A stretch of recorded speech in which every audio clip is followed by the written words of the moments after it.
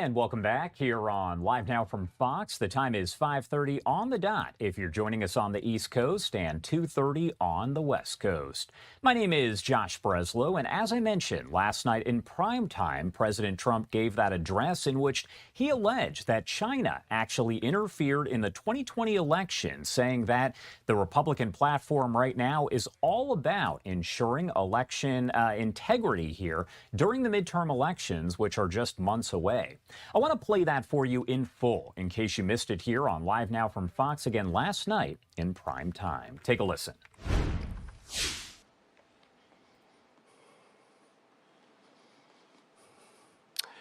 Good evening.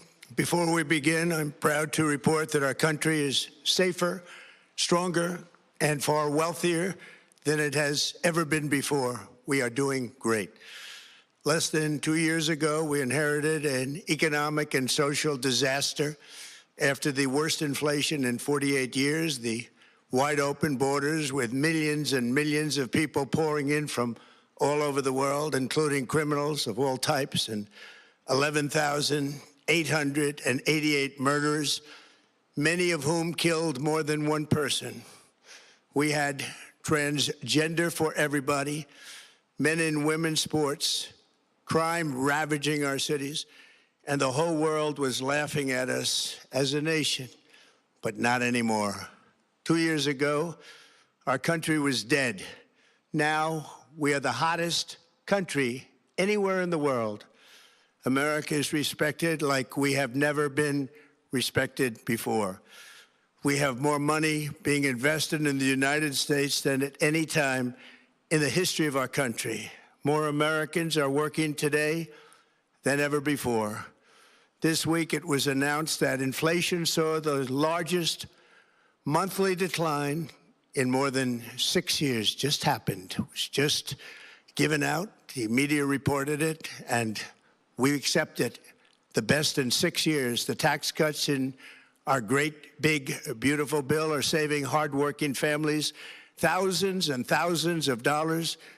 Like with the provisions, no tax on tips, no tax on overtime, and no tax on Social Security for our great seniors, along with the interest deduction on a loan used to purchase a car, but only if that car is made in America, and a 100% expensing for our job-creating businesses.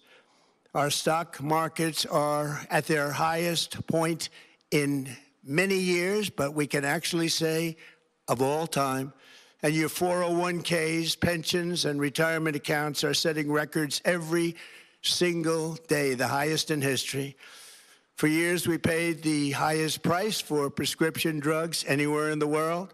Now we pay the lowest price under my most favored nation's policy because I was able to get the rest of the world and the pharmaceutical companies to act responsibly. Drug prices are coming down by 70, 80, and 90%. TrumpRx.gov, this will ultimately reduce the cost of health care. You have to go to TrumpRx.gov and take advantage of it. But the cost of health care is coming way down because of what we've done with prescription drugs. And with Trump accounts, every child in America now has access to a tax-free investment account to save for their future. Billions and billions of dollars are being invested, put in by companies and individuals to take care of our children so that at age 18, they will have potentially hundreds of thousands of dollars in their account, and they'll get off to a great start in life. So for that, go to TrumpAccounts.gov and sign up your child or any child who'd like to sign up. Our previously wide open borders have been transformed into the most secure borders in the history of our country, with 0 illegal aliens being admitted to the United States in the past 14 months. That is 0. Nobody thought it was possible. We had the worst border in the history of our country, and now we have the best. Crime is plummeting nationwide, with the murder rate at its lowest level since 1900, or more than 125 years ago. We're making a record investment in our armed forces, and we have the strongest and most powerful military by far anywhere in the world. I built it during my first term, and unfortunately, we're forced to use it now. We won in Venezuela, which is now working with us to produce millions and millions of barrels of oil. We are likewise winning big in Iran, and you will see the fruits of that labor very, very shortly. America is back and doing really well, but we still have a major challenge that must be urgently addressed, because no country can be great without fair and honest elections. You have to trust your country, because if there can be no trust, there can be no greatness. And that's very simple. No trust, no greatness. For many years, I've called for bold, swift, and decisive action to protect the integrity of America's elections.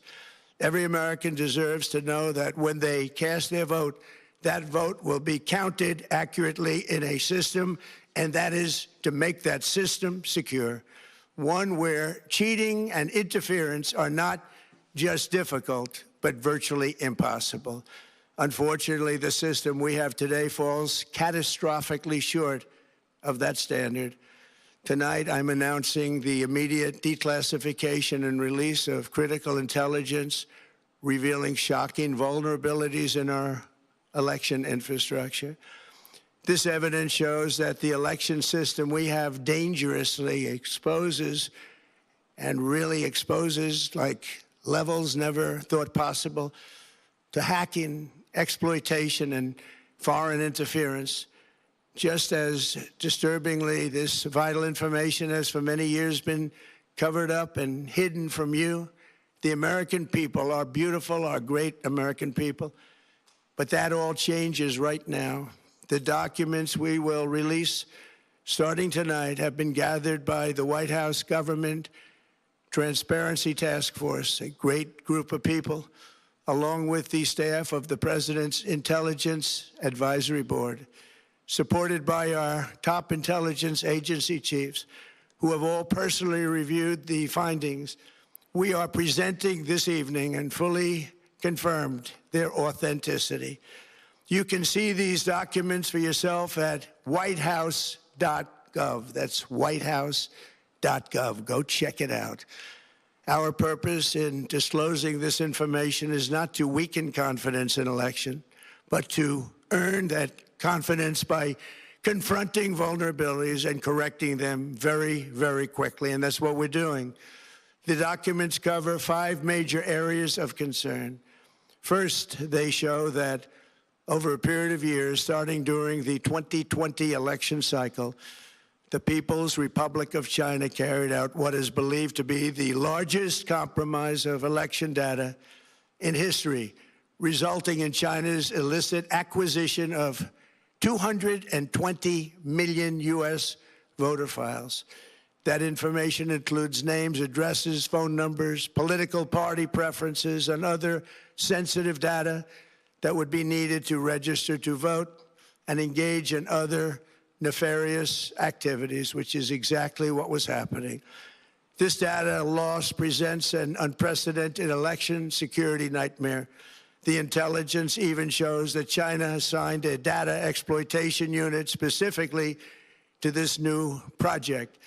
Compounding the travesty, the second set of documents we are releasing reveals that members of the deep state, very, very famous group of people, in many cases, in our intelligence agency work to actively suppress and downplay information about the extent of China's sinister election meddling, covering it up from both the president and the American people like nobody thought was possible.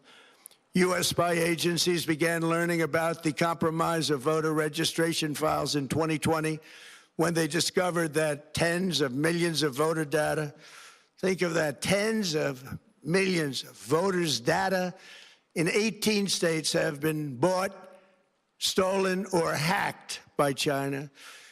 Yet those responsible for sounding the alarm instead kept the information secret and hidden. they did not disclose to me as president or to anyone else, and to the best of our knowledge, they did not inform Congress. In fact, all they kept saying is, this is the most secure election in the history of our country, a standard, very pat line that was divvied out to say.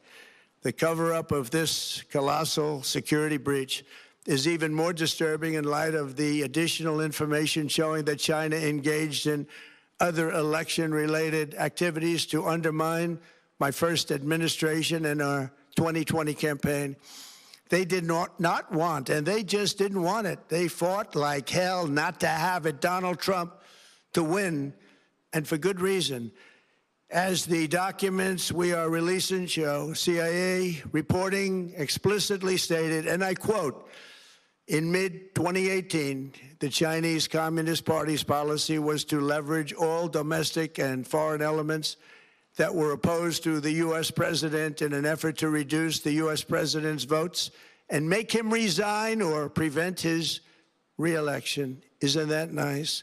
Also, in mid-2018, China was working to influence the results of the U.S. midterm elections and later the results of the 2020 presidential election itself. Separately, in mid-2019, the Chinese government's strategy against the United States was focused on undermining domestic confidence in the U.S. president. They wanted to just make you sound like your president wasn't so hot, when actually your president has done a great job, and they did everything possible to do exactly that.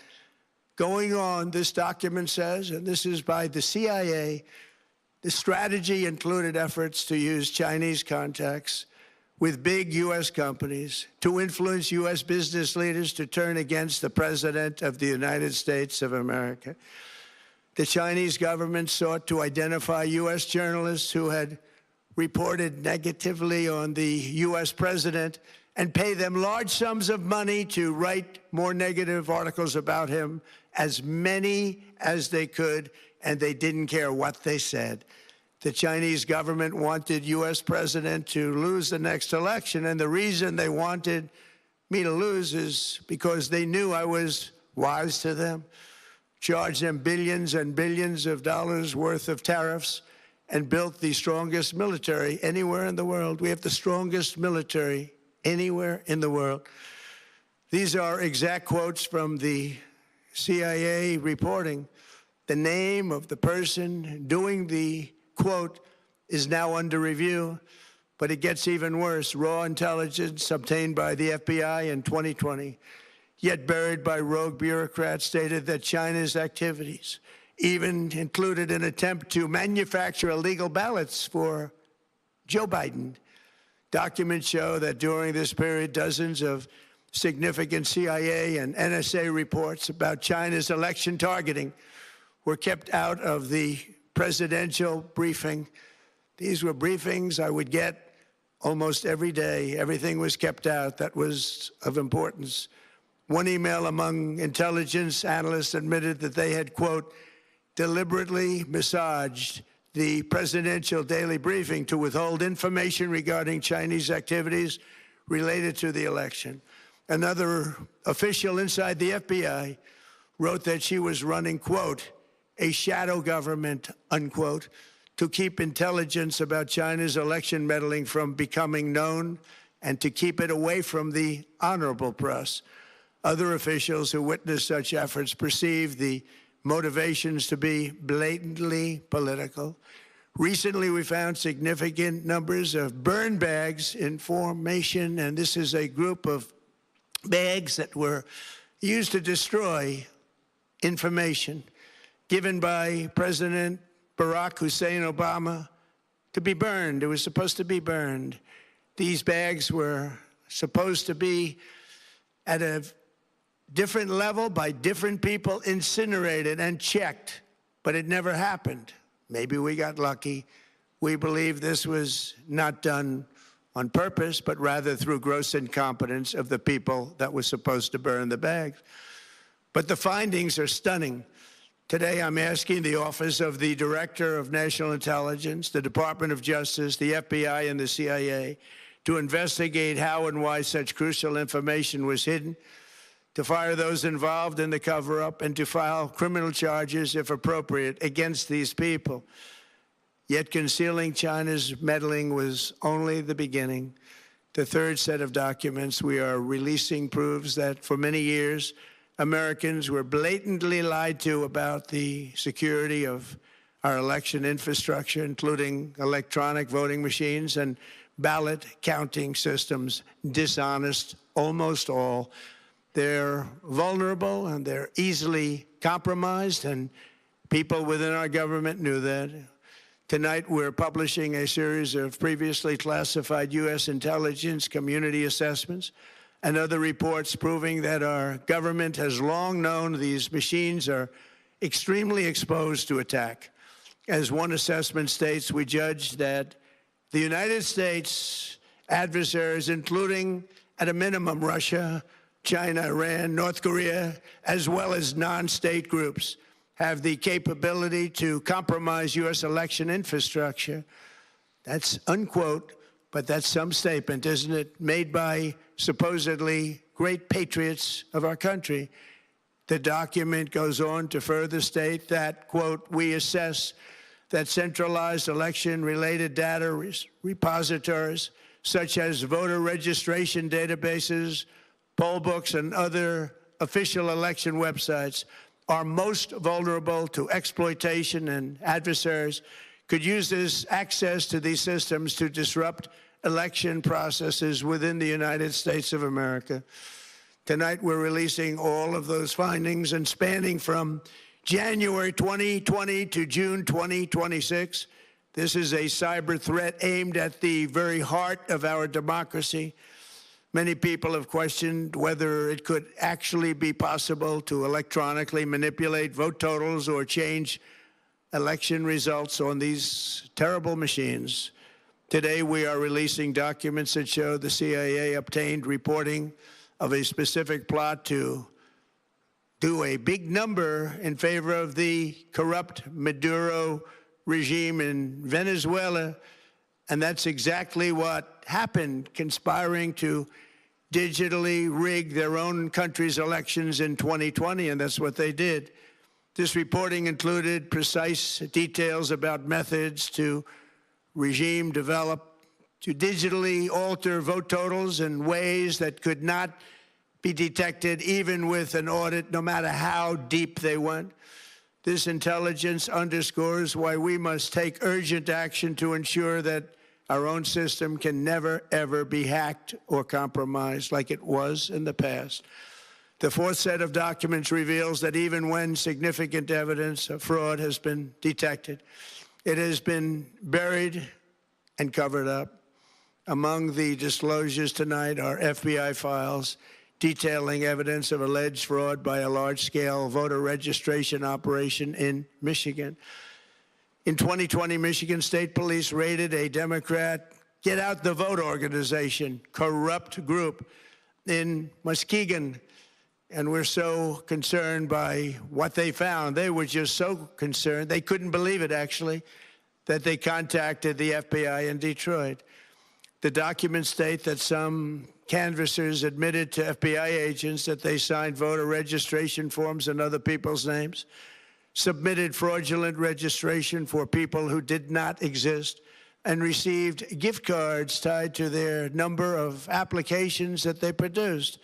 In other words, it was pay, play, and cheat. The FBI agents working on the case believe that crimes were committed, yet the Biden Department of Justice slow-walked the investigation and killed it. Tonight, I'm asking the FBI director to ensure that the matter is fully investigated and to work with the Department of Justice to prosecute those responsible for any crimes. Finally, to reveal just how vulnerable our elections continue to be, we are releasing the results of a stunning investigation by the Department of Homeland Security.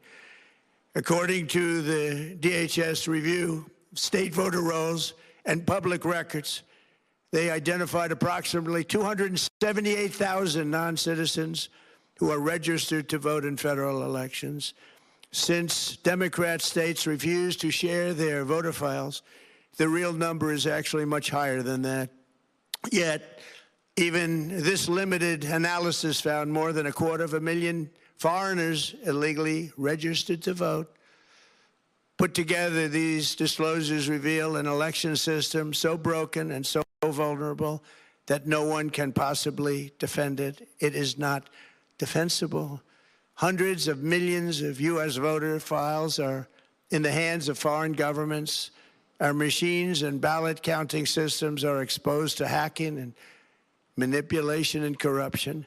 China and other countries have been trying to meddle in our elections. Evidence of fraud has been buried.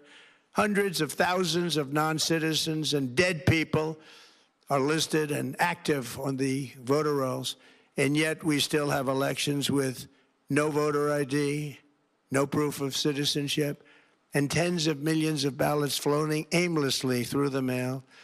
As one example of the insanity, California's recent election for mayor of LA and governor was held on June 2nd, a long time ago, but it was just completed a few days ago on July 10th. Think of that, much more than 1 month. Took a month to count the votes. I wonder what they were doing. This is worse than any third world country. There's no third world country that has elections like we have. In a rare move, NBC and ABC Fake News have both said that they would not cover this speech. They knew what it was about because of the fact that they don't like the topic, because they know how corrupt our system is and they don't want to reveal it. They and others in the media are part of a plot. They want to continue this fraud for whatever reason. They want to keep it going. They want to protect the radical left. They can't have a great country, and that's true. You can't have a great country without free and fair elections. Fraud like this should mean a revocation of their licenses. They use our public multi-billion-dollar in value airways for absolutely no money. They pay nothing. All we want is honesty in our elections and honesty in reporting. They pay nothing for multi-billion-dollar assets. Great damage has been done to our country. Our elections were left vulnerable to being rigged and stolen, and the trust of the American people was lost. This cannot be allowed to continue. Every American, whether you're a Republican, Democrat, Independent, or otherwise, should be able to agree that we deserve the most secure, honest, and fair election system anywhere in the world. Secure elections should be a partisan, really, we should be together, Democrats, Republicans, Independents, everybody, and it should not be a partisan issue. It should cause to unite us, not to divide us. This should be a cause. We should be united, not divided. In light of the brand new and irrefutable information I have revealed tonight, my administration is in the process of notifying the states whose election data was compromised by the People's Republic of China and many others. We will be working closely to mitigate any harm, and we're taking swift action to ensure that sensitive voter data is better protected so we can never be bought, we can never be hacked, and we can never watch a stolen election again. Tomorrow, the Secretary of Homeland Security will hold a briefing to outline his department's recent work confirming cyber vulnerabilities in our electronic voting systems. They are bad. We're in the process of informing governors, senators, and members of Congress of potential issues in their states. If you look at voting today, it's in such bad shape in so many states, and we are committing to fix it.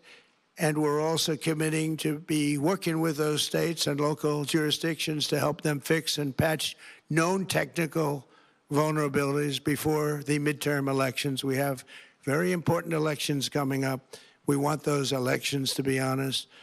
I've also ordered DHS to notify every state about non-citizens on their voter rolls and direct them to remove all ineligible voters from the lists immediately. But most importantly, addressing this crisis of election security demands that Congress must pass the Save America Act.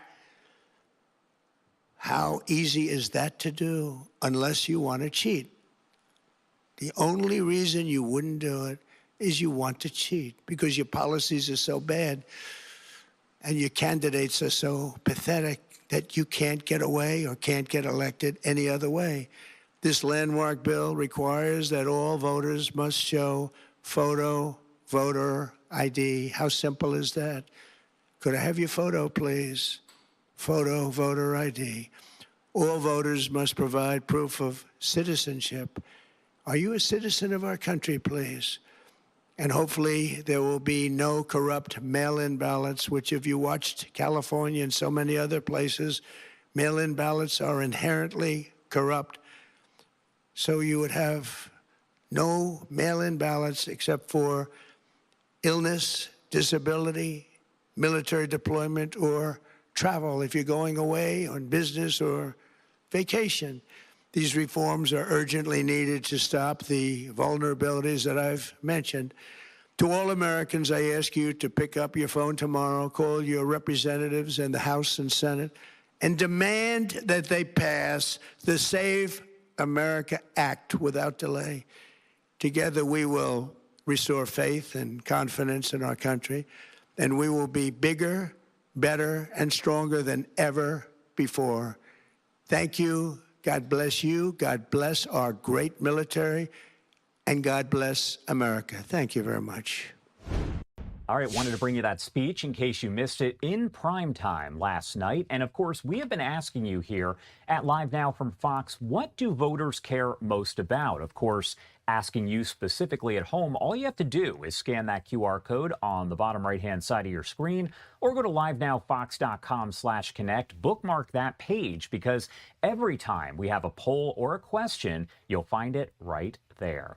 Right now, 41% say it's the economy, 45% say it's election interference, foreign policy 4%, immigration 5%, and healthcare at 5% as well. You also heard from President Trump as he said that DHS Secretary Markwayne Mullin will be holding a news conference later today. No time set just yet, but we'll let you know when we find that out and bring it to you here on Live Now from Fox. Right now, we do have to sneak away for our final break of the hour, but more live coverage coming up on the other side. Stay with us.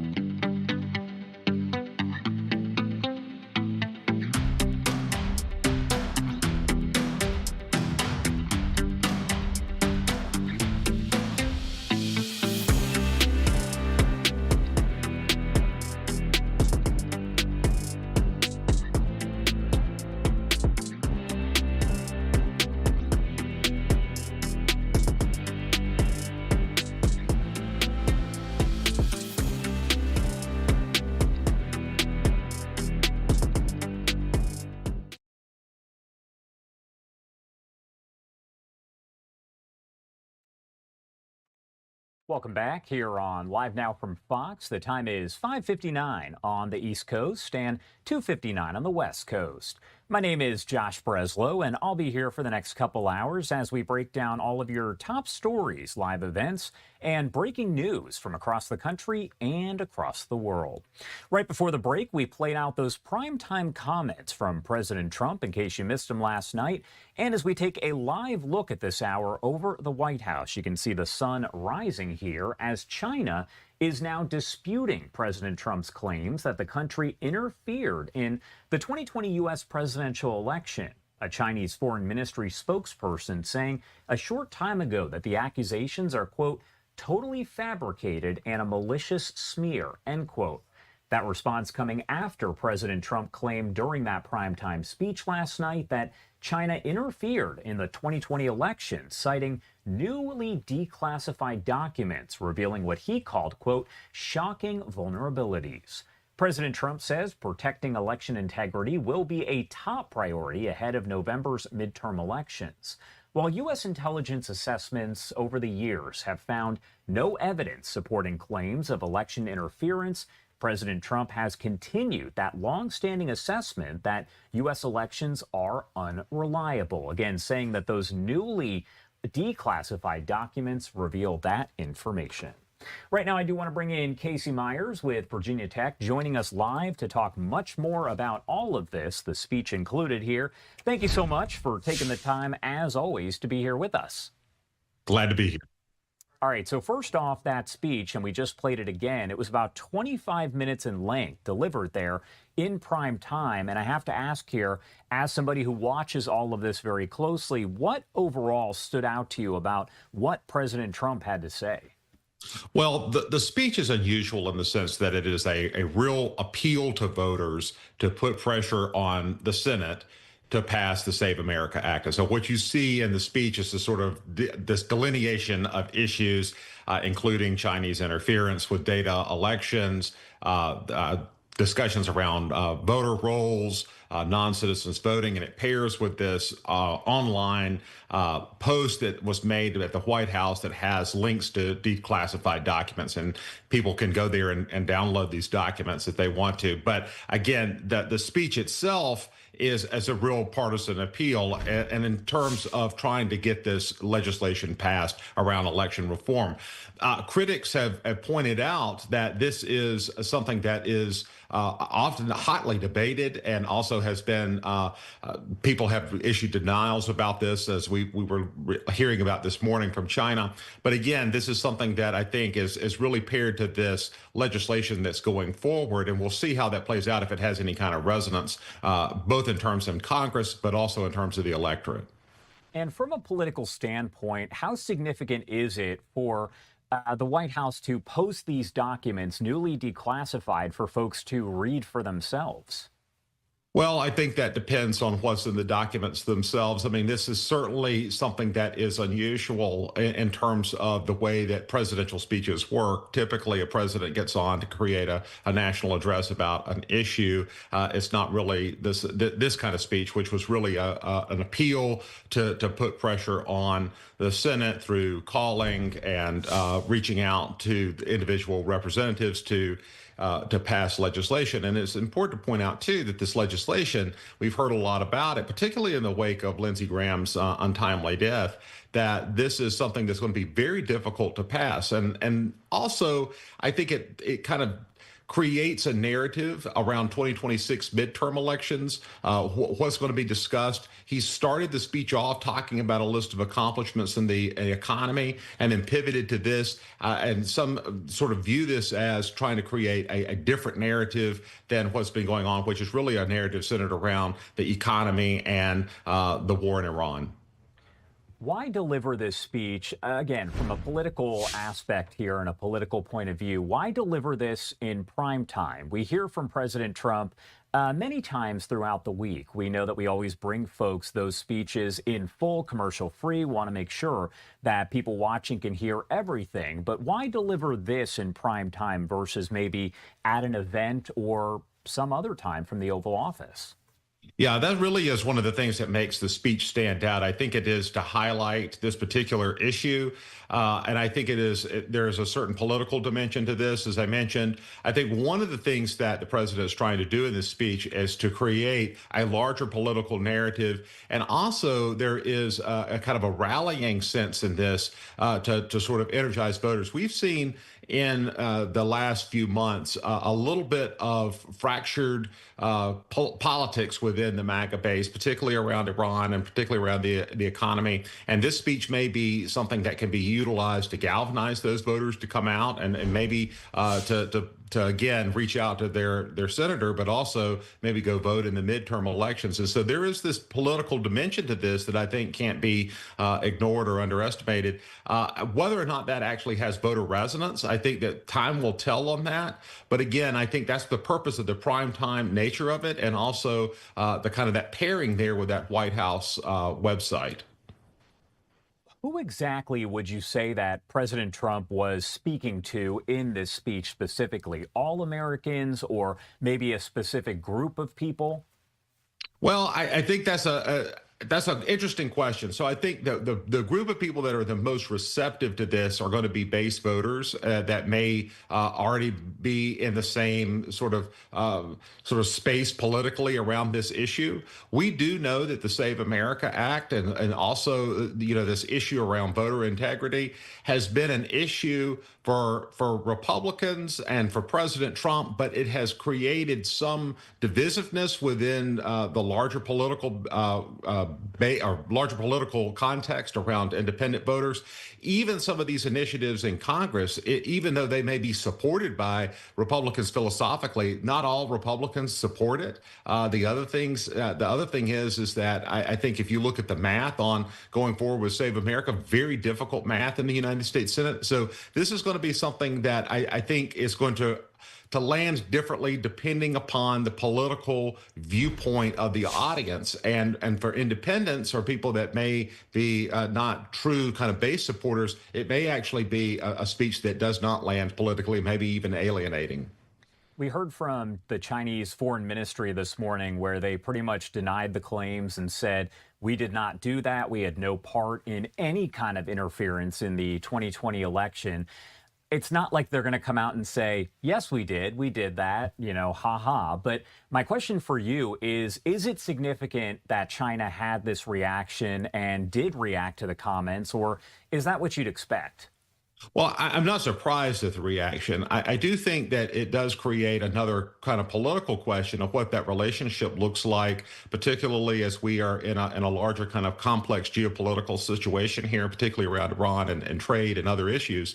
But again, this is something that we have heard before. And that's the other thing about the speech. These are, while the document side of it is new, and maybe what we hear from DHS today will be new, this is something that has been talked about really since 2020 and philosophically. And then again, we're hearing the president talk about past elections, and that is, as a strategy, has been something that some voters or some Republicans even have felt frustration around, because that is something about relitigating the past as opposed to looking at the future. So again, I'm not surprised by the reaction. I think it does create certainly a new political narrative going on, and has certainly gotten a lot of attention in the media and in the larger political communications in this country. Now, how that plays out in the coming months with Congress and with passing legislation and in the midterms, I think time's going to tell on that. It's interesting because we've done several polls over the past several months about what voters care about most as we approach the midterm elections. And I can tell you that election interference wasn't very high on the list. But as we take a look at this post right here, this is actually what we're asking folks at home to scan the QR code there on the bottom right-hand side of your screen. What do voters care about most right now? Or go to livenowfox.com/connect. And as you can see, I'm not sure if you can see it, Casey, but on the bottom there, the options are economy, foreign policy, immigration, healthcare, and election interference. And right now, 53% of people who have voted say it's actually election interference, and the next highest is the economy at 34%. So how do you think this speech could potentially maybe shape the national conversation there about election security as we get closer to the midterm elections? Well, that's not surprising. I think that when you have an issue that's presented, and this is, I think, was the point of this last night's speech, is to bring this to the forefront and to have a larger conversation around it. Now, what the question remains is, how does that play out long term? Do people see this as an issue long term, or is this something just sort of in the wake of a speech that happened a few hours ago? Is that something that's top of mind, and then that kind of fades as world events and economic events play out? And again, what we have seen this in the last few months, particularly around rising gas prices and other things. Affordability has really been one of those larger political issues that has had a lot of conversation, both in Republicans and Democrats. And that is thought to be really what the 2026 midterms are going to be around, particularly since midterms are oftentimes a conversation around what is going on domestically and particularly around the economy. You kind of already touched on this, but do these speeches have any real impact on voters? When you talk about a presidential speech in prime time, does it really resonate with people overall? Does it make a difference? They can. I mean, and we have had famous examples of where, public opinion does shift based on these presidential speeches. And of course, when you have a president giving a speech in prime time, that is something that is a media event. There's a lot of people that watch it, and not just watch it in real time, but also watch it on social. And you'll see, I think, over the next day or so, a lot of clips that come out of that speech that get repackaged on social media. And so people will be consuming this content, regardless if it is in full length or just in snippets over the next few days. The duration of how that pivots public opinion, I think, largely depends upon how people are, how receptive they are to the message. And I think that's in this particular situation, we see that pairing with the website that is really kind of rolling out this campaign, so to speak, and whether or not that really resonates or translates into votes or translates into some sort of shift in the Senate. We will see that over the next few weeks. I will say that the time is short here for President Trump's legislative agenda. And of course, the midterms are right around the corner. So this is really a time where we're going to hear more about this. And I think you're going to hear more about this particular issue on voter integrity in the coming weeks and months. And of course, we're likely to get a lot of reaction that's coming in from different lawmakers and folks today on both sides of the aisle in regards to that speech. Again, already some folks are sounding off, so we'll read some of those in just a bit. But Casey Myers, thank you so much for taking the time to join us here, breaking it all down for us and helping to dissect the speech. Anything we missed, anything that you want to make sure to add here before I let you go? I would just say that this is not a one and done kind of thing. This is something that I think we're going to hear about coming over the coming weeks. And I think you're going to hear today a lot of Democrats in response to it. And again, how this plays out in the 2026 election will really be dependent upon the other events, and the economy is still such an outsized importance to voters. All right, Casey Myers, thank you again for taking the time to join us. We definitely appreciate it as always. Thank you. And I want to pop this up on your screen because, as we mentioned here, we are getting that reaction coming from both sides of the aisle here as Senator Cynthia Lummis says the information released this evening by the White House regarding the 2020 data breach by China and potential vulnerabilities in voting machines is alarming and deeply concerning. Even more troubling are reports that officials within the federal bureaucracy kept both the president and Congress in the dark about this unprecedented breach. Every American who believes in representative democracy should expect transparency and accountability. Congress deserves a full accounting of what occurred and any actions the Biden administration took in response, including allegations that information was withheld or concealed. The American people must have confidence in their government, and failures of this magnitude undermine the trust. I appreciate President Trump bringing these allegations to the public's attention, and I will continue seeking additional information to better understand the full scope of what occurred. We must protect our elections and pass the Save America Act. Again, President Trump delivering that speech last night in prime time, talking about election interference, saying that China interfered in the 2020 election. Now, one of the winners here, Jon Ossoff, who is a senator from Georgia, a Democrat, he won the election in 2020. He had a lot to say as he spoke to reporters right before that speech just yesterday. And I did want to play some of those brief remarks for you now as he responded to essentially allegations and what was known about President Trump's speech with election interference. Take a listen. Theories. Thank you so much. Senator, I'll let my team call upon you. Go ahead. Senator, you've been talking about this a fair amount since this broke on Tuesday. Do you think this is an advantage for your campaign that the president is going to come out here and sow doubt in the 2020 elections? Is this going to help you, do you think, in November? Look, I think first of all, it is misconduct, presidential misconduct, to abuse the bully pulpit and to abuse intelligence authorities and declassification authorities, if indeed that's what he'll do tonight, in order to pursue his sour grapes election denialism, trying to overturn an election that he lost 6 years ago. And I think that every elected leader in the country, Democrat or Republican, has an obligation to denounce this. Two most popular Republican elected officials in Georgia are Governor Brian Kemp and Secretary of State Brad Raffensperger. And why are they respected in Georgia beyond party lines? It's because they refused to help Donald Trump steal the 2020 election.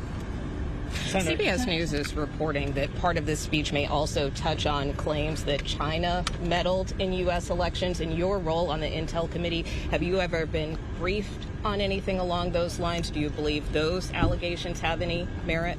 I don't talk about Intelligence Committee matters, but I don't know what the president's going to say tonight. Senator, you've been critical of what you see as the Trump family and Donald Trump profiting off of him being in office. There's a report today that his teleprompter operator made like $100,000 off Kaushi by making bets off of what he knew from the teleprompter. I was curious what your reaction is to that. Well, there's a culture of corruption in this White House.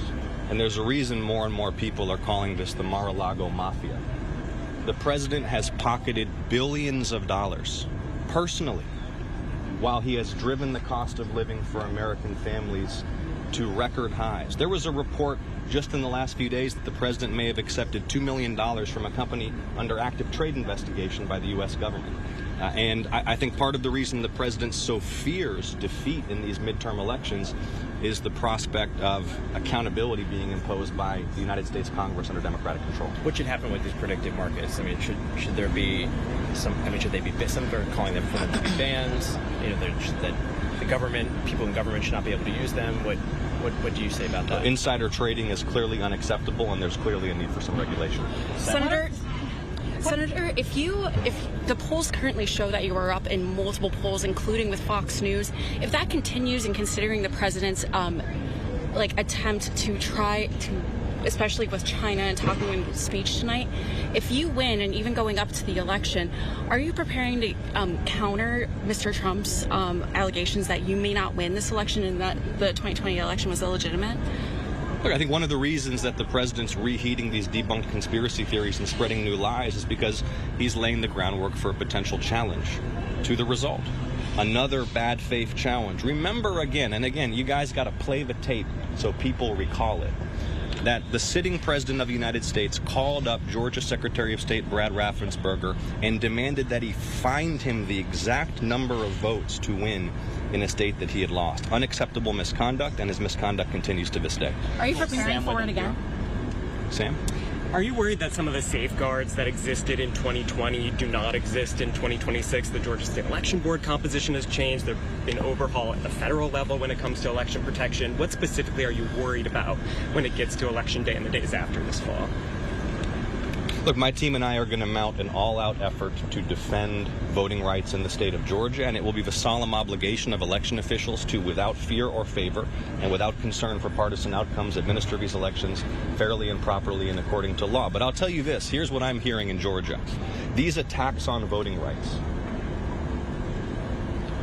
are galvanizing a defiant determination to show up at the polls like never before. Remember that Georgia is the seat and the spiritual and civic home of the civil rights movement and the movement that secured the Voting Rights Act. And so when Donald Trump and his allies come down to Georgia and attack voting rights, they're just motivating people to participate in our democracy and to use their voting rights. I know members of the Georgia delegation have been pushing for more information, but just to be clear, have you gotten any further information about the outcome of that Fulton County raid, where those ballots are? No.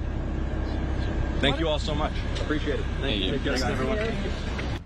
All right, that was Senator Jon Ossoff, a Democrat from Georgia, who was responding ahead of the claims that were issued there by President Trump last night. Of course, the contents of that speech were known, so he was asked a lot of questions about that again ahead of time. Now, I want to take you to this post coming in from Cameron Arcand. He is, of course, with Town Hall and joins us quite a bit on Live Now from Fox. He said, declassified January 15th, 2020 National Intelligence Council memorandum.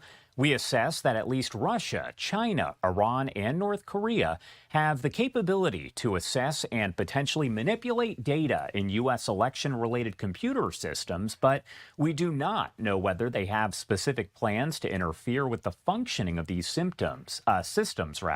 We judge that U.S. adversaries, including at a minimum Russia, China, Iran, and North Korea, as well as non-state groups, have the capability to compromise U.S. election infrastructure for the 2020 presidential election. Adversaries gaining access to U.S. election-related systems could disrupt the voting process, steal sensitive data, or undermine confidence in the election results, but we do not know whether any of them have specific plans to manipulate election-related systems. Adversary claims of manipulation would be difficult to disprove and could undermine public confidence in election results. Disclaimer underscoring that this is a prior to the 2020 election. This is that National Intelligence Council memorandum that was sent out right beforehand. Now, of course, we also have other reaction that's coming into our newsroom here. We've heard from both Democrats and Republicans a variety of remarks related to that speech from President Trump. And I do want to pop up some of these for you. This is from Chuck Schumer. He said, my statement on Trump's latest attempt to lay the groundwork to rig the 2026 elections and undermine democracy. And of course, that is a very tiny post there on the left-hand side of your screen, but essentially it says, today, Senate Democratic leader Chuck Schumer released the following statement following Trump's latest attempt to lay the groundwork to rig the 2026 elections and undermine democracy. It starts with, quote, tonight was a pathetic attempt by Trump to deny what we all know is true. He lost the 2020 election. The American people were fed up with Donald Trump. Now, we also heard from Republicans here, Senator Bill Hagerty saying, as President Trump just demonstrated, the Senate must immediately pass the Save America Act, and we must hold all foreign adversaries and their conspirators accountable for trying to meddle in America's elections and undermine our democracy. And I want to pop up on your screen a live look over the Capitol at this hour as we head to a quick 2-minute commercial break. On the other side, we will get right back into your top stories and live events here on Live Now from Fox. We'll be right back.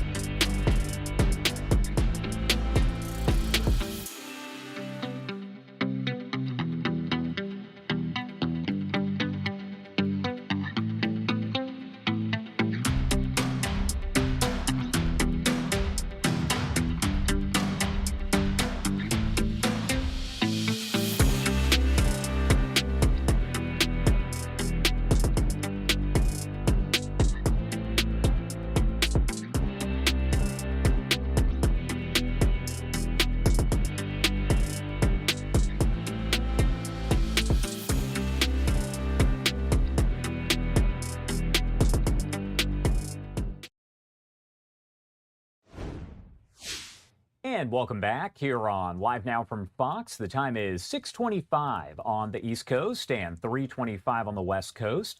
My name is Josh Breslow, and I'm here to bring you all of your top stories and live events from across the country and across the world. And what I want to do right here is pop up just some of the cameras that we have coming in our newsroom here. You can see this is actually a look at what we call our Watch With camera that shows how we operate everything here at Live Now. And of course, we're keeping an eye on the different feeds that are coming into the newsroom.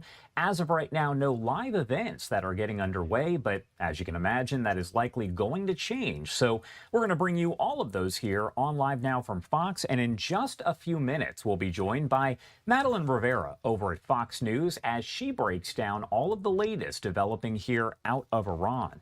Now, we also have this camera that shows you a look here at the newsroom itself. You can see we got this wide view that shows the desk, and you also have Kima right there, our producer, who I will say you hear from quite a bit because look in front of her. That is a microphone right there. And if I knew how to operate it just yet, I would have you speak, Kima, but unfortunately, I haven't figured that out just yet.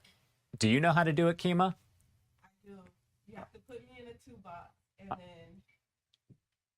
We're working to figure it out. We'll actually get that because I want to have Kima on before I'm off the desk. So we'll definitely make sure to do that. What I'm going to do, though, is leave this shot up for just a second because, as I mentioned, we do everything here in real time. And I want to check on Madeline Rivera over at Fox News because we are going to bring her in just a second to break down the top stories here and what's going on across the world.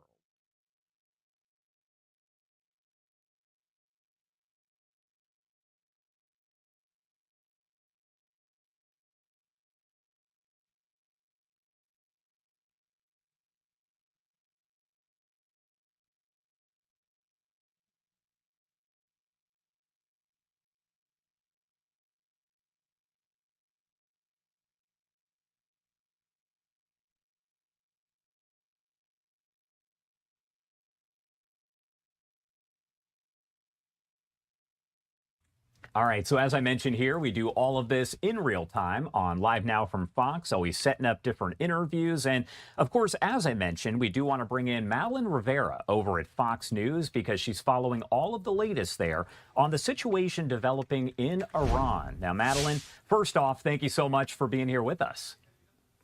Hi, Josh. Yeah, good to be with you, of course. Yes. And I wanted to ask you here because we're hearing, of course, about these bridges and that tower that collapsed there in Iran. Break down what the latest is going on here out of the region. Yeah, well, you heard President Trump. He spoke to our Yingst earlier this week, and he warned that the U.S. might start expanding their targets, hitting power plants, bridges, and other infrastructure if Iran did not reach a deal with it. It appears that the president is appearing to follow through on that promise. So the U.S., it appears that this is entering a new phase. The U.S. forces have started hitting roads and bridges and infrastructure around the strategic port city of Bandar Abbas, and that's pretty critical because it cuts off the supply routes of the Iran's Revolutionary Guard Corps. It isolates them, Josh. And the U.S. says this is part of their campaign to degrade Iran's ability to hit commercial ships traveling through the Strait of Hormuz. And as one would expect, of course, Iran has been retaliating. They launched missiles and drones against U.S. targets in the Gulf region, including Qatar, Bahrain, and Jordan. Kuwait this morning said that Iran hit a water desalination plant in their country, which is, these water desalination plants, these countries rely on these plants because they don't get a lot of fresh water. So the fact that Iran hit one of these plants, that's pretty significant for this country. Regardless, though, White House Press Secretary Caroline Leavitt, she was at the White House briefing yesterday. She held one after being out on maternity leave. She maintains that Iran wants to reach a deal. Again, that's a line that the White House has been repeating for several weeks now, and so far we haven't seen anything solid come out of these talks. Josh. And I also wanted to ask you here about the situation in Syria, because we're starting to hear this morning reports that Iran is claiming it struck a U.S. base over there in Syria. Do we know much about that right now, or is that kind of all up in the air? We have not been able to confirm that. I have seen those reports as well, though, Josh, and according to Iran state media. Iran says that this is in retaliation against whatever the U.S. has done. But again, we have not been able to verify those reports. All right. Madeline Rivera over at Fox News, thank you so much for joining us. We appreciate it. Of course. And you are taking a live look at this hour over Tel Aviv in Israel as we are heading to another quick commercial break, but we will be right back with more live coverage on the other side. Stay with us.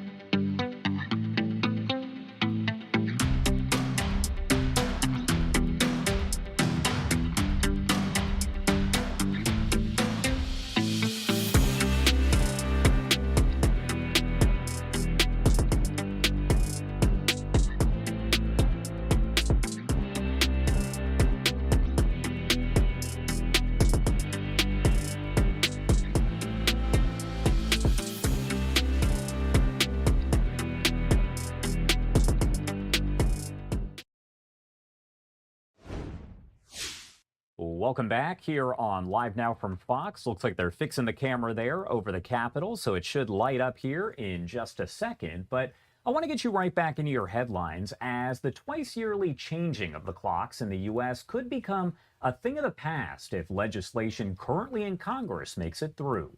The House earlier this week voting overwhelmingly to pass a bill that makes the shift to daylight saving time permanent. That's when clocks are moved forward 1 hour, meaning the U.S. would be on daylight saving time year-round. President Trump has indicated that he's supportive, but it's not clear if the legislation is going to pass as it faces several roadblocks in the Senate, with some Republicans strongly opposed. Dr. Megan Crawford, a reader in psychology and co-director of the Strathclyde University Sleep Center, joining us now to discuss what all of this means, of course, for the U.S. and then potentially what could happen in the U.K. Thank you so much for taking the time to be here with us today. Thank you for having me. Of course. And the big question a lot of people are asking, because we're talking about for the U.S. specifically going to daylight saving time year-round, which is better, talking about daylight saving time or maybe standard time in the U.S., and is that different over in the U.K.? Well, we here in the UK and broadly in Europe are having similar conversations about abolishing the clock change. I think we're all aware of the clock change detriment per se. So we all know what it's like to lose that hour of sleep. So the short-term effects. And that's, I think, initiated a lot of these discussions about abolishing the clock change. One of the challenges is, what do we replace it with? And there are two options really. In the broadest sense, standard time, or so permanent standard time, or permanent daylight saving time. And the challenge with permanent daylight saving time is it can be so disruptive to sleep. And so that's my question here is, which one is better? Is there a difference when you look at, like you said, the UK, Europe, having a similar conversation as what we're having here in the US? So does it depend on maybe where you're located as to which one is preferable, which one is better when you're talking about sleep specifically? It is complex, but overall, you can say that if in standard time, our social living and our clock time aligns with the sun time, and that's preferable for sleep. So many people don't know, but light has a really big impact on our sleep. It regulates our body clock. It tells us when we get up in the morning, this is a time to be awake. And in the evening, it tells us this is a time to be asleep. And what happens when we shift our clocks is that we're then misaligned with the sun time. So you can think a little bit about, so I think you're based in Florida, right? Correct. So if you think about someone who's in Texas would then be living on Florida time. I know you have 2 time zones, but if you're thinking about Central Time, then living in Eastern Time. And a lot of people know what it's like to fly from Texas to Florida, for example, and you have maybe you don't have really a lot of jet lag, but that 1 hour can make a little bit of a difference. The difference with jet lag is that you're then you can readjust to the sun time. You can't do that if the clocks artificially change. So you're basically like living in Texas with those sun conditions, but living according to Florida time across the board. Now, one of the complications is that a lot of the studies that are conducted comparing daylight saving time, so what we have in the summer, with standard time, which is what we have in the winter, are influenced also by seasonal differences. So in the summer, we like to go out, we like to exercise, we like to go to the beach. All these things are great for sleep. We get outside, are active. Those are great for sleep. So a lot of the positives about daylight saving time in the summer can actually be attributed to those great things that we see in the summertime, like more light, better weather, holidays, things like that. And speaking about both the U.S. and the U.K., if we were kind of condensed into one of those time zones, we don't actually do daylight saving time, we stick with standard, whichever we do, if the wrong one, so to speak, is picked, is that still a good thing so that people can adjust, or is that maybe a bad thing? Still a bad thing. If you think, and I'm taking the example from Glasgow now, it's more extreme. We're at a different latitude than you are in Florida, so we're much further north, where the difference between the day length in the summer and the winter are much more extreme. If we went on to permanent daylight saving time, in the winter, our sunrise wouldn't be until about 9:30, and if you get really far north in Scotland, it wouldn't be until about 10:30. Now that's really late. And that's a big crucial thing. If you're going to work at 8 o'clock or 9 o'clock and you're in a windowless office, you're not seeing the sun at all. And that's really critical to help you re-establish and reset your body clock. And yeah, I would just sleep in at that point. If the sun's not coming up till about 10:30 in the morning, I'm just going to sleep till then and probably be late to work. So, and not the greatest situation. And that's the impact that it would potentially have on the economy. I mean, that was a tongue-in-cheek comment, but people will be tired and won't function well during the day because of the effect of that lack of light and the impact that it has on our sleep rhythms. And we know from experiments, countries have gone on to daylight saving time permanently, and it was stopped because people were so dissatisfied with it. It's a lack of light in the winter. And it gets dark in the winter anyway, so there's not really that much time that you can save or daylight that you can save.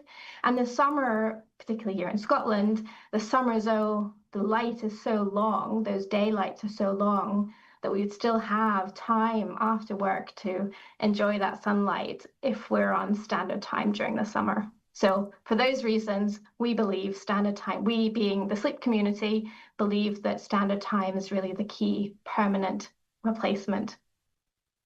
And we're running a poll there on the bottom of the screen. Not quite sure if you're able to see it there where you are, but if you scan that QR code on the bottom right-hand side of your screen, it'll take you to livenowfox.com/connect. You can sound off on your thoughts, and we love a poll here at Live Now from Fox because we want to hear from you at home. The question here, what should the U.S. do about daylight saving? Right now, the options are only daylight saving time, only standard time, keep changing the clocks biannually there, or let each state decide. And just until about maybe, I would say a minute ago, let each state decide was in last place with 0%. Right now, though, it's moving up to 1%. Now, I think you can guess this, Megan, but 68% actually saying only standard time, 21% saying only daylight saving time. Your take there? My job's done. My job's done. Although I'd like to see a bit higher. It would be great if it was unanimous. But I do realize that it is a very complex.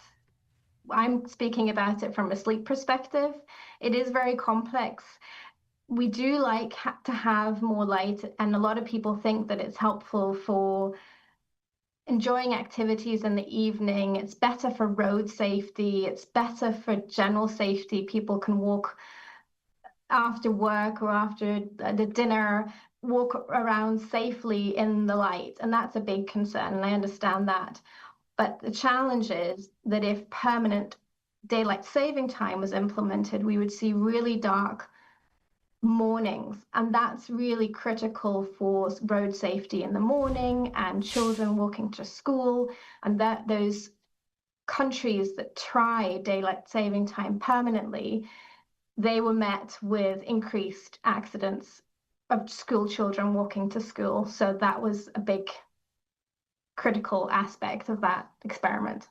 Yeah, anything that keeps people, children specifically, safe is something that folks are always keeping in mind there. And right now, only standard time is at 71%. I think it's clear that you're having an impact and your point is getting across to folks who are watching here right now. My last question here, what do you think is going to happen? What is the future of all of this in the U.S., in the U.K., Europe? What is the future? I guess speaking with my sleep researcher hat on, I hope that as a society we begin to realize how important sleep is. We spend a third of our lives doing it. It's a really important key part. And if you think from an evolutionary perspective, it puts us in a really tricky position. We're asleep when potentially a predator could attack. That's a really dangerous situation. So it has a really, really important function if it puts us at risk from an evolutionary perspective. So I hope that as a society, we begin to realize how important sleep is, and that sleep is a really critical element of this discussion that ties everything together. It is impact in terms of performance, in terms of so work performance, in terms of safety, in terms of happiness, in terms of mental health and well-being and physical health, ties everything together. So the key aspect is that permanent standard time is better for our sleep, and that's what we should be doing. All right, Dr. Megan Crawford, thank you so much for taking the time to join us and providing that perspective for everyone out there. Of course, we know what you're preferring here. Anything else that we missed or anything you want to add here about literally any of this before I let you go? Just sleep well. I mean, I got up at 1:30 a.m. this morning Eastern time, so sleep well ain't happening for me. Thank you again, Dr. Crawford, for being here. We appreciate it. Thank you. And of course, I do want to remind you that we are running that poll there on the bottom of your screen. We always like to hear from you at home. All you got to do is scan that QR code on the bottom right-hand side of your screen, or go to livenowfox.com/connect, go to the Vote Now tab and bookmark that page, because all of our polls and questions, they are going to appear there, right there on that page. And as of right now, only standard time, still winning by a lot, has 72%. 18% saying only daylight saving time. And I'm actually shocked because 10% say they still want to keep changing the clocks biannually like we have been doing for a while here, and let each state decide 1%, which would essentially mean that states can decide whether or not they want to take part. So you would have a lot of different time zones, so to speak, if that were the case. Again, leaving that up on your screen, just scan that QR code or go to livenowfox.com/connect. Right now, we are taking you out to some of the live looks that we have at this hour, and this is a live look over the White House as President Trump does have a few events that are scheduled today. However, it appears at the very least that none of them are open to the public. Now, we could potentially see that change because a lot of the time It'll say no press allowed, and then pops up on our camera as the pool is allowed into different locations, specifically the Oval Office. Now, we know he is going to depart on Air Force One a little bit later today, so that means potentially we could get a Q&A with President Trump. All of this up in the air as always, so we'll bring you anything we get live, raw, and unfiltered here as always on Live Now from Fox. Right now, we are going to head to a quick 2-minute commercial break, but so much more live coverage on the other side. Stick with us here on Live Now from Fox.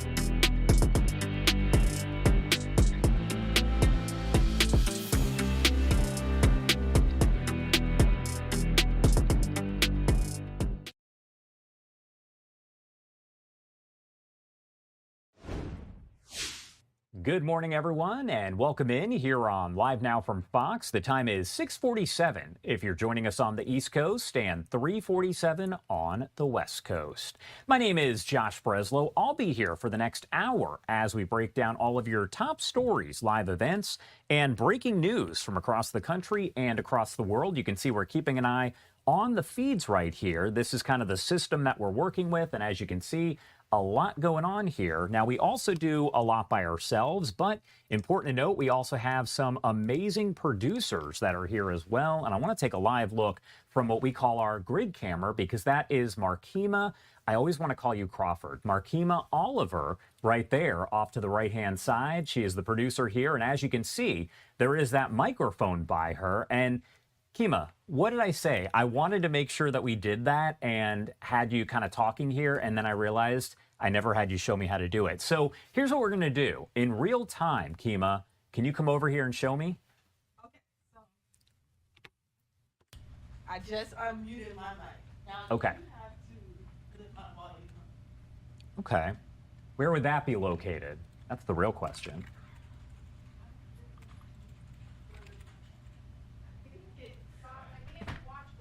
Watch with. Oh, okay. So it's this one. Got it. All right. See, we're doing really good here. We're learning on the fly because that's what we do on Live Now from Fox. And there is Carlos. He's walking around right there. There you go, waving at folks. Now, I promise we're going to learn how to do this because we definitely want to make sure that we get Kima. Oh, I can hear you. All right. See, we're winning this, guys. All right. Let's see. Let me pull you up right over here. Huh. All right, well, you know what we're going to do? We're going to keep it simple here. All right, Kima, what do you want to say? What do you want to say to all the folks who are watching us right now, all 68,000 folks who are tuned in? We really appreciate you guys for waking up with us. I hope that you're enjoying the show. and, come back. Stay with us. There you go. And as you can see, Kima is out there right now. She is looking through all the different posts there on social media. You can see Carlos working to make sure that everything's set up correctly so that we can hear her. Now, you've probably also noticed that Corella Hara has been doing this kind of talk back between the two so much better than I'm doing it right now. But we always want to hear from the folks who are helping us. We also have Christy Matino, who's off in the distance, as well as Adam Lorenz, who's working on his stuff for tomorrow. Important to note here, you can watch Adam usually 2 to 4 a.m. Eastern time, but tomorrow, I just realized it's Saturday, so he's not here. He's got the weekend off, which means Corell will be on 2 to 6 a.m., and then I'm on 6 a.m. to 10 a.m. Eastern Time. Be sure to watch us here on Live Now from Fox, as of course, we always bring you all of your top stories 24/7 on Live Now from Fox. Right now, we are going to sneak away for our final 2-minute commercial break. It's possible I'll learn something, including how to turn on that microphone here on the other side. Stay with us.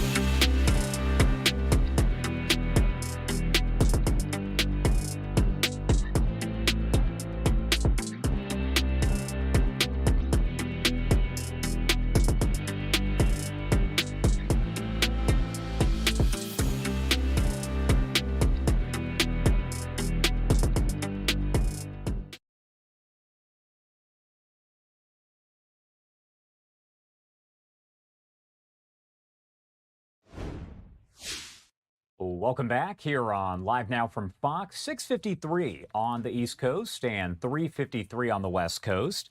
My name is Josh Breslow, and I want to get you right back into some of the big stories that we are covering here on this Friday as we get toward the top of the hour. You're looking at a live look there over the Strait of Hormuz provided by marine traffic. That's on the right-hand side of your screen. And of course, as always, we are following the latest here on the U.S.-Iran conflict. Popping this up on your screen, coming in from Iran International English, as they say, a senior Iranian official said Friday that any location used to launch attacks against Iran would become a legitimate target for retaliation, warning that if Iranian infrastructure were attacked, quote, no infrastructure would remain elsewhere in the region. A member of Iran's Expediency Council also said that decisions over the Strait of Hormuz rested with Iran and Oman, adding that countries from outside the region could not decide its future. Referring to outside involvement, he said anyone seeking to do so would have their, quote, hand cut off. He also addressed debate within Iran over diplomacy, saying some opponents of negotiations believed Iran should continue fighting until either it was destroyed or its enemies were defeated. But he said, quote, we cannot fight the world only with missiles, adding that Iran also had to confront what he called, quote, the arrogant world through logic and negotiations. Again, this is all coming in here from Iran International English. We're always checking in with them as they also say that Iran's energy ministry urged people to reduce electricity consumption to help maintain power supplies in the country's south after attacks damaged electricity infrastructure in and around Bandar Abbas. The ministry asked households to switch off air conditioners for an hour during peak demand to help ease pressure on the national grid as southern provinces cope with extreme heat and damage to the power facilities. It said electricity had been restored to some affected areas and power supplies there had been stabilized, but called on the public to continue conserving electricity to support reliable service across southern Iran. Popping this up on your screen, coming in from Secretary of Defense, also Secretary of War Pete Hegseth, and you can see that photo right there of a collapsing tower. This is over at a key port city, according to the U.S. military. And what I'm going to do is pop this up full to give you a better look. But again, that is a photo that Secretary Hegseth posted on social media here on X and elsewhere. And there's no context provided. However, we do know ultimately that a tower collapsed there as a result of the U.S. military strikes at a key port, but also there were other areas that were struck as this week-long effort by the U.S. does continue here after we know that Iran has attacked not just locations there of its neighbors, but also you have those attacks taking place in the Strait of Hormuz on different, essentially ships that are trying to travel through that area. Now, the Israel War Room just posting this right here, so I want to pop it up, saying Iran attacks Kuwaiti energy and water facilities. Kuwait's Ministry of Electricity says an Iranian attack struck a power plant and water desalination facility, causing a fire and damaging multiple electricity generation units. Iran warns against attacks on its own energy infrastructure while directly targeting the power and water systems of a neighboring country. Now, again, a lot of information that's coming in here as we follow all of the latest developments out of the Middle East. We're going to continue to bring you everything that we get right here on Live Now from Fox. But again, this is from Iran International English as we gather all of the latest details. Now, what I want to do is talk a little bit more about the developments that we saw overnight as Iran claimed to have struck a U.S. Special Operations Command Center in Syria. That was earlier on today as we take this live look over the Strait of Hormuz. While the U.S. has not yet responded to those claims, it was announced months ago, back in February, that the U.S. was withdrawing from that specific base. Qatar also saying its residents are being told to seek shelter after a barrage or potentially several barrages of missiles were fired by Iran. Qatar has been a mediator between the U.S. and Iran amid the months-long conflict, and in the meantime, the U.S. once again expanding its military operation against Iran, striking bridges and collapsing a tower at that key Iranian port. Again, we have this image that's coming in from Secretary of Defense Pete Hegseth. You can see it right there on your screen showing the aftermath. Now, Iran also continues to say that it controls the Strait of Hormuz, but President Trump still disputes that, saying the U.S. is the true quote-unquote guardian of that international waterway. Now, we also know that President Trump tends to post on Truth Social here about the latest developments out of Iran, and I'm looking through right now to see when he posted last, and it looks like it's been just a little while, but we can expect that we could potentially get some comments from him today, as we know that he does have no public events that are scheduled, but he will be departing from the White House in just a bit, and that means there's always the potential that we are going to get what we call a gaggle. That is where essentially we'll see President Trump walk up to the reporters that are outside of the White House kind of waiting for his departure, and they'll be able to ask him questions. So it looks like he's going to be heading over to New York. He will arrive in New York a bit later. Now, he's going to attend a FIFA reception. It's not listed necessarily as public, but that does sound like the kind of event where we would get some remarks from President Trump. So that is definitely possible here. Tomorrow, it looks like he has no public events either. He does have what's called executive time over in Bedminster, New Jersey. It's going to be closed press. If that changes, though, again, you'll be able to see that. Now, the president and the first lady are going to head to East Rutherford, New Jersey on Sunday, and they're going to attend the FIFA finals, the World Cup final there. That's over at MetLife Stadium, which is pretty much for now being referred to as New York, New Jersey Stadium. But this is the final match of the World Cup. A lot at stake. Of course, the U.S. is not in that, unfortunately, but we are going to see everything play out. President Trump, the First Lady, they will be there. And then later on that night, President Trump will arrive right back over at the White House. So we should get an arrival there as well. Now, something that can usually happen here, we also get what's called a gaggle on board Air Force One as he's flying. He walks out and essentially allows the media members to ask him some questions. So anything like that could happen. We'll bring you anything that happens like that here on Live Now from Fox, as we always do. Right now, though, I do want to head to the opening remarks from Caroline Leavitt. She actually spoke at the White House press briefing yesterday, and I want to give you those opening remarks because this was her first time back since she's been on maternity leave. Let's lift up the audio here and just listen in to those comments. Good afternoon, everyone. It's great to be back with all of you. It's good to see you. Good to be in this room. I'm glad everybody showed up today. Let's get back to work. We're going to begin with a few scheduling announcements. Tonight, as you all know, at 9:00 p.m. Eastern, President Trump will deliver a major address to the nation on protecting the integrity of our elections, and we encourage every American to tune in.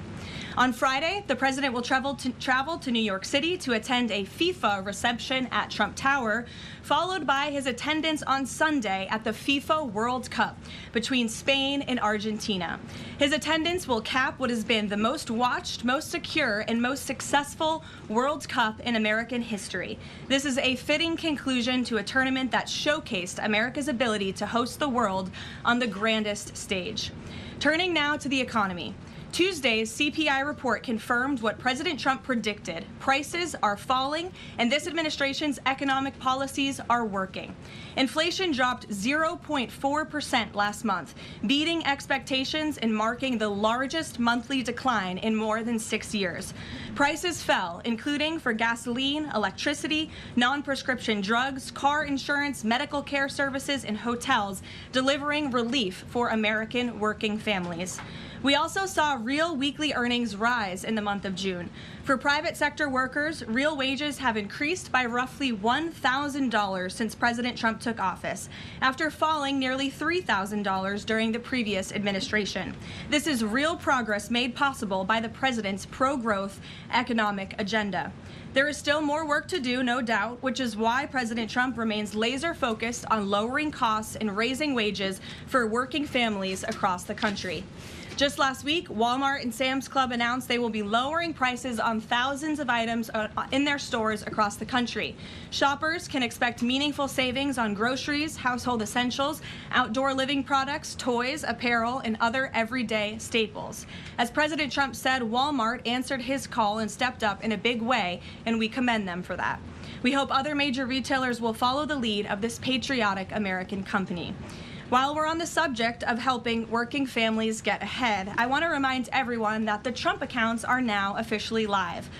To date, and this is a new stat from the Council of Economic Advisors this morning, more than 6.5 million American children have been signed up for accounts so far, including my 2 kids, who I signed up during my maternity leave. There are a few things I want to make clear about this massively beneficial program that has the potential to literally transform the financial future of this country. First, any child under the age of 18 is eligible to have a Trump account opened in his or her name. This is a free investment savings account that costs nothing to open. Second, thanks to President Trump, every child born between January 1st, 2025 and December 31st, 2028 will receive a $1,000 seed deposit from the United States Treasury. Third, parents, guardians, relatives, and friends can contribute up to $5,000 per year combined for each child.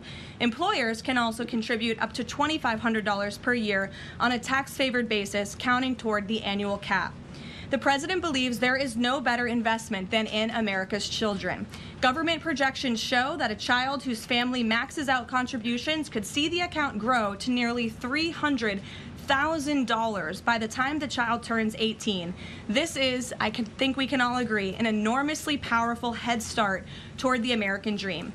These funds can be used for college, starting a business, or purchasing a home. This is truly a transformational, nonpartisan program.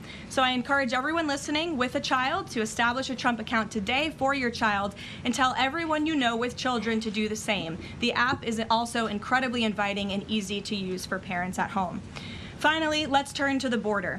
Brand new numbers this week from the Department of Homeland Security and Customs and Border Protection confirm that for the 14th straight month, this administration has released 0 illegal aliens into the United States. Again, let me reiterate, the 14th straight month, not a single illegal criminal alien has been entered into our country, released into our country by this administration. Illegal crossings in June remained at historic lows, and Southwest border apprehensions are down 94% compared to the same period under the Biden administration.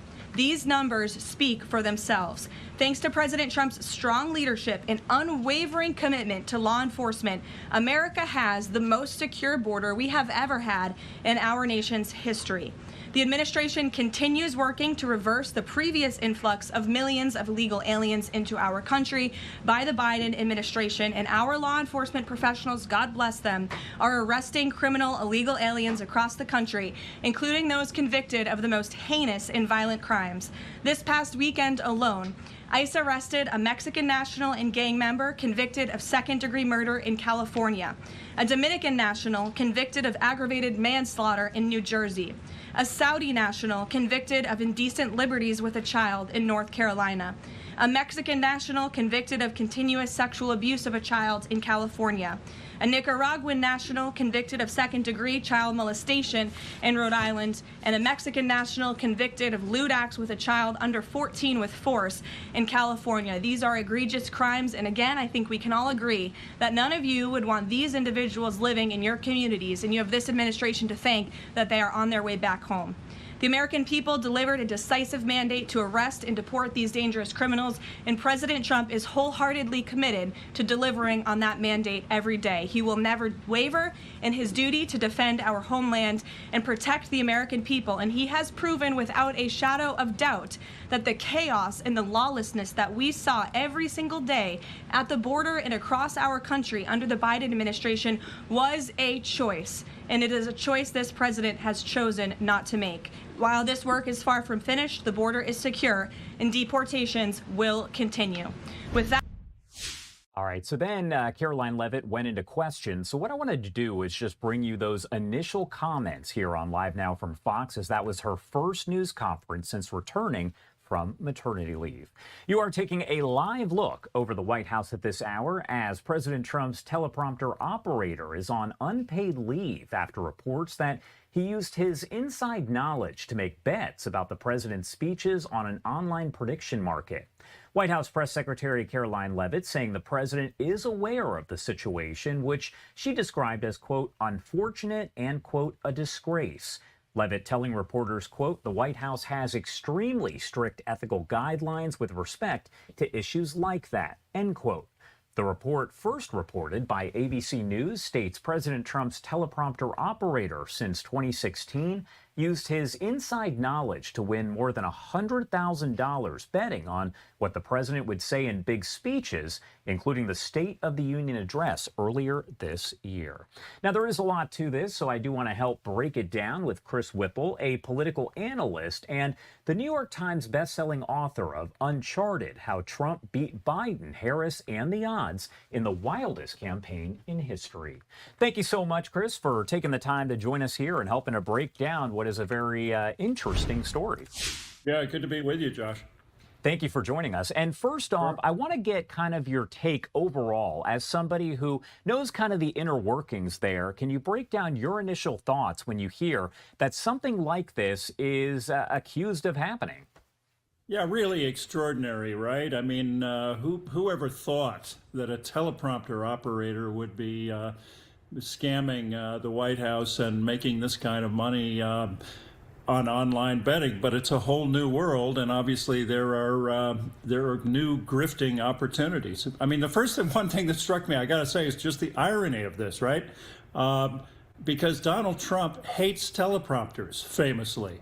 He loves to go off script, and so I would not bet the house on Donald Trump reading anything off a teleprompter on any given night. So I found that slightly amusing in this case, but obviously this is the kind of thing that would drive Susie Wiles nuts. This is not something that they want to have happening at the White House.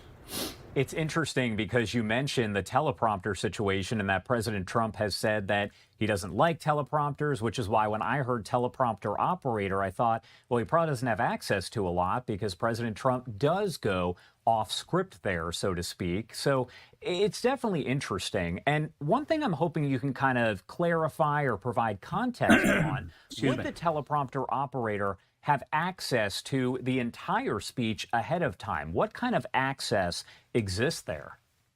Well, it would be an extraordinarily short window with which to make a profit off of this kind of information because, you know, traditionally these speeches are written and rewritten right up to the last minute. Certainly in Bill Clinton's case, they'd be rewriting the speech as he started it. Trump is very much in that mold. I mean, his stuff is really goes right down to the wire. And again, as I say, he rarely follows the teleprompter faithfully. So it's pretty extraordinary. I'm not an expert on online betting, but it would seem to me that that was a very short period of time that this teleprompter operator could have exploited. How important is it? And again, we're not talking about necessarily a lot of information since President Trump goes off script there and doesn't really use the teleprompter as much. But how important is it to keep the contents of those speeches from getting out? Because you're talking about an employee who could have access to it, essentially saying on this betting website, this is what he's going to say. Yeah, I think it depends on the speech. I mean, some speeches are obviously more important than others. You know, when Lyndon Johnson in 1968 declared that he was not going to seek a second term as president, obviously that was extraordinary news, and only LBJ and the teleprompter operator really knew it at the time. But look, I think these things are usually pretty closely held. On the other hand, in a normal White House, a speech would generally be circulated to people who had a stake in it. So a foreign policy speech would go to key State Department officials, national security advisors. A domestic speech would go to commerce and so forth. In this White House, it's very closely held. I think, look, Susie Wiles, the speechwriter, him or herself, and maybe the staff secretary, maybe Stephen Miller, but probably not a lot of people beyond that.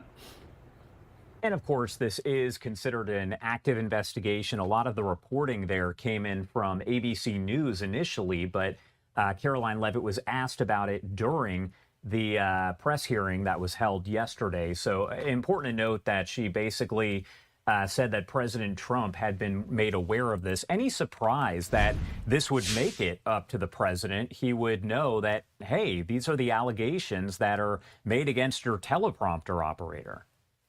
Yeah, no surprise that this was taken straight to the president. I suspect that Susie Wiles sat him down and told him about it, and he was unhappy. Trump is not, Trump doesn't like it when people are grifting around him. And this is the kind of thing, as I say, that would drive Susie Wiles mad. I mean, she runs a tight ship in the West Wing, and this would not be pleasing for her. So this teleprompter operator is in a world of trouble.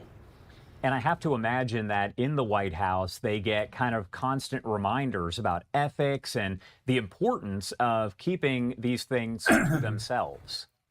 Yeah, sure. I mean, but having said that, look, I cannot look into the mind of this teleprompter operator, much less his soul.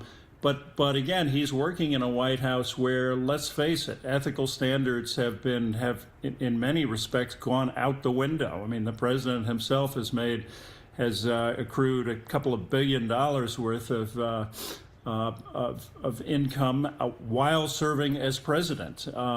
Inspectors general have been fired left and right. There's no attention being paid whatsoever to the emoluments clause. So given all of that, look, it wouldn't be a miracle for somebody like this teleprompter operator to think, well, look, I can make a little bit of my own on the side. And maybe possibly not knowing. There's so many questions there about what happened. But do you believe that this is going to lead to maybe additional safeguards being put into place as a result?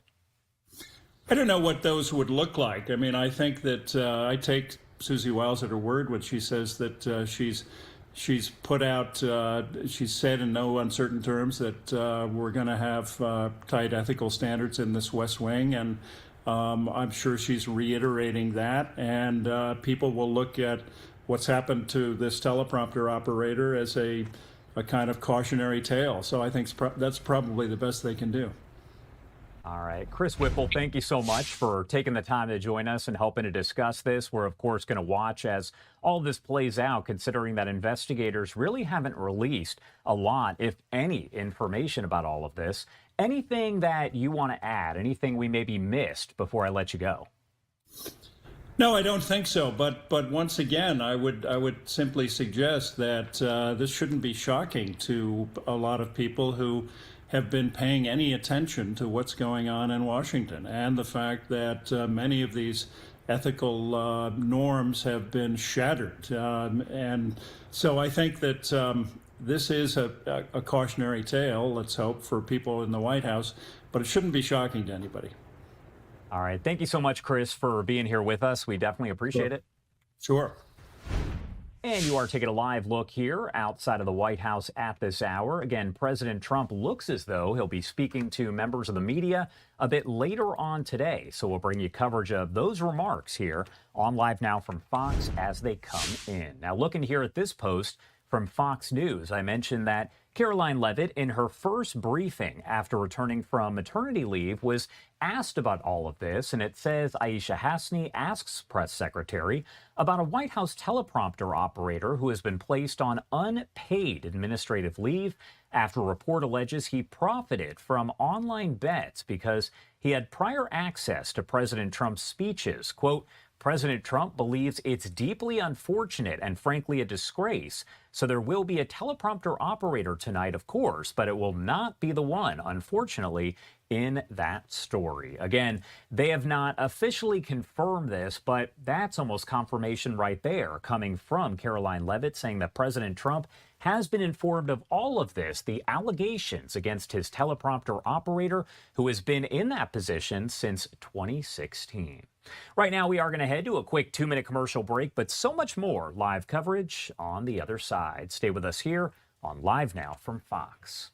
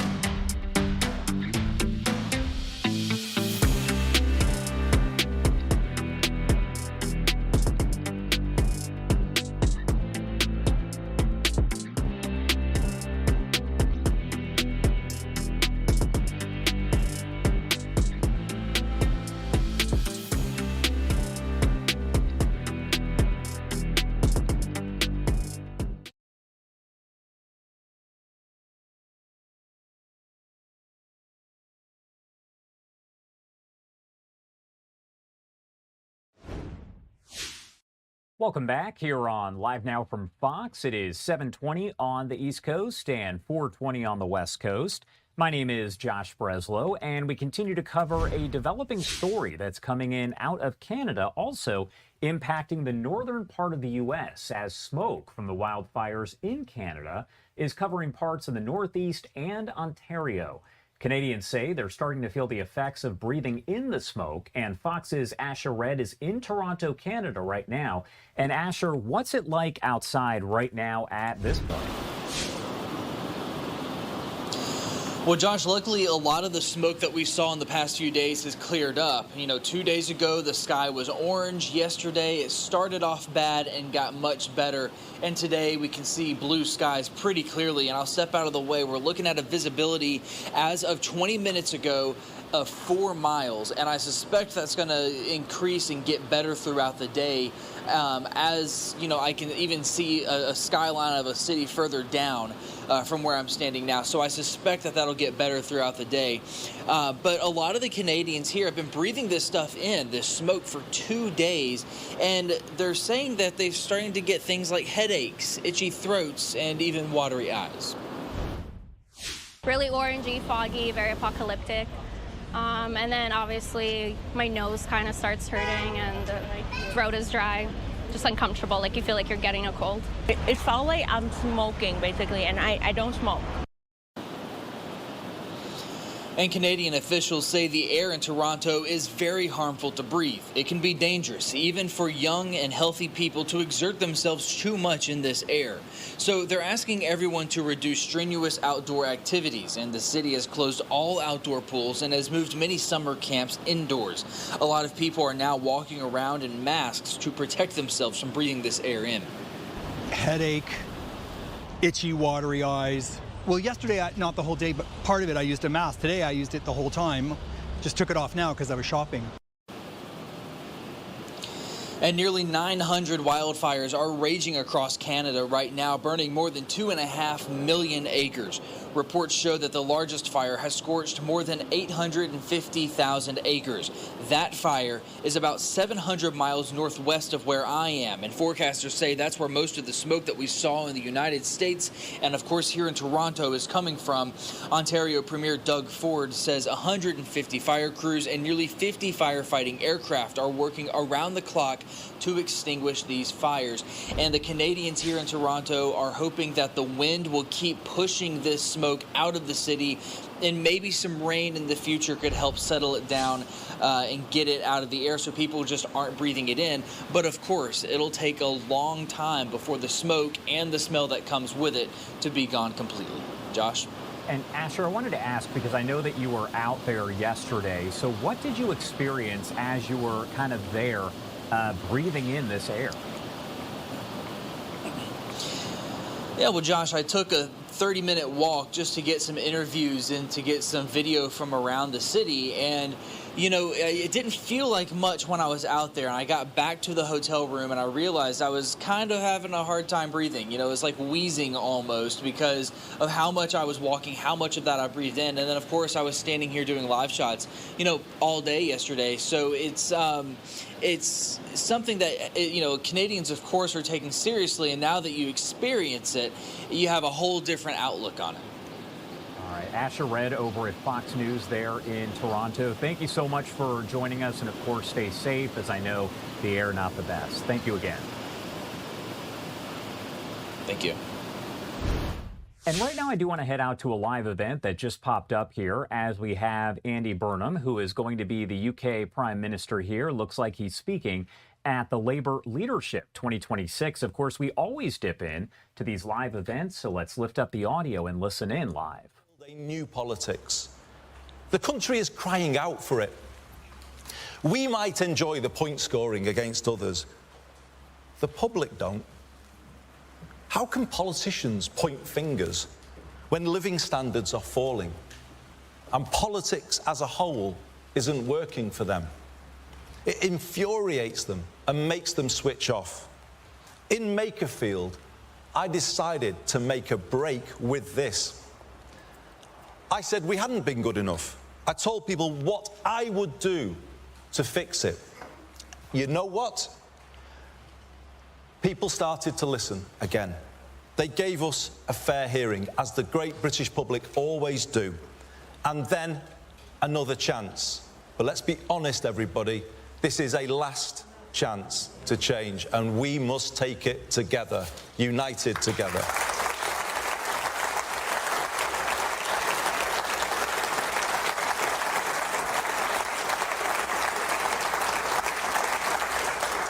Tell people what we will do, rather than always going on about others.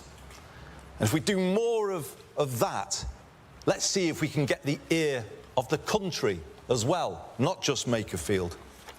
Let's take a problem-solving rather than a point-scoring approach. Let's have the courage to fix the big things that politics has neglected, like social care, and have the conviction to go out there together and argue for our plans. And let's have the self-confidence to find common ground with other parties where we can. By seeking more consensus, we may just find the change we make is more lasting. We may find our political discourse in this country becomes that little bit less toxic, and we should be working to achieve that too.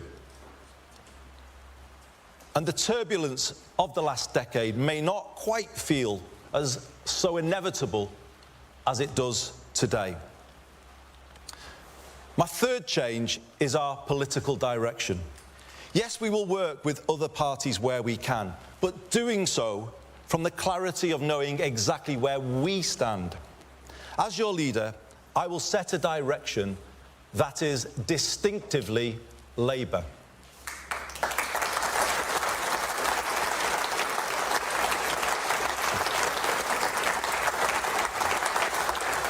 We won't try to out-green the Greens or out-reform reform, or doing what we've done in the past of wearing too many Tory clothes. Let me tell you, I'm quite happy that Kemi doesn't approve of my wardrobe choices, because I'm not keen on theirs either. From here, we do it differently. We win by being us.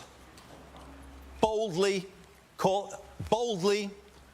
confidently, authentically us. Labour. That's how we win. I want people to understand the thinking behind the political direction I set, so people can see the decisions we take and the reasons why. I am clear, Britain took a series of wrong turns in the 1980s. Political power was centralised and economic power was privatised. The country surrendered control of the essentials: housing, water, energy, transport, and left people exposed to higher costs. That in turn led to the concentration of more wealth and power in the hands of fewer people and fewer places. Large parts of Britain were deindustrialised without the power to set new ambitions for themselves. Proud British towns, now a shadow of what they once were, and high streets in decline, so common up and down the country. Slowly, at times imperceptibly, over 4 decades, political and economic power drained away out of our communities in every region and nation of the UK. If local places don't control something as basic as a bus service, how can they connect people to opportunity and turn things around? If the sell-off of council homes leaves the country chasing rents in the private rented sector through the benefits system and paying for temporary accommodation for thousands of families, as they have to do here in London and elsewhere across the country, how then will we find the money to invest in prevention and improve people's lives? The truth is we can't. And if we don't have sufficient public control over the cost of the essentials, how can we have control over inflation, public spending, and the rest of the economy? The right used the phrase, take back control, but they are the ones who gave it away in the first place. All right, there you have it. That's Andy Burnham, who has now been named by the British Labour Party as their new leader. Of course, he's going to become the new prime minister after Keir Starmer resigned from that position. We'll bring you more of that speech a bit later here on Live Now from Fox, but it's live, and we wanted to dip in as all of that is breaking across the pond. We are going to head to a quick break right now, 7:30 on the East Coast and 4:30 on the West Coast. My name is Josh Breslow. Much more live coverage in just a bit. Stick with us.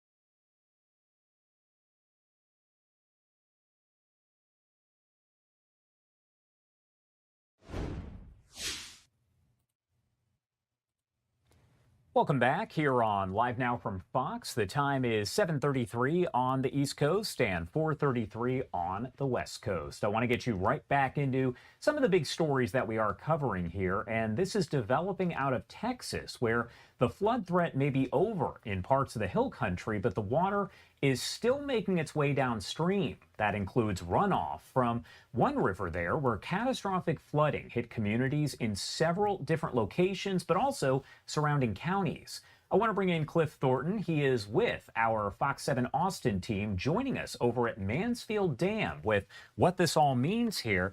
Good morning, Cliff. Thank you so much for being here. A lot to this. Yeah, absolutely. As you mentioned, we're here at Mansfield Dam, which is just northwest of downtown Austin, where officials are watching lake levels rise from the water from the Pedernales River that continues to flow downstream. Now, in Johnson City, about an hour or so west of Austin, the river rose incredibly fast yesterday, going from about 11 feet at 1:30 p.m. to upwards of 25 feet by around 5 o'clock. Now, some good news this morning. That river out in Johnson City, the level is now right at 13 feet, which is now just below flood stage. That surge is now showing up, though, here in Lake Travis. Over the last 24 hours, the lake has risen more than 4 feet, gone from about 86% full to more than 90% full. The Lower Colorado River Authority says Lake Travis could rise to 681 feet above mean sea level, or full pool as it's called, as more water arrives from the Pedernales River and upstream dam releases. Even so, the LCRA says the inflows remain below the threshold that would require opening the floodgates of Mansfield Dam, because the lake still has room to store additional water. As you can imagine, folks around here, and especially folks west of here where they've seen the big time rain totals, are very much looking forward to the hot, dry conditions that are expected in the next coming days. Back to you. All right, Cliff Thornton there at Fox 7 Austin. Thank you so much. Of course, we're going to keep an eye on the situation with the help of our affiliates out there. Thank you again. We appreciate it. Got it. And of course, as I mentioned here, we'll be checking in with our Fox 7 Austin team and other affiliates in that location. We have Fox 4 Dallas as well as Fox 26 Houston. So again, we're going to cover everything happening there over in the Texas area as a result of this weather. Right now, though, we are going to sneak in another quick break, but we will have so much more live coverage on the other side. Stay with us.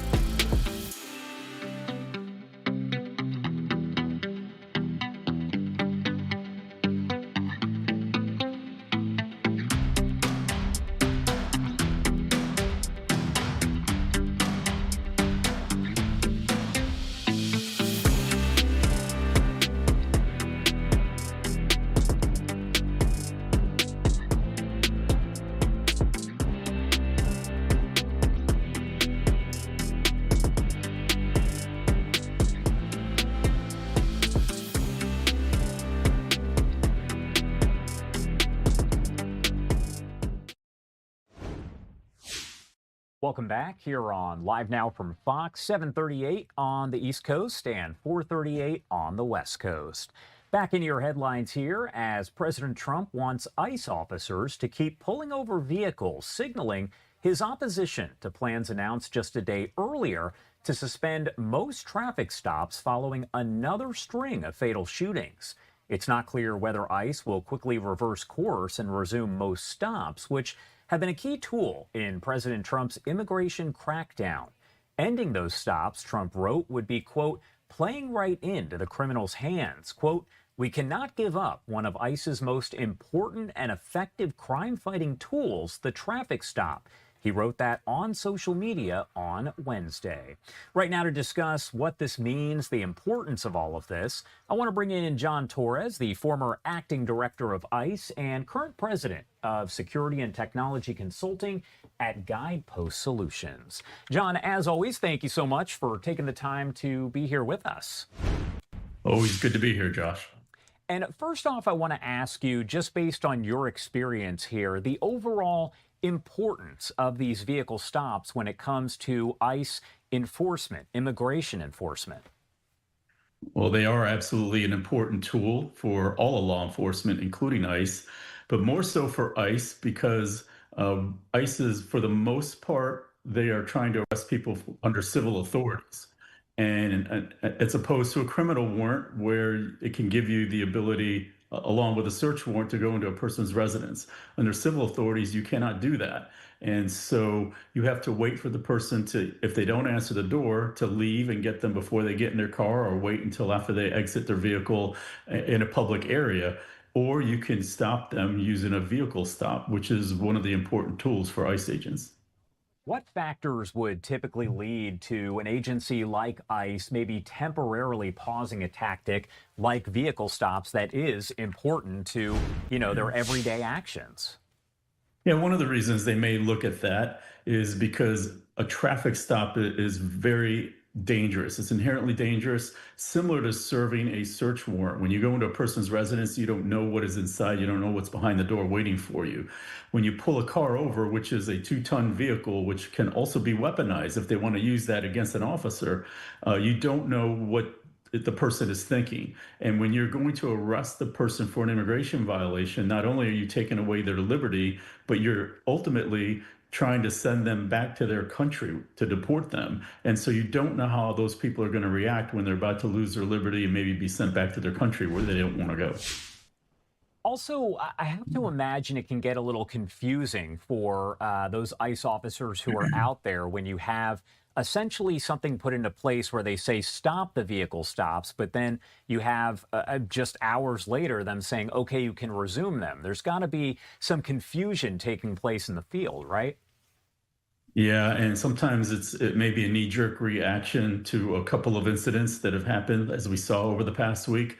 Unfortunately, it led to the loss of life of the person that they were trying to stop with those vehicles. And so you will see management say, well, let's pause this for a second, take a look at what's really going on and figure out, is there a better way to do this? Should we ensure that there are body cameras being used as ICE starts deploying those cameras across the country? But on the other side, you also look at, for example, sanctuary cities and sanctuary states where they don't cooperate with ICE. So you can't arrest the person in the jail or you can't arrest them in a courthouse. And then there have been policies in the past that said you shouldn't be arresting people in hospitals or schools or churches.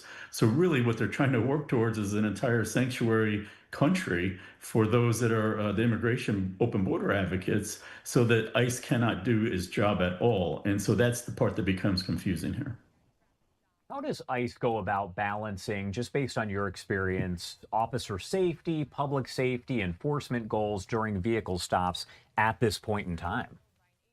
Yeah, from from my experience, Josh, you won't have to always rely on your training, and you have to continually improve that training.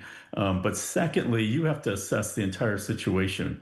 Who is the person that you're looking for? What is their background? What level of criminality have they committed in the past? So that when you're actually going to try to stop a person, should you be doing a felony vehicle stop versus just pulling somebody over? And is it even the best use of their time and judgment to stop a vehicle while it's driving down the road for fear that A, they may weaponize that vehicle against the agents or try to flee, which could be dangerous to the community. What about, I guess, after action here when you have essentially a learning experience, when they review all of this? Again, speaking specifically about vehicle stops, what needs to be done here in an after action review, so to speak? So what's going to happen with these two incidents, for example, is the FBI is in charge of all officer-involved shootings. So they will come in and do an investigation in cooperation with ICE Internal Affairs, which is the Office of Professional Responsibility, OPR. And so they will go back and review everything that happened here. But for training purposes, on top of that, you would like to have your training officers in those particular, each special agent in charge office or field office take a look at these as well and see what are the best practices among all agencies, what are the lessons learned with all incidents, and they will dissect. They will take a look at, again, the targeting folder, what is the background, were there other options, could they have waited until the person exited the vehicle and continue to follow them. They're going to look at all of those options to see how can you make this safer. And I know this is a question that I've asked you kind of broadly before in the past, but speaking specifically about vehicle stops by those ICE officers, is there a piece of maybe misinformation, disinformation, something that people don't fully understand out there that you want to make sure gets across to the people who are watching right now? Yeah, 100%. I mean, we've talked about this too, especially in light of the increased attacks against ICE agents over the past year and a half actually now. And so the information out there, there's been so many people talking about how ICE is the Gestapo, how ICE are just jackbooted thugs and Nazis. And so the way that many people, all the way to the highest levels of government, have been criticizing ICE and painting the picture that they're not necessarily law enforcement, it gives people the okay to think, well, this is ICE. We don't have to follow those authorities. That we don't have to open doors. We don't have to stop our vehicles, and that really creates a very dangerous situation when it comes to traffic stops. And so the misinformation, as you see, traffic stops happen every single day, whether it's a state police or police officer pulling you over for a traffic violation. But in some instances, they're being used to make arrests. And the safest thing for everyone is to obey and follow the instructions of the officer that's talking to you. All right. John Torres there, former acting director of ICE, of course, now with Guidepost Solutions. Thank you so much for taking the time to join us here. And I did think of one more question here that I wanted to ask. Is it at the discretion of an ICE officer whether or not they do conduct a vehicle stop? Is that kind of up to them to determine? Yeah, but it really, again, it depends on the situation. So while they have that discretion, it's really, for myself and the agents I've worked with in the past, that's really one of the last things you want to do. It's better to arrest somebody that's not in a moving vehicle for many obvious reasons. But yes, they do have that discretion. But I think as these events continue to happen, they're going to look at it very more closely. All right. John Torres, thank you again for taking the time to be here, helping to break it down. Anything that we missed that you want to make sure to add here before I let you go? Well, I do think that the use of body cameras is going to be critically important going forward, so you can see the actual actions of the driver and the officers. And so I look forward to those being implemented across the country.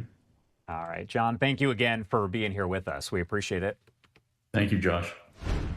And this is a post here from Homeland Security. It says 14 straight months of 0 illegal aliens released into our nation. In June, illegal crossings were at historic lows and apprehensions were down 94% compared to the same period under the Biden administration. Under President Trump, we are delivering the most secure border in history. Now, at the same time here, we are actually expecting to hear from Homeland Security Secretary Mark Wayne Mullen during a news conference later on today. We have not received a specific time just yet for that at last check, but he's not going to be talking about this necessarily. It appears that he's actually going to be talking a little bit more about what President Trump had to say last night during that primetime speech as he talked about election interference. Now, during that speech, we heard from President Trump as he said that Secretary Mullen will hold a news conference today. Again, not sure on a time just yet, but we'll make sure to let you know once we find out and bring it to you here in full on Live Now from Fox. As we head to our final 2-minute commercial break of the hour, do want to pop up a live look over the White House at this hour as we remind you that President Trump does have a live scheduled event here later on today that we should be able to have cameras at. Now, he's kind of traveling all over the place with New York and New Jersey over the coming days because on Sunday, he's going to attend the final match of the World Series. He and First Lady Melania Trump will be there. Now, as far as that event later today, that's going to be a FIFA reception in New York City. That's slated for about 5:30 p.m. Eastern time. Again, you can watch it here on Live Now from Fox as we get that live image. But again, that's going to be a FIFA reception, and then President Trump and First Lady Melania Trump are going to attend the final match of the World Cup on Sunday. We are going to head to our final 2-minute commercial break of the hour now, but so much more coverage on the other side. Stay with us.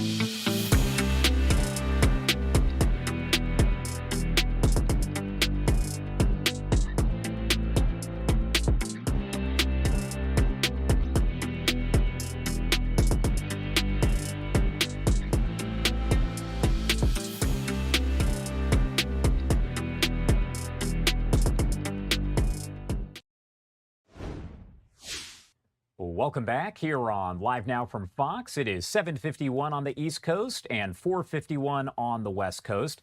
I want to issue a correction. Before the break, I apparently said World Series. Clearly, I meant World Cup, but wanted to make sure to correct that because that might be the worst error I have ever made in my life. Again, we're talking about the final match of the World Cup taking place on Sunday, and we know that President Trump and First Lady Melania Trump will be there for that match. We'll bring you coverage of that here on Live Now from Fox, as we always do, and I promise not to say it wrong again, but if I do, I'll apologize again.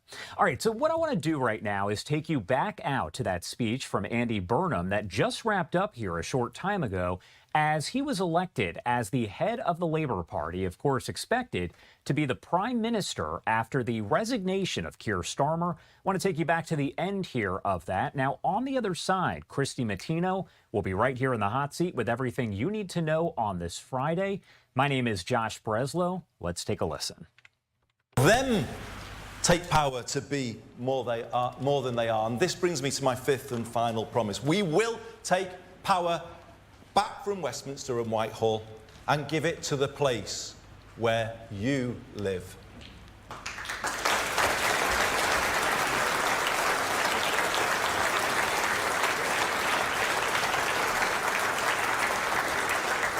More power over life's essentials so you can make them work better and more affordable for people, just as my good friend Steve Rotherham is doing today as we are here meeting at the TUC in London. He is at a meeting, chairing a meeting of the Liverpool City Region Combined Authority, and he is presenting to that meeting a plan to put the entire Merseyrail network back in public ownership by 2028.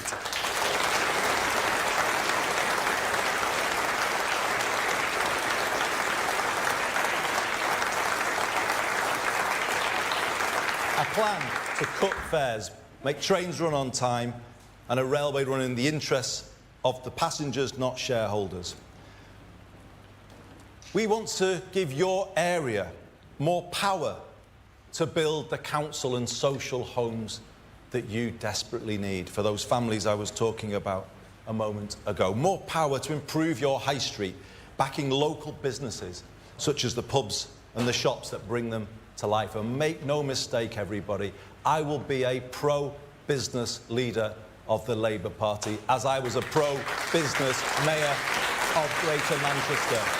We turn places round together, and that is the way we ran in Manchester, and we will take to the whole country. And as part of that, more power to re-industrialise and to build an education system based on parity between academic and technical education to give every young person growing up in different parts of the country a path in life to university or to a work placement, to apprenticeship and into a good job. Hope for every young person is what we are going to be about.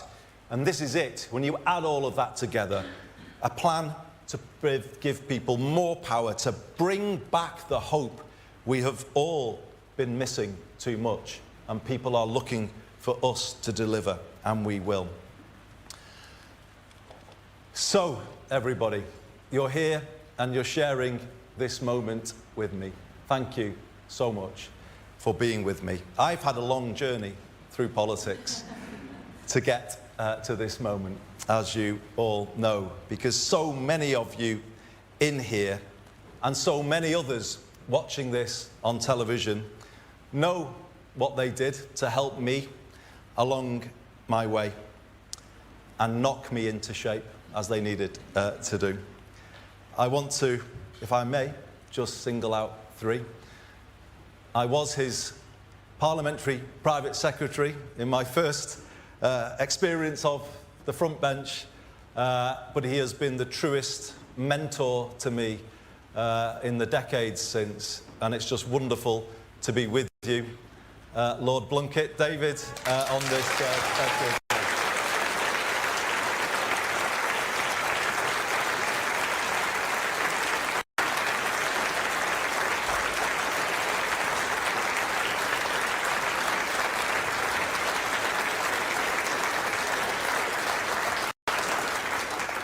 I would say he taught me everything I know, but no, he did. Certainly not about football. But it is wonderful to have you at this moment with me, David. Can I also say to Dame Margaret Beckett, you were a wonderful friend to me and guide throughout my time in the cabinet. You were always there for me to give me that nudge that I needed. And similarly as with David, I am so proud, honoured that you are with us today.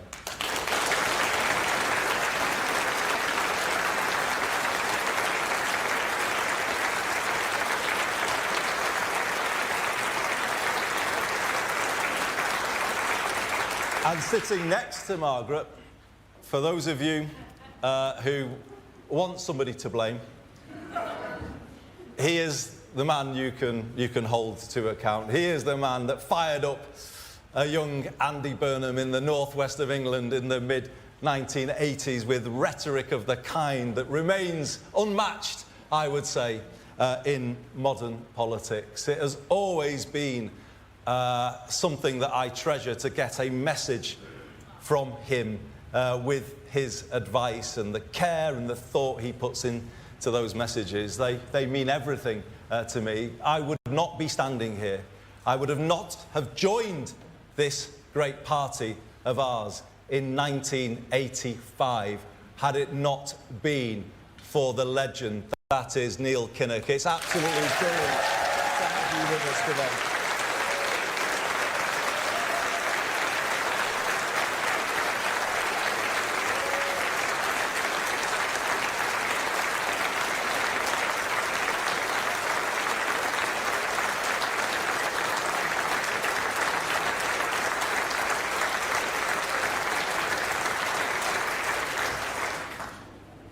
So many of you here who I can't name, so many watching, have helped me get here. I haven't done it alone.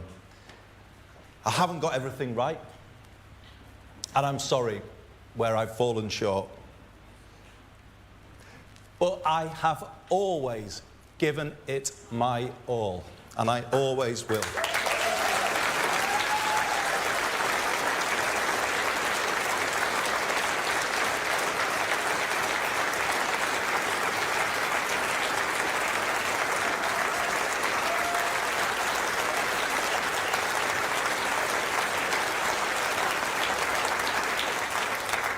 Truly, I've given this party everything I've had, but now it's done the same for me. I have listened and learned as I've gone along, you'll be pleased to know. And hopefully, I've got better as a result. You can be sure of this. I know what I believe after 25 years as an elected Labour representative.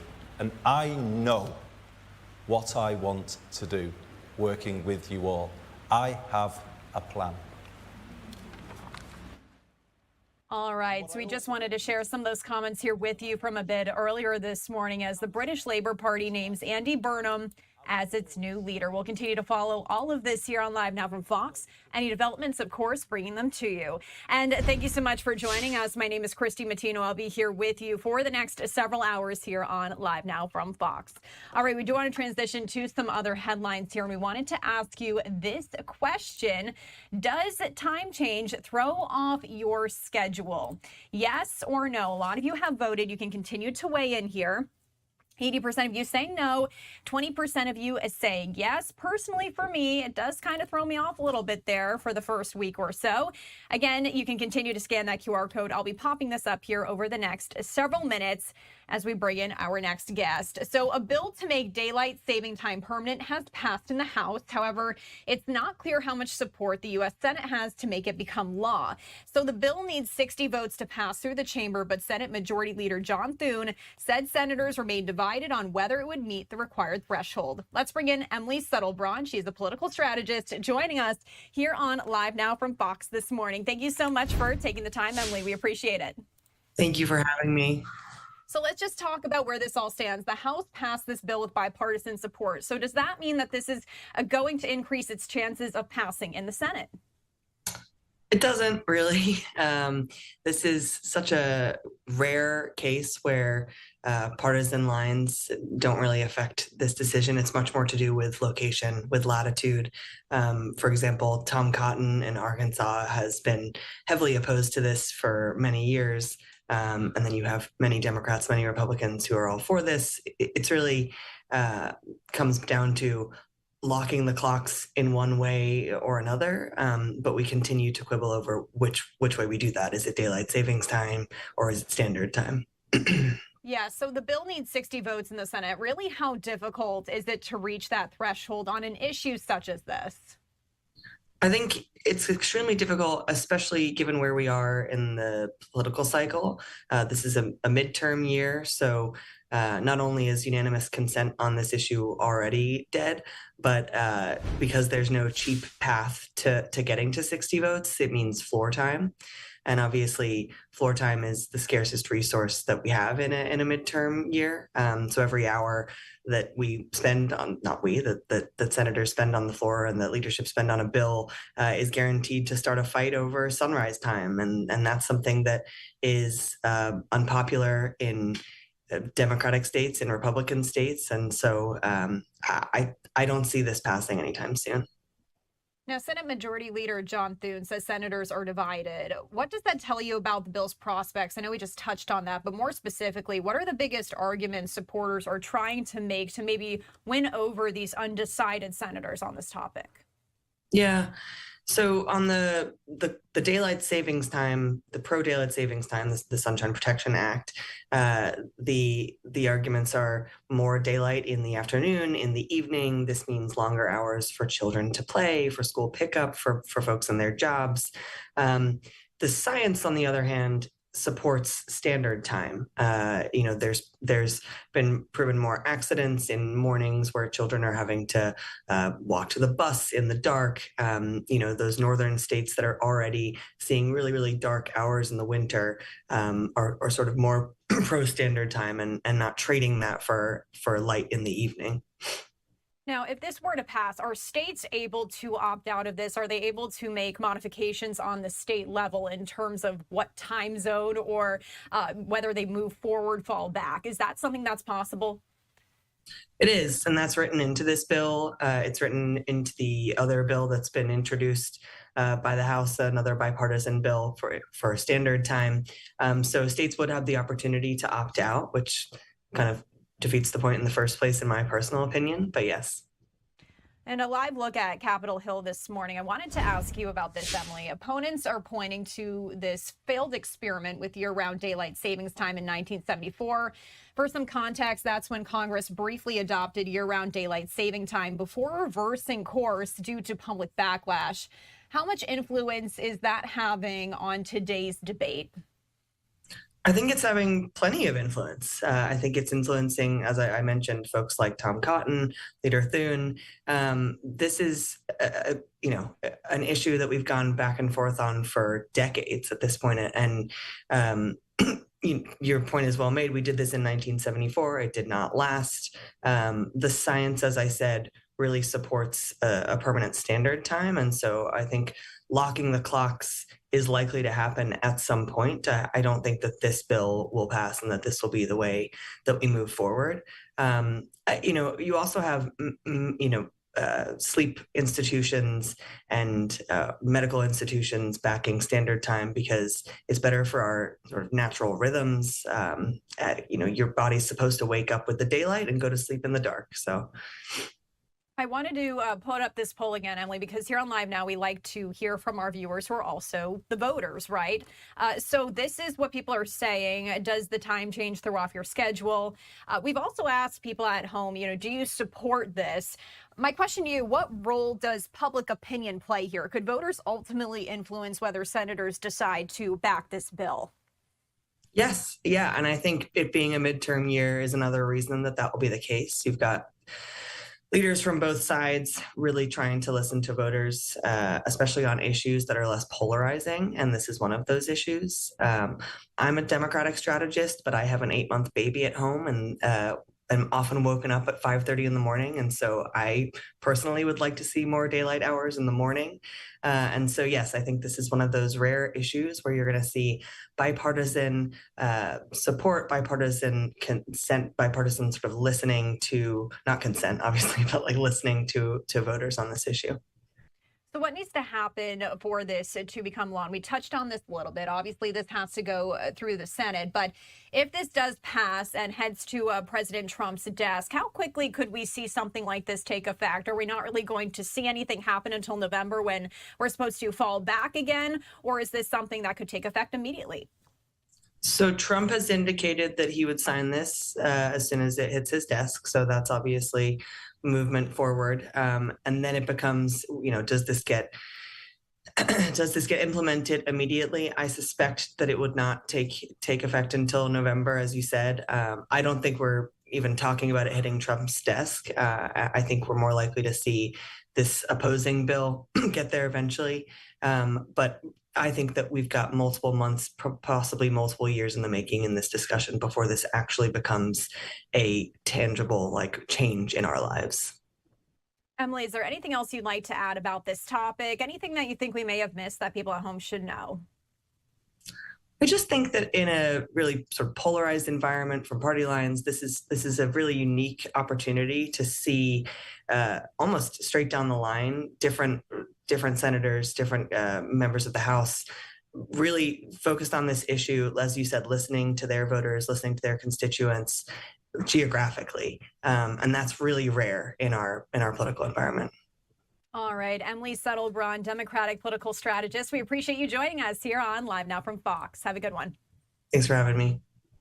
And my name is Christy Mattina. We're back after this 2-minute commercial break. Stay with us here on Live Now from Fox.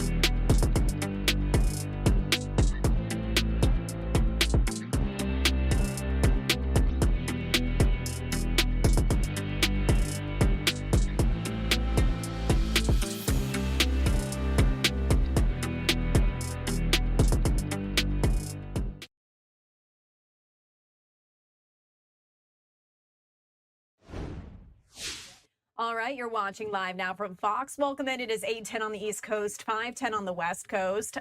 We are going to take you out to this live look here of the White House this morning. So last night, if you tuned in, we aired President Trump's full address to the nation.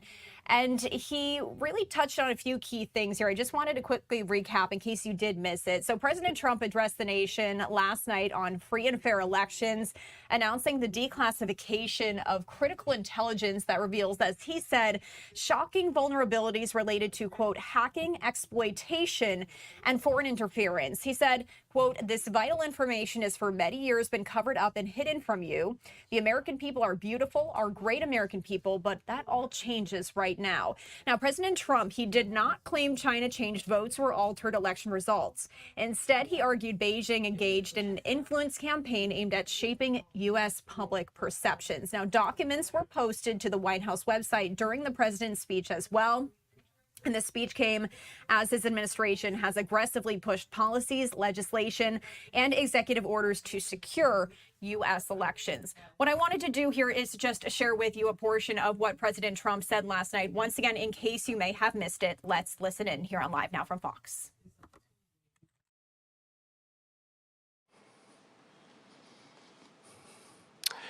Good evening. Before we begin, I'm proud to report that our country is safer, stronger, and far wealthier than it has ever been before. We are doing great. Less than 2 years ago, we inherited an economic and social disaster. After the worst inflation in 48 years, the wide open borders with millions and millions of people pouring in from all over the world, including criminals of all types, and 11,888 murders, many of whom killed more than one person. We had transgender for everybody, men and women sports, crime ravaging our cities, and the whole world was laughing at us as a nation, but not anymore. 2 years ago, our country was dead. Now we are the hottest country anywhere in the world. America is respected like we have never been respected before. We have more money being invested in the United States than at any time in the history of our country. More Americans are working today than ever before. This week it was announced that inflation saw the largest monthly decline in more than 6 years. Just happened. It was just given out. The media reported it, and we accept it.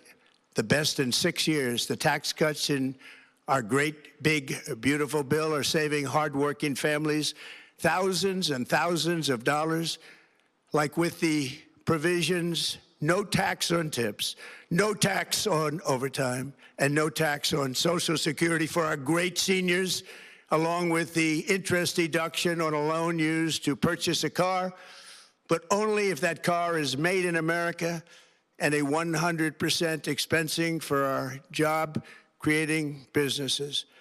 Our stock markets are at their highest point in many years, but we can actually say of all time. And your 401ks, pensions, and retirement accounts are setting records every single day, the highest in history. For years, we paid the highest price for prescription drugs anywhere in the world. Now we pay the lowest price under my most favored nation's policy because I was able to get the rest of the world and the pharmaceutical companies to act responsibly. Drug prices are coming down by 70, 80, and 90%. TrumpRx.gov, this will ultimately reduce the cost of health care. You have to go to TrumpRx.gov and take advantage of it. But the cost of health care is coming way down because of what we've done with prescription drugs. And with Trump accounts, every child in America now has access to a tax-free investment account to save for their future. Billions and billions of dollars are being invested, put in by companies and individuals to take care of our children so that at age 18, they will have potentially hundreds of thousands of dollars in their account, and they'll get off to a great start in life. So for that, go to TrumpAccounts.gov and sign up your child or any child you'd like to sign up. Our previously wide open borders have been transformed into the most secure borders in the history of our country. with 0 illegal aliens being admitted to the United States in the past 14 months. That is 0. Nobody thought it was possible. We had the worst border in the history of our country, and now we have the best. Crime is plummeting nationwide, with the murder rate at its lowest level since 1900, or more than 125 years ago. We're making a record investment in our armed forces, and we have the strongest and most powerful military by far anywhere in the world. I built it during my first term, and unfortunately, we're forced to use it now. We won in Venezuela, which is now working with us to produce millions and millions of barrels of oil. We are likewise winning big in Iran, and you will see the fruits of that labor very, very shortly. America is back and doing really well, but we still have a major challenge that must be urgently addressed, because no country can be great without fair and honest elections. You have to trust your country, because if there can be no trust, there can be no greatness. And that's very simple. No trust, no greatness. For many years, I've called for bold, swift, and decisive action to protect the integrity of America's elections. Every American deserves to know that when they cast their vote, that vote will be counted accurately in a system, and that is to make that system secure, one where cheating and interference are not just difficult, but virtually impossible. Unfortunately, the system we have today falls catastrophically short of that standard. Tonight, I'm announcing the immediate declassification and release of critical intelligence revealing shocking vulnerabilities in our election infrastructure. This evidence shows that the election system we have dangerously exposes, and really exposes like levels never thought possible, to hacking, exploitation, and foreign interference. Just as disturbingly, this vital information has for many years been covered up and hidden from you, the American people, our beautiful, our great American people. But that all changes right now. The documents we will release starting tonight have been gathered by the White House Government Transparency Task Force, a great group of people, along with the staff of the President's Intelligence Advisory Board, supported by our top intelligence agency chiefs, who have all personally reviewed the findings. We are presenting this evening and fully confirmed their authenticity. You can see these documents for yourself at whitehouse.gov. That's whitehouse.gov. Go check it out. Our purpose in disclosing this information is not to weaken confidence in election, but to earn that confidence by confronting vulnerabilities and correcting them very, very quickly. And that's what we're doing. The documents cover 5 major areas of concern. First, they show that over a period of years, starting during the 2020 election cycle, the People's Republic of China carried out what is believed to be the largest compromise of election data in history, resulting in China's illicit acquisition of 220 million U.S. voter files. That information includes names, addresses, phone numbers, political party preferences, and other sensitive data that would be needed to register to vote and engage in other nefarious activities, which is exactly what was happening. This data loss presents an unprecedented election security nightmare. The intelligence even shows that China assigned a data exploitation unit specifically to this new project. Compounding the travesty, the second set of documents we are releasing reveals that members of the deep state, very, very famous group of people, in many cases, in our intelligence agency work to actively suppress and downplay information about the extent of China's sinister election meddling, covering it up from both the president and the American people like nobody thought was possible. U.S. spy agencies began learning about the compromise of voter registration files in 2020 when they discovered that tens of millions of voter data, think of that, tens of millions of voters' data in 18 states have been bought, stolen, or hacked by China. Yet those responsible for sounding the alarm instead kept the information secret and hidden. They did not disclose to me as president or to anyone else, and to the best of our knowledge, they did not inform Congress. In fact, all they kept saying is, this is the most secure election in the history of our country, a standard, very pat line that was divvied out to say. The cover-up of this colossal security breach is even more disturbing in light of the additional information showing that China engaged in other election-related activities to undermine my first administration and our 2020 campaign. They did not want, and they just didn't want it. They fought like hell not to have it, Donald Trump, to win, and for good reason. As the documents we are releasing show, CIA reporting explicitly stated, and I quote, in mid-2018, the Chinese Communist Party's policy was to leverage all domestic and foreign elements that were opposed to the U.S. president in an effort to reduce the U.S. president's votes and make him resign or prevent his re-election. Isn't that nice? Also, in mid-2018, China was working to influence the results of the U.S. midterm elections and later the results of the 2020 presidential election itself.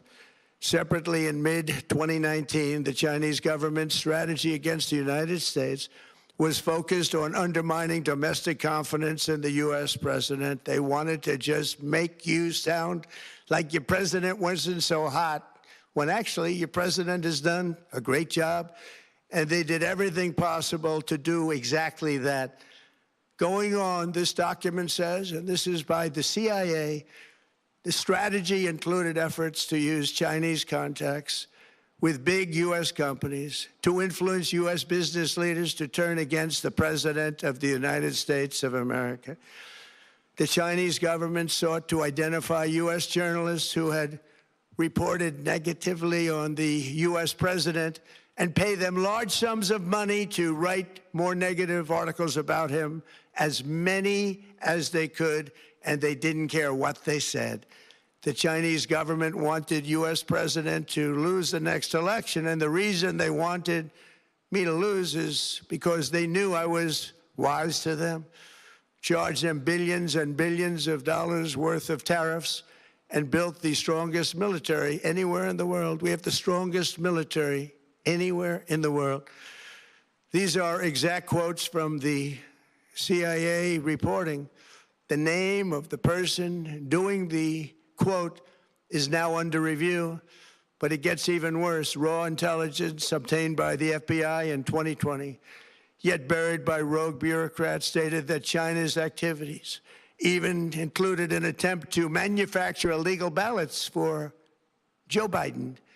Documents show that during this period, dozens of significant CIA and NSA reports about China's election targeting were kept out of the presidential briefing. These were briefings I would get almost every day. Everything was kept out that was of importance. One email among intelligence analysts admitted that they had, quote, deliberately massaged the presidential daily briefing to withhold information regarding Chinese activities related to the election. Another official inside the FBI wrote that she was running, quote, a shadow government, unquote, to keep intelligence about China's election meddling from becoming known and to keep it away from the honorable press. Other officials who witnessed such efforts perceived the motivations to be blatantly political. Recently, we found significant numbers of burn bags in formation, and this is a group of bags that were used to destroy information given by President Barack Hussein Obama to be burned. It was supposed to be burned.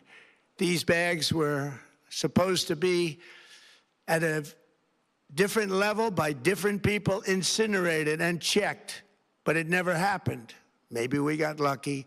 We believe this was not done on purpose, but rather through gross incompetence of the people that were supposed to burn the bags.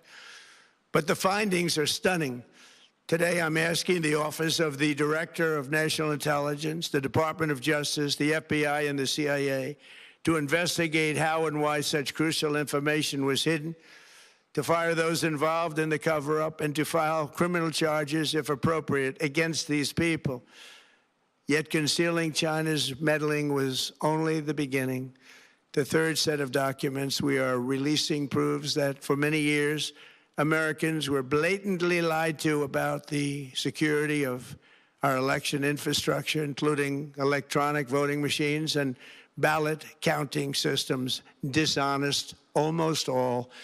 They're vulnerable and they're easily compromised, and people within our government knew that. Tonight, we're publishing a series of previously classified U.S. intelligence community assessments and other reports proving that our government has long known these machines are extremely exposed to attack. As one assessment states, we judge that the United States adversaries, including at a minimum Russia, China, Iran, North Korea, as well as non-state groups, have the capability to compromise U.S. election infrastructure. That's unquote, but that's some statement, isn't it, made by supposedly great patriots of our country. The document goes on to further state that, quote, we assess that centralized election-related data repositories, such as voter registration databases, poll books, and other official election websites, are most vulnerable to exploitation, and adversaries could use this access to these systems to disrupt election processes within the United States of America. Tonight, we're releasing all of those findings, and spanning from January 2020 to June 2026. This is a cyber threat aimed at the very heart of our democracy. Many people have questioned whether it could actually be possible to electronically manipulate vote totals or change election results on these terrible machines. Today, we are releasing documents that show the CIA obtained reporting of a specific plot to do a big number in favor of the corrupt Maduro regime in Venezuela. And that's exactly what happened, conspiring to digitally rig their own country's elections in 2020, and that's what they did. This reporting included precise details about methods to regime develop to digitally alter vote totals in ways that could not be detected even with an audit, no matter how deep they went. This intelligence underscores why we must take urgent action to ensure that our own system can never, ever be hacked or compromised like it was in the past. The fourth set of documents reveals that even when significant evidence of fraud has been detected, it has been buried and covered up. Among the disclosures tonight are FBI files detailing evidence of alleged fraud by a large-scale voter registration operation in Michigan. In 2020, Michigan State Police raided a Democrat Get Out the Vote organization, corrupt group in Muskegon. And we're so concerned by what they found. They were just so concerned, they couldn't believe it, actually, that they contacted the FBI in Detroit. The documents state that some canvassers admitted to FBI agents that they signed voter registration forms in other people's names, submitted fraudulent registration for people who did not exist, and received gift cards tied to their number of applications that they produced. So once again, those were just some comments. They're really actually pretty much the majority of the length of President Trump's speech we just brought you here. A couple minutes left in that, but we wanted to bring that to you here on Live Now from Fox as President Trump made that primetime Oval Office address just last night. Now, once again, he addressed the nation on free and fair elections, and President Trump did not claim China changed votes or altered election results, but he argued Beijing engaged in an influence campaign aimed at shaping U.S. public perceptions. Documents, if you're interested to learn more, were posted to the White House website during that speech. All right, we are going to transition now to some other news that we have been following here this morning, and you're just taking a look there at some footage that we have gotten in here as we're tracking the latest in the Middle East. The U.S. is keeping up the pressure on Iran, expanding its targets as the military continues its campaign against the regime. Madeline Rivera with Fox News has the latest from Washington. Good morning, Madeline. What can you share with us as this continues to develop this morning? Yeah, well, the U.S. is expanding its pressure campaign against Iran. It began hitting targets around Bandar Abbas, which is this strategic port city near the Strait of Hormuz. The U.S. has started hitting roads, bridges, and other infrastructure. And essentially what the U.S. wants to do is cut off the supply routes for the Iran's Revolutionary Guard Corps. They want to isolate the IRGC. And that's important because Bandar Abbas is key to whoever controls the Strait of Hormuz. And remember, this is all part of the United States campaign to try and remove and degrade Iran's ability to attack commercial ships traveling through that critical waterway. Iran has retaliated as well. They have launched missiles and drones targeting U.S. targets in the Gulf region. They've launched missiles and drones against Bahrain, Kuwait, and Qatar. So Iran is not backing down. Despite all of this, the U.S. maintains that they still want to have diplomatic talks with Iran. We'll see how that goes. Christy. Madeline, before I let you go here, Iran is signaling a willingness to negotiate. So is there any indication diplomacy could move forward with these military operations continuing, or at this point are both sides still really digging in? Yeah, well, the White House press secretary Caroline Leavitt said that Iran still wants to do a deal. Pakistani negotiators, and remember, they have been a key mediator on all of this. They say they are not abandoning talks. And then you heard Vice President J.D. Vance tell a podcast host as well that military campaign, military action is one of the tools that the U.S. is keeping on the table as they try to get Iran, again, to make a deal, as they try to box Iran into a corner. So far, it has not proved very effective because, again, Iran still has not backed down. And one of the reasons why this might be the case is because the U.S. has always said that the leadership structure in Iran is very fragmented and that there are some parts of the regime that do want to make a deal. And then you have some hardliners as well who are sticking to their guns and want to continue these attacks in the Strait of Hormuz. So, again, the possibility is there for a diplomatic resolution. However, so far, what we are seeing is this ramped up military campaign, Christy.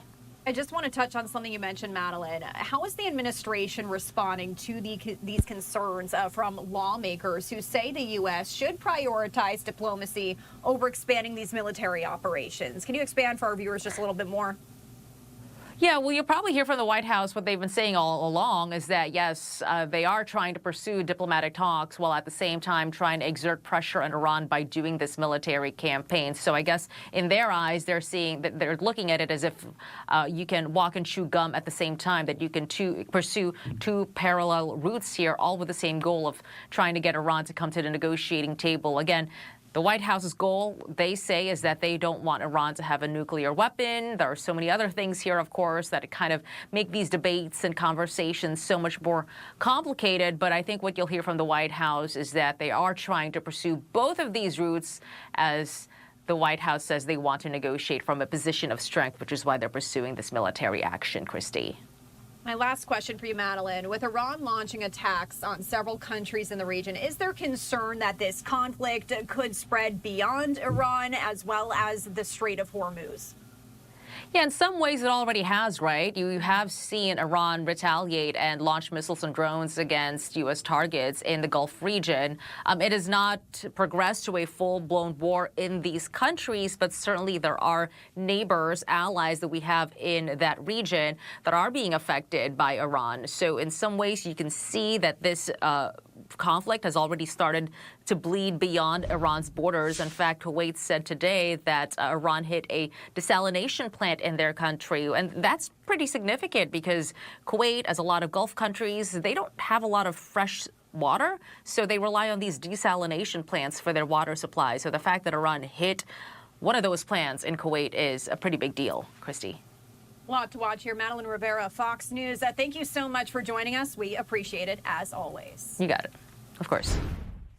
All right, I do want to take you back out to Washington, D.C. here. We do have several live looks that are coming in because a little bit later on this morning, we are going to be watching here.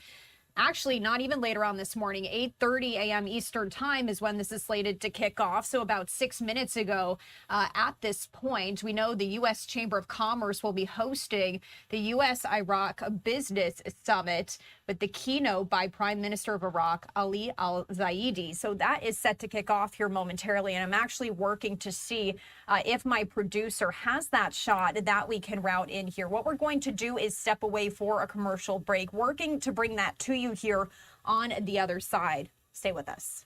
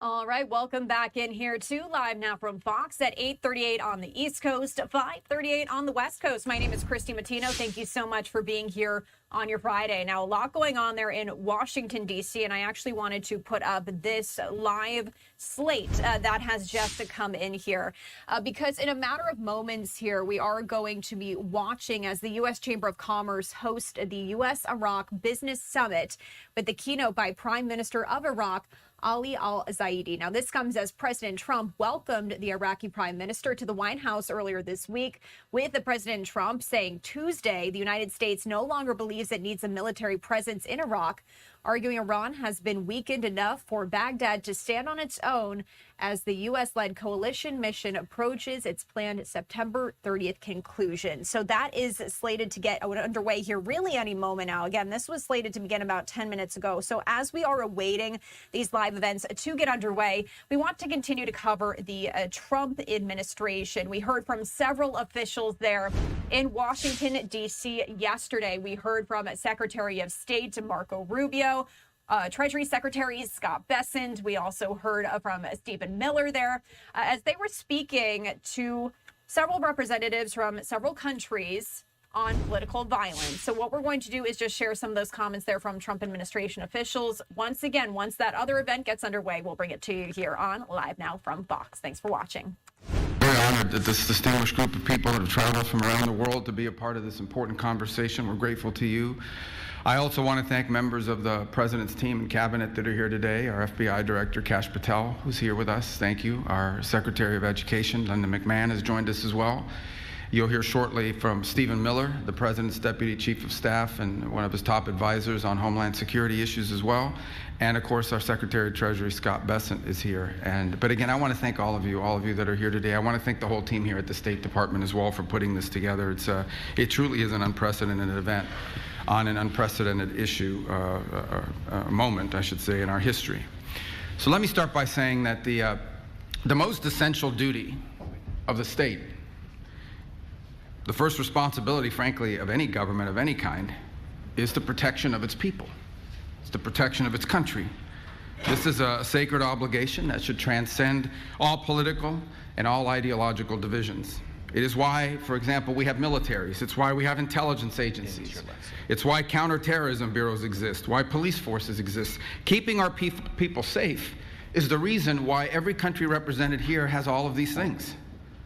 We are all very well acquainted, as of now, of course by now, with what has been described as traditional terrorist threats. For 25 years, the term counterterrorism, at least in the West, has meant first and foremost the fight against radical Islamist extremism. And there's a very poignant reason for that. On the 11th of September, in the year of 2001, 19 men murdered 3,000 people here in my country. Then that same enemy struck Europe, murdering nearly 200 commuters aboard trains in Madrid in 2004, and 52 more aboard London buses and the underground in the following year.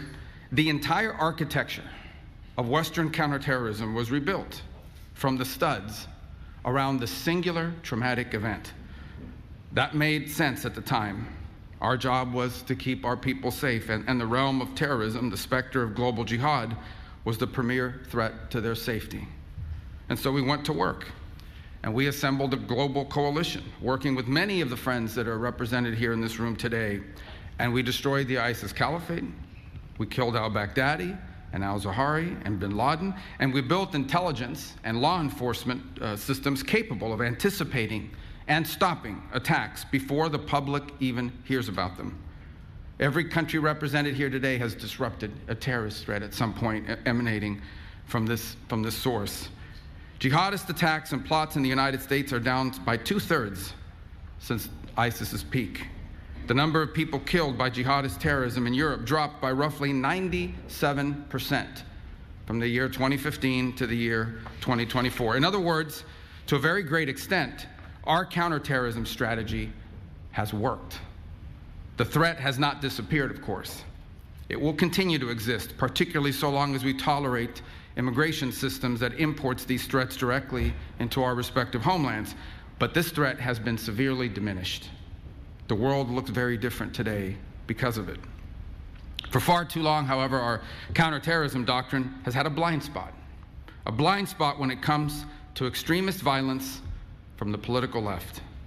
Even today, the very idea that far-left terrorism could be a serious threat is treated as a right-wing fever dream, or worse, as a dangerous fascist conspiracy.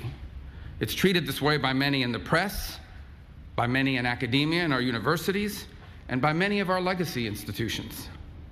You will no doubt see the dogma rear its head in the coverage of this very conference.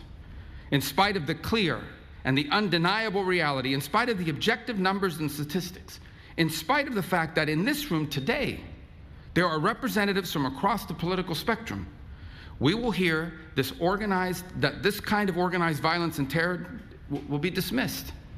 It will be dismissed as a partisan fiction. A whole industry grew up in our countries around the study of extremism.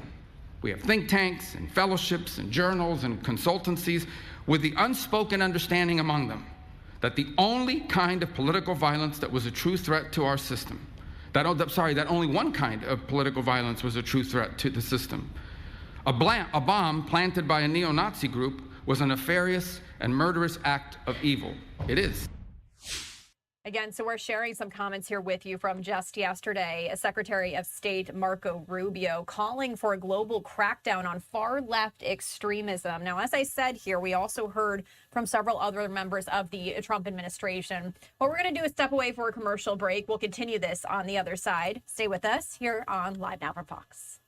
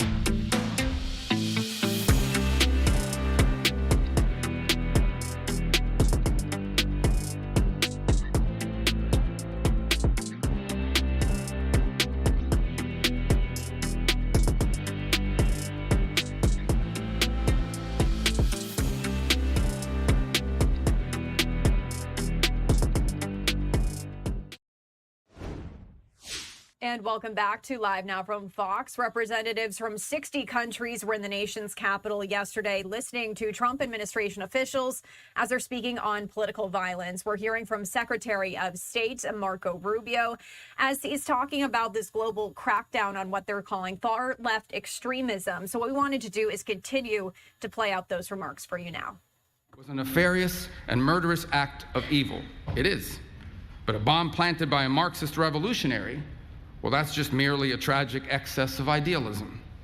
Perhaps its means were misplaced or overzealous, but its ends were virtuous and just. That's the implication of how they treated. For years, this extraordinary ideological prejudice was embedded in the way we talked about political violence and extremism. It was repeated again and again until it was accepted as the neutral and objective baseline, so entrenched in the mainstream conventional wisdom that it came to be regarded as an apolitical fact. It is the reason why, here in my country, so many people in positions of power have repeatedly dismissed acts of violence and even terrorism as legitimate forms of political expression, so long as they served a left-wing cause. It is why during those so-called George Floyd riots in the summer of 2020, as criminals and extremists burned and looted their way through America's great cities and nearly brought the country to its knees, city governments all across the country simply refused to prosecute the people conducting these acts of violence and terror. It is the reason for the now infamous image, maybe you all recall this, of a news anchor from a very prominent agency, a news anchor standing in a neighborhood consumed in flames. Meanwhile, the chyron on the bottom read that the protests were mostly peaceful. This was something worse than a double standard. Left-wing violence was not just excused, it was treated as sacrosanct, a protected class unto itself. That era has to end. The coalition in this room today includes political leaders and experts and law enforcement officials from more than 60 countries across the world. You have come here from a wide range of governments, parties, and political persuasions. Some of your governments and ours disagree publicly. Sometimes we disagree sharply about trade, about energy, about immigration. You did not come here today because you have been persuaded on every single aspect of the American view of the world. You came here. You are here because 2 weeks ago, a 72-year-old woman was burned on over 80% of her body in her own home in Greece, and she died, executed by a firebomb because her daughter dared to stand for office. You are here today because for 5 days this winter, the lights went out in Berlin, the longest blackout in the city since the Second World War, sparked by an attack that left tens of thousands of households without power in the freezing cold and left an 83-year-old woman dead. You are here and you came because a month after that Berlin blackout, a French 23-year-old succumbed to traumatic brain injuries, beaten to death on the streets of Lyon by a group of far-left militant thugs. You are here because your political leaders are being attacked and stabbed and shot in your streets, because your businesses have been bombed, because your railways have been sabotaged, because your police officers have been beaten and burned. You are here because this is real, and it is getting worse, and it can no longer be denied, and it can no longer be ignored, because it is time to crush this evil forever. The simple fact is, none of this that I've just described is new. Far-left political terrorism is not a recent day modern novelty. It is not a fiction manufactured by conservative politicians. For most of the modern era, it was in fact the dominant form of political violence. Every one of our friends here from the nations of the Western Hemisphere remember the decades of kidnappings and bombings and assassinations and executions, the violent terror of the Tupamaros, of the Monteseros, of the FARC, of the ELN. You remember the inhuman savagery of Peru's Shining Path, the Maoist fanatics who massacred the peasant villages of Peru, hacking pregnant women and newborn infants to death with axes and machetes. We just wanted to bring that portion of that speech here to you. Once again, we brought this to you in full yesterday on Live Now from Fox. The Trump administration speaking on far-left extremism. I also wanted to remind you here that at 11 a.m. Eastern Time, DHS Secretary Mark Wayne Mullen is going to be speaking on election integrity. Of course, this comes on the heels of President Trump's primetime address just last night, where he spoke on free and fair elections. So once that gets underway here, bringing it to you as we always do. Stepping away for our final 2-minute break of the hour on Live Now from Fox. My name is Christy Matino. Don't go far. We'll be right back.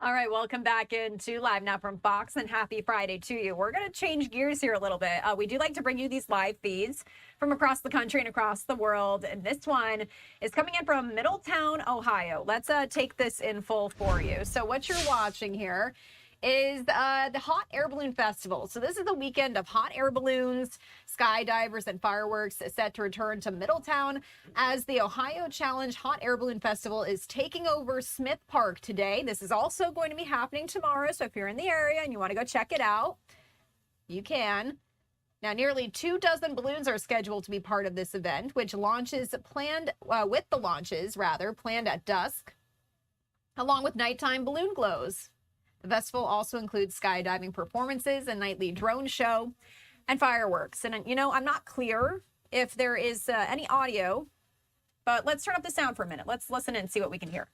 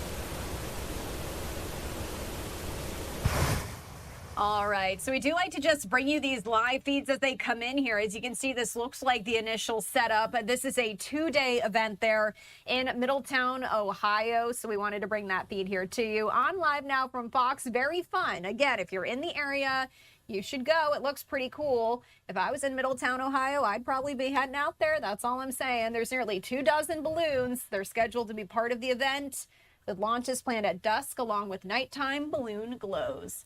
And if you are just joining us here on Live Now from Fox, welcome. My name is Christy Matino, and we're waiting on several live events to get underway here. Before we head away for our first commercial break, we wanted to ask you this question. Obviously, Live Now is very untraditional when it comes to television news, so we appreciate you guys watching. We wanted to give you a behind-the-scenes look of how our newsroom really operates. So we wanted to know, what are your questions? Are you wondering what happens behind the scenes at Live Now? We like to give you these behind the scenes looks when we can, but ask us. Scan that QR code in the top right-hand corner of your screen. You can also head to livenowfox.com/connect. Once again, that is livenowfox.com/connect, or open up the camera app on your smartphone, tap and point. You can write in your questions, and we're going to be doing a big segment here on Sunday with my colleagues Josh Breslow and Stephanie Quinu, so you should watch us on Sunday. I'll be here hosting, and we really want to just give you behind-the-scenes look at how streaming works and just the behind-the-scenes looks into really what goes in to bringing you the latest up-to-date information and breaking news as it happens. So I just wanted to leave up this QR code here one more time for you. Please scan it. I'll be popping this up throughout the show, and tune in on Sunday if you would like to watch how our behind-the-scenes works here at Live Now from Fox. And speaking of behind the scenes, let's leave you with this newsroom shot as we go away for a commercial break. Stay with us here on Live Now from Fox. We'll be right back.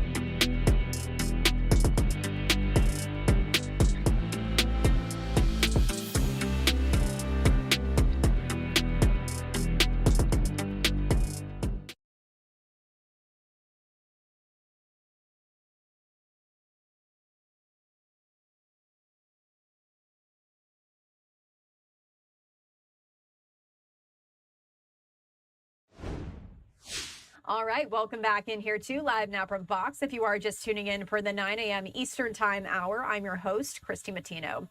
Before we head back out to some more news, I just wanted to put this back up on the screen here. We want you to write in your questions about the behind the scenes of Live Now from Fox. What are your questions? It can really be about anything, about members of our team, appropriate questions, please, but members of our team, our roles here and how we all work together, just how we get our information and bring it to you. It can be anything. So scan that QR code in the top right-hand corner of your screen.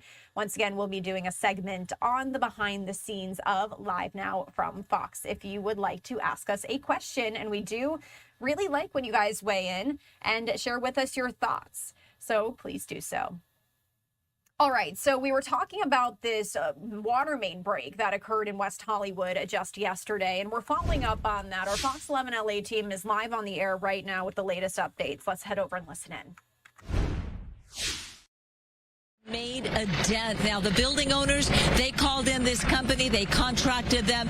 They have been working to remove the water all night long. I'm going to ask photographer Carlos Jacinto to walk with me because we talk about the trickle-down effect as the water trickled, or rather raged down Palm yesterday. Take a look. DWP telling me it undermined the soil underneath the sidewalk.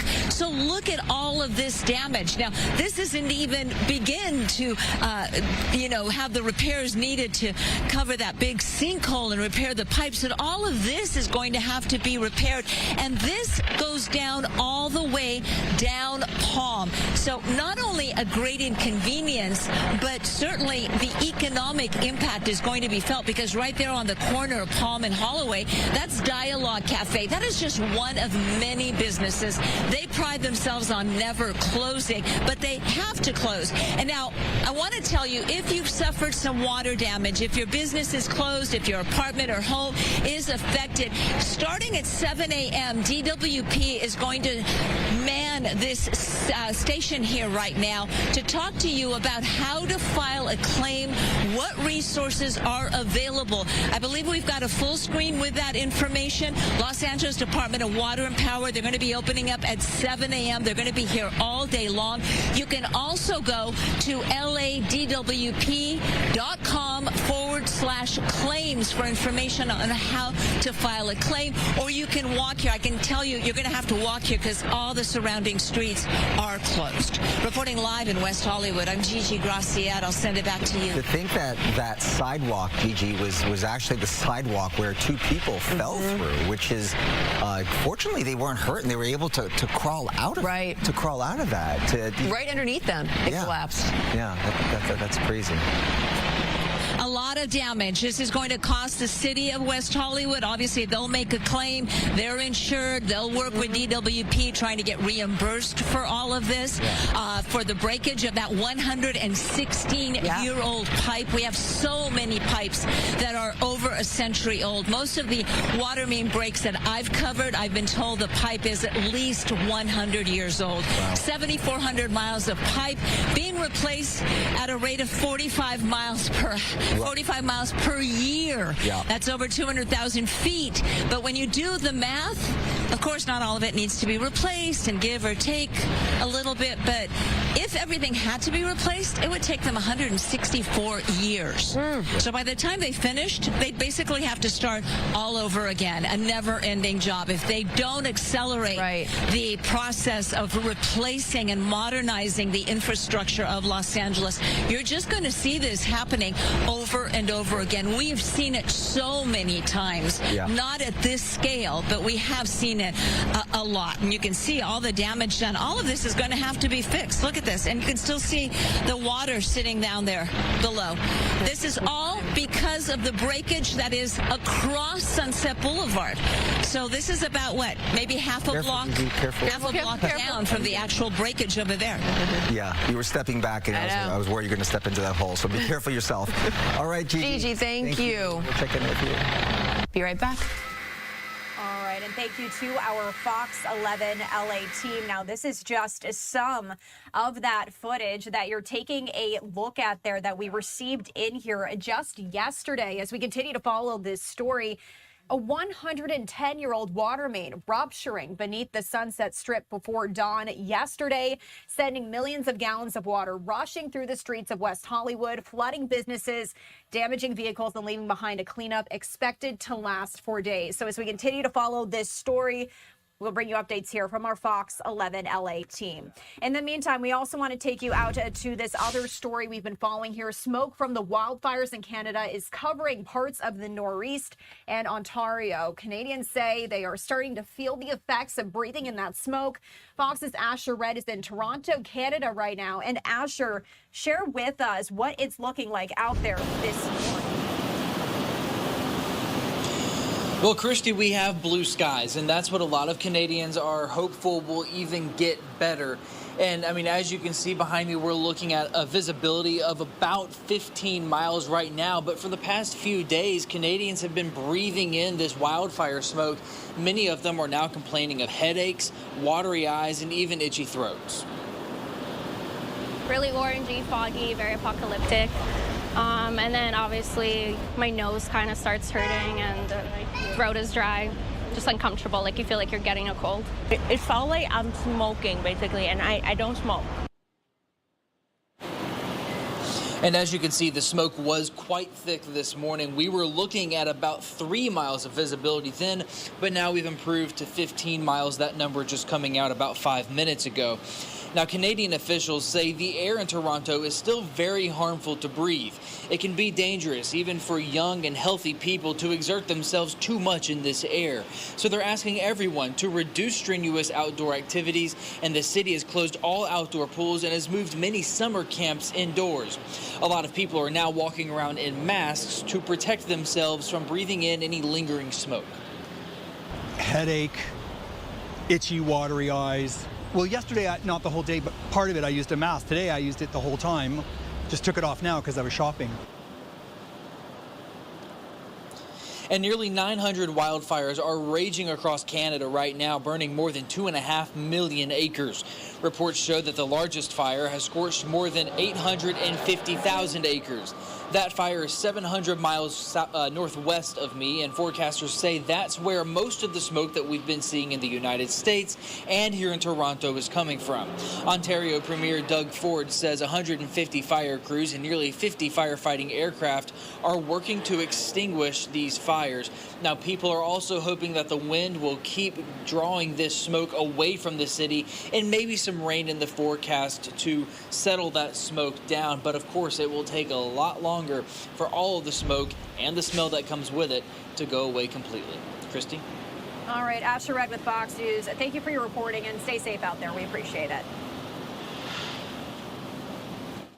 Bringing you a look here of just several of our live cameras that are coming in here. As you can see some of the smoke there in several of these cameras here. So we wanted to bring you all those live looks from across the nation this morning. All right, we're going to step away for another commercial break here at 9:16 on the East Coast, 6:16 on the West Coast. My name's Christy Matino. We're back after this. Stay with us.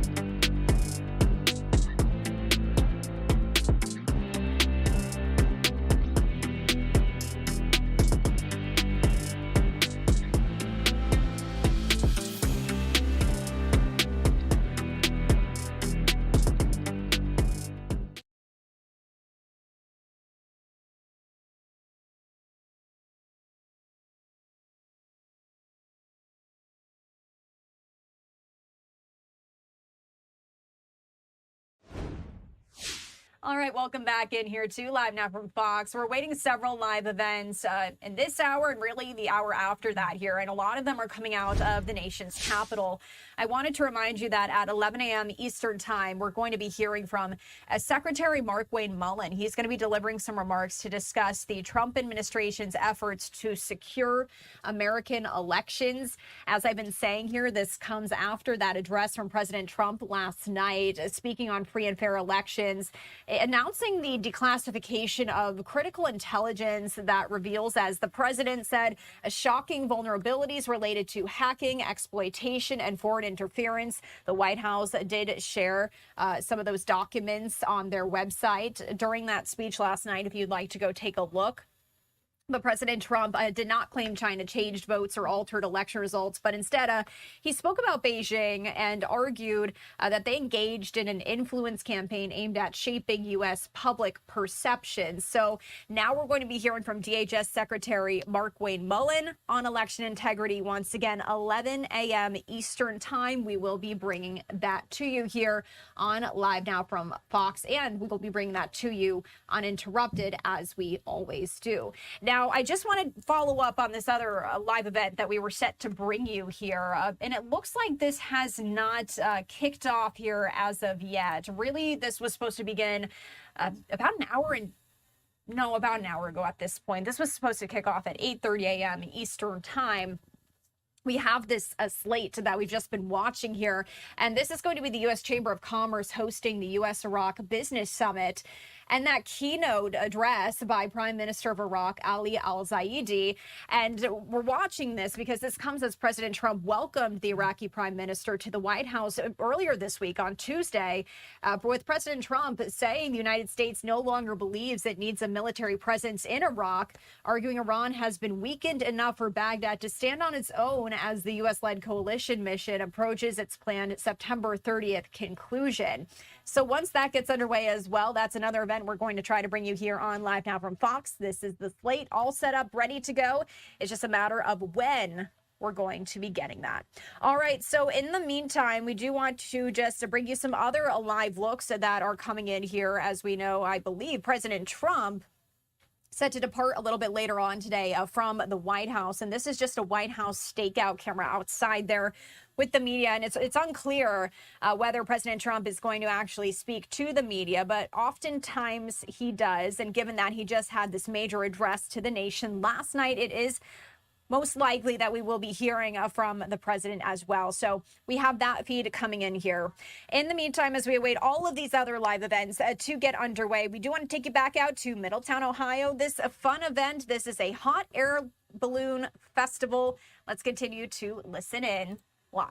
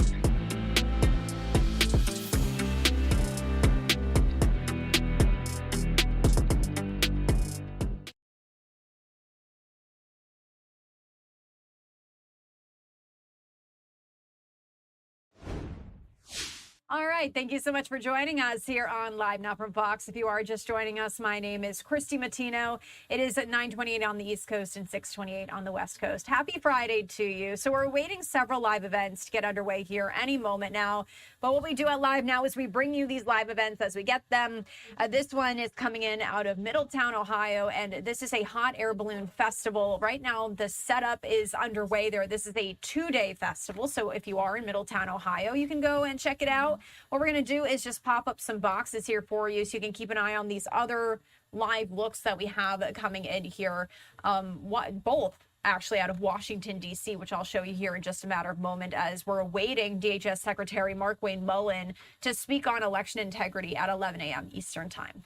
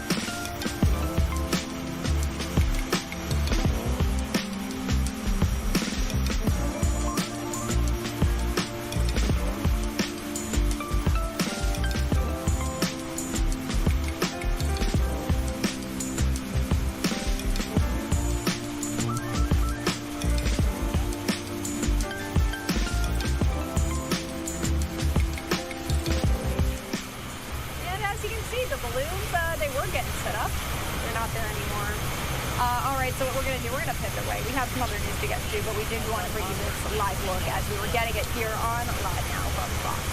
All right, so I do want to transition because a big story we've been talking a lot about today was President Trump's address just last night to the nation there in the Oval Office. And you can see this post here from the Vice President on your screen as he says, election integrity is not a partisan issue. It is an American issue. Let us unite and pass the Save America Act and ensure every American's right to vote in a free and fair election is protected.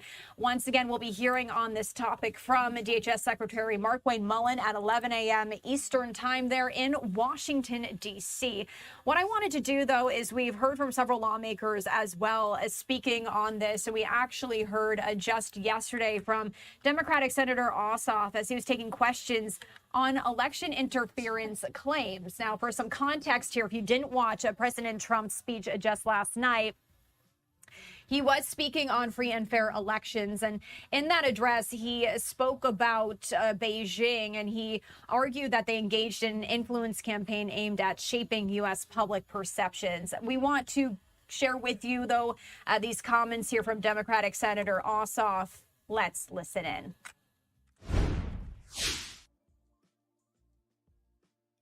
Call upon this. Go ahead. Senator, you seem to be, you've been talking about this a fair amount since this broke on Tuesday. Do you think this is an advantage for your campaign that the president is going to come out here and sow doubt in the 2020 elections? Is this going to help you, do you think, in November?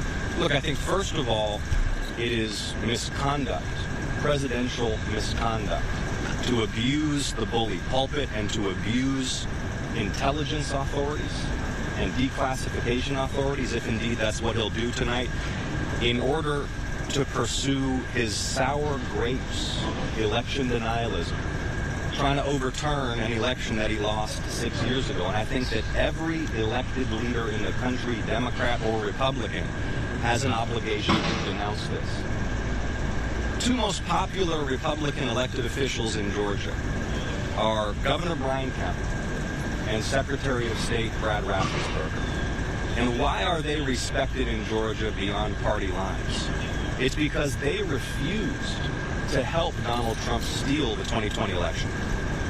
CBS News is reporting that part of this speech may also touch on claims that China meddled in U.S. elections. In your role on the Intel Committee, have you ever been briefed on anything along those lines? Do you believe those allegations have any merit? I don't talk about Intelligence Committee matters, but I don't know what the president's going to say tonight. Senator, you've been critical of what you see as the Trump family and Donald Trump profiting off of him being in office. There's a report today that his teleprompter operator made like $100,000 off Kalshi by making bets off of what he knew from the teleprompter. I'm curious what your reaction is to that. Well, there's a culture of corruption in this White House. And there's a reason more and more people are calling this the Mar-a-Lago Mafia. The president has pocketed billions of dollars personally, while he has driven the cost of living for American families to record highs. There was a report just in the last few days that the president may have accepted $2 million from a company under active trade investigation by the U.S. government. And I think part of the reason the president so fears defeat in these midterm elections is the prospect of accountability being imposed by the United States Congress and the Democratic control. What should happen with these predictive markets? I mean, should there be should they be based on very kind of bans? The government, people in government should not be able to use them. What do you say about that? Insider trading is clearly unacceptable, and there's clearly a need for some regulation. Senator, if the polls currently show that you are up in multiple polls, including with Fox News, if that continues, and considering the president's attempt to try to, especially with China and talking in speech tonight, if you win and even going up to the election, are you preparing to counter Mr. Trump's allegations that you may not win this election and that the 2020 election was illegitimate? I think one of the reasons that the president's reheating these debunked conspiracy theories and spreading new lies is because he's laying the groundwork for a potential challenge to the result.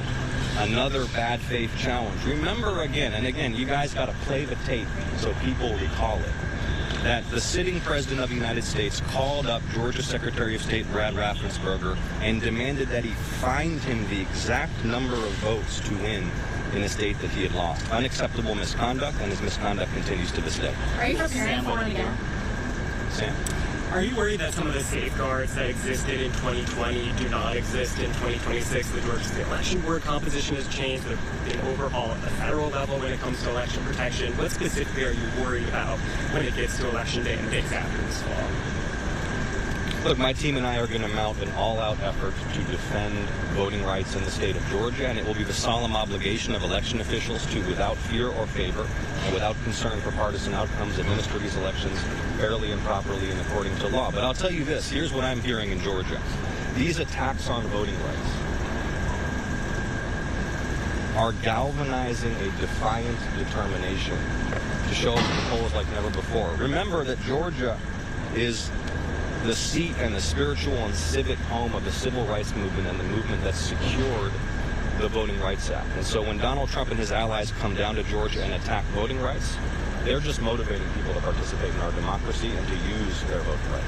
I know members of the Georgia delegation have been pushing for more information, but just to be clear, have you gotten any further information about the outcome of that Fulton County raid, where those ballots are? No. Thank you all so much. Appreciate it. Thank you. Take care, guys. Everyone. Thank you all. All right. So that was Senator Ossoff as he was speaking on election interference claims. So once again, President Trump gave that speech last night. What we're going to do is actually step away for a commercial break. On the other side of that, my colleague Josh Breslow will be joining me live here to discuss the highlights from President Trump's speech last night, in case you missed it. Stay with us here on Live Now from Fox. We'll be right back.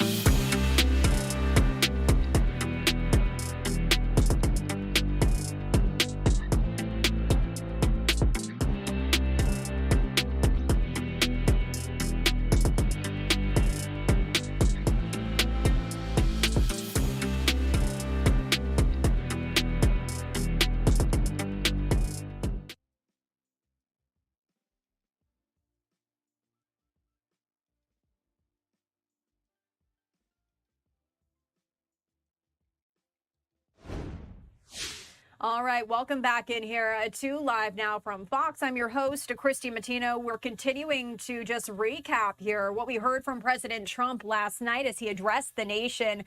And really the focus on this was on free and fair elections, announcing the declassification of critical intelligence that reveals, as he said, shocking vulnerabilities, hacking, exploitation, and foreign interference. So what we want to do right now is bringing my colleague Josh Breslow to recap all of this. And Josh, I think some people might have been a little bit surprised that this is what this was about because President Trump really hadn't said leading up to this what the speech was going to entail. Maybe some people thought this was going to be on Iran. Recap for us exactly what this speech entailed and really that focus there on election integrity. Yeah, I mean, Christy, you're right. A lot of people weren't necessarily sure exactly what the president was going to address, but you knew it was going to be important because we're talking about a primetime address, 9 p.m. Eastern time, when a lot of people are sitting down, they're watching whatever news they're watching there. And of course, you know, the speech did focus, as you mentioned, on election integrity. Now, we know that President Trump said that China had interfered with the 2020 presidential election, and we actually heard from the spokesperson for China's foreign ministry this morning who said that was ridiculous. China was not involved in any way. But of course, you know, President Trump saying that there are these newly declassified documents that show that there is evidence that China had interfered in the election. And essentially, President Trump said what he wants to do is ensure that we don't see any kind of election interference. He wants election integrity here for the midterm elections coming up in just a matter of months, but also maybe even more importantly for that 2028 presidential election. Of course, President Trump, he's already served his 2 terms, so he will not be running. But one name that could potentially be on the ballot is Vice President J.D. Vance, could run for president. He said election integrity is not a partisan issue, it's an American issue. Let us unite and pass the Save America Act and ensure every American's right to vote in a free and fair election is protected. So again, you know, we're getting all this response that's coming in from both sides of the aisle, both Republicans and Democrats. You have Chuck Schumer right there saying tonight, a weak and flailing Donald Trump will give a speech full of grievances and blatant lies. He is laying the groundwork for the rigging of the 2026 midterm elections. I will lead Senate Democrats in ensuring he is defeated at every turn. A lot of big feelings here about this. The White House also posting, securing our elections is vital to preserving trust in American democracy.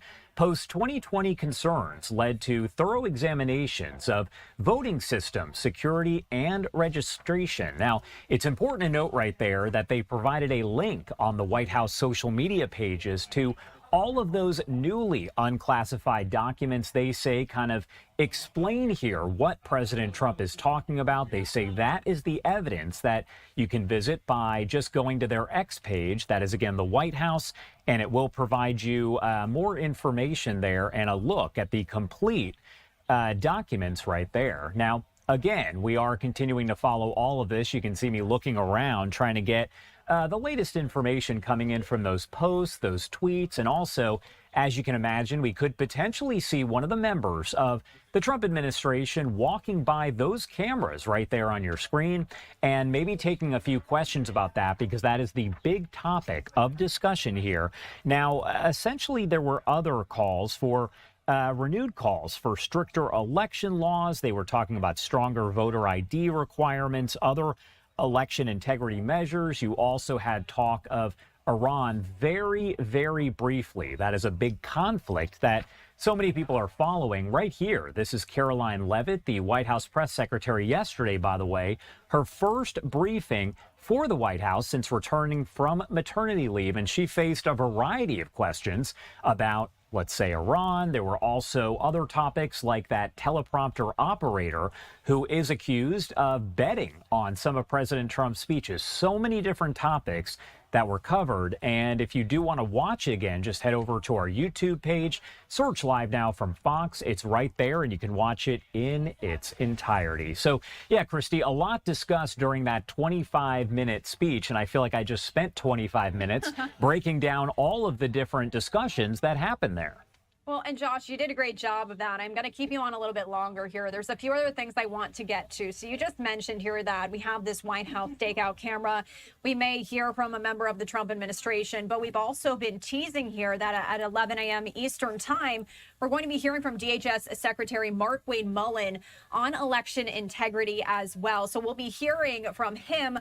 Josh, I know that we don't have the complete layout of what exactly that's going to entail. Really, all we know right now is he'll be furthering this discussion on election integrity. But what do you think we could hear from the DHS Secretary?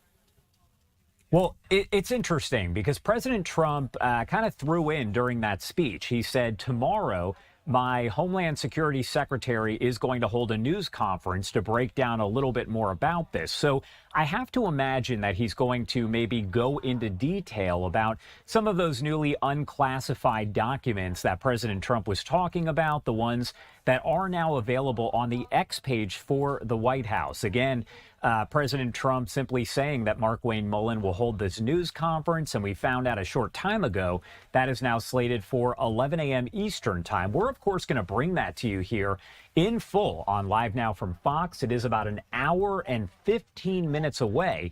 Again, not quite clear. We just know this is going to be about election integrity and kind of play off some of the comments that President Trump made during that 25-minute speech last night. Really all about election integrity. So again, that's what we can expect from Markwayne Mullin, but nobody knows until that news conference gets underway. Now, he could also be addressing the situation there with ICE. We know that that's been a major topic with the vehicle stops. President Trump saying that ICE needs to be able to make those vehicle stops as part of their operations, their enforcement, after we heard really just hours before that ICE was going to stop that. So I have to imagine that Markwayne Mullin is going to touch on that as well. He says, I'm going to be giving remarks on DHS's efforts to support election security in the Indian Treaty Room. That's going to be, once again, 11 a.m. Eastern time. So a very vague statement there, but likely to be fairly lengthy comments. And you have to imagine that he's going to take questions from members of the media as well. So if that is the case, he is most definitely going to be asked about the ICE vehicle stops there as well. Yeah, Josh, just for our viewers, this actually just came in here from DHS Secretary Mullin. Thank you to our producer, Julianne, for finding this for us. And another interesting point here, Josh, is all of this is coming as President Trump said these disclosures are really underscoring its push for stricter election security measures and renewed calls for Congress to pass the Save America Act. So that's another key point of this that we've been following here. But, you know, as President Trump had spoken on that last night as well, I wanted to ask you just a bit more about the Iran piece, because we've been reporting here throughout the past few days and this morning even that the U.S. is intensifying those strikes.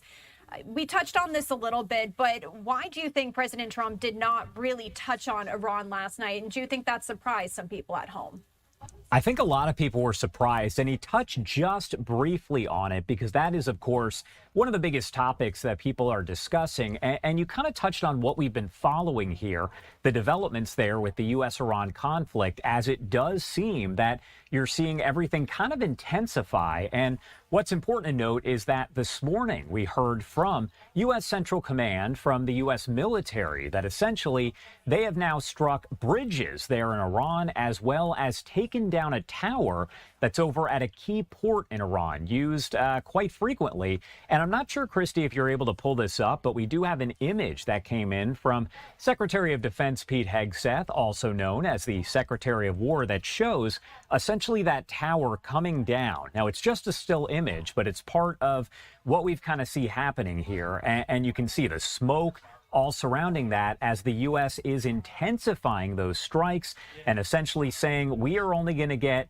heavier and heavier with these strikes if a deal is not reached if Iran doesn't open the Strait of Hormuz and essentially surrender. Now, we also know from Iranian officials they are claiming that they struck a U.S. base over in Syria this morning.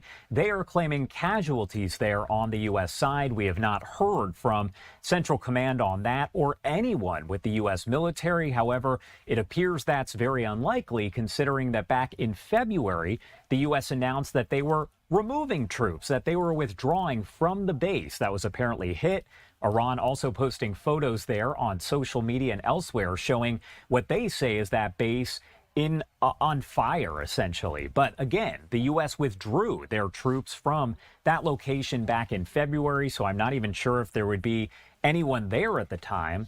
That's just part of what we're seeing happen here as I mean, you basically have the U.S. and Iran no closer to any kind of peace deal or anything of that nature than they were, I mean, I would say months ago. Right. And again, this all just continues to really develop at such a rapid rate here. I feel like you and I are always on just constantly bringing those CENTCOM updates and whatever information we can get on the latest of what is going on in the Middle East. And Josh, before I let you go here, we always ask this of our guests, but I'm going to ask you, anything else you think we might have missed here that President Trump touched on last night? No, I mean, I think we covered it all because that 25-minute, the remark there from President Trump in the Oval Office really did focus there on election integrity. That was such a huge part of it and essentially laying the groundwork for election security there as we approach the 2026 midterm elections and then again, the 2028 presidential election. Hard to believe, but it's just 2 years away. So President Trump, again, laying that groundwork, saying that election security is going to be a huge topic of discussion, but also part of his platform as they move forward. Now, there was, as I mentioned, just a very little bit of discussion about Iran and a few other topics, but we're not talking about a speech where he was taking questions from members of the media. This was a 25-minute speech in which afterward, that was it. So, yeah, we're going to keep an eye on any developments today. And of course, as I mentioned, in just about an hour, we're going to hear from the Department of Homeland Security Secretary Markwayne Mullin more about the election interference, according to President Trump, by China and potentially by others as well. So it'll be interesting to see exactly what Markwayne Mullin has to say. Absolutely. And we'll be bringing it to our viewers uninterrupted, as we always do. Josh, always fun having you on. Thank you so much. I appreciate it. And what we also wanted to do is just share with you some of that social media reaction that's been coming in. We've been flipping through it here during that time we were just speaking with Josh Breslow. But we've seen several Democrats as well as Republicans weighing in here. This is Nancy Pelosi saying, obviously, Donald Trump is a loser. And we've also been bringing you posts here from House Minority Leader Hakeem Jeffries, several other Democrats as they've been weighing in, but also the other side, Press Secretary Caroline Leavitt saying that President Trump in that White House address spoke on classified documents that show election interference from China and major election vulnerabilities. So once again, DHS Secretary Mullin also set to speak on this topic. We could learn a bit more here at the 11 a.m. Eastern Time hour. What we want to do right now is just to bring you a press conference from just yesterday there on Capitol Hill as we were listening in to Democrats as they were speaking on health care. Let's show those comments here with you now. Because we truly are sick of it. And here's what the Republican Party is about to find out. That when you screw with people's health care, when you go after their families, when you mess with their kids, there will be a price to pay. Republicans chose to make this the centerpiece of their agenda. They chose to cut Medicare, Medicaid, and the ACA. They chose to cut taxes for the billionaire class by taking health insurance away from millions of Americans, including their own voters, and in most cases, especially their own voters, because this isn't just about blue states. In my district, 23,000 people are losing their insurance under the big ugly law. But in Mike Johnson's district, it's nearly 40,000. And we are going to make sure that each and every one of those voters knows exactly who to blame. For every hospital closure we're seeing across this country, for every illness that is going untreated, for every prescription that is going unfilled. And we're going to make sure people know it's because Republicans saw fit to spend their money on tax cuts for the Epstein class, instead of making sure that kids can go see a pediatrician, instead of making sure that cancer patients get the treatment they deserve. So thanks again to Brad Woodhouse, to Protect Our Care, to all our partners who are here, and especially my colleagues. We're going to make sure this attack on health care for working families does not go unpunished, because the American people are sick of it. Thank you. Thank you. Thank you. Whip Clark. Whip Clark. Now I would introduce House Democratic Caucus Chair Pete Aguilar. Thank you so much, Brad. Thank you to the Protect Our Care campaign, and we are truly sick of it. I want to thank the DPCC and the storytellers and patient advocates who continue to shine a light on this urgent issue. In this last election, Americans entrusted Republicans with their votes because they believed that they would lower their costs.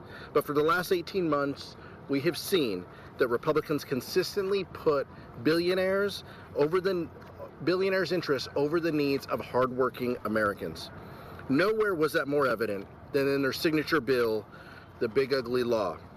The GOP handed tax breaks to the ultra-wealthy while whipping away benefits, health care, and food assistance to the people that need it most. This is not what the American people voted for. And now, 1 year later, families are experiencing that fallout.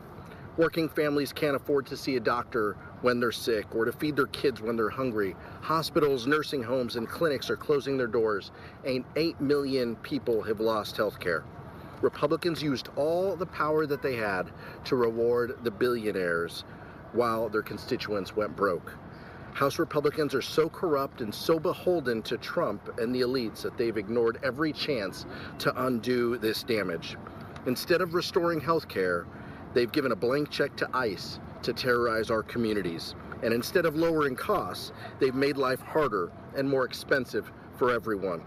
Meanwhile, House Democrats have worked to ensure that families have the tools and the resources they need to succeed. The affordable health care crisis is upon us, and Democrats will do everything we can to make delivering on health care the heart of our mission. We're going to keep fighting to lower costs, fix the health care crisis, and stop Trump and Republicans from wasting tax dollars. Thank you so much, Brad. All right, thank you. And now, DPCC Co-Chair Lauren Underwood. Well, thank you, Brad, and to everyone at Protect Our Care for bringing us together today and for their incredible, unrelenting advocacy for our health care. As a registered nurse and one of just a small group of healthcare professionals serving here in the United States Congress, it has been horrifying to watch this Republican healthcare crisis unfold. I have dedicated my whole life and my career to expanding and protecting families' access to affordable health care. So when I tell you that Donald Trump and the Republicans in this building behind us do not care about health care for working people, I mean it. And I say it with the weight of that experience. I know what happens in a community when the only clinic in 100 miles is forced to close their doors. I know how health outcomes deteriorate when a patient is forced to put off their preventive care or ration their medicine because they cannot justify the cost. I know how our entire healthcare system suffers when you fire tens of thousands of dedicated healthcare professionals, or when you price those professionals out of being able to further their expertise and their education. Donald Trump and the Republicans in Congress have created this healthcare crisis, and American families are suffering because of it. 1 year ago, they ripped $1 trillion of federal funding out of our healthcare system to line the pockets of all those people who were at the front row of Donald Trump's inauguration. It was the biggest cut to health care in American history. And when you combine those cuts with the impacts of Republicans' refusal to extend the extremely popular tax credits from My Health Care Affordability Act at the end of last year, it really is no wonder why we have this disaster that we see today. It is completely unacceptable, but it doesn't have to be this way. It really doesn't. So, August recess begins at the end of next week, and I'm here to tell you that this will be anything but a break for House Democrats. In town halls and meetings all across the summer, in our communities, we are going to be making sure that our neighbors and the American people know that we have not and we will not be giving up on this fight. Because whether you live in urban America or rural America, in a Midwestern community like mine, or one of our great coastal cities, every single American family should have high-quality, affordable health care. Our health care is a patriotic issue, and we're going to keep fighting. So thank you so much for being here today, and I'm delighted to turn it back over to Brad. All right, thank you. And now, DPCC co-chair Lori Trahan. Great. Thank you. Thank you, Brad. Thank you to Protect Our Care and to all of our storytellers here today. You are the reason why we fight. It's no secret that under the leadership of Donald Trump and Republicans in Congress, hardworking families across our country are paying thousands of dollars more for basic necessities, groceries, gas, utilities, health care. We are sick of it. In Massachusetts, families are paying an average of $4,100 more this year alone. And instead of standing up to a president who is personally pocketing billions of dollars from his time in office, Republicans doubled down. They passed the single largest cut to Americans' health care in our nation's history. They took away food from hungry children, all to pay for a tax cut for their billionaire friends. And the result? More than 8 million Americans have lost their coverage. Millions more have watched their premiums skyrocket. And that was just a portion of a press conference there from Democrats speaking on health care there in Washington, D.C. Now, we continue to follow this wildfire smoke that's coming from Canada, and we're bringing you several live images here from across the country. And right now, we are actually getting an update here coming out of Detroit as they're going to be speaking on this wildfire smoke. It looks like it's underway. Let's listen in live. Huh? Yeah. I mean, he's gonna, the health department was stressed. I could just see him.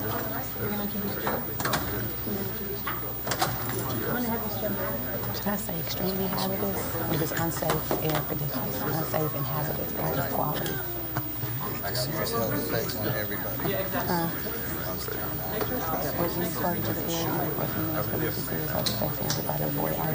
Put that here. I could just use that.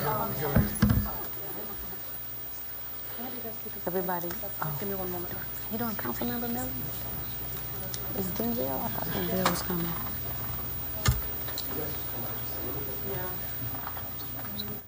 All right, so we're just waiting for this press conference here out of Detroit to start. This feed just coming into our newsroom here. It looks like they're just waiting to get started, maybe waiting for the media to finish setting up. All right. Looks like it might be starting. Let's listen in. All right. Good morning, everyone. Today we are here to provide an update on the air quality here in the city of Detroit. The health and safety of every Detroit resident will and always will be a priority for this city and this administration. Over the last few days, our city has experienced hazardous air quality caused by smoke from the ongoing Canadian wildfires. In some parts of Detroit, the air quality index has reached hazardous levels, making this one of the most significant air quality events our city has experienced in recent years. Today, we want to really reiterate to residents and Detroiters overall to please take this seriously. We know that right now, air quality is hazardous for everyone, not just sensitive populations. And so we want to encourage residents to stay in their home if possible. If you do have to go outside, please wear a mask, but try to limit activity outside in general. I do want to commend the City of Detroit various departments for the really coordinated effort. Once we were aware of the air quality, every department began to work to figure out how to properly respond to protect the welfare and safety and health of our residents. We have opened up all of our recreational centers as respite locations throughout the city of Detroit. For those who need a location to get away and to get air, please utilize all of our rec centers, as well as our rec centers have masks as well too. And so if anyone is in need of masks, please feel free to go into any of our rec centers to utilize and get access to masks as well.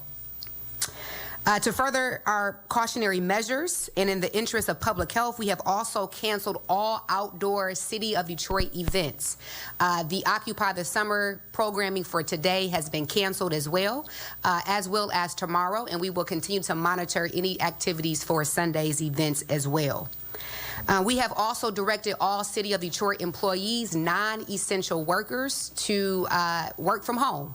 And we are encouraging individuals who are outside as well to limit activity as much as possible. Again, I want to thank all of our departments who have really come together to coordinate a response and to protect the health of our residents. And without further ado, I would like to bring up our Chief Public Health Director, alleges, who will provide a better snapshot on where we are today and what precautions we have taken as a city as to date as well. Ali?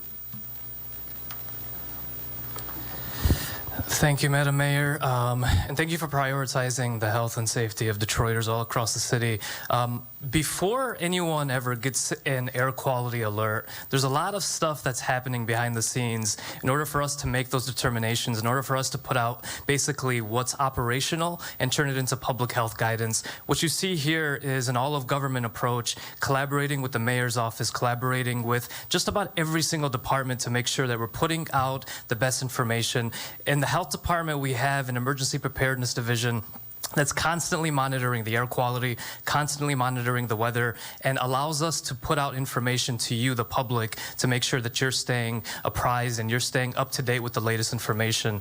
Where we are right now is that the air quality is hazardous, as the mayor has mentioned. That means that it's hazardous for everyone. Above 300, look, this is pretty unprecedented. We shattered records yesterday. The AQI, the modern AQI system that we use today, was established in 1999. We've never seen numbers like this. In some parts of the city, we saw numbers above 600. In some parts of South Michigan, we saw numbers exceeding 700, 800. This is unprecedented. We've never had air quality this poor before due to the Canadian wildfires. And so what we want people to know is that, again, hazardous for everyone. Those who need a little bit more care, whether it's folks with asthma, COPD, the elderly, young people in our community, we want you to know that you should be taking extra precautions, but really this is a whole of city approach to make sure that everyone is heeding the guidance. We're talking about wildfire smoke, which means we're talking about a very fine particulate matter. I'm like putting my hand up, but this doesn't even show it because it's invisible to the eye. PM 2.5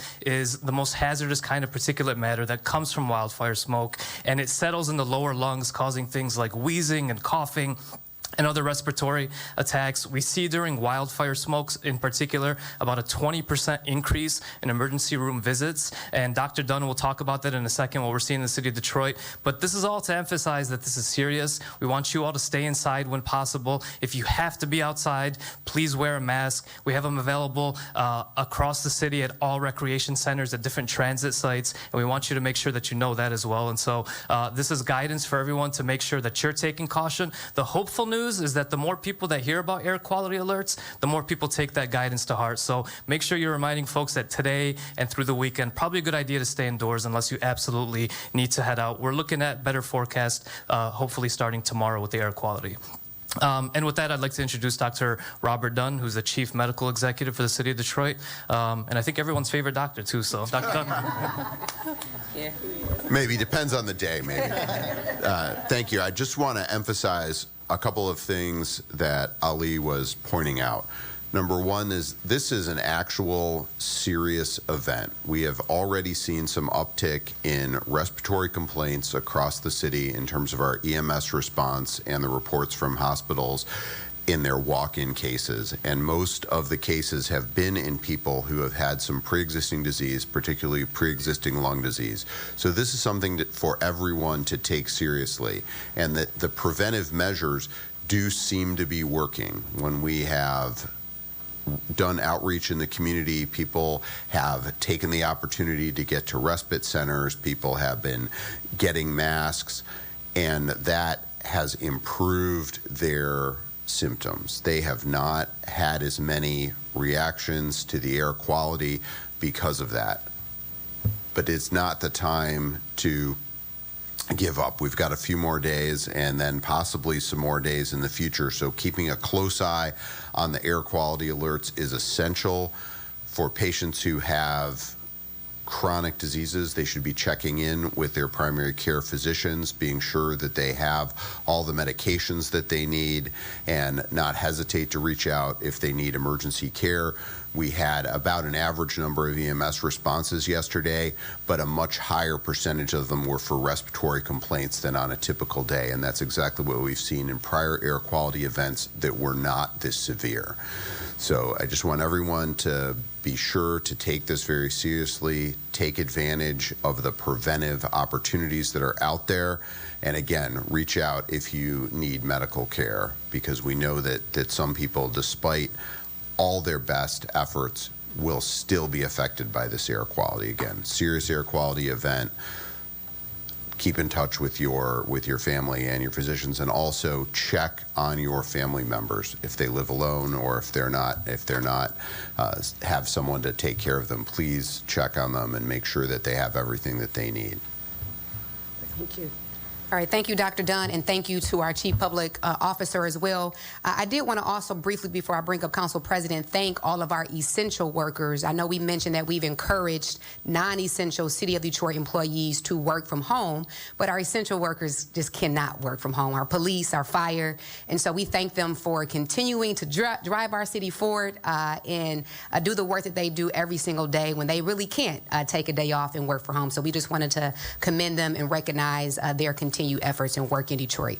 So we'll now bring up Council President. Thank you so much. Thank you, Madam Mayor, and joined with by my colleague, Member Miller. Madam Mayor, thank you so much for coordinating the services of the various departments that you see before us here today, and those that you don't even see right now. This is a huge effort, and it takes leadership to do that. But it also takes heart and soul. We've got that with our essential workers. We appreciate you all for dedicating your time, your effort, and in many situations your help. But you do this on a regular basis because you understand that we're here to serve the residents of the city of Detroit. We have been through a lot over these last couple of weeks. Storms, power outages. And now here we are with a situation where we have wildfires that we can't control. It's not in our control. But what we can control is how we protect ourselves. And we have these masks available at every one of our rec centers. I believe that's the case. Once we got past the COVID pandemic, many of us were happy to throw these masks away because it was real tough, to breathe in it. But the reality is that moment of difficulty is much better than those years later when you have to feel the ramifications of absorbing all of this toxic air into your system. So please take the time, put a couple of these into your first aid kits and keep them with you. Make sure you have a few of them at your home at all times, because we never know when another situation like this, which again is out of our control, we'll have to respond to. So again, thank you, everyone, and make sure that you don't try to thug it out, as the kids say. Many of us, we have events and we have things we plan for, and we absolutely want to make sure that we can do. We're Detroiters. We have grit, grind, all those things. This is not the time for that. I've got a major event, a black male health fair that's taking place on Saturday, and we've canceled it. We postponed it because we wanted to make sure that residents are safe. It's thousands of dollars, hundreds of people are coming, but we want to make sure that it is imperative. So for those of you who have events that are scheduled for today, it's the weekend or Saturday, please do the best for the people who you are designed to try to help. So thank you again, Madam Mayor, and I will now bring forward none other than our Chief of Police, Chief Bettison. Thank you, Council President Tate. Keep it in that line. Commissioner Sims, the fire commissioner of the fire department, and myself, we were actually on a media tour yesterday promoting our event, our Public Safety Fund Day, which was scheduled for tomorrow, but we are going to postpone that event. I definitely wanted to, as Council President said, thug it out. I did not want to cancel that event. We have spent a lot of time and effort, and it was going to be a healthy, fun competition. We were going to have our recruiters out there to be able to recruit and get more Detroiters to join the ranks of DFD and DPD. But guess what? We will reschedule it at another date, and so we will make sure that we still bring that to you all. But in the vein of safety, this is real. We don't want to put the mask on, but we absolutely have to. And so to our essential workers, Madam Mayor, I thank you so much for recognizing them, because just like during the COVID pandemic, they don't have an option. We are out there. And so our officers, we have provided masks for you. Wear them. Wear them, wear them, wear them, because the threat is real, and the consequences of not wearing the mask is long-term health consequences that can occur. So I'm going to be out there. I'm going to be hitting our precincts. I'm going to make sure that my officers are wearing the mask that we provided to them. And to the community, wear the mask. I know young people don't feel that they need it, but you absolutely need it, and this is for your health. And at this point, I'm going to turn it over to Hilton Kincaid, who is the Director of Emergency Preparedness. Director Kincaid. We're listening in live to this update here from officials in Detroit. These are just 4 different live looks there in Michigan, where you can just see that wildfire smoke as an air quality alert remains in effect for Michigan today for elevated levels of particulates from the Canadian wildfires. And it's not just Michigan. We're seeing this all across the United States, Washington, D.C. as well. This live look at the White House back there as this dangerous wildfire smoke is spreading across the DMV region, pushing that air quality into unhealthy and very unhealthy levels across the region today. Well, I actually want to turn it over to my colleague, my producer, Julianne. She is standing by live, and she has a question for all of you at home. What's up, Julianne? Yes, so we're going to take this one right here. Oh, I think your mic might be off, Julianne. Can you hear me?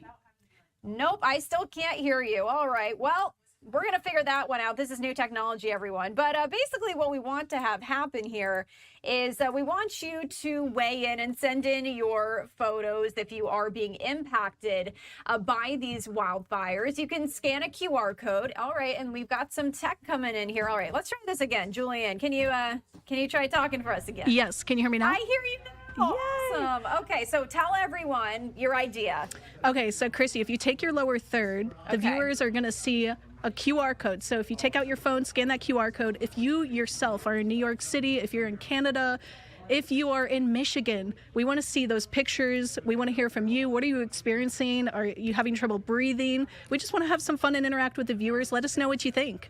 All right, and that is Julianne Amaya. She came up with this great idea. Again, we really do like to see the interaction with you all watching at home, because some of these images, I mean, are just, you can just see really how serious of an issue this is becoming here. Once again, this is coming in out of Michigan, and that air quality is a serious concern. So share with us where you are, if you're seeing this wildfire smoke. We'll head back to that press conference here after this 2-minute commercial break on Live Now from Fox. I'm your host, Christy Matino, and we're back after this. Stay with us.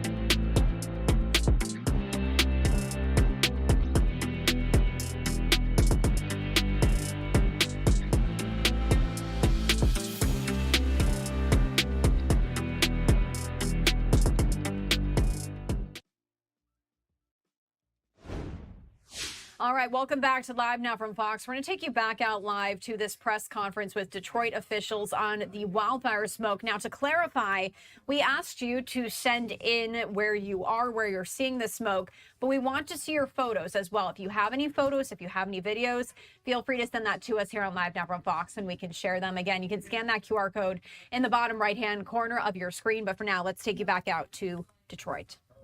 Planes and EMS calls and hospital walk-ins. Can you provide any metrics, if possible, about any upticks?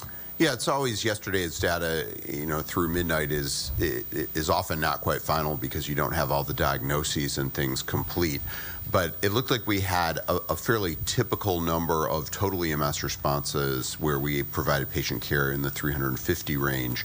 But 80 of those were for respiratory complaints, where on a more typical day, we would see 40 to 50 respiratory complaints. I mean, obviously, respiratory disease is pretty common, but this type of air quality, that is really the first people who are really affected. And this is specifically referring to like ambulances going to people's homes. Right. These are patient care encounters by EMS, because hospital final diagnosis data is not available on a next-day basis. Noted. Thank you. And then I had another question about inside homes. So as we know, a lot of Detroit homes are old, and people may not have installed their ACs correctly. There might be cracks in the windows. I've heard of people complaining about the smell of the smoke inside their homes. What are those risks, if any, if you can address, and how can people protect themselves? Yeah, happy to touch on this. The air quality is so pungent and so hazy that indoor air quality is being affected. Yesterday at the health department, we had an indoor AQI monitor showing that it was around 150, which is common for a lot of buildings across the city and across the state, to be frank. And that's because of how bad the air quality is today. So the best advice that we have, and this varies, is if you have an air conditioning unit, a window unit, the AQI, the air is going to come in from outside to inside. If you have central AC, there is oftentimes a recirculation option, so that it's recirculating indoor air rather than pulling from outdoor air. A lot of folks don't know this, but most central HVAC systems already have that built in. For a lot of buildings, though, in the city, a lot of that work takes some time. For example, we let our landlord yesterday at 100 Mac know that we want the air recirculated, and then we started seeing the AQI go down. For a lot of others, it's the same advice. Keep your windows closed as much as possible. If you want to seal the windows, the same thing that we do during extreme weather events, that's an even better option. For those who have air purifiers, obviously run them. There are also low-cost air purifiers that you can create at home using a box fan and a MERV filter. We're actually going to put out guidance at the health department social media today to indicate if you want to create that. A low-cost, less than $20 option. And then we're going to continue to see what we can do as a city to help provide support for residents, too. All right, thank you.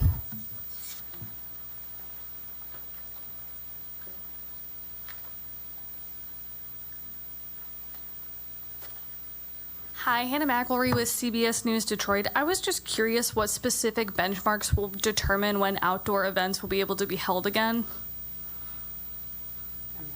I'm going to get guidance from the health department. So. Look, when the mayor says health and all policies, this is what she means. I mean, sometimes you can try to explain health and all policies through academic jargon, but sometimes the best way to learn about it is to be thrown into this and learn it in real time, which is, I think, what we're doing. Look, the AQI is still above 300, and air quality forecasts are notoriously difficult to predict because of wind patterns and because the fires are still ongoing in Canada. So at the moment, as you saw, a lot of folks, including Council President, they're making decisions to cancel or postpone their events, and that's in the best public health guidance. We're going to continue to monitor over the weekend, but the weekend forecast does look like it's still going to be unhealthy, even if it goes into the 150 to 200 range. Once we get below 150, we start having more conversations about what types of events can be held safely. And also just kind of looking at the historical data for the AQI, you said this is the highest since, I think, 1990. What were some of the other times when it reached peak numbers, and how close is that to what we're experiencing now? It's unprecedented in that we've never hit it this high. 2023 was the last time it's been this high, and guess what happened a lot that summer? A lot of Canadian wildfires. So it's driven by some of these weather patterns that we're seeing, and unfortunately, this is the new norm in many ways going forward. Thank you. Thank you. Thank Thank you, Ali. Thank you all for being here. Again, Detroiters, be safe, check in on each other, and this too shall pass, for sure. But we're here to support you all. Thank you to all of the departments, and that will conclude our press conference for today. Thank you. All right. Thank you. Okay. And that was City of Detroit officials providing an update on the air quality. Now, we asked you to send in your photos and your cities, and apparently that QR code I was showing you, you can only type. You can't send in photos. So we now have a working QR code where you can send in your photos if you are being impacted by the wildfire smoke. Here's how you can do that. Send us a photo or video. Scan that QR code in the top right-hand corner of your screen. Again, we're seeing this happening all across the country here. And I'm going to put this back up in just a matter of moments, but I also wanted to share with you just some of the responses we got in from that initial QR code of where we are seeing this wildfire smoke as we've been bringing you these live looks that we have on our end across the country. But it is helpful to us to have all of you weighing in at home as well. So here are some of those responses. This is from Lida. She says Brookfield, Wisconsin. So we're seeing it really, again, as I said, across the country. We've been sharing some live looks here from DC as well as Detroit, but also New York, as we're seeing here from Michael. Michael, thank you so much for sharing with us here. Mid-Michigan, as we were just bringing you those live looks there, the 4 different cameras that we have in Michigan, as we were just hearing from Detroit officials.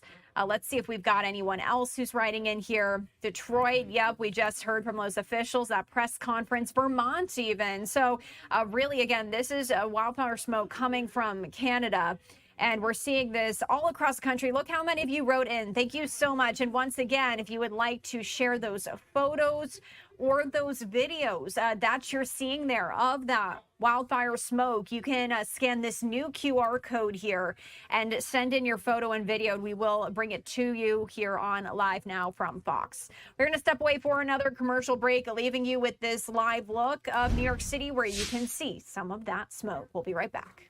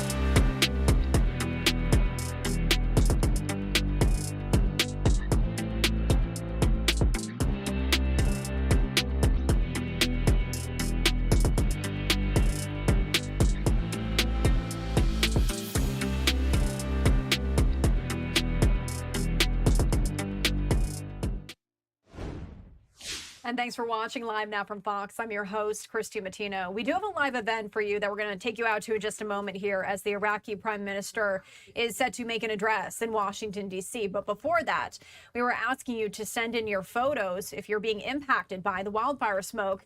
And I want to bring back my producer, Julianne Amaya. She has been going through all of your submissions. So, Julianne, we've got some pretty cool photos here that have been coming in. So I just want to make sure that I'm going to make sure we're going to be able to hear you once we are going to those photos. So Julianne, just talk to us a little bit about what we've been seeing coming in here. Sure, Christy. Well, the viewers are definitely showing up right now. We've got several submissions ranging from Michigan to Chesterfield, showing the Canadian smoke, even in Baltimore. So take a look at your screen. Yep, FNN4, Sarah sending this in. We're right on Lake Michigan, and even a 10-minute walk with my dog left me out of breath and coughing. The sun was red. That is quite the submission right there. Yeah, look at that sun. That is absolutely crazy. So again, you can scan that QR code and send in your photos here as well. Julianne's going to be flipping through this, and we just wanted to share some of these submissions.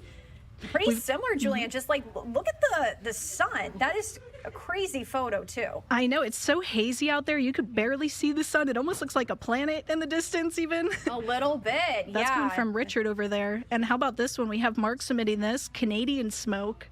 Looks like he's out in the wilderness. That looks like a nice shot right there. Yeah, I mean, it looks peaceful besides the poor air quality. My asthma would not be doing well. You would not survive. Let's take a look at Edward's photo, even.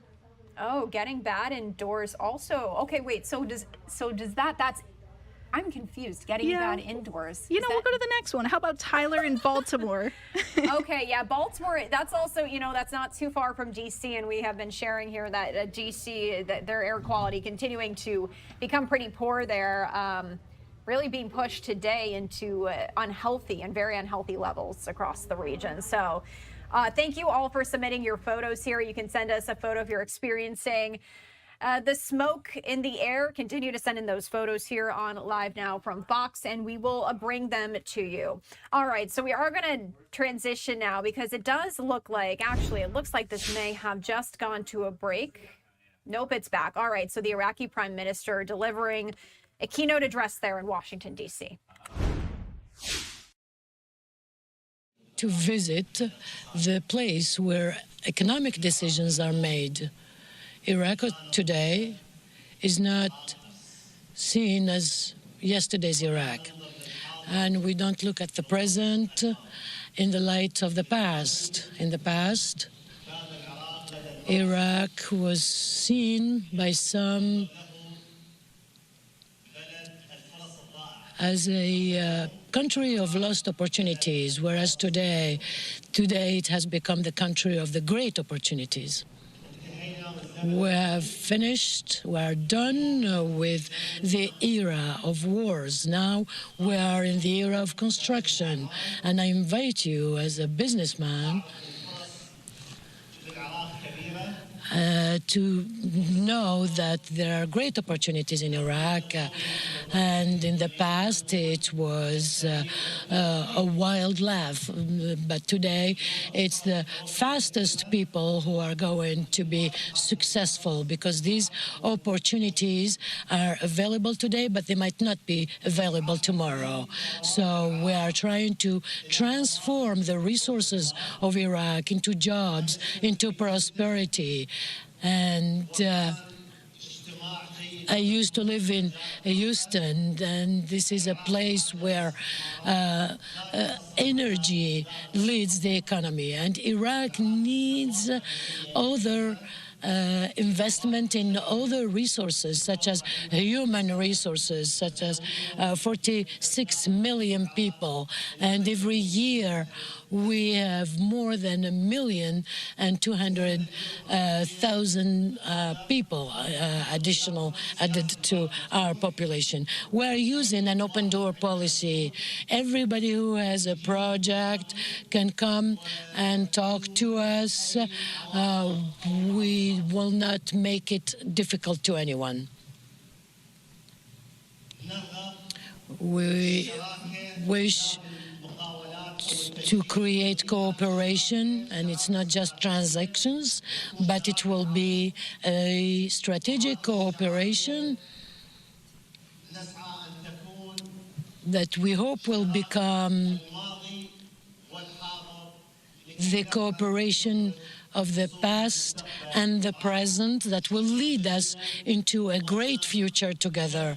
I thank you very much, and I cannot express my feelings in Arabic, but thank you very much, and thank you.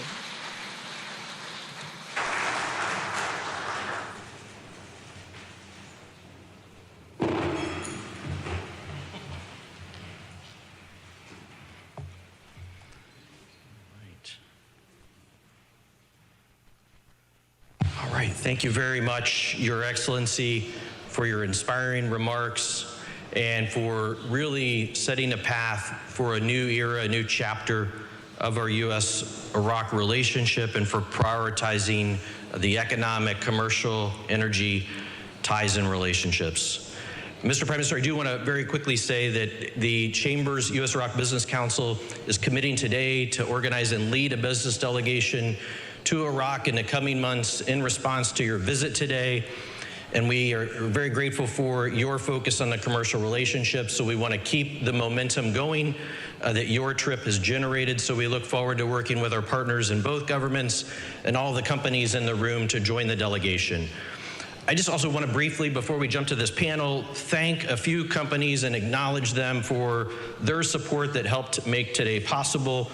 GE Vernova, BP, Chevron, Accelerate Energy, ExxonMobil, Shell, Spectrum Integrated Solutions, also Abbott, Commercis, DNO, Garda World, Halala Basra, and Vantiv. Now we're going to turn to a panel, and I'd like to invite to the stage to bring back actually Roger Martella. I'm going to ask Stephen Kobos, the president and CEO of Accelerate Energy, Chris Toth, the CEO of Vantiv, and Alan Alfaran Saib, CEO of Commercis. If you can, please all join me here on the stage.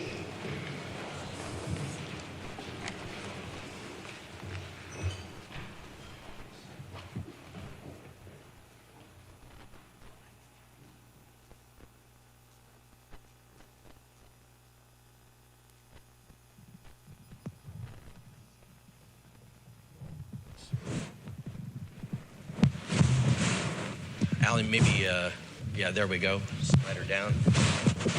Right. Well, gentlemen, I mean, we really appreciate you being here with us, and we're very fortunate to be here at the, I would say, on the final day of the Prime Minister's visit, his inaugural visit to Washington. We had the advantage of listening to all the discussions that have transpired, and really, I think, understand the direction and priorities for the relationship. And it's abundantly clear music, loud music to our ears that we welcome, that at the highest levels of both governments, we have a really focus on the business and commercial opportunities. And I say all this because this panel and the one that follows really embraces, I believe, that new era of economic partnership and purpose. And with a panel like this of all-stars, I hope we can paint a picture of the diversity of interest and opportunity in Iraq by American companies. We're going to make this a speed round, but I'm going to come to you each with a question. And Roger, GE has a long, storied track record in Iraq. If you can help us understand the company's outlook and the role that the power generation sector plays in helping drive the economic growth. Well, Steve, thank you again for your leadership and for the Chamber and to the Ambassador as well for the close partnership and what we're able to achieve together. So I'll go back to something I said earlier in my remarks. It's about prosperity, right? That's why we're all here. We're here because we see kind of this historic opportunity to lift the people of Iraq into the full opportunity to live prosperous lives with the Prime Minister's leadership. And if you think about that, that's the goal, prosperity. You all represent different parts of that equation. Electricity is kind of the foundation to that. You can't begin to have a prosperous society without electricity as the foundation. So that's where we fit in, that's our mission, and we've been proud to be in Iraq for more than 60 years. Our equipment helps produce about 55% of Iraq's electricity. We have, I think, 19 gigawatts of power there. We have 30 substations, but importantly, we have hundreds of employees, more than 95% of them Iraqi employees, who are there running, maintaining, installing, operating our equipment day to day. And that's a workforce we want to grow, because we not only want to provide electrons, we want to provide the workforce of the future for Iraq to be able to increasingly deploy this electricity on its own. What we have found is that this is serving Iraq well, but it's only meeting a fraction of the needs that Iraq has. And under the Prime Minister's leadership, we feel extremely optimistic. There's going to be so much opportunity to do more, to build more generation, to build more fuel supply, to build more transmission. And something that's been very inspiring about the Prime Minister and his electricity minister is they really understand the connection of those three things: fuel, generation, and transmission, in a way that very few leaders in the world do, frankly, and that you have to do all three of those simultaneously. So we see this huge opportunity. We think that's great for the people of Iraq. It's going to enable more access to reliable electricity, which we want for all of the seasons. But it's also going to be the foundation for everyone else in this room, because we know you all want to build, you want to create opportunities, you want to grow your businesses, you want to hire more people. You need the grid to do that. You need the electricity to do that. So this is really a partnership that goes beyond our electrons, but enabling the success of this entire room. Thank you very much, Roger. And it's fascinating to hear how a global company is thinking locally and has that many Iraqi employees. Stephen, I actually want to jump down to you, kind of keeping with that theme. If you can share what Accelerate is planning to do in Iraq and why LNG import capacity is so important for the power sector, tying back into that. Sure. Thank you very much for this opportunity, and it's a real honor to see the entire Iraqi delegation, the Honorable Prime Minister, U.S. Special Envoy Tom Barak. Thank you for this opportunity. Just in Baghdad a couple of weeks ago, seeing the Prime Minister, and I must say, he's doing everything he said he will do. He is clearing the path for investment by U.S. companies, and he has a clear focus on improving the lives of ordinary Americans in doing that. And we're excited to be a part of that. We hope proving it up in this sector will just make the case to other U.S. investors that they need to bring their wallets to Iraq as well.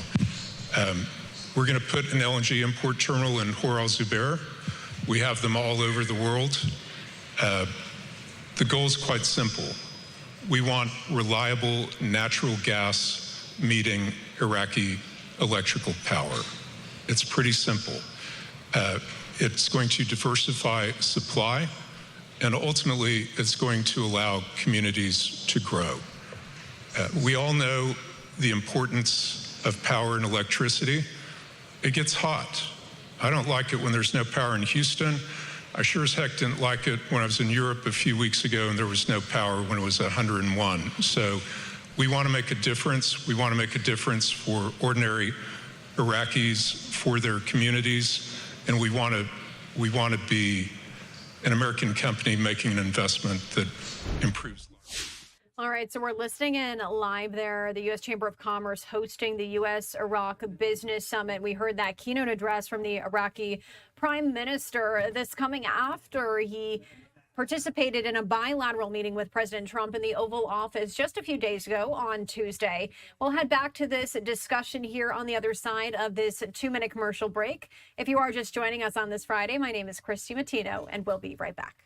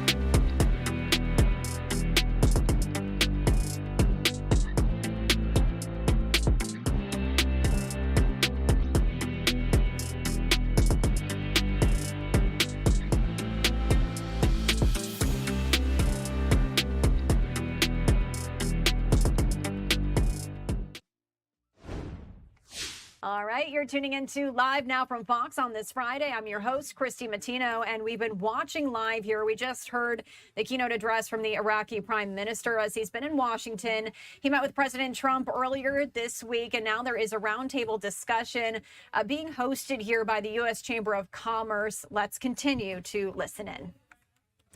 Invite me and His Excellency. As you mentioned, it's digital and technology. It's no longer just something we can ignore. It is part of every sector, from the oil and gas, from the healthcare, from the financial, and that's the challenge which somewhere like in Iraq, to build that infrastructure, not for now, for decades to come. And how can you build that to sustain and to help all other sectors to move forward? So this is why we have an ambitious plan with our partner. We teamed up with Google to build and design infrastructure, hopefully for Iraq in terms of be part of the AI evolution, as well as helping all other sectors. The infrastructure is the key, and that's the start. At the moment, it's the lack of infrastructure. It may be the challenge, but it's definitely it's something we're working on it. Well, thank you very much for that. And I know a key element of that is, of course, power. So I think a couple of the other panelists can help ensure that you've got that coming. Well, great to hear each of your perspectives and to hear, I think, the diversity of opportunity and interest in Iraq. If we can please get a round of applause for Roger, Chris, Alan, and Stephen.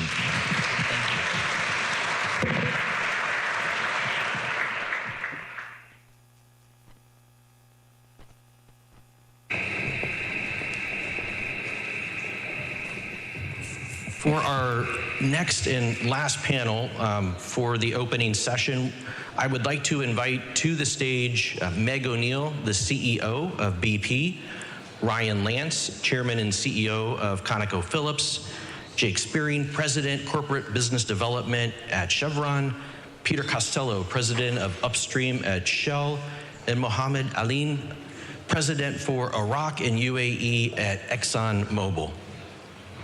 Please join me in welcoming our panel.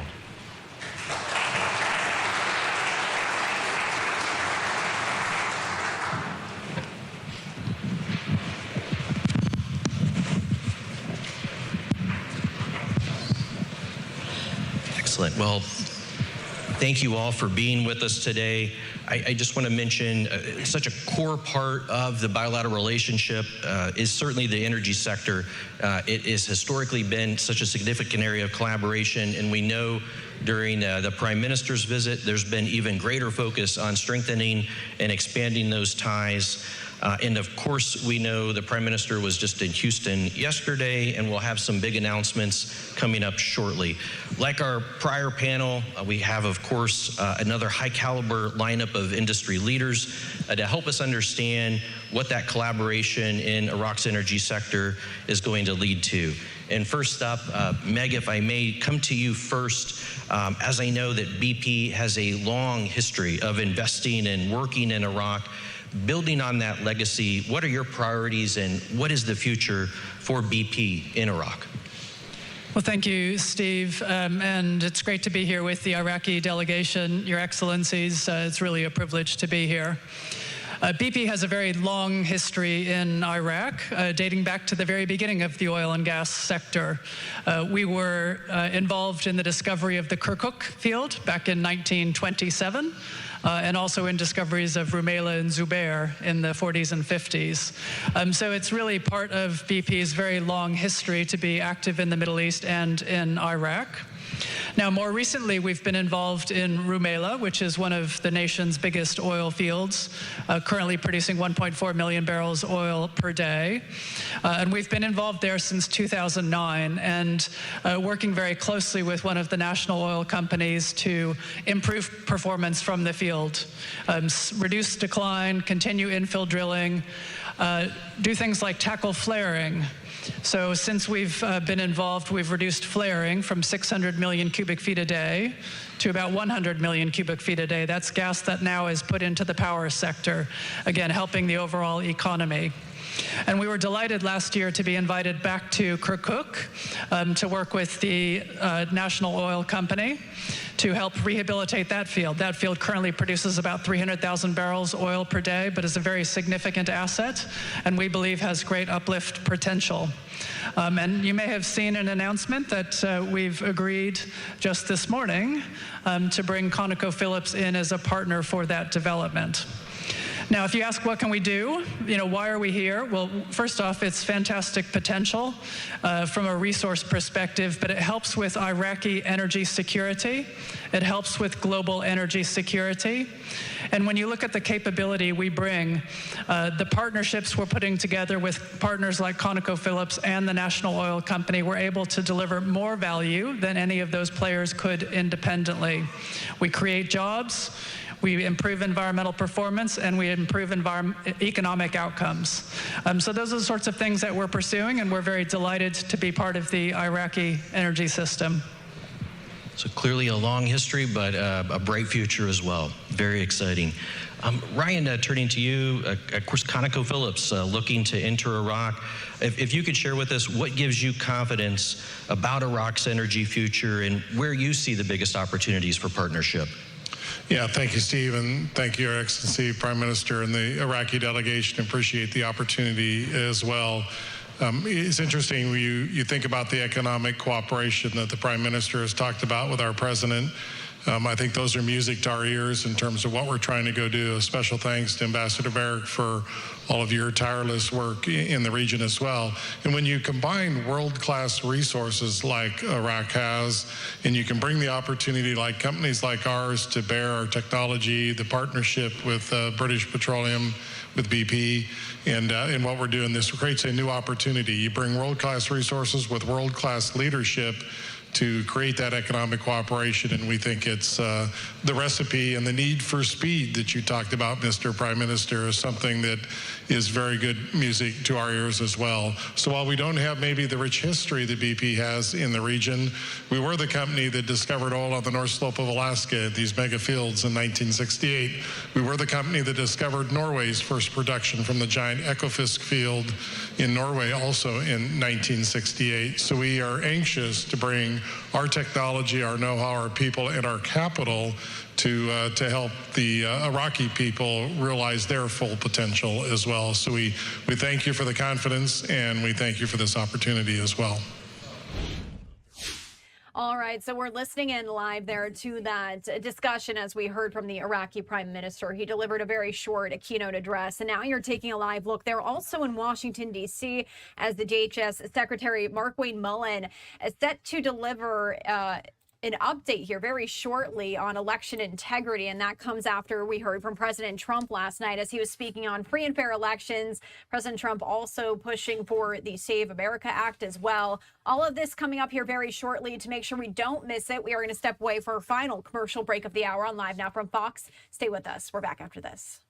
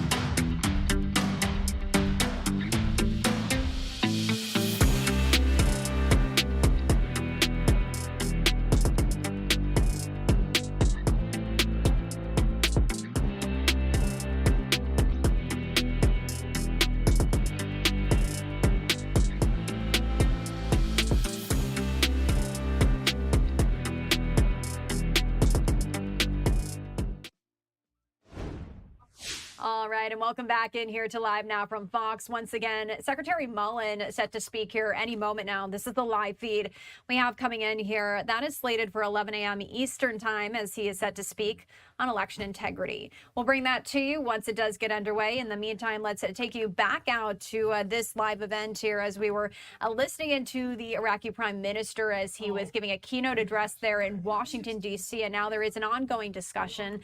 On the other side of that is my colleague Ryan Schmelz taking over for me. My name is Christy Matino, and you're watching Live Now from Fox. Stay with us. This is an Iraqi private company. We have 5,000 well-trained, competent Iraqi staff. And not only that, this is the world's largest flare reduction project. So we are super proud of what we've developed. Looking forward, what we see is this is a platform to develop and grow even further. So with what we've heard today and the partnership that we see and the opportunity that is in front of us with Iraq, we see a fantastic opportunity of almost doubling that. And that goes into what you heard earlier about power generation. This is the ability to actually use Iraq's resources to produce more domestic power, increase energy security, increase energy independence for the benefit of Iraqi people. And that's something that we are super proud of and looking forward to an exciting future together. Thank you very much, Peter. It's interesting to hear the interconnectivity of all those priorities and the way that Shell and the other companies up here are helping drive that. Mohammed, to help close us out, you have a lot of experience in Iraq and the broader Middle East. I'd love for you to draw on that experience to help give your thoughts on what is helping to generate this rejuvenated interest in Iraq's energy sector and how you see, from your perch at Exxon, your outlook for the future of energy in Iraq. Thank you. Appreciate it. It's a pleasure to be here. Thank you, Excellency, for bringing everybody together here. First, I want to start with ExxonMobil. We've been in Iraq since 2010. We've been there 15 years. We brought a lot of technologies implemented in the field developments. In fact, we doubled the productions in short terms. We reduced the cost of the development of the fields by 20%, and through all the life of the field, we reduced about $50 billion of the cost of the developments. So we have a lot of good experience in Iraq, and how rejuvenate this is with His Excellency vision.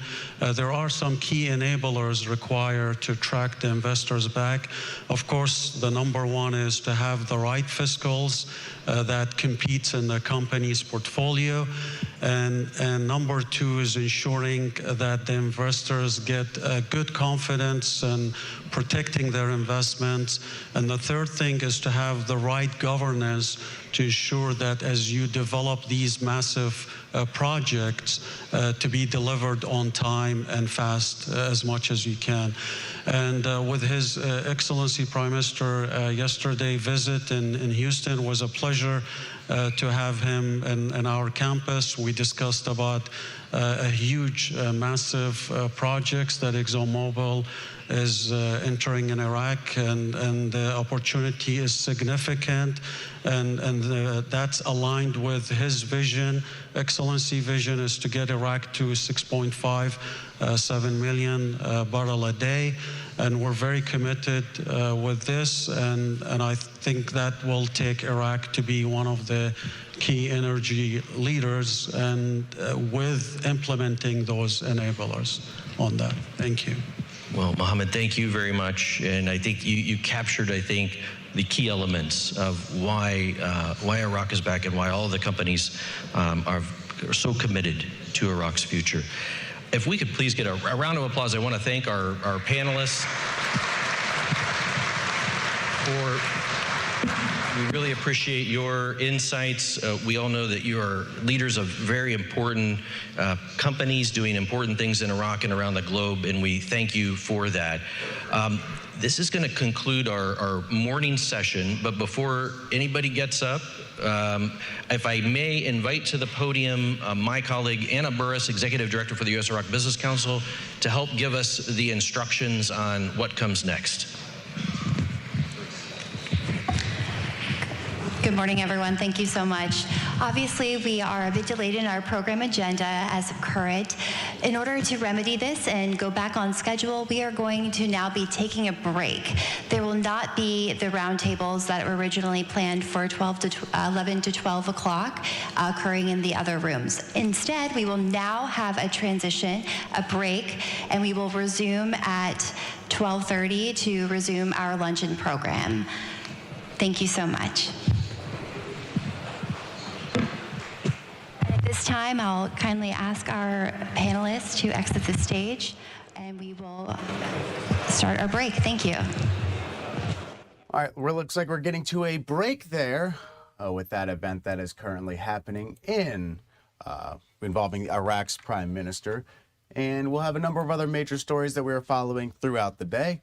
Hello, everyone. I'm Ryan Schmelz. Welcome into Live Now from Fox. We are obviously waiting on Department of Homeland Security Secretary Markwayne Mullin to give an update on election integrity after President Trump had that speech last night in the White House declaring that China manipulated in the 2020 election and had interference, and put out a series of documents, thousands of documents made available to the public that were declassified, that I believe also kind of crashed the website at one point because so many people were going on there to download them. So this is going to be one of the bigger stories that we follow throughout the day. And as soon as we get this live press conference, we will take it live in its entirety, commercial free. We also are expecting at some point an update here on FIFA coming in just a little bit.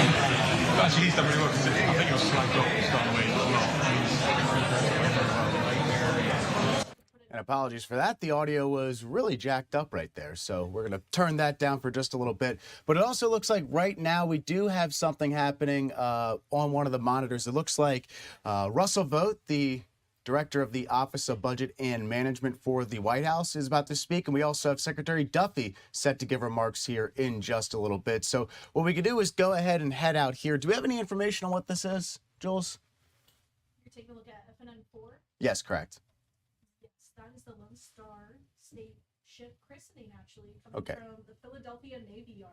Okay, so we're going to go to the Philadelphia Navy Yard for this christening of one of the Navy ships. And then when Secretary Mullin takes the stage, I see some camera movement there. We can go ahead and take that live. But in the meantime, let's go ahead and see if we hear anything from either Russ Vought or Secretary Duffy. So let's go ahead. We also have a Dem lawmaker who's there as well. So it looks like a bipartisan event happening right now in Philadelphia. So let's go ahead and turn up the audio.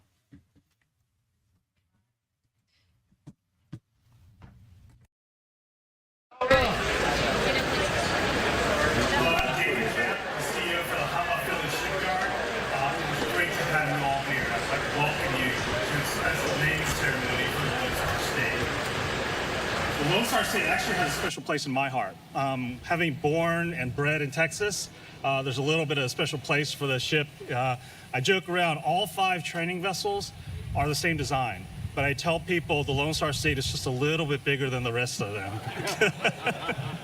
So, I'll start by saying, just before we begin, I'd like to remind everyone, let's have safety as our highest priority. Please, as you're walking around, be mindful of your surroundings. There's a lot of things that can hurt you, so just look where you're stepping. Please follow the instructions from the people who are taking you around. But again, we want everyone to have a great, safe day. Now, it's truly an honor to welcome so many distinguished guests. Starting with us today, Colonel Michael Folsom, the Vice President and Chief Operating Officer of Texas A&M University at Galveston. We are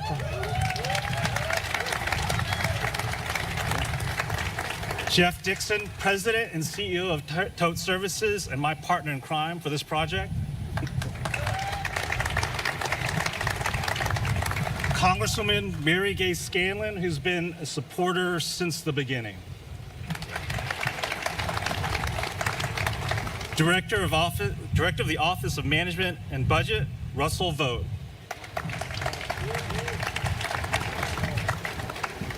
U.S. Secretary of Transportation, Sean Duffy. I've met the Secretary a number of times, and today was the first time that I met what I called his better. And it looks like Secretary Mullen is now speaking, so let's go ahead and pull up the audio here. Good morning, everybody. Thank you so much for being here. You know, President Trump is correct when he said that election security is national security. And one of the greatest privileges I have is being Secretary of the Department of Homeland, and part of that is that we secure our elections. It surprised me when we first started getting in and digging into the elections, and this isn't about rehashing the 2020 election. This is just exposing what took place and to make sure it never happens again. And there's some really easy steps that can be taken to secure our elections. And it shouldn't be a partisan issue. This should be something that every American, regardless if you're a Republican, you're a Democrat, you're an independent, you're a libertarian, regardless if you live in a blue state or you live in a red state, everybody should know that their vote counts. And we have individuals that are voting that shouldn't be. It cancels out someone that should be. So I want to go through some things in a little bit more depth than what we were able to expose last night, because President Trump, he hit the highlights, and those should be scary for everybody. What we're going to do is dig in just a little bit deeper, and then we'll take some of your questions. So first of all, Department of Homeland Security, we've identified 250,000 non-citizens registered to vote in just 4 states. Mind you, we have 46 other states. And just 4 states, we've identified 250,000 non-citizens registered to vote in California, and Pennsylvania, New Jersey, and Nevada. We also worked with proactive states to identify 28,000 non-citizens on their voter rolls, plus 400,000 individuals that are still registered to vote that are deceased. Now, these 23 states, they proactively worked with us on the SAVE program. That's Georgia, Ohio, Tennessee, Texas, North Carolina, Idaho, Alabama, Missouri, Louisiana, Kansas, Arkansas, Wyoming, Montana, Iowa, Florida, South Dakota, Indiana, Arizona, South Carolina, Utah, Nebraska, Michigan, and my great home state of Oklahoma. What's interesting to me is we're getting pushback from activist judges that are saying that, hold on, the SAVE Act or the SAVE program, they are trying to put a stop to. Currently, because of the SAVE program, we have a pending appeal because activist judges are saying what? They don't want to secure our elections? Once again, how is this a partisan issue? This shouldn't be a partisan issue. This should be that any judge and any God-fearing individual that loves this country should want to make sure that our elections are secure. And we have created inside DHS the SAVE program that allows states to proactively look at their rolls. And so when you have 278,000 individuals that are non-citizens registered to vote, plus 400,000 that have already been identified just in 23 states, what can we find? We have all 50 participating with us. We know, talking about our machines, we know for sure that our foreign adversaries, not our allies, foreign adversaries have parts that are vital pieces in our voting machines. We know that they can access what they consider the key to the back of these machines. We know that they can change voter registration and your vote. We know it's possible. There's not a question. It's not even for debate. One thing that I love about numbers and I love about facts is they don't lie. This isn't something that I'm trying to tell you to spin a narrative. This is what is going on. And what we are saying is that every state should partner with us to work to secure this. Once we identify the problem, everybody should be informed. Working with Secretary Lutnick, we are going to make our security enhancements mandatory, meaning that if these states want a grant and they want to be reimbursed to work or to run federal elections, they're going to have to implement security issues. Just security issues. We're not trying to get into anything else, but we're saying that the machines have to be secured and that your voter registration list needs to be scrubbed. We need to make sure that individuals that are legally able to vote are voting. We know that Iran hacked our state voter files and attempted to compromise, is the best word I can use, our systems where military members used to vote. So we're working with Secretary Hegseth and the DOW to safeguard those systems and protect our military voters. What's frustrating again in this is that the Biden administration knew this. And our intel community knew this. And not only did they withhold it from President Trump in his first term, but they withheld it, it looks like, President Biden in his term. They withheld this information from the public. They withheld it from Congress. That should never happen again. And because of President Trump's leadership, we're not allowing that to happen. We're telling the American people not to scare them, but to ensure them that we are watching it. We're taking it serious. We will secure our elections. Underneath President Trump's directive, he has gave Department of Homeland Security and myself the tools and the resources we need to secure the elections. But we have to have the states partner with us. If they choose not to, then the voters should hold them accountable.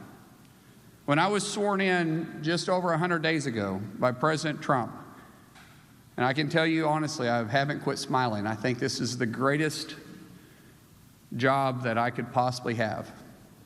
I said at that time that I'm going to fight for your yard and your backyard like I do mine, regardless if it's a blue state or it's a red state. Department of Homeland Security isn't just keeping you safe on your streets, but we're keeping our voters safe and our elections safe. But we can only do that if we have full participation. Right now, as I said, we only have 23 states participating with us. Out of just 4 blue states, to repeat that number, we found 250,000 non-citizens registered to vote. So for us, we're going to take proactive and reactive measures. At President Trump's direction, our cybersecurity team and CISA will release an updated election infrastructure plan, and it'll be public within 30 days, meaning that'll give the states the resources they need to help from the cyber side. From us, if they participate in the SAVE program, we'll provide the resources and training to support state election integrity. We're not trying to change the outcome. We're trying to make sure that American people can trust our voting system. Real ID does not prove citizenship and does not give you the right to vote. You must be a U.S. citizen and you must be eligible to vote. Before and after the election, we will scrub all election records looking for illegal aliens and those who are ineligible to vote, including those that somehow voted, yet they were deceased. If you're illegal and attempted to vote, or you tried to vote illegally for someone else, we will find you and we will charge you. Illegal voter registration and illegal voting both carry penalties up to 5 years in prison and up to $250,000 in fines. We will pursue maximum pressure on this. To let you know, we will be proactively looking at early voting, and then after post-election, we will continue to scrub all those that did vote. Those states that don't participate with us, they have public records of those that voted, which is where we found the 250,000 from the 4 states that don't participate with us. We will go through those records one by one, and we will pursue everybody. We will make sure that people know they can trust our elections. If states want the grant funding, to recap, they must secure the elections. I want to thank President Trump's proactive approach to this. He has put together a remarkable team that not only is informing the public about what's going on, but we're also informing Congress, we're informing our states, and we're going to secure our elections. States must be aware of the real threats for voter registration and the system breaches. And I do want to reemphasize the system breaches. Our machines are vulnerable. There are steps that can be made right now that can secure those. I would ask not just the public, but the media. That question should be asked of blue states, because we have red states participating with us. We have some red states that aren't. Every state that's not participating with us should be asked the hard question, why not? What are you afraid of? If they're not willing to do it, it should raise serious questions. It's not that hard. This isn't a partisan issue. So in conclusion, to recap, under President Trump's leadership, DHS is well prepared to support all states, red states, blue states, and local election officials ahead of the midterms. States must do their part to secure our election systems, and we stand by to help. If you are an illegal or you're voting illegally, we will hunt you down, we will find you, and we will prosecute you. The American people must have confidence in our elections. Election security is not a partisan issue, and Homeland Security, we're here to support everybody.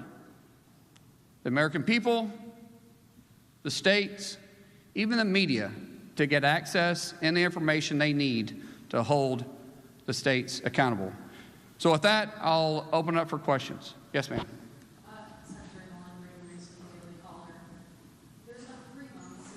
I think I like the Daily Caller better than the Daily Mail. I really don't like the Daily Mail. I'll take it.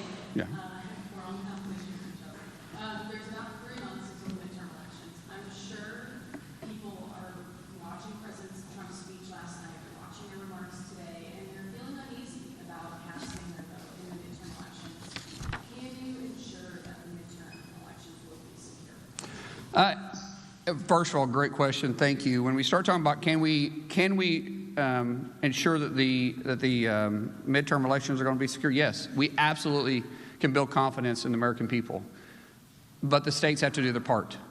I will tell you, if the states that choose not to participate with the SAVE program and they choose not to participate in securing the elections, we will make sure that we make those states a priority to look at who voted in their states and hold then the election officials accountable. If the election officials, once we gave them the information they need to secure their elections, and they chose not to, then those individuals can also be held accountable by fines, by penalties, and even, depending on how far it goes, prison time. Let me get the follow-up question, and I'll get to you guys. Hold on one second. Yes. The president has mentioned that there were intelligence officials who covered this up and kept it from him, from President Biden. Do you have an estimate of how many intelligence officials were involved in this? There's no question the intelligence community from the FBI, CIA, and even other places within DHS, not underneath President Trump's leadership, but that was underneath the Biden administration, kept it from President Trump and the American people in Congress. We are currently going through those lists. We will hold each one of them accountable. Some people aren't here. Some people are no longer in the agencies. Those that are, we will be held accountable. Those that abused their role in this will definitely be held accountable, because there is no excuse. If you purposely disobeyed the law and you purposely went around statute, then you have an accountability. You have a legal reason to be held accountable. Yes, sir. Yeah.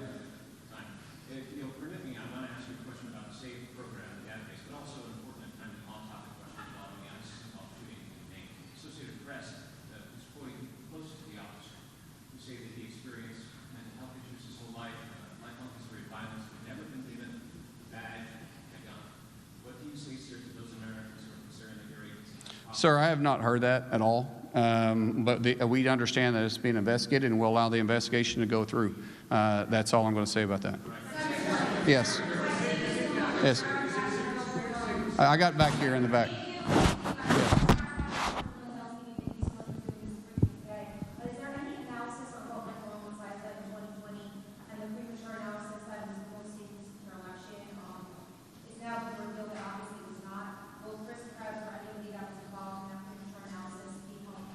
Everybody that purposely misled the American people, abused their power and their authority, and decided not to continue doing their job will be held accountable. What does that accountability look like?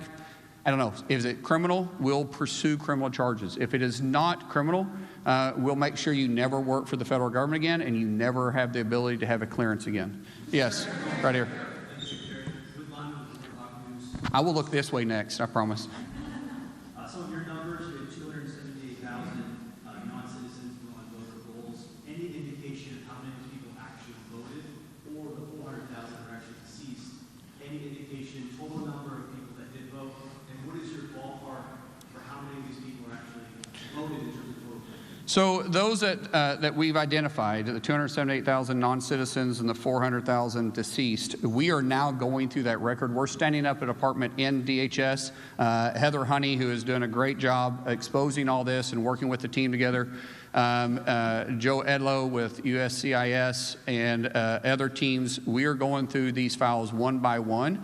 And one, identifying the individual. Two, did they vote? And three, where did they vote at? That's a hard, it's easy with states that participate. So the 28,000 that we identified with the 23 states that are working with us, that system can be very easily expose all 28,000. The problem is an activist judges now have put a hold on it, and so we're pending the case. Once it's turned back on, we'll be able to move fast. The 400,000 or the 250,000 in the just four of the blue states, meaning what were the states? So I got it right: California, Pennsylvania, New Jersey, and Nevada.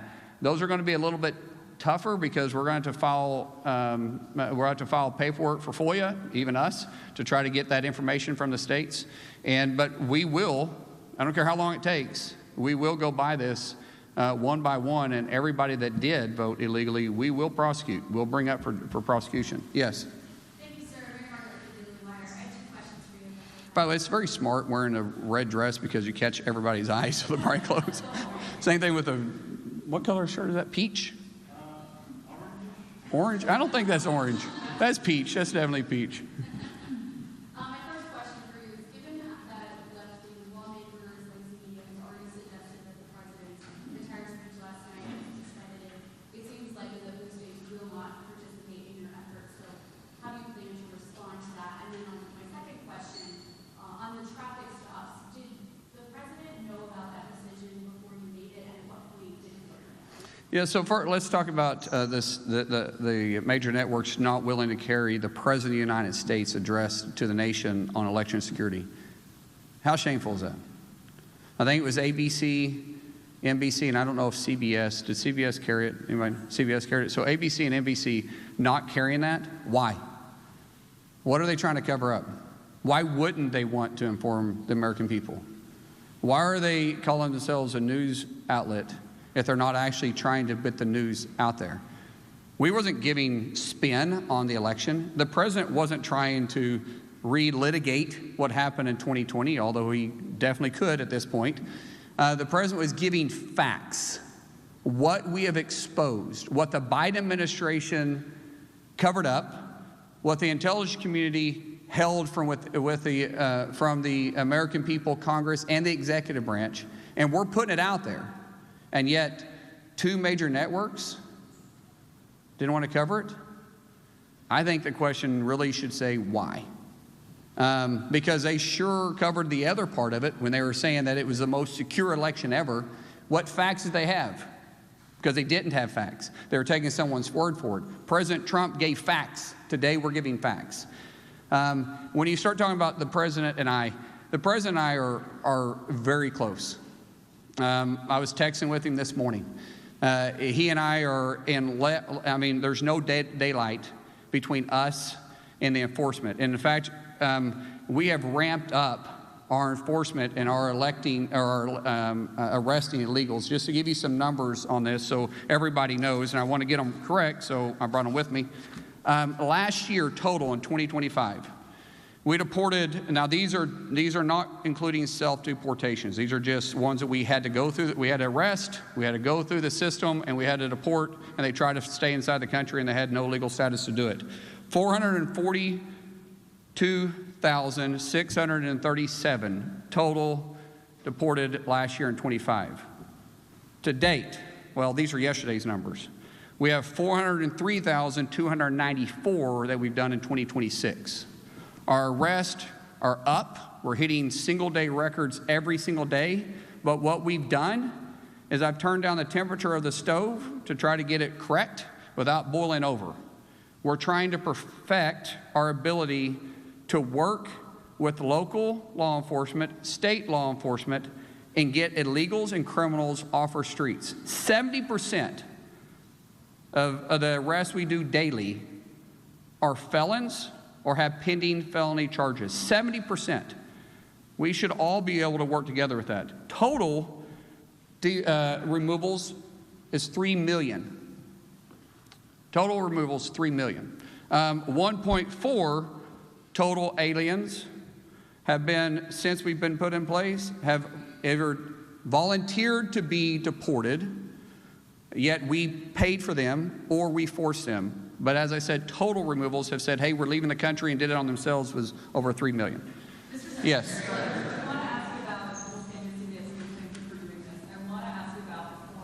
I'm sorry, who'd you say you were? Oh, thank you for covering it last night. Absolutely. I want to ask about foreign interference in our elections, but just first, since you mentioned turning down the temperature, what assurances can you give to Americans that ICE officers will face consequences if they violated DHS's use of force policy? And who will make that determination? And can you commit now to making that determination public? Well, let me clarify. When I say turn down the temperature, when I turn down the temperature with you guys, we're turning up the heat on the streets. We're out there working harder than we ever have because we've empowered our law enforcement to do their job. What I'm trying to do is remove us from the headlines every single day. But everybody will be held accountable. I don't pick and choose which laws I'm going to enforce. I enforce our nation's laws. That means I'll enforce it with our own agency, and I'll enforce it with the criminals on the streets. That's my assurance. Yes. Go ahead. And I saw you stand up. I'll get to you next. Go ahead.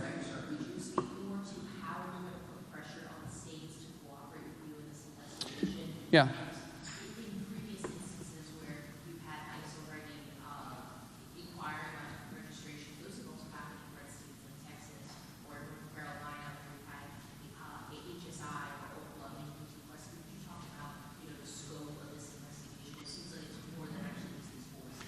So when we start talking about enforcing, first of all, the states to work with us and then the scope moving forward, I obviously can't force the states, but the states always look to us for reimbursement when it comes to helping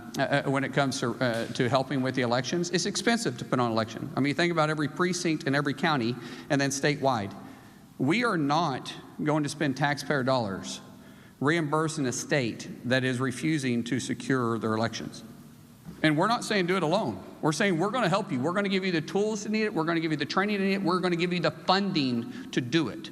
We're going to expose the vulnerabilities, and all you have to do is use that information and the finances and the training we're going to give you to secure it. If you do it, we'll reimburse you. If you don't, we won't. Last question. Hey, hold on. I'm getting the guy right there in the back. Thank you, Mr. Secretary. Neil Miller from Cable Marcus Voice. What are your former Republican Senate colleagues telling you? Are they going to move to House Majority Leader John Thune if he refuses to pass the Save America Act or can't figure out how to pass the Save America Act? I haven't heard that at all from the Senate saying they're willing to vote John out. John is a good friend of mine. He's a good friend of most people in there. Now, there's a difference of opinion. I think the SAVE Act should be passed tomorrow. I think it should have already been passed. There's no excuse for it not being passed. However, he has a vote problem. There's a number. Leader Thune supports the SAVE Act. He voted for the SAVE Act when it came up during the vote-a-rama. Except everybody controls their own card. And even, I think the last time the vote came up, there was 49 that voted. Even if we did away with the filibuster, it still requires 51. So I know Leader Thune is working hard on that, but he's got a very, very difficult task ahead. Yes. Let me just get to, I'm sorry, I told this guy with a paper I'd get to him, and then this is the last question. I have to go. I'm so sorry. Yes.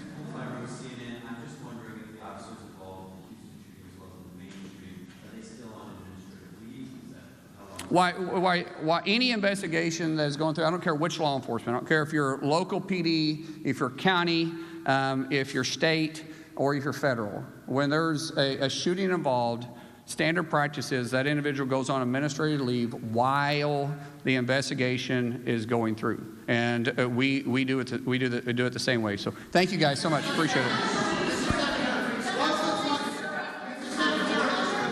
I will hang with this until he walks out of the room, and he has officially left the room. Just seeing if he would take any additional questions there. Again, you just heard Department of Homeland Security Secretary Markwayne Mullin laying out his plans for how the Trump administration is going to crack down on issues or security concerns related to the upcoming elections. So we heard a lot there. So he wants to make sure that any type of voter fraud doesn't happen again. He's working with Secretary Lutnick to make election enforcement mandatory. He said if states want a grant, states are going to have to use or comply with the security related issues that DHS and the Trump administration are going to be putting out there. He said that Iran had hacked state voting systems, and he's working with Secretary Hegseth and the DOD to prevent that from happening in the future. He says information was withheld from both President Trump, President Biden, and Congress throughout the last couple of years.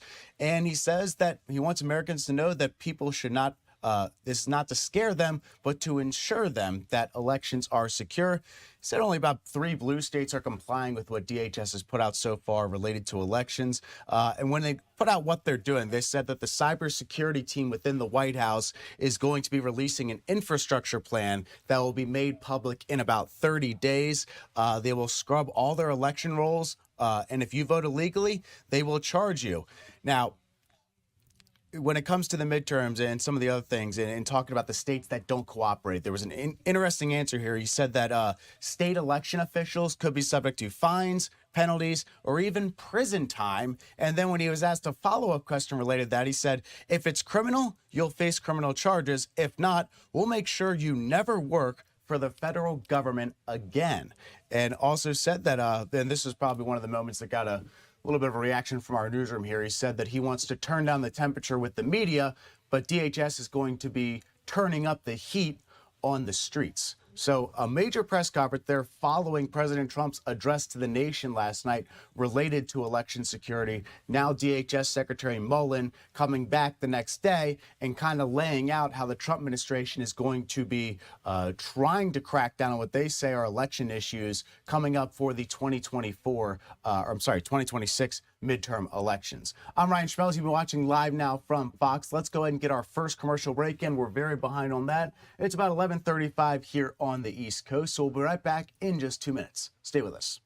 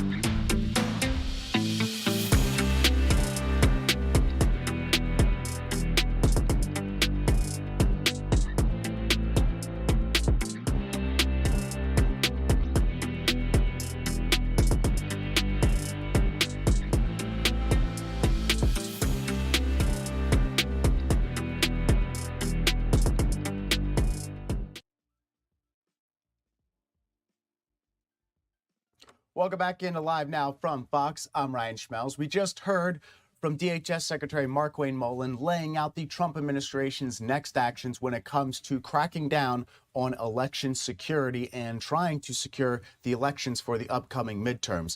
We do have this graphic that Julian, our producer, made for us saying this. DHS Secretary, oh, we're having some issues with that. Hold on one second here. There we go.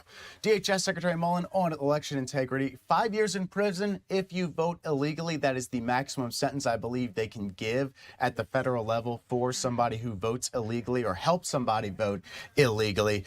Election plan to be released in 30 days. That's going to be the department in the Trump administration that relates to cybersecurity that will be putting that out and making that public for everyone to see. And information withheld from former presidents going back to President Biden as well as the first Trump administration. It also says that information was held from Congress as well. So this is kind of going back to the long-running vow from President Trump on cracking down on these issues that he has with the current voting system in some states across the country. And it should also be noted that this comes as the Save America Act. It's still very much one of the big talking points on Capitol Hill. President Trump pushed very hard for that last night in his address to the nation, which wasn't a shock. It's kind of the #1 priority right now of the Trump administration, but the votes just still are not there in the Senate. President Trump is calling on Leader Thune to abolish the filibuster to pass the Save America Act, but it just appears that the votes aren't even there to do that. So this has become a long issue and a big time back and forth that you see between House Republicans as well as Senate Republicans. So we'll see if Leader Thune or anybody is able to get some type of compromise there. They're trying to do that One Big Beautiful Bill Act Part 3, which would have certain grants related to election issues. So we'll have to see what the final text looks like. They've kind of released some of the framework right now, but the big key with that is going to be getting the votes and, of course, paying for this bill too, because it's upwards of $70 billion plus. Paying for it is going to be a big priority for some more fiscal conservatives out there. But again, some of the things that we heard from Secretary Mullin just a few minutes ago: 5 years in prison if you vote illegally, election plan to be released in 30 days, and information withheld from former presidents, which goes back to President Biden, President Trump, the first term, and also Congress here. So we have this tweet we'll show you from the Department of Homeland Security. We've identified 250,000 non-citizens registered to vote in just 4 states. We also worked with proactive states to identify 28,000 non-citizens on their voter rolls, plus 400,000 individuals that are still registered to vote that are deceased. And I've got some notes here to release out something that we obtained, which Secretary Mullin put out a little bit earlier, and I can show this to you in just a little bit. But essentially, he sent a letter to a number of these different states across the country. You have California, New Jersey, Nevada, and Pennsylvania. And the numbers that we have on this are 190,832 non-citizens registered to vote in California, could be as many as 35,152 non-citizens registered to vote in New Jersey, 15,903 non-citizens may be registered to vote in Nevada, and 14,576 non-citizens could be registered to vote in Pennsylvania. So a lot to follow there. We do have some things that we're following here, including a press conference related to FIFA. So really changing maybe the direction here for our press conferences and our live events here. But let's kind of get an update on FIFA, which the finals are going to be happening in just a couple of days here on Fox. It's going to be a lot of excitement. Spain versus Argentina. Should be epic. So let's go ahead and listen into this. Avoir une analyse qui est différente. Parce que je le répète encore, mais des fois on a du mal peut-être à m'entendre. À Doha, on fait la finale, on avait 4 joueurs offensifs. All right, we are trying to see if there was going to be a translation there, but we have to check on that real quick. But we are behind on breaks, so let's go ahead and try to get that next break in. We'll have more news coming up in just a little bit, so stay with us.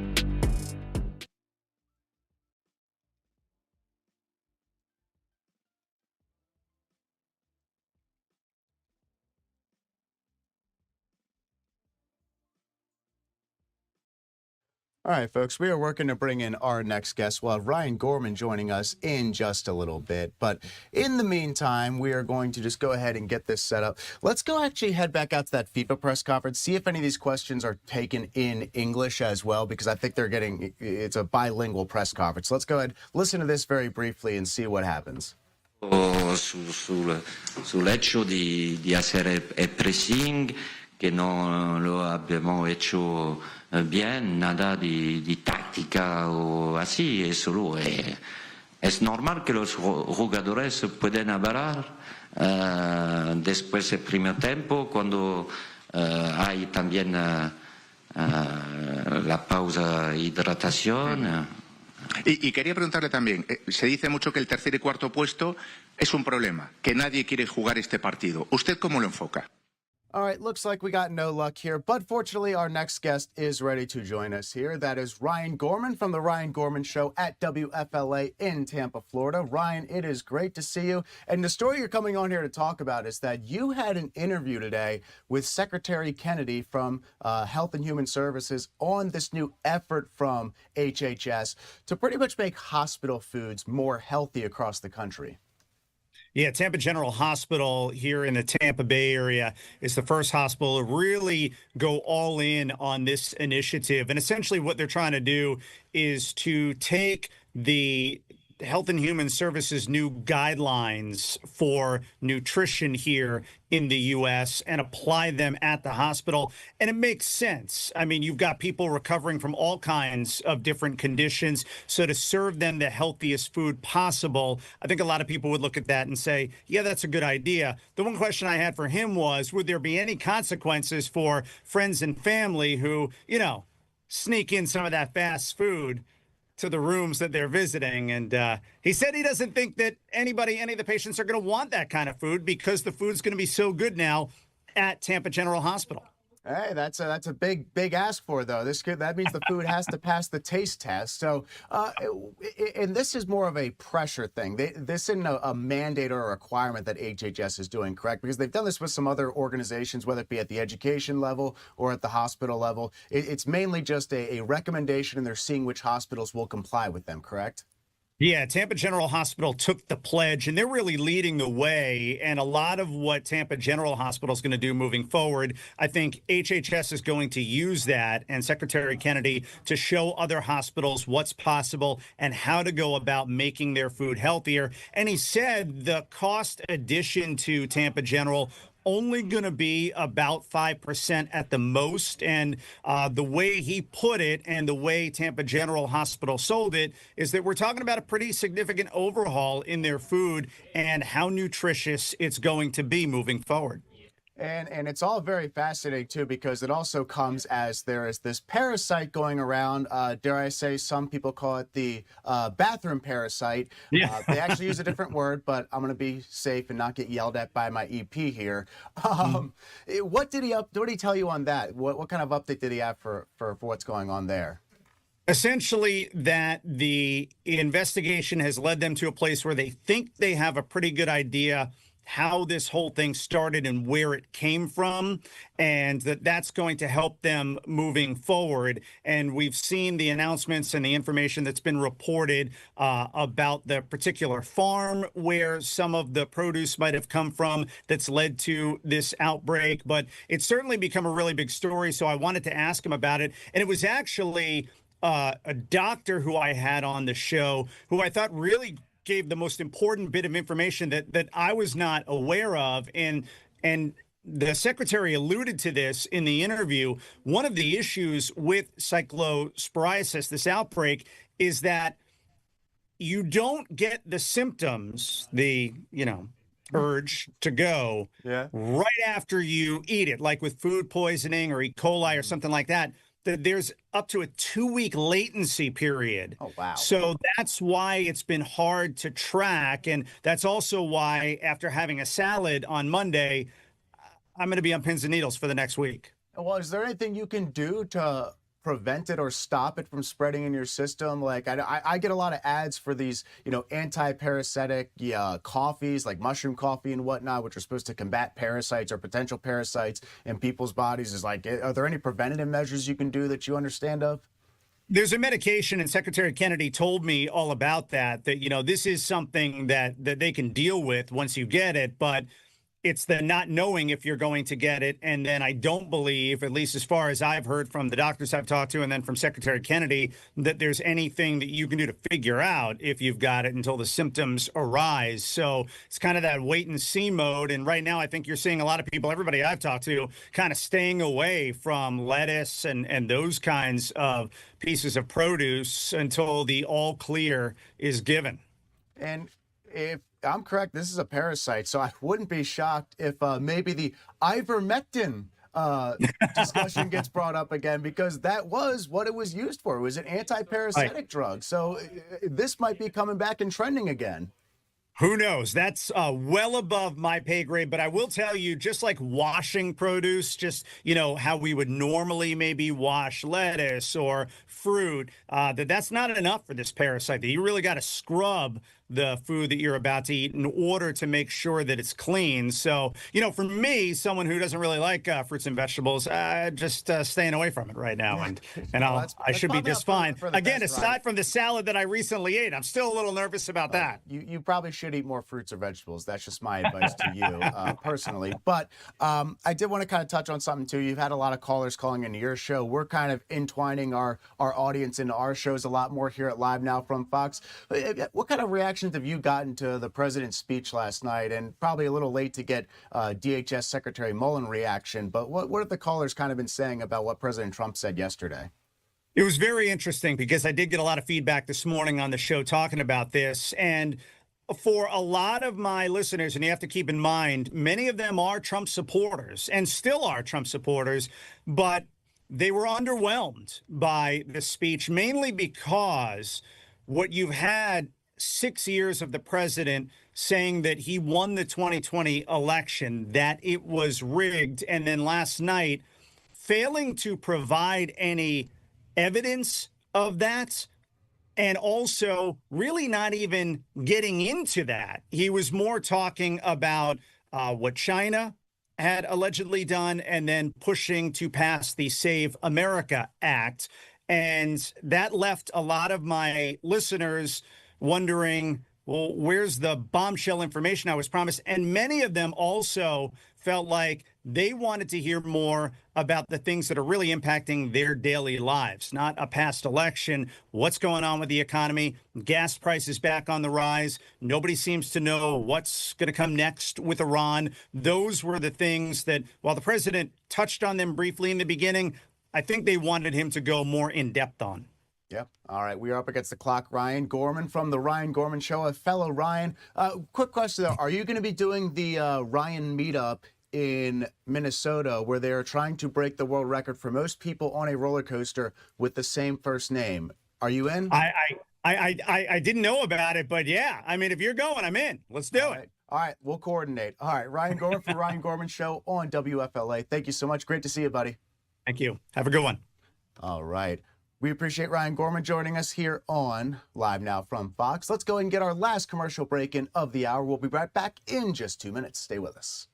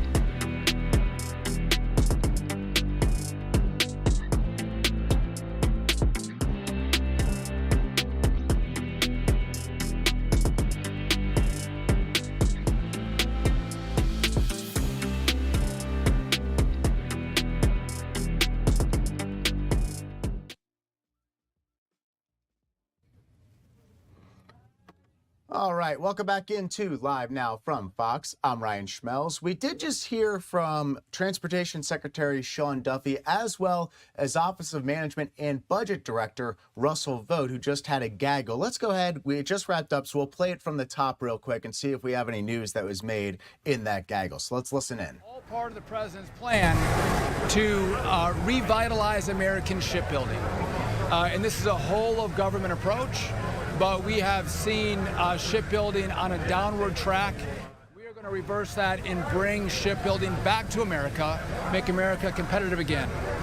Building commercial vessels, also incredibly important for our national security, because commercial vessels have a direct correlation with military vessels. And so, again, I want to reiterate, a lot of government is working together with the president, who has a vision to make sure we build ships in this country again. This is not one of those industries where you snap your fingers and you turn it around instantly. It takes time, but you have to start. And that's what we're doing with the second term of President Trump. Again, excited to be here. If you guys want any opening remarks, you can make those, then we'll take your questions. Yeah, let me just say, I'm here on behalf of the OMB Shipbuilding Office, which was placed as a symbol of the president's commitment to resource America's maritime dominance. So the president loves this shipyard. He loves the workers here.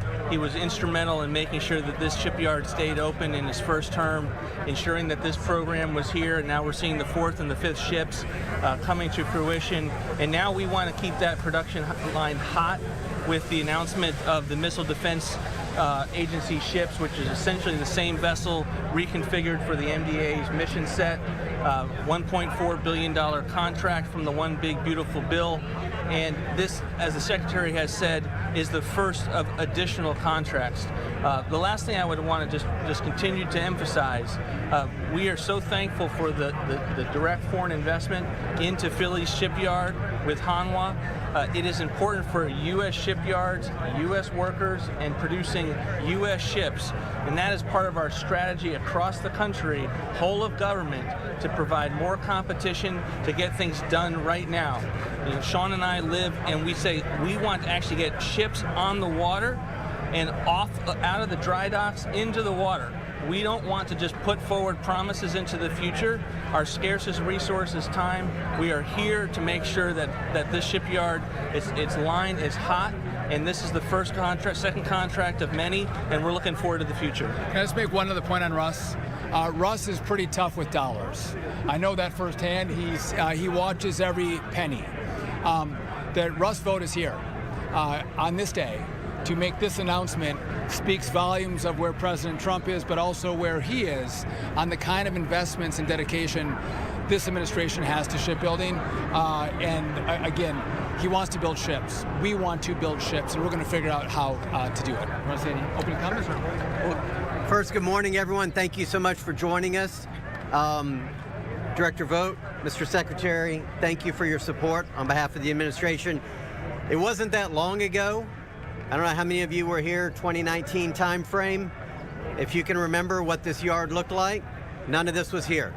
It was empty, and it was going into a caretaker status. And we came here and we visited with the Philly shipyard team. We ultimately selected them to execute the program as envisioned by the administration. And look where we are today.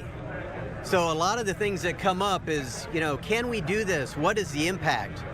Look around us today. Yes, we can. And so I would challenge all of us as a group, the investments that are being made today, let's start to look at where will that put us in 5 years? And that is the metric of success. So thank you so much, Mr. Secretary. We're happy to take your questions if you guys have any. And just we do want to give a shout out to all the workers who built these ships, the men and women of the greater Philadelphia area that made today a reality. A lot of places you can go to build ships in America, they came here to the Philly shipyard because of the infrastructure of this yard, but also because of the great workers of Philadelphia, the talent, the skills of the workers. So I want to make sure we mention them. Today doesn't happen without about their great partnership.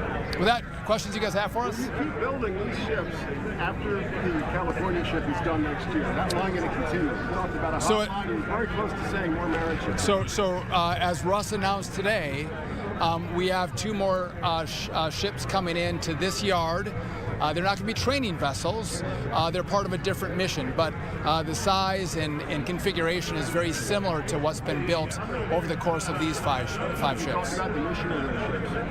It's the Missile Defense Agency, same ship, reconfigured for a different purpose and mission set, but ultimately one that is capitalizing on this line being hot. And again, that's another part of our strategy, is looking for where we can use current ship designs where we already have expertise and to move forward. So 2 ships on the Golden Defender. Correct. And I would just say that's a lot of the leadership was with Tote in helping us identify opportunities to go fast and to go efficiently and go where we have money for. And this was secured in the One Big Beautiful Bill. And just to be clear, in a lot of government contracts, they are over time and they're over budget. That is the story of some of our government contracts, but not here, which is why Russ was such an advocate to make sure these 2 new ships come to this yard and under Hanwha and Tote's leadership. These are vessels that are being delivered per the deal they have with the government, and that's what we want. Deliver on the deal, and no doubt they have delivered on the deal, and we're proud of that. Is that why you chose Tote for the other new contract, and where will those ships be built? So you announced you have another contract with Tote. Where will those ships be built? So that program is the Landing Ship Medium program. It was awarded this week by the Navy, so you can go online and find their latest release. Currently, that program's envisioned for 2 shipyards, Fincantieri and Bollinger, and we will be expanding the program to include a 3rd. Our goal is to speed construction and delivery of those ships to our warfighters. So you'll see more information on that here in the near future. They were chosen for that contract in part because of the success here, because of the on-time year? That was a separate bid process, but yes. Anybody else? No? Well, listen, thank you guys for coming out. Well done, Philly. You make great ships. Not so sure about your football team, but I'll leave that alone. Oh, shots fired. I know. Listen, thank you guys. And again, this is a great celebration. We want to see more wonderful celebrations in this shipyard, delivering for your community, but delivering for America and the maritime industry. God bless. Thank you.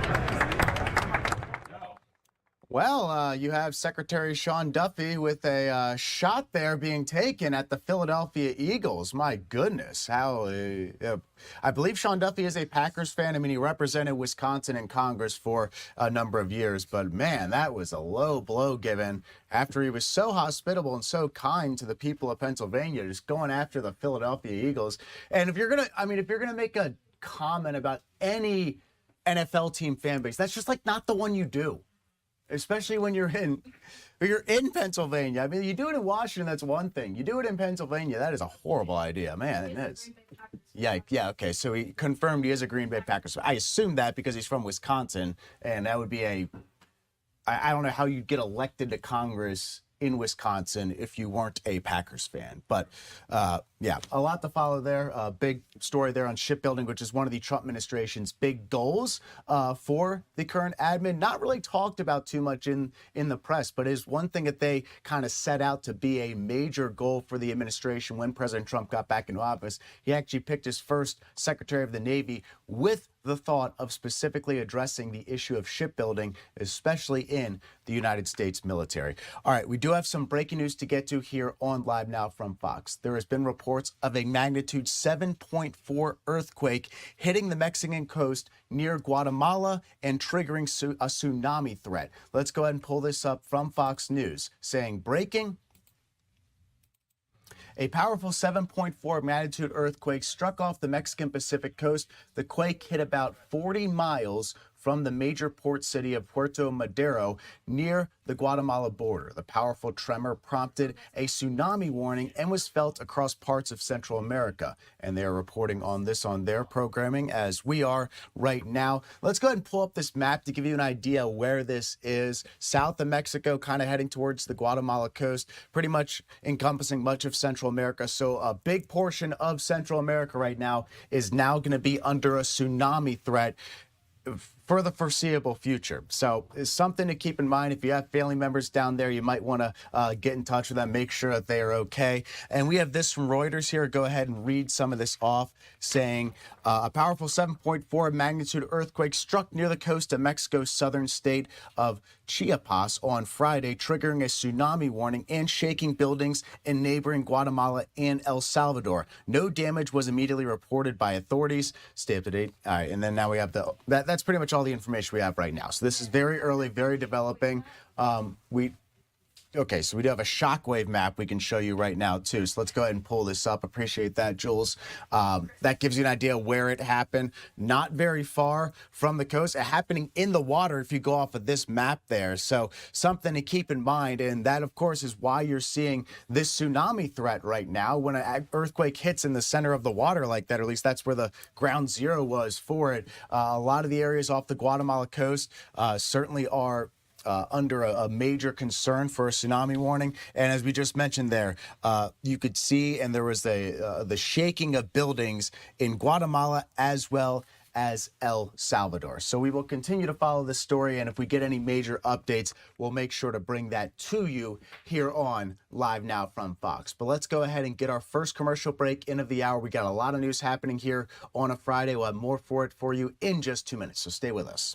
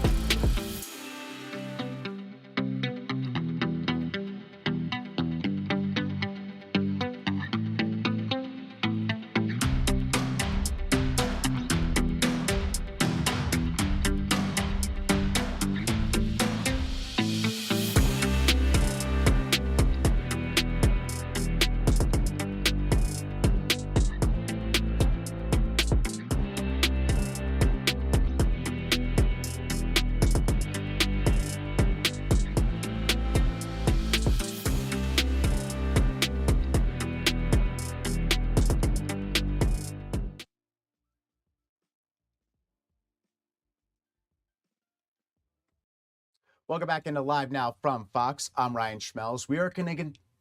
Welcome back to Live Now from Fox. I'm Ryan Schmelz. Let's start that over. We're going to continue following the breaking news we have here right now, which is a 7.3 to 7.4 magnitude earthquake has been reported off the Mexican coast in Central America. We have this map here right now and some of the information that we're going with from Reuters, which says a powerful 7.4 magnitude earthquake struck near the coast of Mexico's southern state of Chiapas on Friday, triggering a tsunami warning and shaking buildings in neighboring Guatemala and El Salvador. No damage was immediately reported by authorities, but there is this threat of possible tsunamis. And we have this graphic here right now showing you the rough estimate of where this location is right now, which is off the coast right there in Central America, very close to land, which does create that threat of a potential tsunami warning. We also have another look here, a map here that we have that we can pull up here, which shows you kind of where some of the information is, which says 7.3 depth, 15.178 kilometers. It's southwest of Aquillas, Cerdán, and Mexico. This was Friday. The official time it was reported was roughly 10 o'clock, 10:48, I should say, a.m. Eastern Standard Time. And again, right there with the data saying it is a 7.3 magnitude earthquake. All right. We'll continue to follow this, and if we get any major updates, we'll make sure to bring it to you here on Live Now from Fox. Do we have that information from Fox News we can pull back up real quick? Yep. We have this from the New York Times saying a major 7.3 magnitude earthquake struck off Mexico's Pacific coast near the Guatemala border, as we showed you on the map right there. Some more information from Fox News saying the quake hit about 40 miles from the major port city of Puerto Madero near the Guatemala border. The powerful tremor prompted a tsunami warning and was felt across parts of Central America. Again, we're continuing to monitor this as a potential tsunami warning. And as we mentioned before, there's currently been no reported damage as of right now, but we do understand that there was witness statements saying that they saw buildings shaking in both Guatemala as well as El Salvador. And what's that? Take your shot folder. Okay, this one? Oh, yeah. The map already. Okay, this one right here? No. Not this? Okay, sorry about that. Okay. Didn't really see the shot go out there, so I apologize. But we do have another story to get to right now, a live event currently underway. We have a judge ordering the immediate overhaul of the Adin-Lecto ICE Detention Center. Where is this out of, guys? You know where that's out of? What we're going to right now with the judge. Okay, we're going to go ahead and take this event. We'll update the graphics when we get there, but this is continuing to follow the latest with ICE and some of the relationships with the Trump administration. It appears that we have a blue city judge who's now ordering an ICE detention center to be overhauled. So let's go ahead and listen in live to this.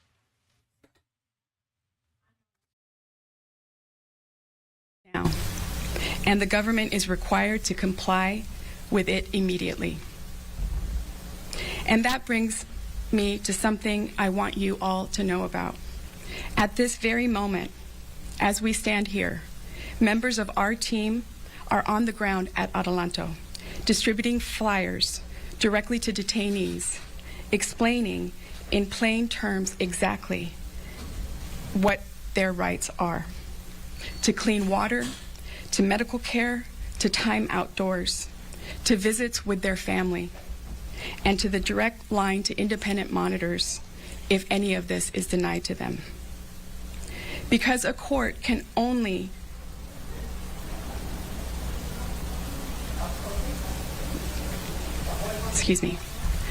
because a court can only do so much, it is so important that we have the support of the organizers and our co-counsel to help get the word out, so that everyone in the facility knows today what they're entitled to. This case started because detained people and their families trusted us with their stories at a real personal risk. This ruling is a testament to their courage, and we will keep fighting until every single person in protection is given these rights permanently. None of this happened in the courtroom alone. It happens because organizations like CHIRLA have stood with these families since long before this lawsuit was filed, keeping them informed, keeping them connected, and making sure their voices reach the people who have the power to act. So it is in my honor that I introduce someone who has been a partner in making sure that this fight continues and has continued and has started from the very beginning. Angelica Salas, Executive Director of the Coalition for Immigrant Rights, Humane Immigrant Rights. Thank you so much, Belinda, and our incredible team at Public Counsel. So good morning. My name is Angelica Salas. I am the Executive Director of CHIRLA, the Coalition for Humane Immigrant Rights. Today, July 17th, 2026, is a day of relief. It's a day of resolve and renewed responsibility to bring justice to immigrant families. This preliminary injunction restores a measure of human dignity to the men and the women who have been cruelly detained at the Adelanto Detention Center, operated by GEO Group, a for-profit private prison corporation. But let me be clear, dignity should never require a court order. Clean water, nutritious food, medical care, privacy, exercise, freedom from cruel isolation are not privileges. They are basic human rights. This emphatic win is a testament to the courage of our named plaintiffs in this case.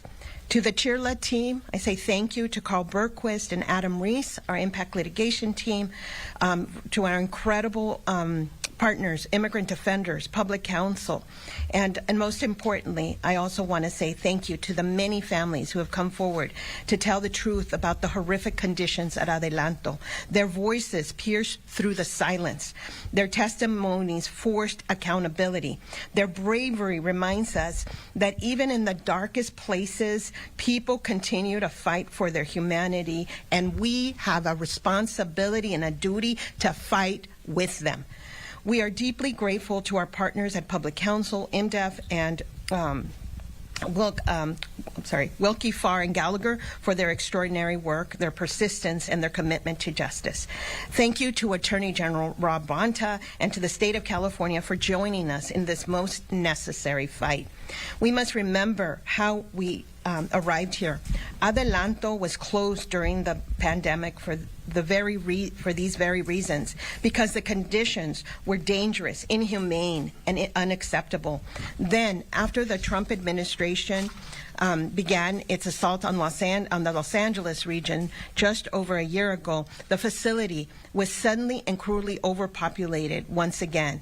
As we continue to fight to end the unconstitutional racial profiling that tears people from their homes, their workplaces, their streets, and their families, we're also fighting to protect those same community members after they're swept up by mass federal agents and held at B-18 in downtown Los Angeles, at Adelanto, and in detention centers across this country.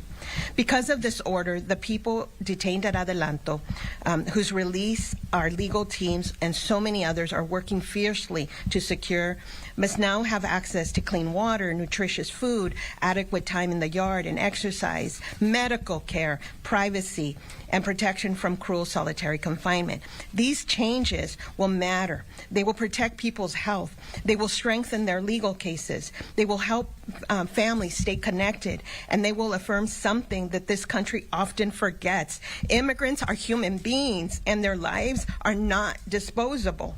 In California, we do not tolerate these violations, whether they are committed by ICE or by private corporations profiting from the detention.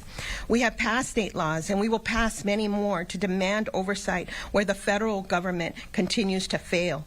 We're deeply appreciative of the state of California, its amicus brief. And I also want to say that yesterday, the district court's order recognized the documented suffering that it took to get to this decisive action. But my last message really is to our brothers and sisters who remain detained in Adelanto. And hear us clearly. You're not alone. We're fighting with you and your families and fighting for you, and our communities will not stop until you are free. To everyone listening today, this is our call to action. We must raise our voices, demand enforcement of this order, demand the release of people from detention, demand an end to the system that makes such cruelty possible. We cannot look away. We cannot slow down. We cannot accept cages as an answer to immigration, family seeking, and for families seeking safety or communities seeking dignity. I want to say thank you to every person and every family who shared their testimony and truth. We carry your voices and your stories forward. We will not give up because you're not giving up. We're going to continue to fight because you continue to fight, and we will fight with you until all of these horrible violations of human rights end. Y muy brevemente en español. Hoy es un día de alivio para nuestra comunidad, de determinación y de un renovado compromiso para hacer justicia a las familias inmigrantes.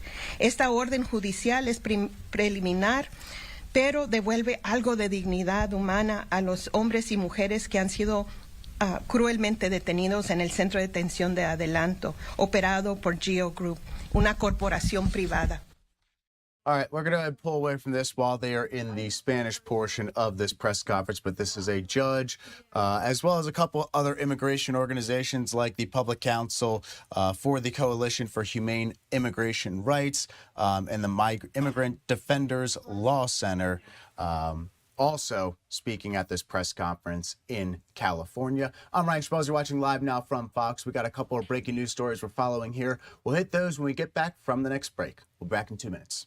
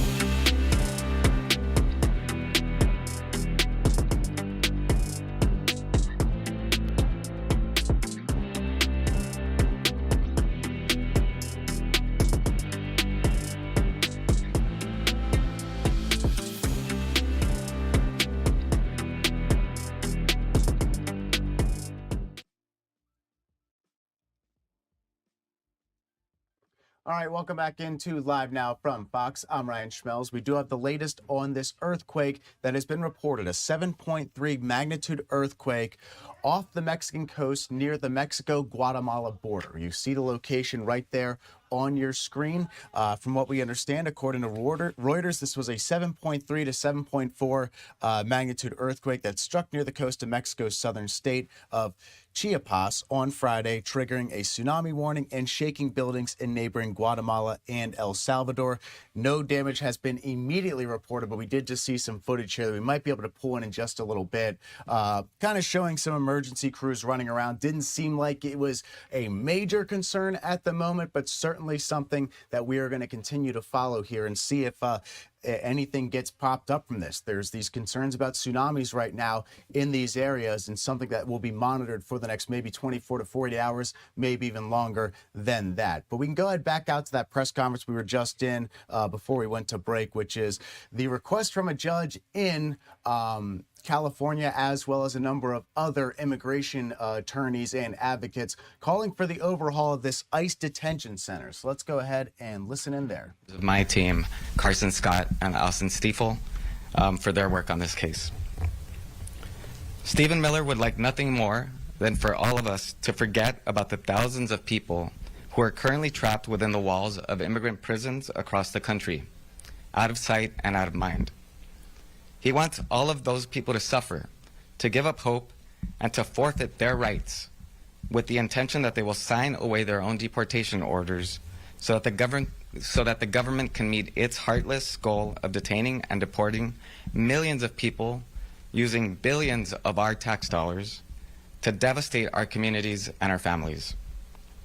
But we will not forget the people, our siblings, parents, sons and daughters, co-workers, and neighbors held at Adelanto and other internment camps across this country. We will not give up hope. We will continue to fight this administration tooth and nail until it's gone. And we will celebrate this ruling even while we mourn the pain that this administration continues to cause so many families. Briefly in Spanish. Stephen Miller no desearía nada más de que todos olvidáramos a las miles de personas que se encuentran atrapadas tras los muros de las cárceles para inmigrantes en todo el país. Ojos que no ven, corazón que no siente. All right, well, we're in the Spanish portion of this. Let's kind of just give you a little bit of a recap here. So this is a ICE detention center in California that has been facing an order from a judge to overhaul some of the conditions there. So we're hearing from a number of advocates on the ground right now. We have some people here. I'll read off the list that we have in front of us. So you have the Public Counsel for the Coalition for Humane Immigration Rights, which is CHIRLA, and then the Immigrant Defenders Law Center, and as well as Wilkie, Farr, and G. So it looks like a law firm as well. And as soon as he wraps up this, we do have another guest coming up roughly around 12:30, and we'll, of course, get to that when our guest is available. But let's go ahead and put the audio back up and continue listening into this press conference. Administración con uñas y dientes hasta que no tenga poder. Y celebraremos este fallo, aún mientras lamentamos el dolor que esta administración sigue causando a tantas familias. Gracias. Thank you. And now we will be answering any questions that anyone may have. Yes. Hi, Ryan Meadow of the LA Daily News. I'm wondering how you guys know that these court-mandated orders will actually be implemented. So we have the two independent monitors will be a significant benefit to that because they will have access to the facility, they'll have access to interview the detainees there, and they have access to interview staff there. That will be followed up by monthly reports to the court to make sure that the government does what it is ordered to do. And most immediately, we're there on the ground in Adelanto, making sure that the detainees know their rights and making sure that they know that we have, that we are here supporting them, and we will continue to fight for them. What if they don't? I'm sorry? If they don't make the changes? Then we'll go back to court and have the judge hold them in contempt of a court order. And who will the independent monitors be? That's still to be selected in the 14-day process. The first part of it is to come up with the Trump administration to come up with a remedial plan and for the parties to meet and confer on who the independent monitors will be. Una pregunta en español para Angélica Salas. América, el departamento DHS acaba de lanzar un comunicado que dice que todas esas acusaciones son falsas y que ahí les dan de comer bien y que los mantienen bien y que esto es parte de una apuesta que sigue la política del expresidente Joe Biden. ¿Qué le dices a esa respuesta? Primeramente, si nuestra gente fuera tratada bien, no moriría dentro de esos centros de detención. A nosotros somos testigos de la negligencia médica que está ocurriendo, de personas, ¿verdad?, que están sin ningún tipo de ayuda, y los detenidos son los que dieron los testimonios, pero los que dieron sus testimonios nomás es un grupo pequeño en tanto a todas las personas que nuestros abogados con las que hablan, y cuando hablan con ellos les explican: no tenemos agua, no comen frutas, no comen nada que es saludable. Los tienen trabajando. Para las mujeres tienen que pagar por sus toallas sanitarias, por cosas básicas. Entonces, para mí, de verdad, esta administración siempre va a mentir, siempre va a tratar de esconder su crueldad. Y nuestro propósito es de evidenciar, de traer luz a todo lo que está pasando. Todas las personas dentro del centro de detención que entraron en huelga de hambre, porque ellos quieren, ¿verdad?, que la gente sepa lo que les está pasando. Y sus palabras es: aquí nos tratan como animales y no como seres humanos. Entonces nosotros tenemos que traer esa dignidad y recordarle al mundo que nuestra gente somos seres humanos y tenemos derechos humanos y nadie nos los puede quitar. También en español, aunque es una decisión preliminar, ¿a partir de cuándo si tienen que hacer cambios la administración Gio en adelanto? Y también la demanda, ¿quiénes incluye? Entiendo que hay 2 personas que fallecieron allí, ¿y quiénes más?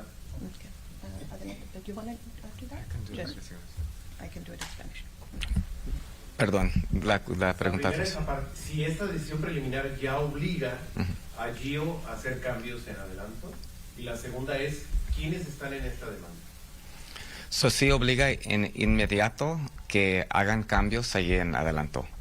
Como dijo mi colega, todavía estamos en la corte para una solución permanente, pero la solución que dio la jueza en este caso es que en inmediato tienen que hacer cambios en adelanto.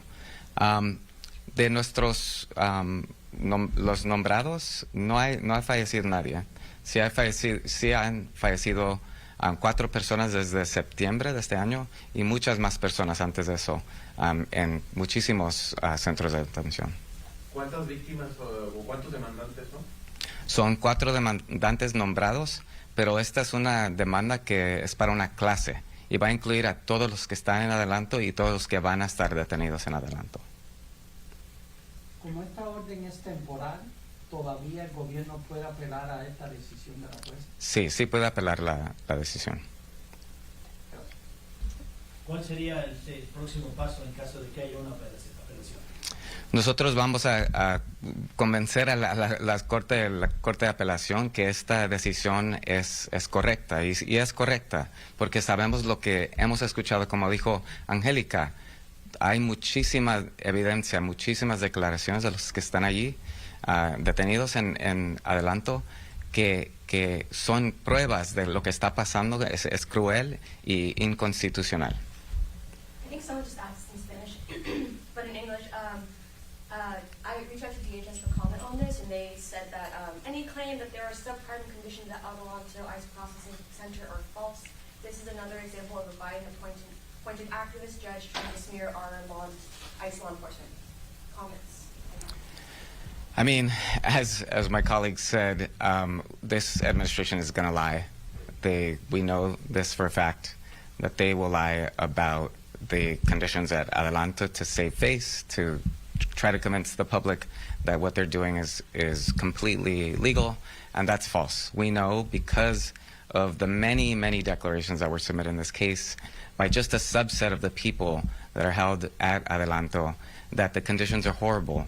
As my colleague said, people went through a hunger strike just to get the public's attention on the horrible conditions that are happening at Adelanto, and any insinuation or bald-faced lie by the administration that this is not true, that is a lie. Did you want to add something? All right, we do need to pull away from this because we are up against the break, or it's the clock for our next break. So we are going to go ahead and get that next break in. More news when we come back in just 2 minutes. Stay with us.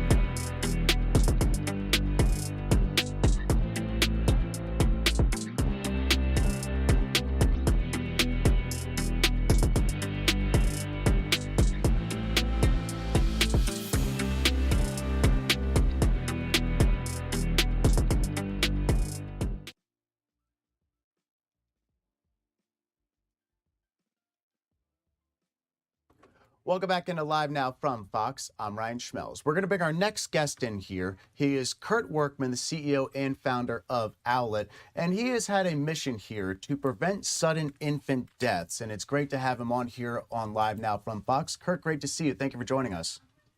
Yeah, thanks for having me, Ryan. So can we kind of get into the backstory for this for you, because this is a mission that has become very personal and very important to you. Can you explain why? Yeah, I'm a dad. I've got 3 kids. My oldest is 12. My youngest is 7. Right before my oldest was born, my wife's cardiologist told us our kids were at risk of having the same heart defect she has. She's had 3 heart surgeries. And when she was a baby, they didn't detect it. They sent her home from the hospital, and her mom ended up checking on her just at the right moment when she was going into cardiac failure. They rushed her to the hospital and did heart surgery that saved her life. And so I remember sitting there wondering, like, how would I know as a dad? SIDS is the #1 cause of infant mortality. It's affected hundreds of thousands of families over the last 50 years in the United States. And almost everybody knows somebody who's been affected by this. The oldest great-grandbaby in our family passed away from SIDS. I was 12 years old. I remember asking my mom, what happened? She said, they don't know. Sometimes babies just don't wake up. And so I learned about this technology they use in the hospital called pulse oximetry. It's that little red light that they put on your finger. And we've miniaturized it. We've put it into a little sock that wraps around the baby's foot. We call it the Owlet Dream Sock. Tracks their heart rate and oxygen levels, and then sends a notification to your phone if you need to check on them. It also tracks and trends all of their health information and sleep information to help parents navigate that first year. So this is, you deal with this pretty much every day. I mean, knowing that your wife has had this heart condition, she has to get checkups frequently for this. I know this because my uncle actually died from a heart failure similar to this. His sons have to get a checkup every single year almost to deal with their heart issues and to address that, make sure that this does not become something that gets passed down. So this has been something that you have to deal with every single day, right? That's right. Yeah. In fact, my wife just finished using a ECG cardiac Holter monitor that tracked her vital signs from her heart. She turns that into the doctor. They review all the data. She does an echocardiogram every year. So it's something that's pretty regular for us. It's, recently has become, a bigger issue. And, for our kids, what's interesting is that the technology for kids that they use in the hospital is still bulky. It's wired. It's very outdated. Owlet is now the only FDA-cleared solution for babies that's wireless, it's wearable. All of the data streams to the cloud. You can share it with your pediatrician. It's really just making hospital technology accessible for families at home. Every parent, when they leave the hospital, they've got a really big job. I remember walking out of the hospital and kind of for the first time realizing, wow, this is all up to me. I'm the protector, and my job is to keep this baby safe and healthy. And babies can't actually communicate how they're feeling or what's going on or when they're sick or if there's an issue. So this is where we believe technology can fill a really big gap. And when you come to finding that technology to fill that gap, there's a couple pieces of legislation that I believe you're involved with. I believe there's 2 bills that Congress is currently considering. Can you talk about what those are and what they would do? Yeah, we weren't involved in these bills. We heard about them and really support them. That one is called Bo's Act, named after the Baby Observation Act, but a baby named Bo in Indiana whose life was saved by wearing a dream sock. It notified their parents to a life-threatening condition. And they felt like that was their give back. They said more families need access to this. And so they worked with their representatives to create a bill that would do a formal study on using this technology and the impact of this technology on SUIDs or SIDS. And so we really support that. We think, there needs to be more data. A baby can't pass away without a change in heart rate or oxygen. That's just fact. The big question is, okay, if parents are aware, in what % of cases can they intervene? We've now monitored over 2 million babies. We have the world's largest data set of infant health. And we know it's having an impact. What we want to do is then work with HHS to get a study out. Unfortunately, with SIDS, insurance companies don't have an incentive to drive a solution. Providers aren't liable because it happens in the home. And so it's really parents, it's everyday parents that are the ones who are the most passionate about this. We work with 50 nonprofits across the country. They're all supporting this bill. And what it will do is it just will direct HHS to do a study on the impact of this health sensing technology, this incredible technology that we've used in the hospital for so many years, what impact can that have at home? And we're a big proponent and supporter of that because we believe parents having access to more information is ultimately a good thing and can help keep babies safer.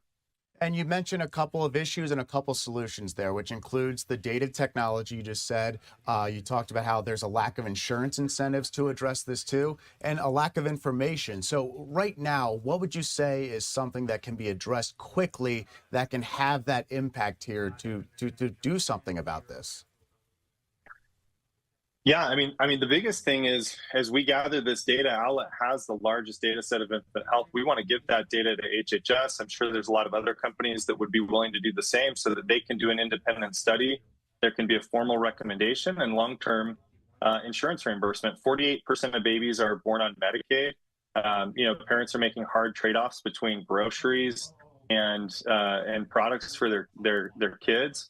And so we want to make this accessible and affordable for every family. That's our number one priority over the next few years. Have you had any luck getting in touch with HHS just yet? We have. Yeah, we've had several meetings with HHS. We've had great meetings with representatives on the Hill, on both sides of the aisle. This is not a controversial issue. Getting more data on what can keep our babies safe and healthy is something I think everybody supports, and especially those with medical backgrounds or emergency response backgrounds that have been impacted or have seen some of these cases. It's a no-brainer to be researching and having more information about this technology. It definitely seems like there's progress being made here. Probably not enough as of right now, but it does seem like it is moving in the right direction, though. It is moving in the right direction. We would love more support. It's now made its way into the appropriations for both the House and the Senate. There's the BOES Act, which has multiple co-sponsors, and then we're working directly with HHS. But I think this is something that, if you're listening and you can make your representatives aware, that's the help that we need. This is something that can benefit thousands and thousands of families every year. SUIDS is the leading cause of infant mortality. There are 40 times as many babies that pass away in the crib from SUIDS than pass away from car accidents every year in the United States. You'd never think that. You can go research it. But this is a big problem that needs to be addressed. Yeah, it's a number that's very disturbing and way too high, but something we definitely want to keep an update on and keep following, and we'll definitely have you back on, Kurt, in the near future. He's Kurt Workman, the CEO and founder of Owlet, and as you mentioned, they have a website where you can get some of the information they just put out and laid out here on Live Now from Fox. Kurt, thank you so much for joining us, and let's talk again soon, please. Thanks, Ryan. Thank you for having me. All right, definitely an issue we want to stay on top of. And when we come back from our last commercial break, we have a very special guest joining us. We have Brandon Pope to talk about The Odyssey coming up in just a little bit. So stay with us. We're back in 2.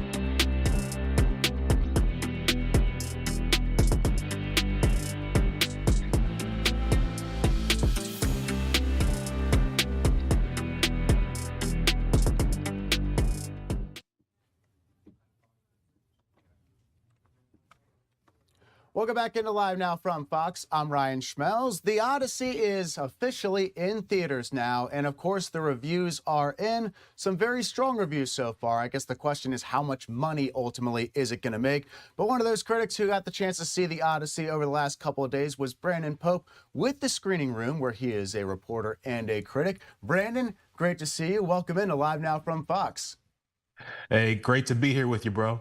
All right, so let's just go ahead, start off with what was your reaction to the movie? I got to see it last night, too. I was very impressed with what I saw. It seems like you were pretty impressed, too. Oh, man. I mean, look, I am a big fan of Greek mythology. I grew up reading the Odyssey and the Iliad. I'm not going to lie. I did Spark Notes at first when it was assigned to me in high school, but, you know, I still found a way to power through and read it. And I think Nolan did a great job adapting it. A book that I think in many ways is unadaptable. He did a great job really with the epic scale, breathtaking cinematography, this commanding sonic identity with that score from Ludwig Göransson, some great performances, ambitious storytelling. I loved it all, man. How about you? Well, I would say I thought the sound editing was phenomenal. I thought most of the editing was pretty great. Score, as you can expect, was top notch. Acting was great. You know, and the fact that this was a very long story, encompasses about 17 years, I believe, starting from the end of the Trojan War. They cover a little bit of the early stages of it. And I've seen these historical epics try to cover long periods of time before, like Alexander, the movie about Alexander the Great. You also have Napoleon that came out a couple years ago, and they were not successful cramming all that into about 3 hours. This one made the story flow, I thought, very smoothly. It wasn't perfect, but I thought very close to a masterpiece for the most part. Yeah, it didn't feel like 3 hours, did it? It had some really good pacing. And honestly, I think part of this was just the great cinematography and set pieces, using actual real sets, no green screens, right? I think that makes a big difference in seeing really the power of nature. You notice in this film, if you're a fan of the poem, The Odyssey, you know, there's so much talk about Poseidon and Zeus and these gods. And I think when you're reading it, you imagine them as these floating, glowing deities, right? But the Odyssey really presents them, aside from Athena, who is played by Zendaya really well, presents these gods as natural forces, right? So the crashing waves of the water, the blistering desert heat. Yeah, I found that all to be really fascinating, to use the practicality and the real gritty tactile sets there, and made a difference for me in making the story feel more grounded. A story about gods and monsters felt really deeply human. And you need to communicate that, I feel like, for the story of Odysseus. It's about a homecoming, right? It's about a family struggle. It's about the consequences of war on humanity. That still has a lot of applications today. And so I think people are going to really enjoy the real intention from Christopher Nolan to have real gritty sets and real practicality in this naturalistic take. And like you mentioned off camera, this is something he's kind of known for. He took the Batman franchise and gave it kind of this realistic feel, or at least this sense of reality. And he did this for the most part with a mythological movie too. Obviously, there's a lot more mythology, a lot more special effects, a lot more over-the-top stuff than you might expect from something like The Dark Knight. But yeah, still had that kind of realistic feel, or that grounded feel to it that really stands out. And one thing I am kind of seeing online, and this is always understandable when you have so many characters. I mean, it's an all-star cast, A-listers, B-listers, top to bottom. But of course, when you're trying to fit everybody in and tell everybody's story, some folks get more of an opportunity to shine. Others kind of get maybe pushed to the side a little bit. Was there any performance that stood out to you that you thought was particularly strong in this? Oh, man. I was actually kind of surprised by some of the performances. John Leguizamo, as the blind, faithful servant. His name kind of tough to pronounce, so I'll probably forget how to pronounce it. But John Leguizamo, this might be his career best performance, and really a stealthy way of doing it. The way he beautifully mirrors Queen Penelope's own perseverance and her longing and agony. This man, he just faithful and committed to this idea that his king is going to return. I think he's going to be a person we talk about for Best Supporting Actor at the Oscars. Also, Himesh Patel, unsung. The man was in most of the movie, but didn't get a lot of the top billing. I thought he was really good. And then ultimately, I think Anne Hathaway as Queen Penelope, wow, she arrests you with her performance. The grief, the rage, the intensity she brings to it all. And then finally, Matt Damon. I was skeptical when they cast Matt Damon as Odysseus, but I can now say, yeah, that's Odysseus. Like, Matt Damon is the man for this, and I would not be surprised at all if he wins Best Actor at the Oscars, because this was a real tour de force by him, and he showed so much range in displaying this character. Yeah, I would say that maybe Charlize Theron wasn't given as much to work with as some of the other actors, but she's phenomenal no matter what. And obviously not the central character of the story anyway, so that makes sense. But like you mentioned, Anne Hathaway, just about everything she touches right now turns to gold. She's kind of become one of those box office draws where every movie she's in is either a major budget movie or it's just a movie that gets a lot of marketing and a lot of publicity. So this is no exception to that. We have to probably address it too. There was a lot of controversy going into this movie. There were internet rumors for weeks about that Elliot Page was going to be playing Achilles or some of these other casting choices. It just kind of shows you that the internet can really make a lot of stories up, because Achilles isn't even in the movie. I hope we're not spoiling too much there, but there is no sign of Achilles. Let's just make that clear. Yeah, it's something. It's funny how people can get enraged about something they haven't seen yet, right? And also enraged about things like historical accuracy, when this is not necessarily a historical piece. This is nonfiction, right? And so Nolan is choosing to interpret this take the way he wants to. Look, my theory on this, when we talk about race swapping, you know, there's been a lot of controversy about Lupita Nyong'o as Helen of Troy, right? A lot of racism she's endured. I feel like when it comes to the race of a character, if the race is important and inherent to the character's being and who they are, like, for instance, Black Panther in Marvel Comics, then it would make sense not to change their race, right? But aside from that, if there's nothing to really identify that this person has to be a certain race, then I think it's okay to switch it around and interpret it in different ways. And I think it's powerful to have Helen of Troy, who in Greek mythology is the most beautiful woman of all time. Men are fighting wars for her. To have a Black woman be that, and Lupita Nyong'o at that, who is, I would go to war for that woman. Like, that alone, I think, is a pretty powerful statement by Christopher Nolan. It's going to upset people, but ultimately, that's art. All right, Brandon, final word here. Anything you want to add? Final thoughts on The Odyssey before we let you go? Yeah, I think it's really important to watch this in the best format possible. See it in theaters. If you can get a 70mm cut, go for it. IMAX especially, because the grand scale, it's emotionally devastating, it's intellectually rich, it's epic. You really don't want to miss it in the best format possible. But if you can't get the best format, it's okay. Just see it in the theater. Go pee before you do. Yeah. Buckle in, because it's long. Yeah, it's near 3 hours long, and I will admit I did see it in standard definition, but that's also because the seats were extremely easy to book for that, and there's a lot of showings available in standard def. IMAX, not exactly the same way. Those are a little more in demand right now. But he's Brandon Pope. He's with The Screening Room. He is a critic and reporter, and we are looking forward to having you back on in the near future, Brandon. Great stuff, and great to see you, buddy. Always great to see you, bro. Thanks a lot. All right. That's Brandon Pope there. You can follow him on most social media accounts.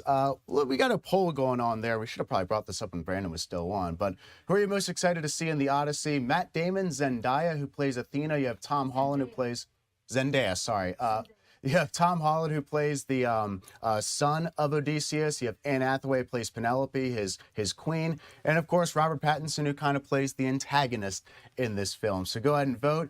Do we have the other ones that we had pulled up for the Odyssey-related stuff? Let's go pull that stuff up. Did you read the Odyssey? Did you read the Odyssey? That's, yeah. I was interested to see how that was go. Go back to the one if they're excited to see the movie. That one was probably better. Oh yes, well, we got some people saying they love the Odyssey. Okay, there we go. All right, will you see the Odyssey? Yes or no? We have all those available, right, Jules? So it's one at a time. One at a time. Throughout the interview, so we've been getting. Okay, so we've been shoveling them through. Okay, so let's leave one of them up when we go. Well, we're not going to go to our next break. We are going to.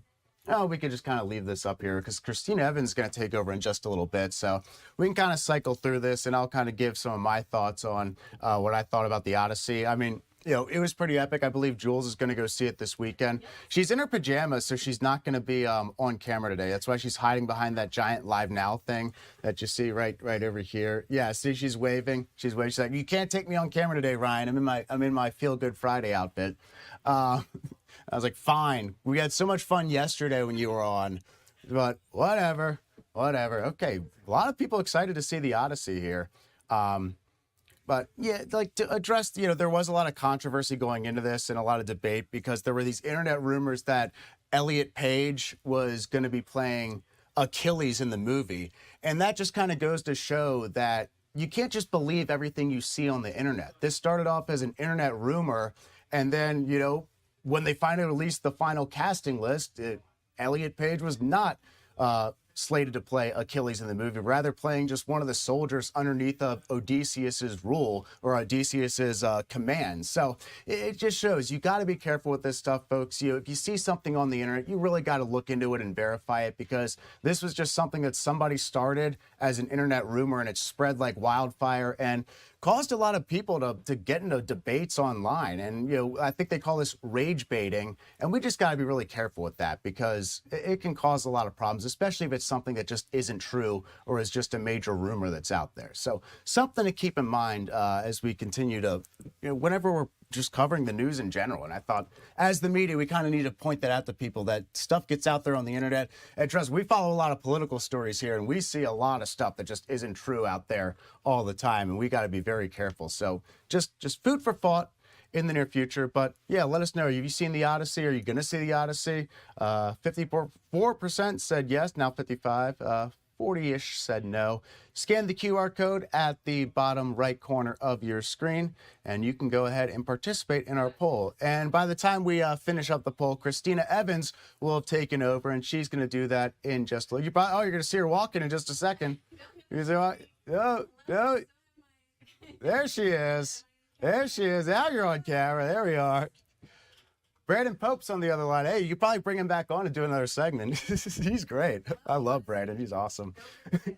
Go Zendaya. There you heard it. You heard it there from Christina Evans.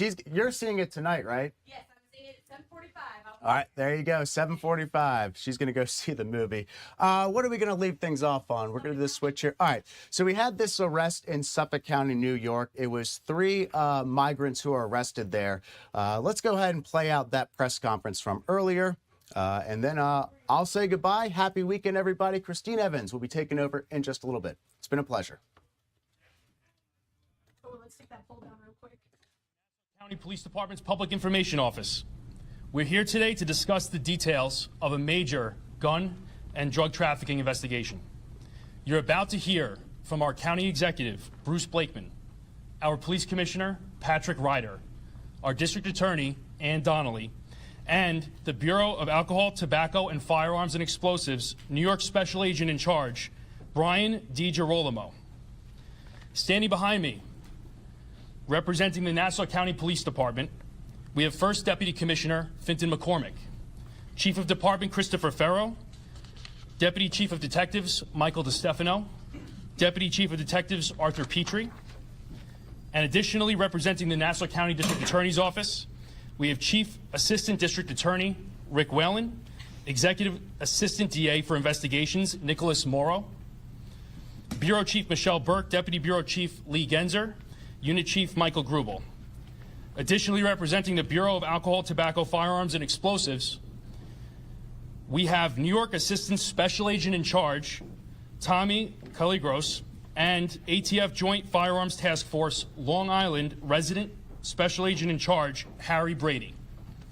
Representing the Drug Enforcement Administration, we have the New York Enforcement Division Special Agent in Charge, Farhana Islam. We thank the NYPD for their participation, and from the Suffolk County Police Department, Inspector Paul Hyland from the Chief of Detectives Office. Representing the United States Marshal's Office, United States Marshal Vinnie DeMarco, and Supervisor Deputy U.S. Marshal Adam Mackey. At this time, you will now hear from our County Executive, Bruce Blakeman. Welcome, everybody, and thank you for joining with us today. This was a takedown of historic proportions that will not only make Nassau County safer, but the whole region.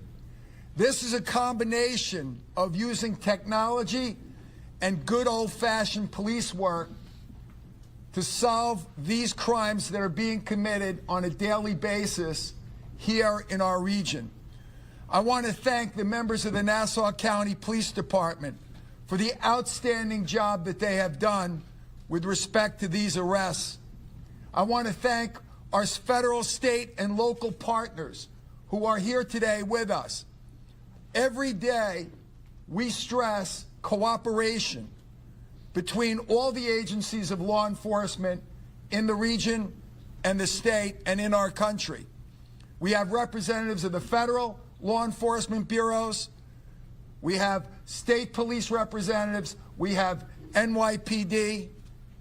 We have Suffolk County Police, all working together to make our communities safer. If anybody read the 9/11 report, one of the biggest criticisms of 9/11 was the lack of coordination, cooperation, and sharing of information between agencies. That has been remedied through the years. We value the relationships that we have with all of our law enforcement partners, so I want to thank them here today. So in summary, what we have today, 6 individuals were arrested. All of them come from Jamaica, the island, not Jamaica, Queens. 3 of them are illegal migrants who don't belong in this country, should never have come here in the first place. Our police, along with our federal, state, and law enforcement partners, were able to confiscate 47 guns, as displayed here on these tables, 1 kilo of cocaine, and 150 grams of heroin. These are things that would have made us much less safe if they were continuing to be on our streets, the guns and the drugs. Who knows how many lives have been saved by this police action. So I want to commend again our own department and all of our state, federal, and local partners for their cooperation. I also want to thank our outstanding district attorney, our chief law enforcement official here in Nassau County, who each and every day prosecutes the people who commit crimes in Nassau County and Donley. So without further ado, to give you a more detailed briefing on the arrests and the takedown and the confiscation of these weapons and drugs is our outstanding police commissioner, Patrick Ryder. Thank you, boss. Good morning. 14 months ago, a plainclothes unit in Nassau County did a car stop, a routine car stop that led to the arrest of an individual and a gun recovered. From that investigation, 14 months later, you see what the work that was done, but not done without our partnerships. District Attorney Ann Donnelly, our ATF, DEA, Suffolk County, NYPD, Secret Service, and the U.S. Marshal's Office. Again, we cannot do it without our partners. We have great partners out here in Long Island, and we hope to continue that going forward. We started this investigation in April 25 and recovering 47 firearms at the end. Some of them have high-capacity magazines that hold more than 10 rounds, which are also illegal. We recovered more than 1 kilo of cocaine, 150 grams of heroin. Some of these guns were stolen from across the United States, and some of these guns that were taken off the street were used in shootings, both in Suffolk County and Alabama. We know that because of our partnership with the ATF to put that together. All right, as you see there, listening into this update, we were able to get from our partners there at Fox 5 in New York. And I know we had it up on the screen as Suffolk County, but this is actually Nassau County. So did want to correct that for you as you are tuning in. But we are in a new hour here on Live Now from Fox. I'm your host, Christina Evans. I do want to thank my colleague, Ryan Schmelz, who is with you for the last few hours, taking you through today's top stories. I'm going to continue to do the same. Speaking of that, it's these live events that are now coming into our newsroom that we want to now turn to. This one now coming to us with Representative Jayapal now speaking on immigration enforcement. Let's listen in. Seeing his face he heard his voice in his cries for help as he was killed. Johann Sebastian Guerrero's wife and daughter, still in her bluey pajamas, were there as ICE pulled Johann's dying body out of the car and handcuffed him even after he had been shot in the head. There have been at least 11 deadly killings of people in ICE-involved activities, from Rene Good, Alex Preddy, Miramar Martinez, to Lorenzo Salgado Araujo and Johann Sebastian Guerrero, and zero accountability for any of those. Even the brief traffic pause in traffic stops, initially announced after the widespread outrage to these two latest killings, was immediately overturned by Trump himself. These deadly shootings are only the tip of the iceberg. Across our city, our county, our states, everywhere, the outrages behind the public events continue, inflicting a deadly and too often silent terror on our communities. Every incident that doesn't get news is paralyzing our communities with terror. And that is exactly what Stephen Miller and Donald Trump want. They want to rid our country of all immigrants, regardless of immigration status. They have installed daily quotas of 2,000 arrests every day, roundups that lead to these deadly killings, but also create an everyday terror that doesn't get the public attention it deserves. They have detained the parents of at least 11,000 children, and 145,000 U.S. citizen children are estimated to have had at least one parent deported. Every single night across this country, over 60,000 people are incarcerated in private, for-profit detention facilities like the one in SeaTac. And since Trump came into office, 53 people have died in ICE custody, the most recent death occurring just a couple of days ago. These private prison operators feed detained people rotten food, deny them water and medical care, including right here in Washington at the Northwest Detention Center, where One America under my leadership almost 2 decades ago did the first report on human rights abuses in the Tacoma Detention Center. Every legal avenue for immigrants to be here has been shut down. The ending of TPS, temporary protected status, has thrown millions of people across the country into a horrific limbo, while every single day the administration has slow-walked or shut down the processing of applications for any form of relief. Today, immigration courts, as you'll hear in several cities, including Seattle, are holding master calendar hearings where dozens of unrepresented individuals are scheduled to appear at the same time. These mega master hearings give people very little notice of when they're going to appear, and immigration judges are creating expedited timelines that harm the applications for relief and make people vulnerable to deportation. Instead of the necessary and humane reforms to an immigration system that hasn't been modernized in over 30 years, this administration has pushed denaturalization of U.S. citizens, ending of birthright citizenship, the unleashing of a supercharged enforcement operation that has given, without our consent, over $210 billion of funding of U.S. taxpayer dollars just over the past year, even as Americans have been stripped of their health care and face rising gas and grocery prices. Now, I'm the ranking member of the Subcommittee on Immigration in the House of Representatives, and I intend to be chair of the Immigration Subcommittee come November.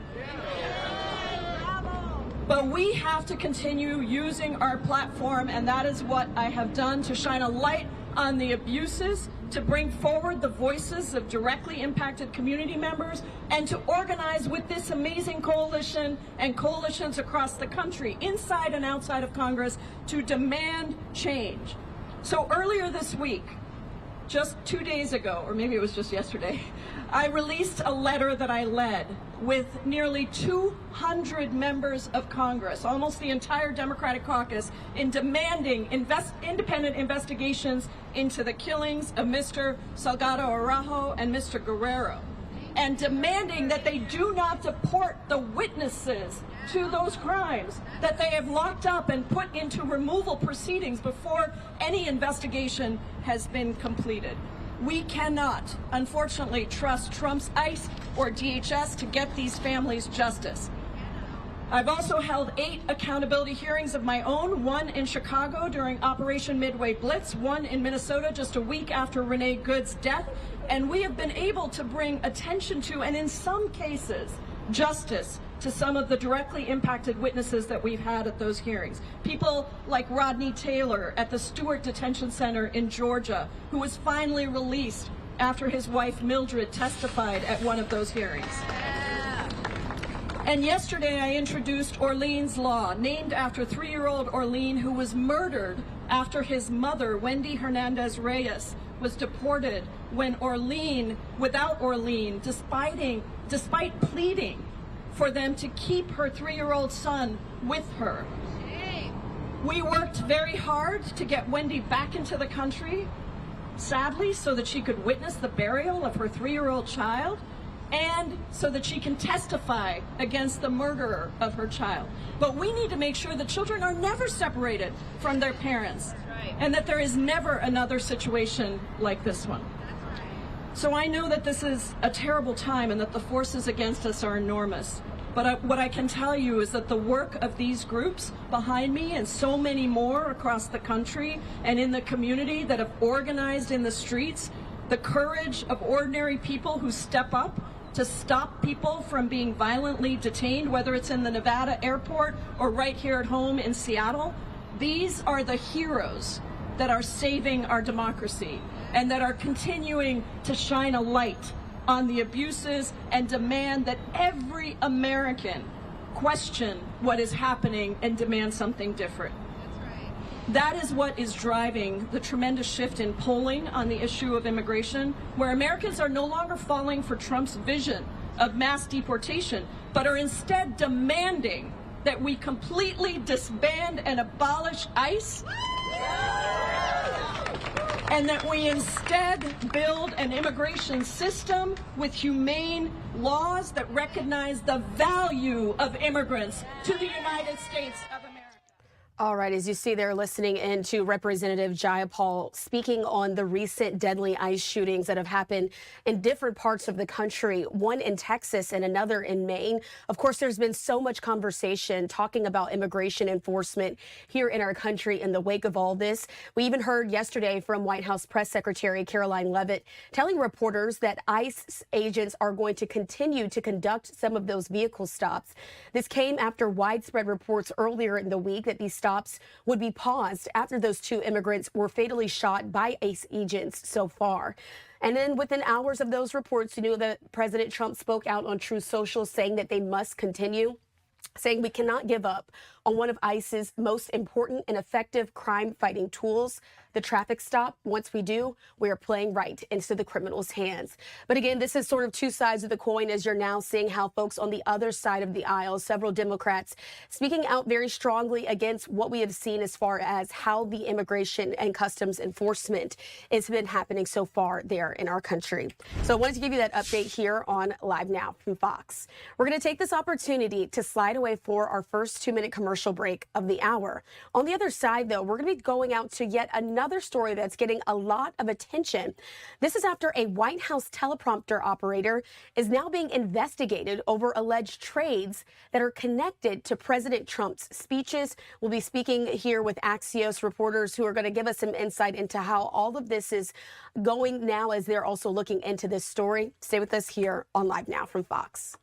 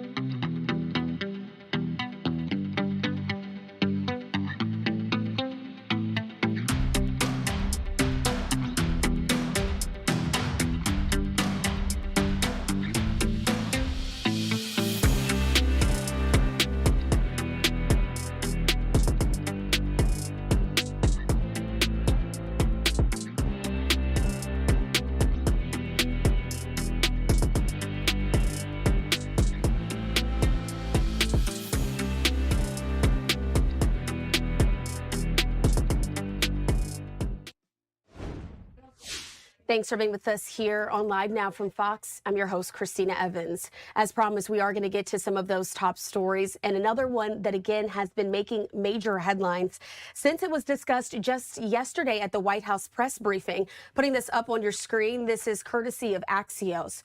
But we do know that federal regulators say that they are now investigating whether a White House teleprompter operator capitalized on his knowledge of President Trump's prepared speeches by making trades on the prediction market Kalshi. The speeches that the person allegedly traded on include the State of the Union address that happened back in February. And so we're going to be speaking here with Axios in just a few moments about this story, but I want to play out the response that we did get from the White House press secretary, Caroline Leavitt, in relation to this story. Obviously, I'm aware of the report. The president is too. I spoke with him about it. He believes it's deeply unfortunate and, frankly, a disgrace. And the individual that was cited in that report is complying with the CFTC. All right, as you heard there from White House Press Secretary Caroline Leavitt speaking out about this story.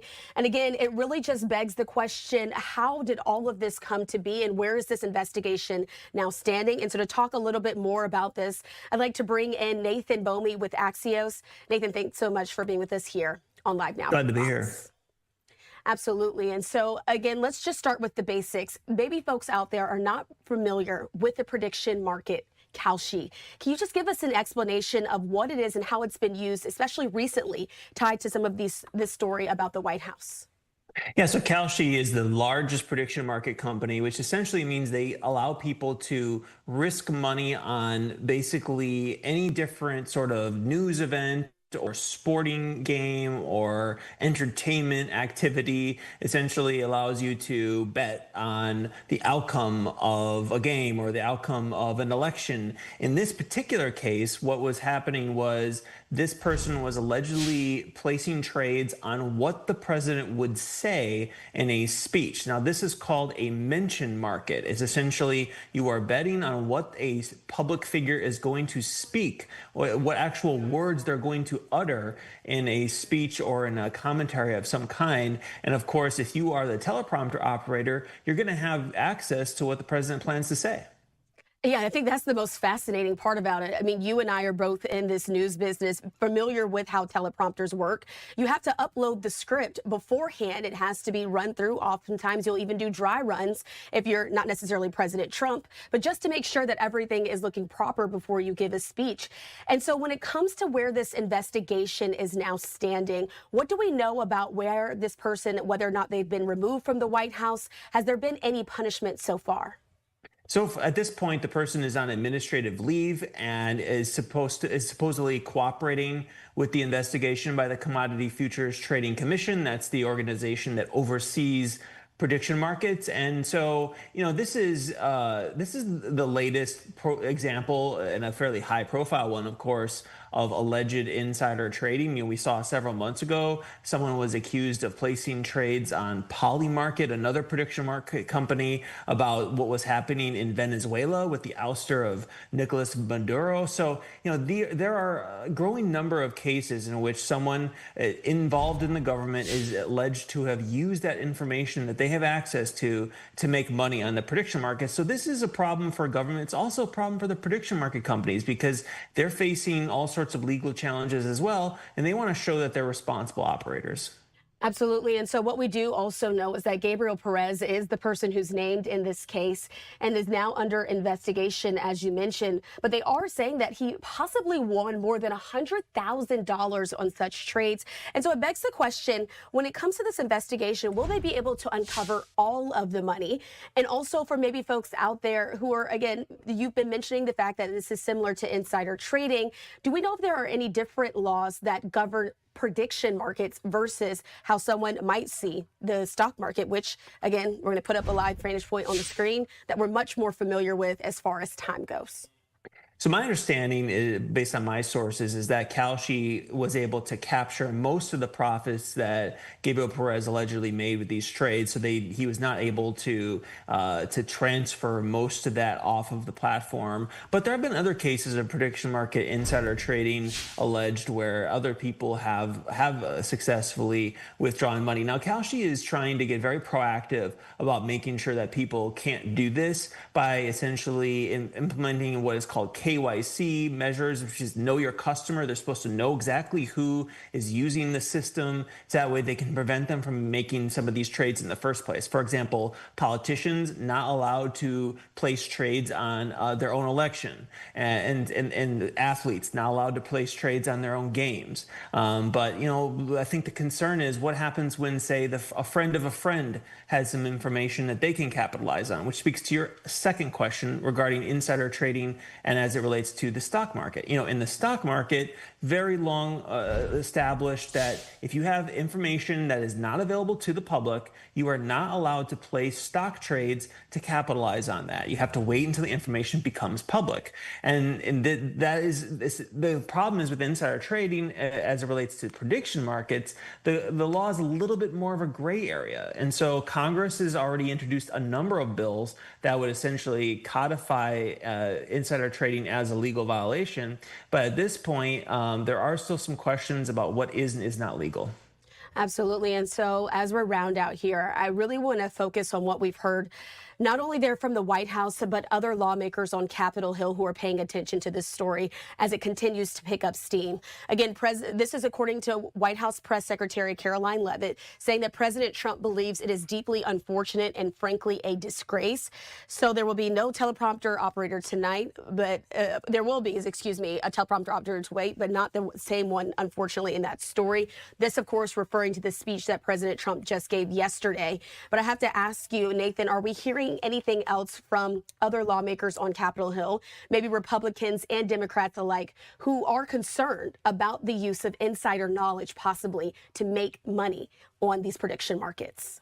Yeah, I think there's a growing chorus of lawmakers on both sides who are concerned about this. And so we have seen a number of bipartisan bills introduced that would extend a much more extensive ban on this. For example, going beyond just an elected official and maybe going on to all members of government, for example. So I think that's a good chance that we see something like that become law. But I think there are broader questions about the impact of and the onslaught of insider trading on other markets that have nothing to do with the government.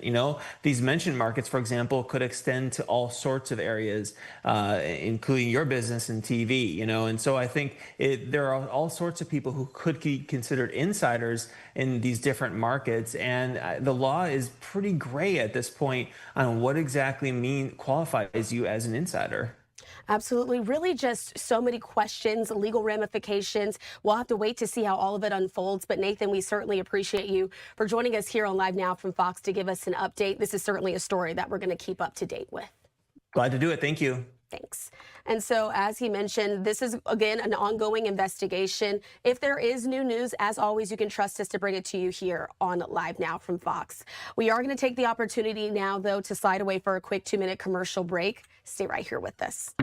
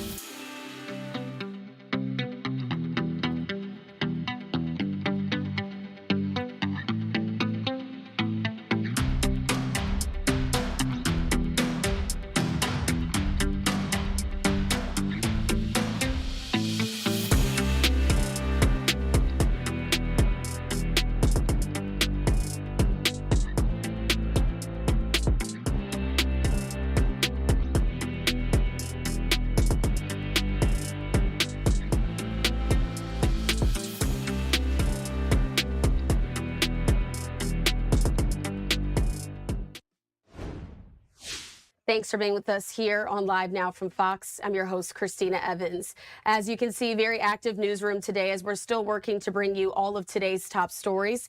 And in the meantime, though, we're going to be heading out to Seattle. I want to show you a few live vantage points that we have overlooking the city at this hour. And so as you can see there, beautiful shots there of the different angles of the skyline. We're going to continue to stay there in the city, as just before we were going to that interview, we were listening in to Representative Jayapal. She was speaking out amid other activists there in the city about some of the recent deadly ICE shootings that have happened across the country. Other activists now speaking out still at the microphone. Let's listen back in. As we grieve and mourn, but we will continue fighting to demand for transparency, for accountability, and a pathway to citizenship. Up next, I would like to introduce Sana Sinuk, hope I said that right, with the Washington Immigrant Solidarity and Work Policy Director.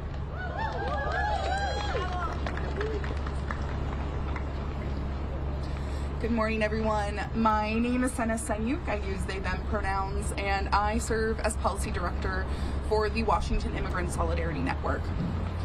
Through our deportation defense hotline and rapid response teams, WISN is learning directly from our community when any loved one is taken, and clear patterns have been emerging.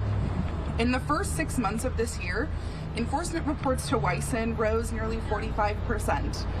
And to be clear, those are only the reports that are able to get to us. The true number of ICE encounters in our communities are far higher.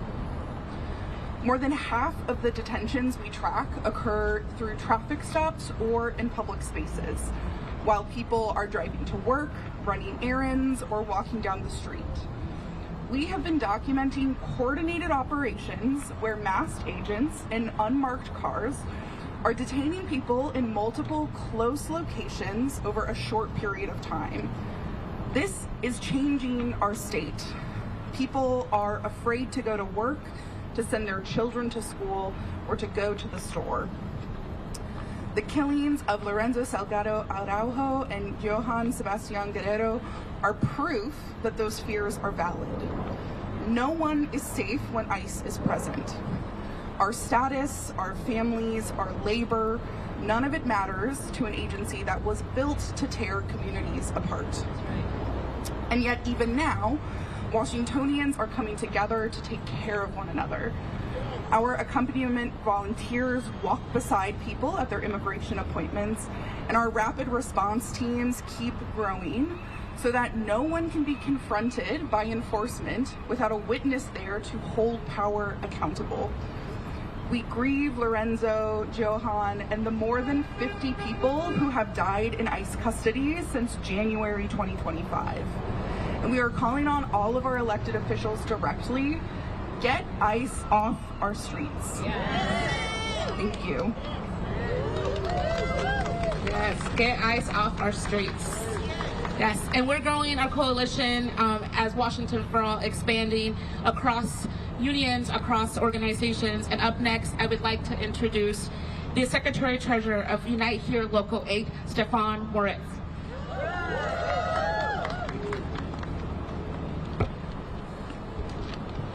Okay, good morning. My name is Stefan Moritz. I'm the Secretary-Treasurer of Unite Here Local 8, the Union of Hospitality Workers here in Washington.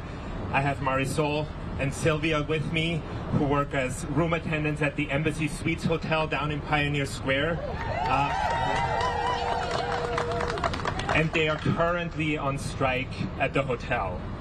Workers at the Embassy Suites Pioneer Square, a hotel operated by Hilton, are on strike because they're fighting for their economic future in Seattle as we face inflation of 5%. Hilton has offered them crumbs in negotiations. We're also facing an unprecedented slump in the tourism industry because of the destructive, damaging policies of the Trump administration. But workers at the Embassy Suites are also fighting for something equally important.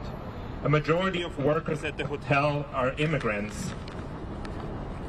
And as a group that keeps the hospitality industry afloat, immigrant workers shouldn't have to live in fear that they could be kidnapped or harmed while giving it their all to the guests of the hotel.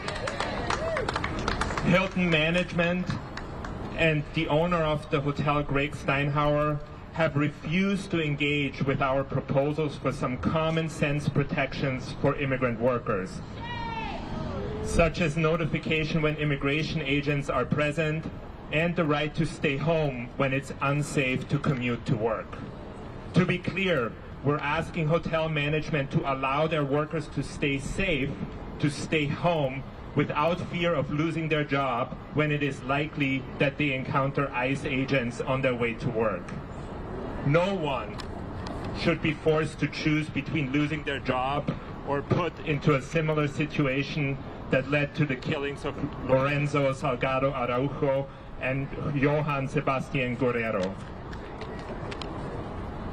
We heard folks talking earlier about how private prison management profits from immigration enforcement.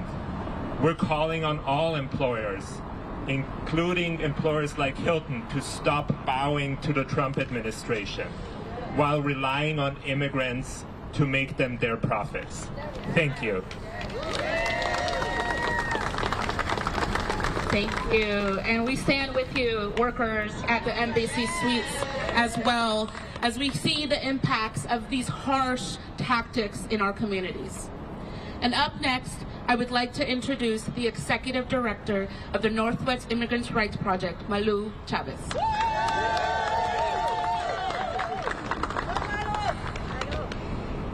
Our communities are experiencing, as you've heard, heartbreak, despair, and fear. Just in a period of 10 days, 3 community members were killed as a result of ICE's cruel and violent tactics, their blatant disregard for life and dehumanizing of immigrants means that 3 more people are gone and that their families, loved ones, and friends are in mourning. This is an example of what happens when Congress approves billions and billions of dollars without any accountability to agencies who act like vigilantes, hiring people who have no professional responsibility and are not trained and are quick to pull out their weapons.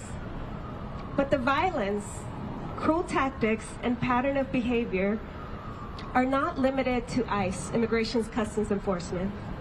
Customs and Border Patrol and other agencies within the Department of Homeland Security have authority to enforce immigration laws and are equally accountable. Across the country, 2025 was the deadliest year in immigration detention. Taking into account both the deaths of people in U.S. immigration custody and the killings that have occurred as a result of violent immigration enforcement tactics, 2026 is shaping up to be even more deadly. And while the violence does not always result in death, the level of trauma and pain encountered by our communities is shattering. Our community members are disappearing into the shadows. This federal administration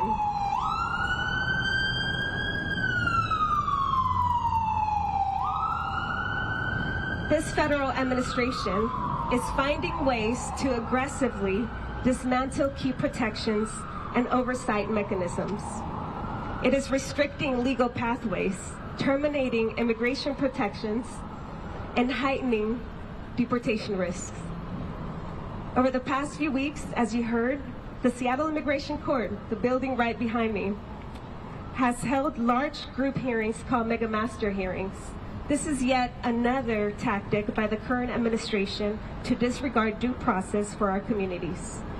Hearings are advanced with short notice. The intent is clear. Many people, including children and youth, will miss their hearings and potentially receive an order of deportation.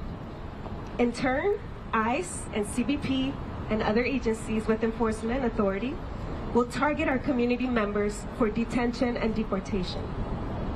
When billions and billions are dedicated for the destruction of our communities, we need an equal amount, if not more, dedicated for their protection, centering the dignity of all people, respecting their right to due process, ensuring meaningful legal representation, and putting an end to the use of detention. Northwest Immigrant Rights Project thanks Congresswoman Jayapal and others who are standing strong with our communities. And we continue to stand strong with our community members and our partners for calling on Congress for action that protects our communities. It is definitely time for an overhaul of this Department of Homeland Security and its agencies. Thank you. All right, did want to play that out for you here on Live Now from Fox as we're listening to those officials there in Washington speaking on some of the impacts of the recent deadly ICE shootings. Let's slide away for a quick 2-minute commercial break. Much more when we return.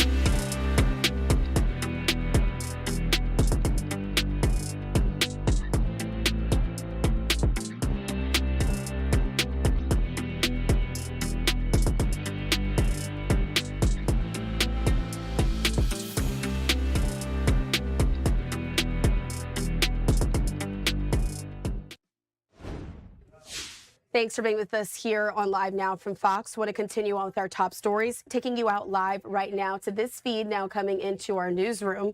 This, though, is happening right now as we're listening into the U.S. Chamber of Commerce hosting the U.S.-Iraq Business Summit. Let's listen in here on Live Now from Fox.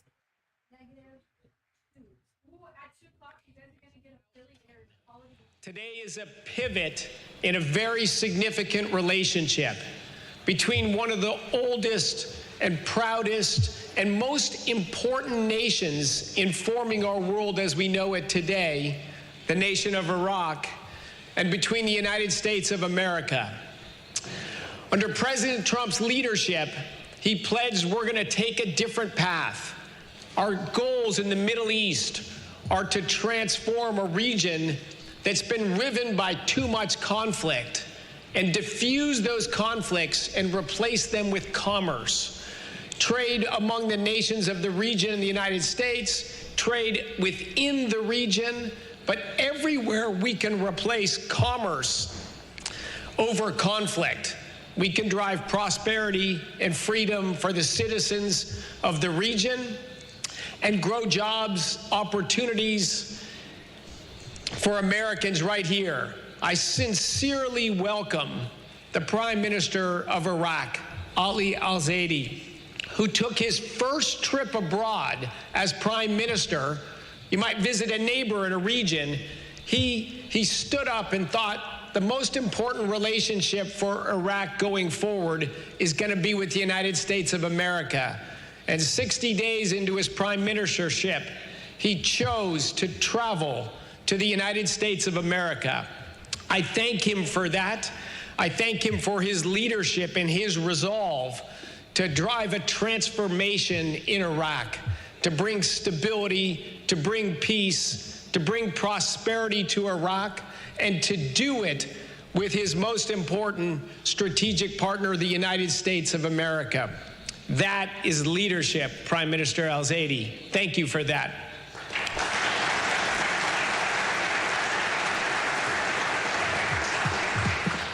I want to also thank all the I look out in this room today to thank all the tremendous business leaders that are here, that are the tip of the spear, that are going to drive these investments and partnerships with countries, and with companies and the government in Iraq. There is so much room to drive improvement in Iraq, to raise oil production, to reduce dependencies on hostile neighbors, to bring freedom, prosperity, and abundant energy to the nation of Iraq. Those words alone don't do that. Only businesses do that by risking capital, by investing, bringing technology and humans to Iraq to drive this improvement and to deepen this strategic partnership with the United States. And again, it's very fitting that Prime Minister al-Zaidi is a career businessman himself. He's not a politician, he's a businessman who saw his nation needed leadership. It needed partnership with the United States of America. It needed to create a business climate that could bring peace and prosperity to the people of Iraq. Very parallel to President Trump, a businessman, not a career politician. His goal is not politics. His goal is prosperity at home in the United States and peace abroad, and prosperity for our neighbors and for our partners abroad as well. So I'm very excited to stand on this stage and observe the signing of deals, not U.S. government deals, American businesses signing partnerships and committing to very large investments into the nation of Iraq. I'm honored to be here. Let's get on with the signings and let's drive peace and prosperity, not just in the United States, not just in Iraq, but across the world. Business and strategic partnership is the road to peace and prosperity. God bless you all. God bless the United States of America. And thankfully, we have strong business leaders leading the United States and President Trump, and leading Iraq and Prime Minister al-Zaidi. Onward and upward.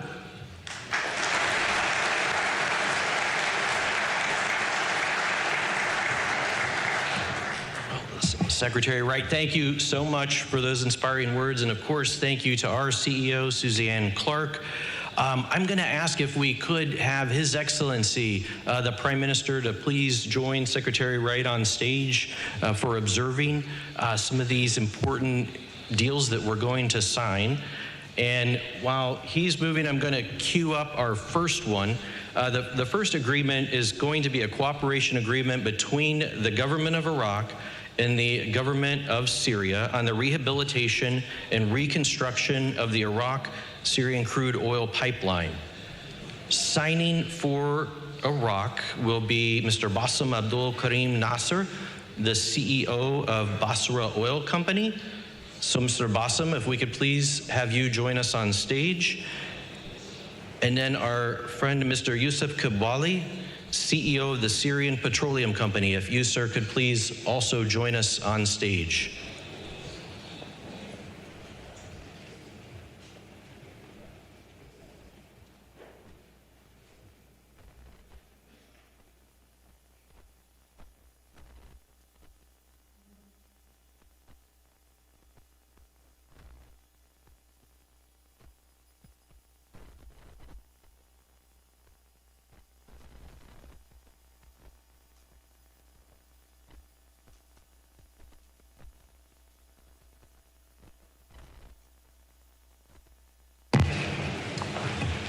Depends.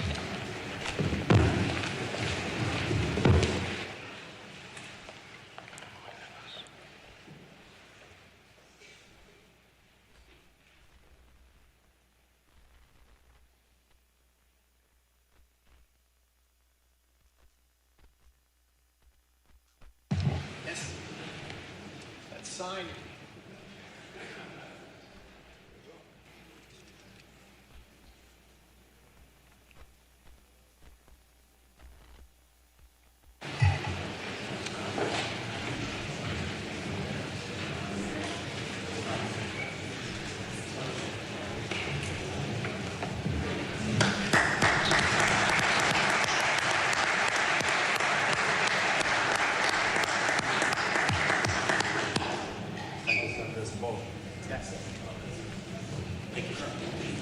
Excellent.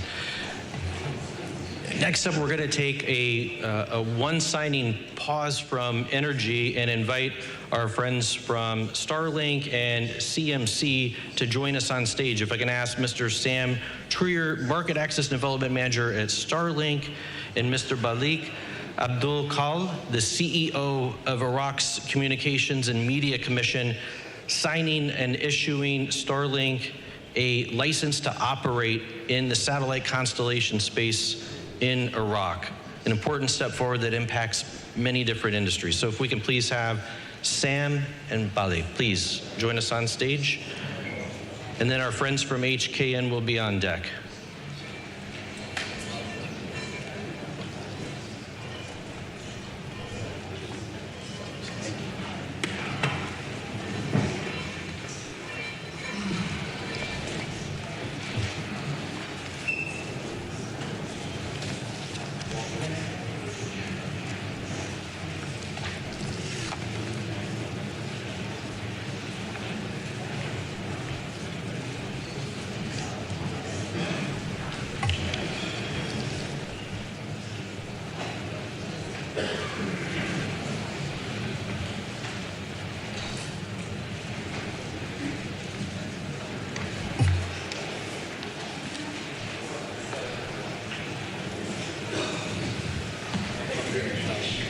Congratulations.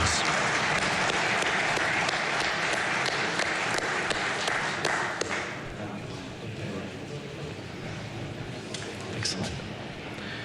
All right. Thank you. Resume. Thank you very much. Oh, please, we're going, keeping with the energy. We're keeping energy. Yeah. Yes, we are going to return to the energy sector, and we're going to invite our friends from HKN Energy, specifically signing Mr. Surud Mukhtar and Mr. Bassam from Basra Oil Company. We are going to ask you to please return. We are going to have a contract, a DPC, Development and Production Contract, with North Oil Company. All right, as you can see there in the deal signing portion of this press conference there is the U.S. and Iraq. This is called their high-level business summit, and it's really centering around the energy industry, as we're seeing some of these deals signed between different nations. So I want to make sure we're able to bring that to you here on Live Now from Fox. Let's slide away for our final 2-minute commercial break of the hour. Stay with us.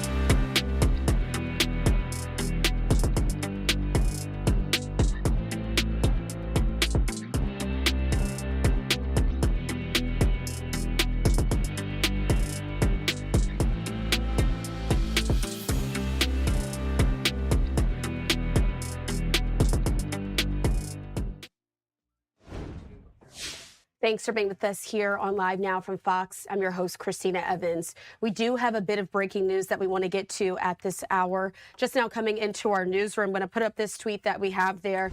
This is all about Lindsey Graham saying this: the life and legacy of the late U.S. Senator Lindsey Graham, Republican from South Carolina, will be celebrated on these dates at these locations. As you can see below, there are several that are going to be happening, these memorial services to honor the late senator. And so it was ultimately Taylor Reedy, who you see there on the screen. She's Graham's communications director, posting on her X account that the D.C. service for Graham will be held on Tuesday, July 28th. There will also be those South Carolina services in Pickens County and Columbia on Wednesday, July 29th. I want to put this up onto your screen, some video footage that we do have there of the late Senator Lindsey Graham.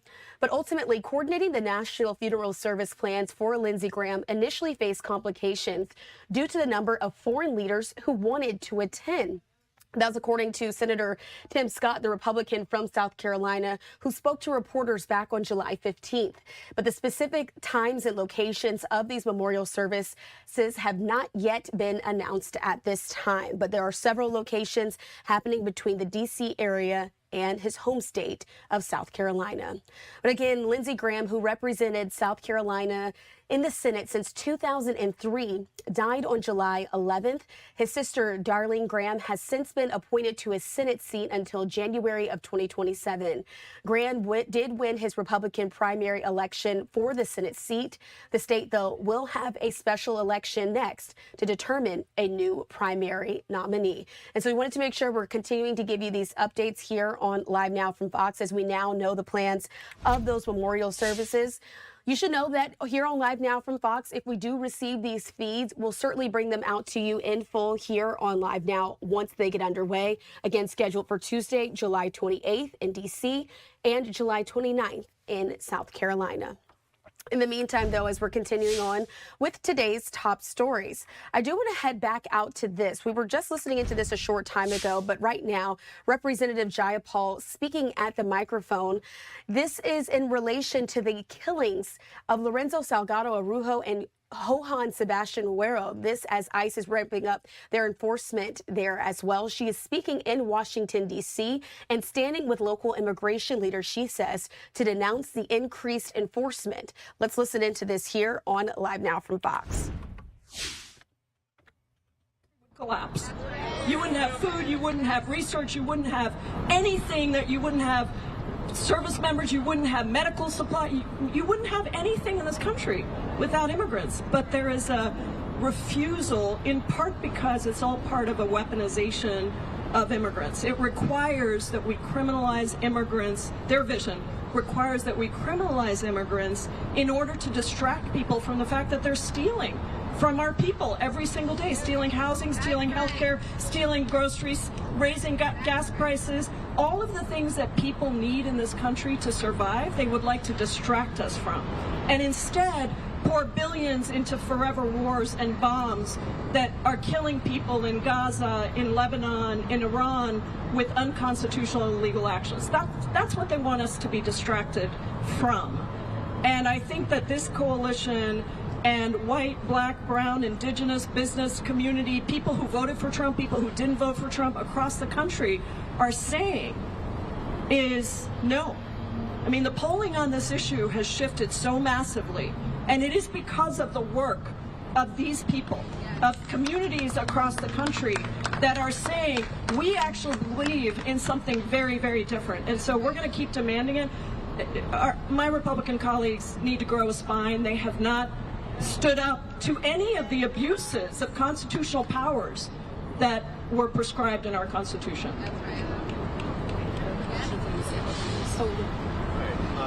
Hi, we're Seattle Times. There was an increase in reports and arrests that was mentioned, but do you have any data to share about if there is an increase that we are seeing in the state recently? Yeah, I mean, we'll give you the data that we have. It's very difficult to get data from the Department of Homeland Security. It comes out late, and often it is not it does not account for everything. I get notified of every death in detention as soon as it happens. It's supposed to happen immediately. Sometimes it takes longer, so even those reports are not coming to me as the head of, as the ranking member on the Immigration Subcommittee. But we'll give you the numbers we have on arrests. The best way we can track it is often by who ends up in detention or ends up deported, but we'll give you the numbers we have. They're lagging. And then when it comes to the Trump administration mentioning that they were going to halt vehicle stops, and then Trump himself saying that they were going to, do you have an indication of what we're actually seeing? Yeah, I know what happened there. Susan Collins is running for re-election in Maine. And there was an uprising from the community, from organizations in Maine and across the country. She called Mark Wayne Mullen, who's now the Director of Homeland Security, who supposedly was going to move a different strategy. I never believed that, but I think he felt like he had to respond to that. He said, we're going to pause traffic stops. The very next hour or 2 hours later, Tom Homan said, well, we're just reviewing things. We're not really pausing. And then, of course, the very next day, Donald Trump said, we're not doing anything. We want to continue to be able to kill people with impunity.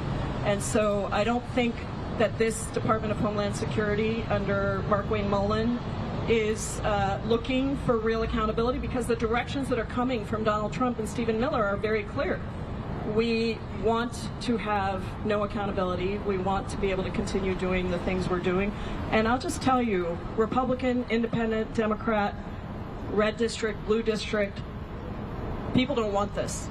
They may have thought they wanted it when it was saying mass deportation, get the worst out of the worst out. And now what they're seeing is these are our neighbors, our friends. This is us. It's U.S. citizens. It's legal permanent residents. It's people with work authorization. It's people who have been undocumented in this country but working and providing for their communities. And people across the country are saying, no, I think we're going to see that in the results of the election in November.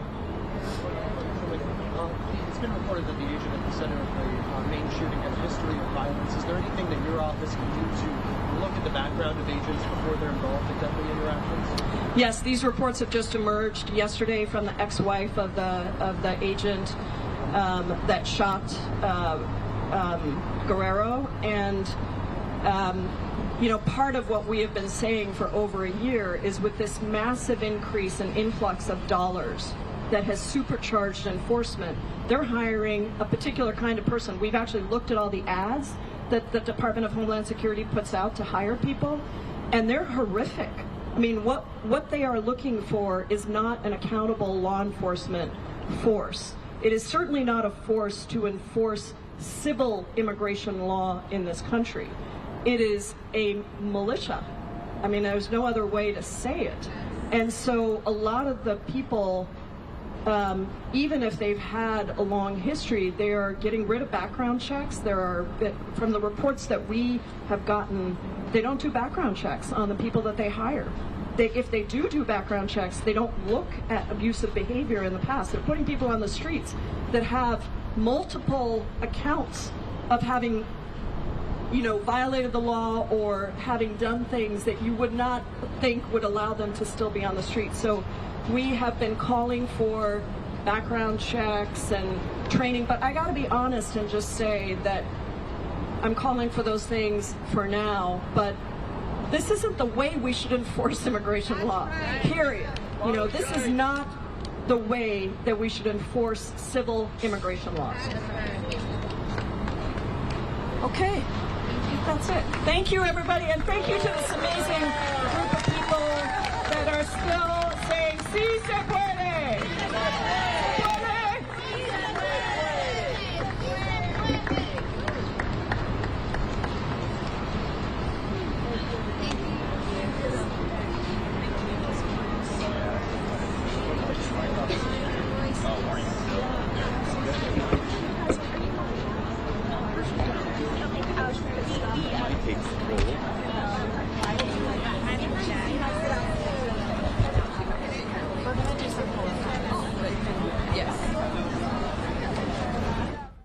All right, we did want to play that out for you here on Live Now from Fox, listening to Representative Jayapal speaking out after there were those deadly ICE shootings that have happened in different locations across the country. Of course, we've been continuing to do some of our reporting here on Live Now from Fox and wanted to keep you up to date with the very latest. I do want to preview a few shots that we're also looking at in our newsroom. This next one is taking us out to Texas.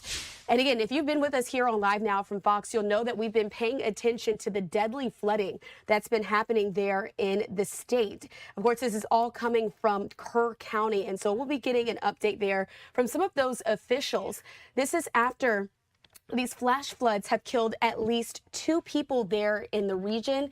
And again, this is a big deal as well if you've been following us here on Live Now from Fox, as we were paying attention to just last year when these same floods affected a camp and several children were killed. And so those officials will be giving us an update as flooding is impacting the same region. There have also been more than 230 water rescues so far at this time. This extreme rainfall, though, is sending this large and deadly floodwaters surging down at least 2 different rivers in a manner that's very similar to last July's devastating flash flooding. And in the meantime, as you can see, the door has now opened. Those officials are walking in. We're going to stay here on this shot as we're going to get an update here. But again, we are learning a bit more from how those officials have been reacting. Let's listen in here on Live Now from Fox.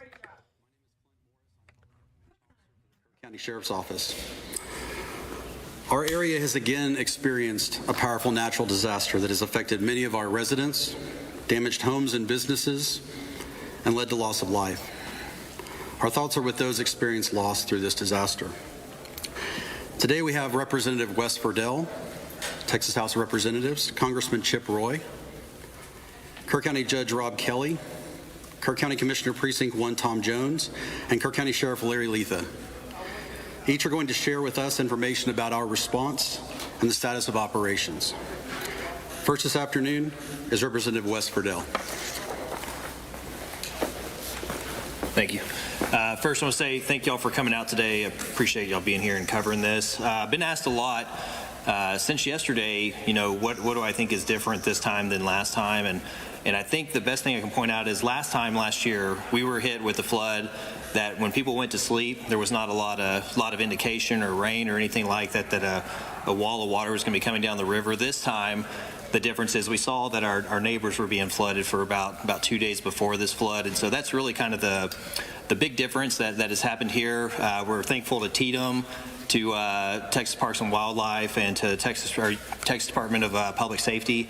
They've had a lot of guys pre-positioned here, and that's been very helpful.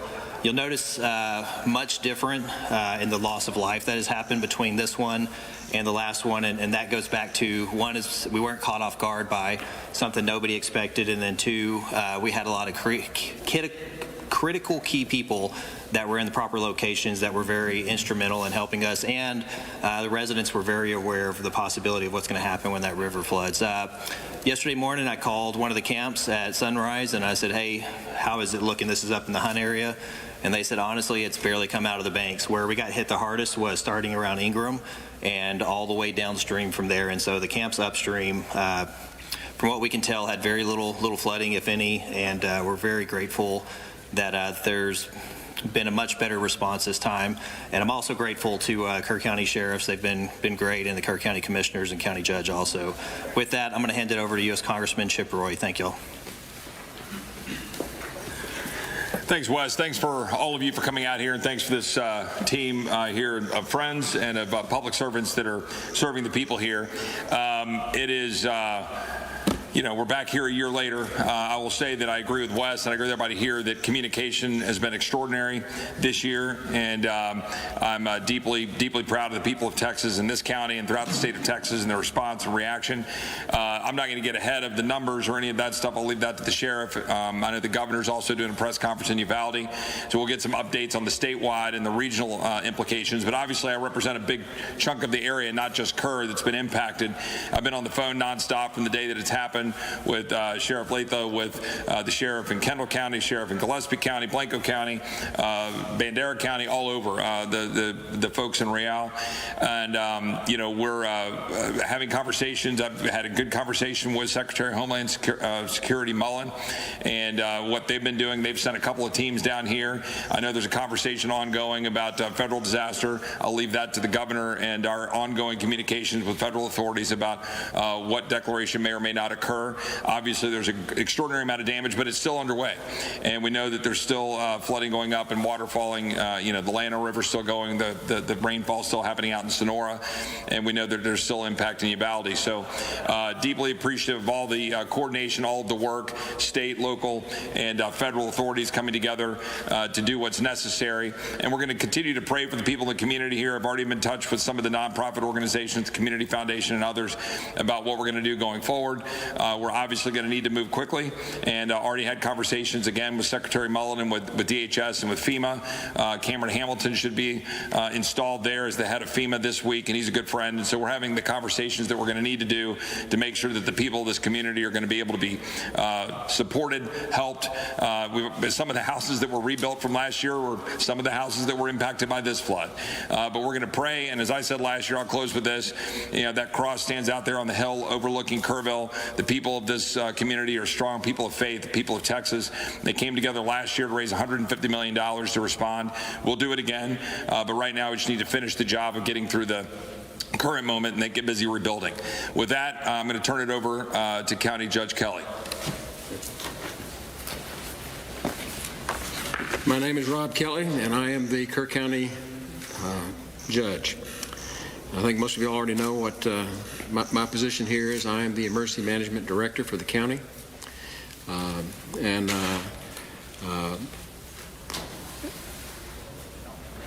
When this whole topic came up, the governor declared a declaration back on Tuesday. So it brought it to we knew about it as early as Sunday, I think, but by Tuesday we definitely knew what it was. And I wanted to share with you all what my primary responsibilities are at the beginning of an event like this, a disaster. And that is, I am responsible for declaring the disaster if one is to be declared. And if the disaster is in fact declared, it is my responsibility to set up the EOC, the Emergency Management Operations Center. And I can also set up incident command post if need be. But those are the primary responsibilities. We stood up an incident command post Tuesday evening, early evening, in response to the governor's declaration. And with that, we used the sheriff's training facility over at the sheriff's office complex to do that, and brought in some new equipment so we could see the weather and all the other things on the screen at one time there in the incident command room. That was on Tuesday. I couldn't go to sleep very well that night. I woke up about 3:30 and decided to go over to the incident command post there at the sheriff's office and check on it. And we already had it staffed and ready to go. The images were already up on the screens, and we were off and running. And that was on Tuesday. That was Wednesday morning. And then by Wednesday evening, we knew that everything was building with the rains. I think we had I looked at the National Weather Service statistics, and they say we have between 20 and 24 inches of rain in this event. And so that was Wednesday evening. Wednesday evening. And then I was awakened again early Thursday morning about 1:30 with the report of the rainfall and the status of where we were. At that point in time, I went ahead and declared the disaster. And it was 3:30 in the morning when I declared it. And I haven't identified some of the other players in this, but we have what I call my de facto First Assistant Emergency Management Director, which is the County Judge-elect Tom Jones, who's Commissioner Precinct 1. And he and I consulted about 3:30 in the morning and decided we'd make our decisions jointly, this thing that we talk out together, and made the decision to go ahead and declare the disaster. It was about the same time I was talking to Dalton Rice, the city manager, and the city declared the disaster at the same time that we did, about 3:30 in the morning. And what we learned after that is we had problems in the incident command room with the electricity and with water seeping in, so we had to move it. And we moved the incident command from the training room at the sheriff's office to here in less than 30 minutes. I got everything set up over here and began operating the EOC in this facility. And so that is how we set up the emergency operating center. Thank you. Thank you. I'm Tom Jones. I am the current Precinct 1 County Commissioner, and I was asked to come up and talk a little bit about the infrastructure and the flood sirens. We in Kerr County, this event is very widespread. It was a totally different type of event than what we had a year ago. A lot of the problems that we had this year was because we had such a loss of the riparian recovery. The water came down fast, and it affected further down county, probably a little more so than it would have in the western part of the county. Currently, we have 19 bridges in Kerr County. 6 of those have major damage to some degree. With some of them we can't get to, we can't see yet. So we're waiting to find and get a total assessment on that. We have our engineering department and road and bridge that are currently working with TETM to do damage assessments. And so we'll get further information on that as we can. That just won't be clear to us for a little bit. We have to wait for the waters to recede so we can do a complete assessment on that. The flood warning system, something I'm sure is very important to everybody here. The good news is it worked. And it worked the way it was designed to work. We have good fail-safes built into it, a lot of areas to correct if we see that we run into stumbling blocks, troubles, and those fail-safes worked perfectly. We began sending out at 1:36 a.m. A total of 59 throughout the incident, IPAWs and code red alerts. They began through the cellular monitoring before we actually started implementing the 3 sirens that we did set off according to protocols. There's been a lot of questions about the emergency action plan. That emergency action plan is in place. It will be approved through the court here coming up shortly. This happened a little quicker than we thought it would, but it's still in place, and it has been activated, and it worked just exactly the way it was designed to work. With that activations, 2 sirens were on the South Fork and 1 in Hunt, covering that section of the western portion of the county. Water levels didn't warrant any activation of sirens anywhere on the North Fork. So I think the plan came together, I think it worked, and I think we were extremely prepared for this event. And Sheriff Letha, you'll be next. Kerr County Sheriff Larry Letha. Just want to say a few things from my part in perspective of the Sheriff's Office. The Kerr County Sheriff's Office is collaborating with the Texas Game Wardens, Texas Parks and Wildlife, Task Force 1 and 2, and Texas Department of Emergency Management, along with our volunteer fire departments, City of Kerrville, and all other state responders. You know, this was a collaboration that we would not have went good if we didn't have all of them here to help us. With all these partners, we're involved in multiple high water rescues and evacuations across the county. You know, I know y'all like numbers, so on that particular day, on the 16th, we handled 234 calls of service for this particular event. That was on that one day only, the 16th. No calls went unanswered. Our teams immediately went into work as flooding began. Also, we can confirm the identity of one gentleman who lost his life, and that's John Mark Stewart of Kerrville. Mr. Stewart's home was washed away in the area of Goat Creek Road in western Kerr County. Our officers recovered him near the 300 block of Center Point River Road. Our thoughts and prayers go out with them and their family. We do have one shelter open today. We're looking at maybe closing it. I just found out right before I walked in there, there's nobody in there at this time. When I started this morning, there was 17 people in there. A couple of things I'd like to tell y'all for the perspective of the sheriff and the sheriff's offices. these were two different floods, okay? We're not going to get into any detail on last year's flood, but what I want y'all to know is the difference is, as far as me, I got a call at 3:40 in the morning, not knowing what exactly I had. You know, when I went to bed, it was 3 to 5 inches of rain, where the forecast up to 7 or 9. We get those all the day. That's just another day at the office. Compared to today, we had heads up. We were prepared in a way of, we had the IC set up. We had notified all the camps. We're communicating with them. Our emergency management coordinator were. In addition to that, we had the fire departments all stood up ready to go. This year, we were ready to go. We just waited for it to hit, and we went into work. And I'd like to say I'm proud of every agency, all our elected officials that make this possible. I would like to thank the governor's office and the governor.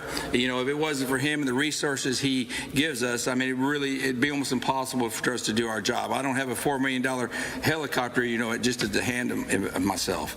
But those resources were very valuable. They were here from the start. They're still here. I don't know how long we're going to last. We're accessing everything each and every day. We will keep you all posted. I also would like to thank all my elected officials. This wouldn't be possible. I mean, they contact me on a regular basis. They truly care about this county. So at this time, in closing, I'm going to ask the judge to come back up here and say a few words, then we'll take a few questions. I want to thank our partners in all of this, in particular the Texas Game Wardens, the Texas Department of Public Safety, the Texas Department of Emergency Management, Texas Task Force 2, Texas Task Force 1, as well as dozens of responding jurisdictions from across the state. And you've seen them. There's literally hundreds of people in town helping us with this. Any volunteers that would like to volunteer to help us with this, please contact the Kurt Together at 98 Coronado Drive. That is the Disaster Relief Center. For those wishing to donate, we encourage you to donate to Global Empower Mission, which is 501c3. And with that, I'll turn it back over to Clint. All right. And with that, we'll take a couple of questions. Please ask that you, before you state your question, if you're called on, please state your name and the media outlet you represent. Lewis Amstoy, Kirk County Lead. Why are we doing this press conference today and not yesterday? And what was the thinking on the delay on this? Why didn't we do it yesterday? And why didn't we do it with Curva? Is there not a unified command here? What's going on? I'll answer that. Okay. I'll answer that. Lewis, no, Lewis, we were still working, you know, pretty hard. You know, we weren't prepared to do it yesterday. You know, I'll give you all a quick example of what happened. I don't like to put out numbers until it's confirmed. You know, we were just fixing to put out a press release. At that time, I had a report of 2 bodies, you know, that were found. Okay, so here we go. We go out and look for this. Delayed me by 4 hours. So we're out here looking for these 2 bodies. We're fixing to put it in a press release. If I put it out there, I own it. You know, y'all are going to come after me if that ain't true. So when we get out there, we didn't find nothing. So it took about 4 hours later, we got another report, and I said, you know, we're not going to, unless somebody from the Kirk County Sheriff's Office puts eyes on it, we're not going to identify anything like that. We did. We got it out. But Lewis, we were really busy yesterday, still working it. I mean, we just, you know, I didn't think we weren't prepared to have one yesterday. We're prepared. We got some good, accurate numbers. I'll stand behind them, and that's about the best reason I can give you, sir. We heard that search and recovery efforts are still going on. Dylan Collier, KSAT, San Antonio. All right, as you see, they're now entering the question and answer portion of this press conference as those officials are speaking out in Kerr County, Texas, amid this severe and deadly flooding. We're going to slide away for a quick 2-minute commercial break and continue to listen into those remarks when we return. Stay with us.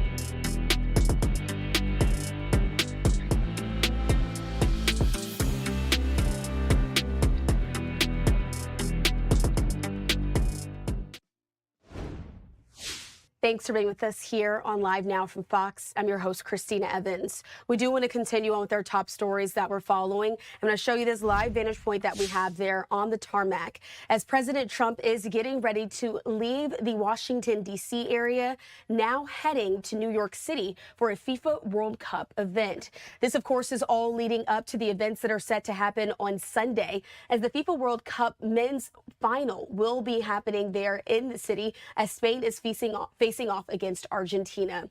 And so we do know that a spokesperson for the Spanish government confirmed that also the Spanish Prime Minister will be in attendance as well. This comes after the Spanish royal family announced that they would be watching from a VIP box there at New Jersey's MetLife Stadium. President Trump is going to be there as well, setting up a potentially awkward encounter between one of his most outspoken European critics as well.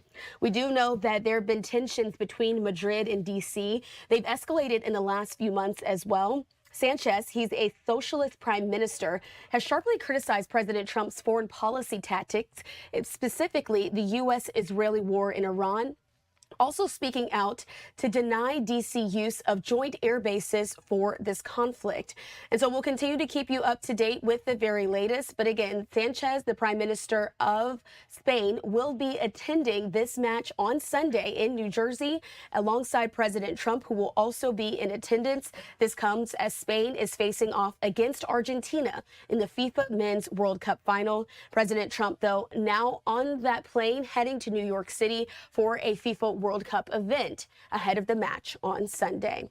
In the meantime, though, as we're continuing on with today's top stories, we've been speaking a lot about the weather as well as air quality, not only due to what we've been seeing as far as the flooding in Kerrville, Texas, that we just played that press conference out for. We're also getting updates from other parts of the country that are dealing with wildfires.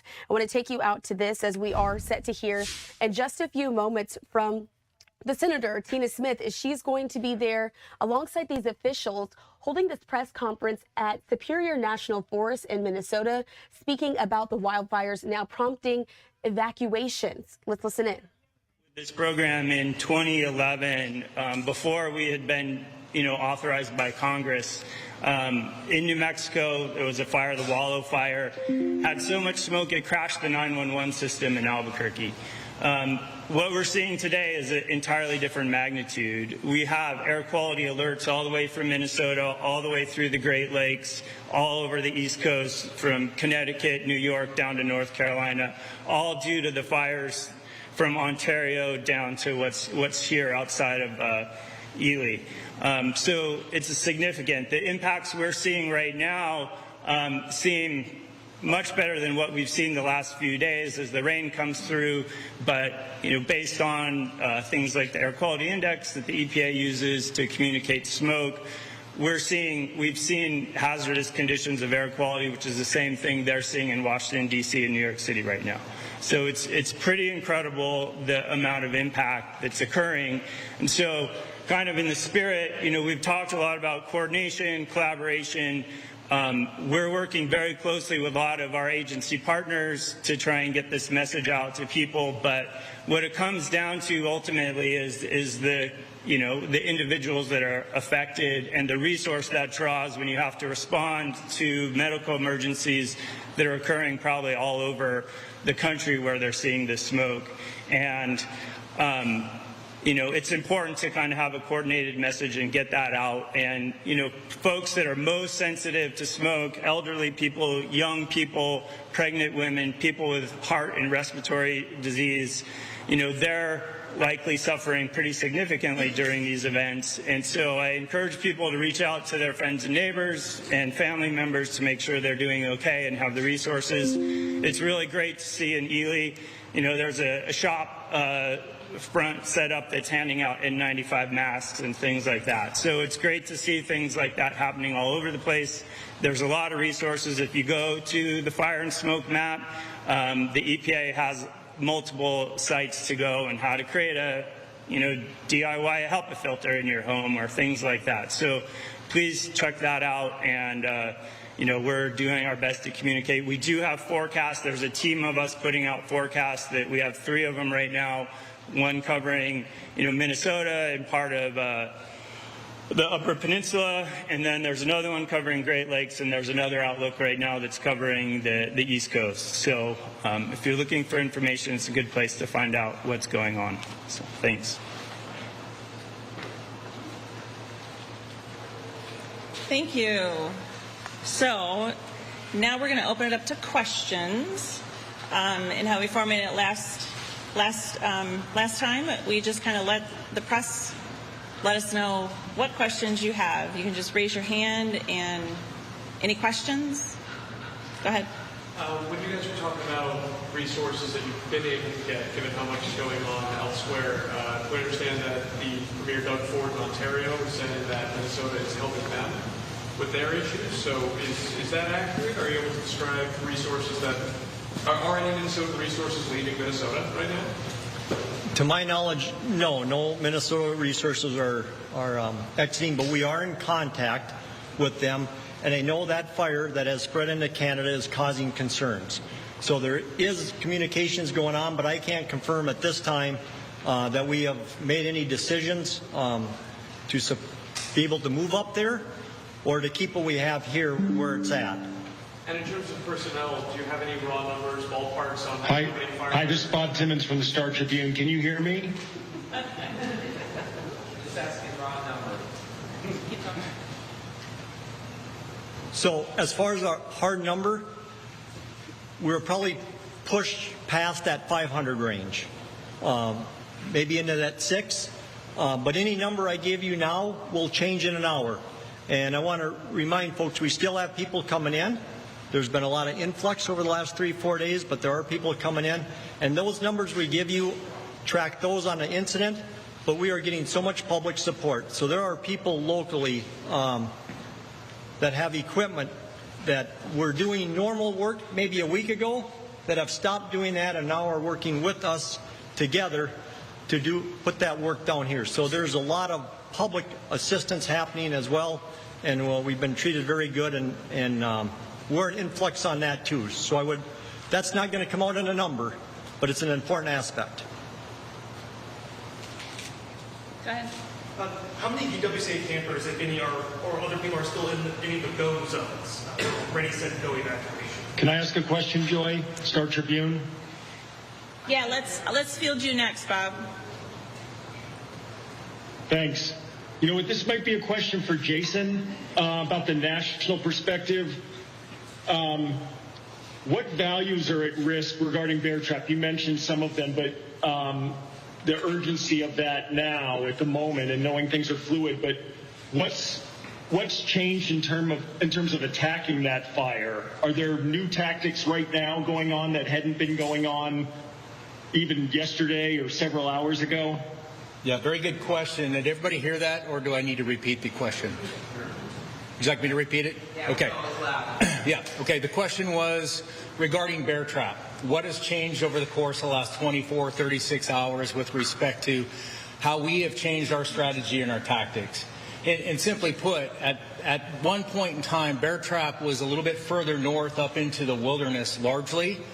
As it's progressed to the south, it's become a little bit more apparent that it is threatening some critical values that have been identified from the forest, from the state, as well as from our county entities.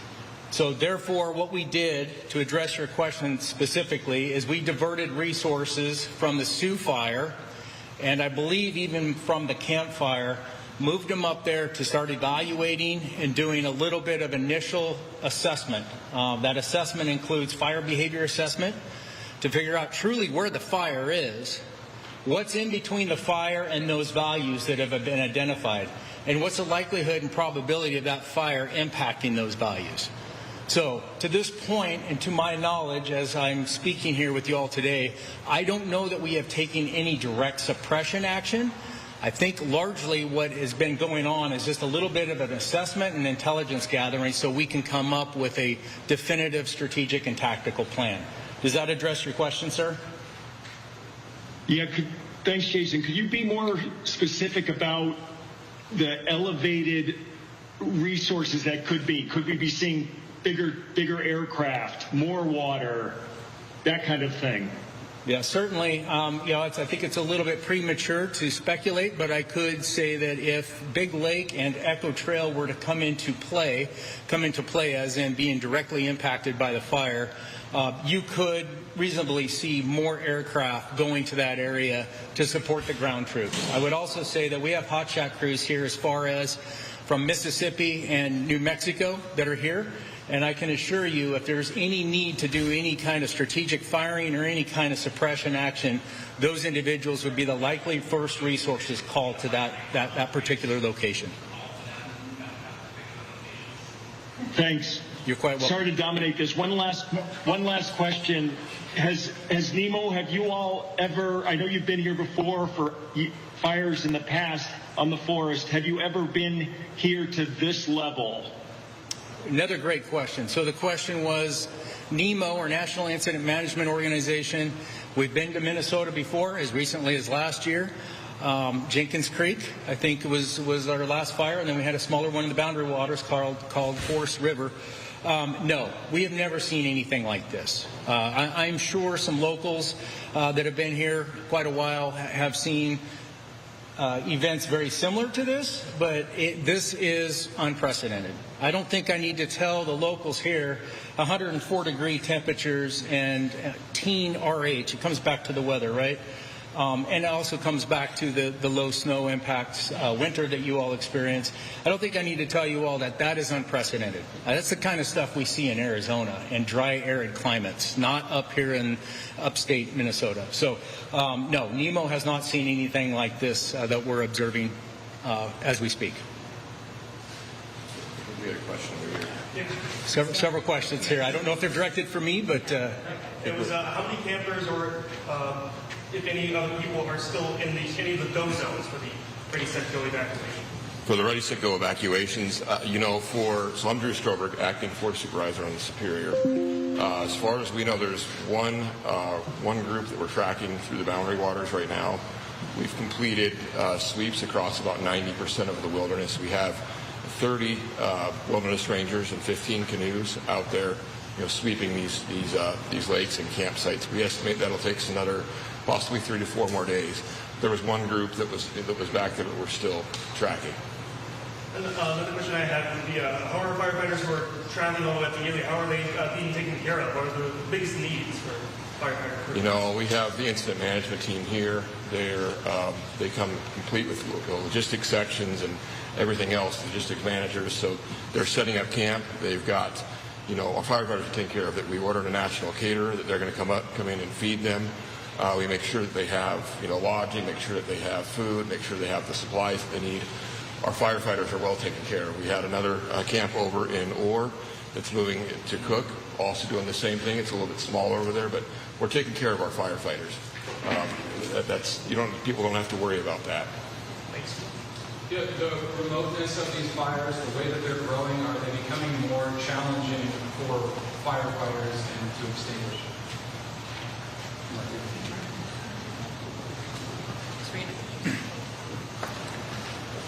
Once again, Mike Hill with the Minnesota Type 3 Incident Management Team as the incident commander. As I understand your question, talking about the remoteness of the fires and the challenges that are associated with that. Yeah, the short answer is yes. The country is beautiful and protected as wilderness in much of it, and we love that as Minnesotans, but it does make it logistically challenging. Even the things that we would typically depend upon, such as major rivers or big lakes, fires have the potential to spot across those, and we've observed that fire behavior. So, yeah, the remote country makes it very difficult, and the Boundary Waters is a congressionally designated wilderness area, and so there are laws that are associated with that, and so that about what can be used there and how, and that Superior National Forest works through that process. So the good thing is that we've got all sorts of tools at our disposal. The Superior National Forest is very unique in that sense. The firefighting tactics and strategies here often involve a lot of tools that aren't used throughout the rest of the country because of the water. So they have the ability to put some of those unique tools to use.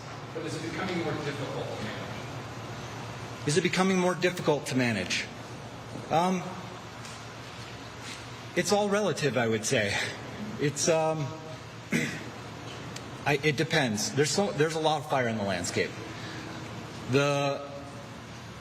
Probably the key takeaway there is the way that we prioritize the values at risk. So given the remoteness of any one particular fire, we're making those evaluations about what threats does that fire pose to the values that are associated around it, and then how do we prioritize that? That's ultimately how we decide where we put our resources. Is there any information you can give us about former Forest Service members coming in to help out with these efforts? All right, as you see there, listening into the question and answer portion of this update that officials are giving us there in Minnesota on the wildfires that are burning, also affecting the air quality in major cities. We're going to slide away for a quick 2-minute commercial break. Much more on these top stories when we return.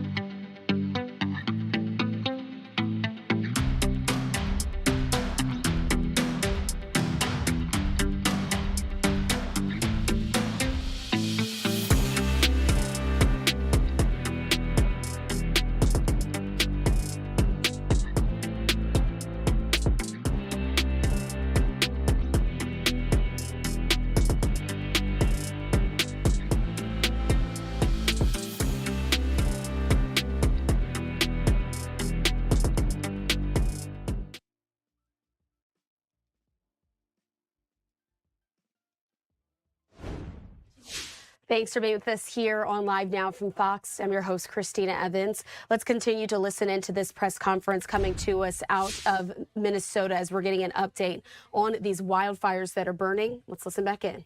For your needs. So we do have a complex incident management team from the southern area of the United States being deployed as we speak. They will be going into what we call a day of shadow and transition with the National Incident Management Organization and with the Type 3 team, and they will be assuming command tomorrow of all these incidents. What they bring is a lot more capacity. They're 75-person teams opposed to my team that has 10. So a lot more capacity. We're also, as I briefly mentioned earlier, we're also able to get Type 1 crews, which are hotshot crews. I think that's very well publicized, what hotshot crews do and what they bring to this system. They bring a tremendous amount of capability. We already talked about aviation. We're getting very competitive at bringing in aviation where it makes most sense, most specifically the scoopers, the CL-415s. But still, there's only so many resources to go around. And so when we look at all this fire in the landscape and we look at the remote nature of some of these forests, fires. We understand the impacts to the wilderness. We understand that that's very critical value and is a treasure for you all. We understand that. But we also understand that we have communities that could be impacted. We have infrastructures that could be impacted. And we really need to divert and allocate our resources to address those values and those concerns. Jason, I'm sorry. Sorry, Jason, thanks. Bob Timmons, Church Tribune again. So you're saying essentially, and again, coming back to values at risk, there's situations, maybe it's the bear trap, where heretofore you might have just hit it with water, but now you would consider putting hotshot crews in on the ground? Is that kind of what you're depending? Yeah, I don't want to get in. So the question was, what tactics are we thinking about? That's certainly an option, right?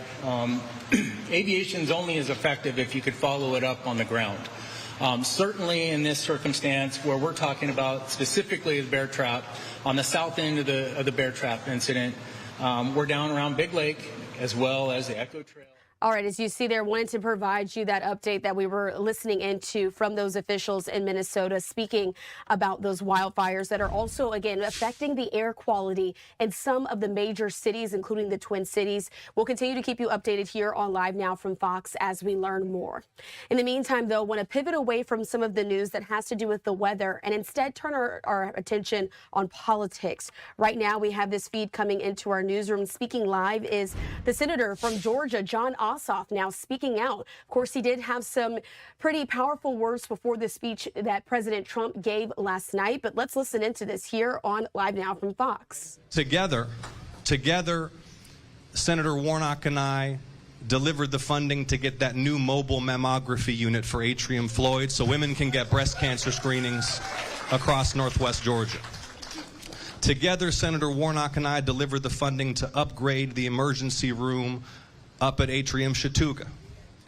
Okay, together we delivered the funding to help start building that new hospital up in Ringgold, Common Spirit, that's going to finally opening a new hospital in the state of Georgia where we've lost 21 hospitals in 20 years. Together we passed legislation to attract the investment that's built those new solar factories in Cartersville and Dalton. Together we passed the bipartisan infrastructure law, and this never would have happened if Georgia had not sent us to the Senate, and it has delivered to Northwest Georgia more than $400 million in infrastructure investment, including $55 million for Floyd County alone. That matters. The quality of our infrastructure matters.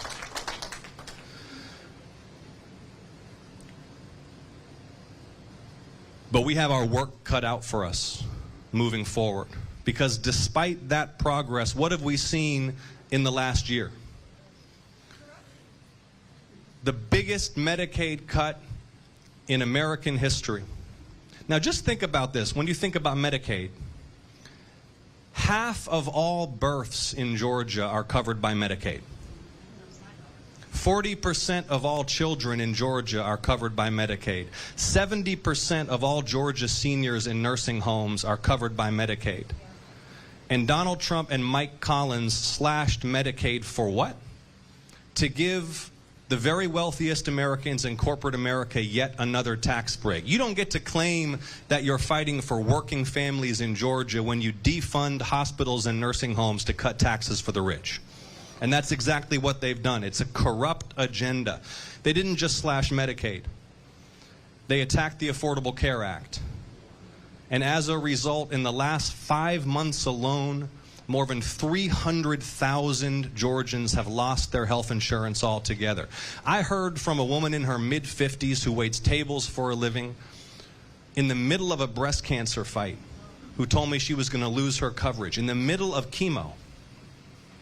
300,000 have lost their coverage altogether. More than 1 million Georgians have seen their health insurance premiums double or worse because of what Mike Collins and Donald Trump did. In a state where, as I said, we've already lost 21 hospitals in 20 years, where our state's refusal to expand Medicaid has deepened the maternal health crisis and the healthcare crisis across Georgia for so many years. We have our work cut out for us to repeal those Medicaid cuts, to restore those Affordable Care Act benefits, and to ban these insurance companies from denying or delaying you the health care you need when you need it.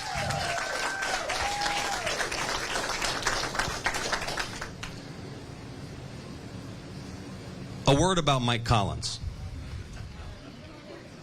See, there's a reason Brian Kemp worked so hard to try to beat Mike Collins in the Republican primary.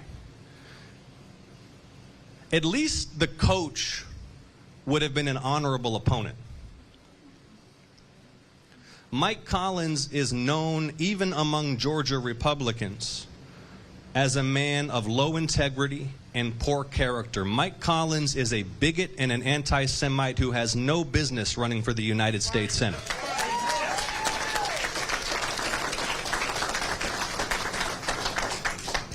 And by the way, has anyone seen Mike Collins? Where's Mike? Mike's hiding. Mike won't answer questions. Why won't Mike answer questions right now? Because we just learned that his office was briefing Nick Fuentes and prominent white supremacists on his office's efforts on behalf of a Holocaust denier. And then we learned that a neo-Nazi propagandist has been working from and based on Mike Collins' property with Mike Collins' knowledge, and Mike Collins refuses to answer whether he's been paying this neo-Nazi propagandist. Mike Collins needs to come out of hiding and answer those questions, because Georgians deserve to know the answers to those questions while he seeks election to the United States Senate.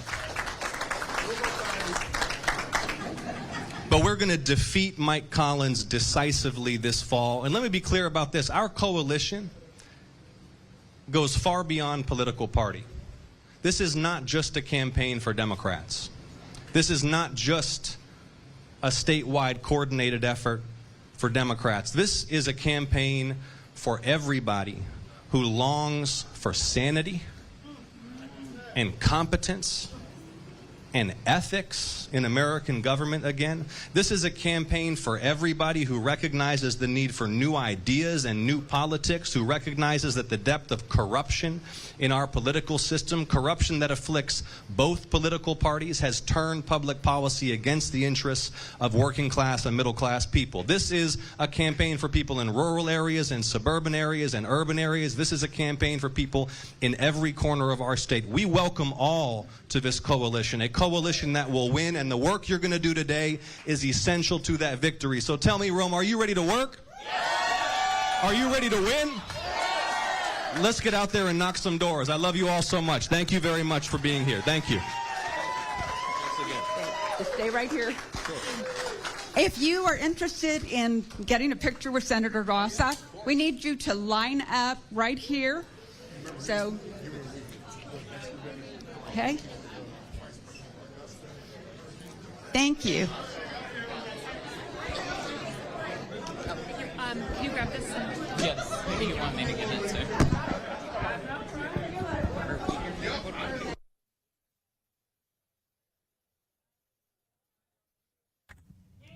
All right, as you see there, just listening in to Senator Jon Ossoff as he's holding this campaign event. This is in Rome, Georgia. You might be familiar with Rome, Georgia, because that is the area that was in Marjorie Taylor Greene's district when she is the representative of that, when she was holding the seat as representative there. But again, a lot of folks showing up for this event to listen in to Senator Ossoff, as he also spoke out against his candidate in this race, Mike Collins. And so taking the time to shake hands, also greet those in the room, give them hugs, take pictures, as he did say that they're going to be doing some door knocking after all of this as well. And so I do want to put this up on your screen. This is coming there from Jon Ossoff saying this. Speaking out this is his remarks in response to President Trump's speech that he gave late last night. He said this: "Tonight I heard a failed and desperate president who, as war spirals and prices rise, is as focused on his grievances, his shame, and above all, his fear of the accountability that will come with defeat. I also heard a president signaling his unmistakable intent to attack these elections and our voting rights, just as he tried to throw out our votes and seize the presidency in 2020. Our answer will be overwhelming.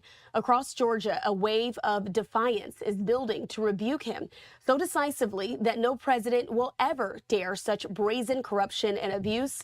The power of the presidency is nothing compared to the power of the people. That's how he signed off those remarks there in response to President Trump's speech. Also want to put this up there from Reverend Raphael Warnock. Of course, he is the other senator that is present there in Georgia, saying this: Donald Trump lost Georgia in 2020. That's not my opinion. It's a fact. The votes were counted, recounted, audited, and litigated. He lost. And again, this all is linked back to the statements that President Trump made last night during that speech. The president then spoke back on the same claims that he had, that there was election interference in the 2020 election and alleged fraud there. Those claims have since been disputed. I'm going to put this back up on the screen, as this is yet another response that we have from the senator from Georgia, Raphael Warnock, saying this: I get it. Losing is hard, but 6 years later, and Trump is still talking about the election he lost. This is something to work through with a therapist. Leave the people of Georgia and the country out of it. And also there we have this from Rapid Response. This is from Secretary Mullen, who spoke earlier today, saying President Trump is correct when he said that election security is national security. This is just exposing what took place and to make sure that it never happens again. There's some really easy steps that can be taken to ensure our elections, and it shouldn't be a partisan issue. Once again, wanted to bring all of this to you here on Live Now from Fox, as we are still haven't heard from President Trump on camera in the aftermath of that speech that he gave just yesterday. But again, a lot of folks responding to it on both sides of the aisle. We're going to slide away for our final 2-minute commercial break of the hour. I've been your host, Christina Evans. My time here is done, but on the other side, you'll be joined by my colleague, Mike Page. Stay with us.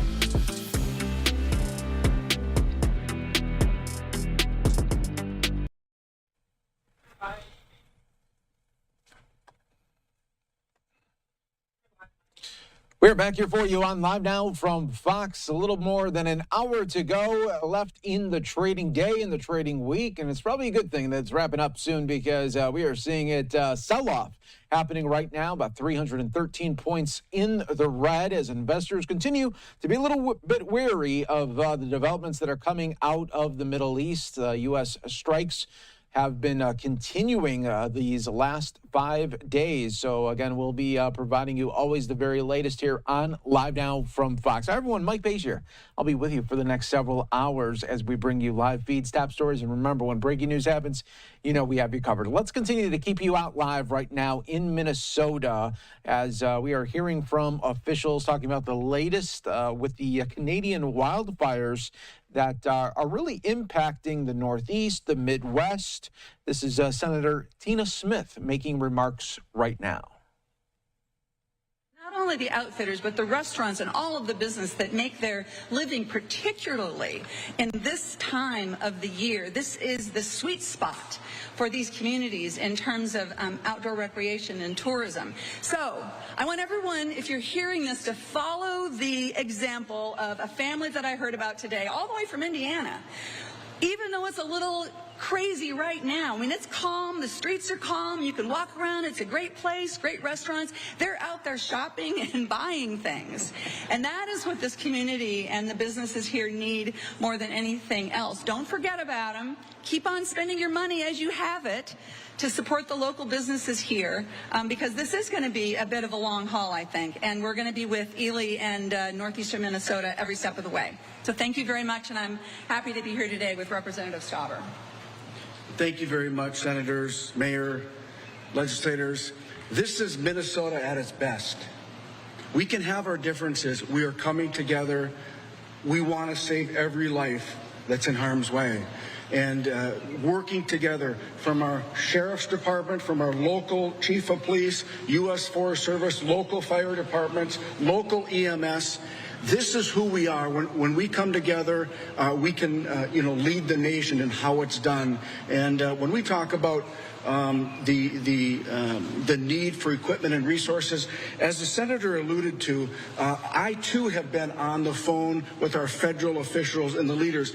They have committed to us whatever we need, the assets will be there in a timely fashion. And I think that's really important. Northern Minnesota, Ely matters. And I think it was mentioned that, Mayor, you wanted us to come to the up here and go to the local establishments, and et cetera. I can tell you that I brought my group of folks to the Grand Ely Lodge, had the sandwich special, it was excellent, and the Dairy Queen before we came over here. So as we said, Ely's open, but please adhere to those emergency service contracts or contacts that you have, whether it's watch duty, county sheriff's department, U.S. Forest Service, our local PDs, because that's important. That's where you're going to get the information. And I think that this is unprecedented. So we have professionals making decisions on the best, on the behalf of all of us. And I think that I want to commend them all, and I want to commend all the volunteers that are here, Mayor, from your great city, coming in here to help out. And again, this is Minnesota at its best, and I couldn't be more proud to represent this area, to see the success that we're having. We're still not out of the woods, so to speak. There's still opportunities for us to do good things, contain these fires, but we cannot lose any lives, and we'll work to save as many structures as we can. Thank you. Questions? Anyone? Are there any additional resources that you three went together to be pushing for from Washington at the moment trying to deal with this? Well, I think the first is what I mentioned, and I want to make clear this is reimbursement for governments, for local firefighters that are putting up a lot of resources, particularly Ely right now, where the feds can help to reimburse. And as far as the businesses, that's on a different track, and that's sometimes Small Business Administration, the state legislature has helped. I know in the Cook floods there was some help on that front. And so it's on two different tracks, but that is something immediately. And then, as Congressman and Senator Smith has said, it's making sure the resources are there from the fire department, from the Forest Service, because there's fires throughout the country, as was noted. But fortunately for us, we've been able to get some good resources in here now. But it's a long haul. It's a long haul. And so you could suddenly have major fires out in Arizona or Colorado. And we want to just make sure that we get what we need right now.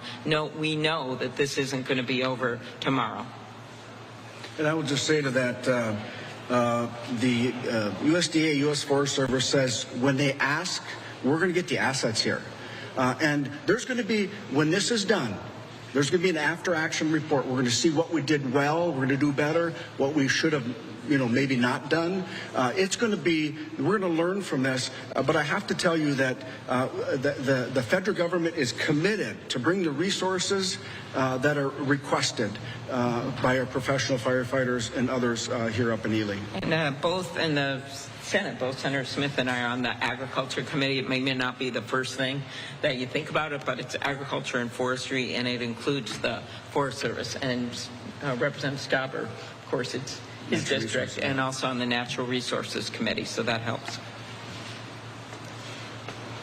Okay. I suppose beyond the wildfires, of course.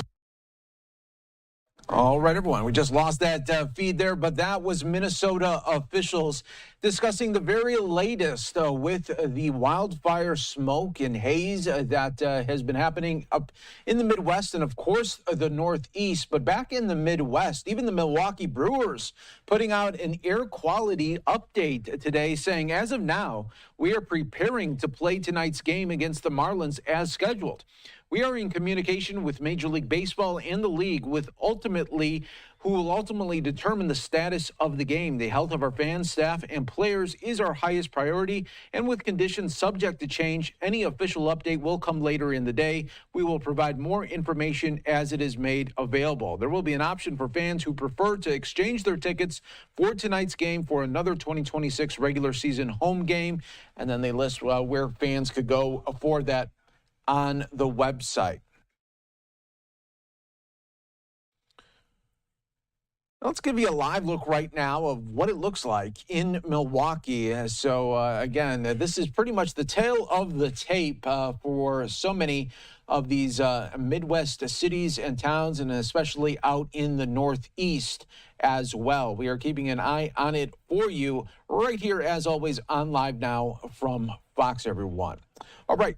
Next up, we are keeping an eye on San Francisco, as officials are soon going to be giving an update on a sex assault investigation. We're also keeping an eye out in Philadelphia. We got you covered coast to coast today on different feeds that are just popping in. This one with the Philadelphia Fire Department. So stay right here with us on Live Now from Fox as we continue to track some of the day's biggest top stories and headlines. We're also keeping an eye out in Texas, because this is a look here of Uvalde, Texas, where flooding concerns have continued.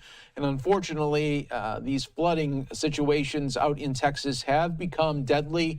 Coming up in just moments, we will have a news conference in Uvalde featuring the Texas Governor Greg Abbott.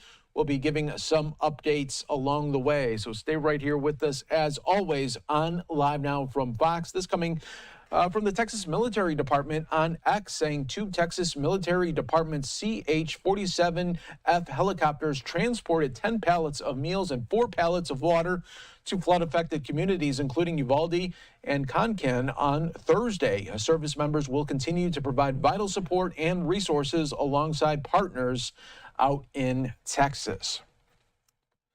Let's go out to San Francisco, though, right now, everyone. As promised, we had this live feed talking about a sex assault investigation. Let's listen in.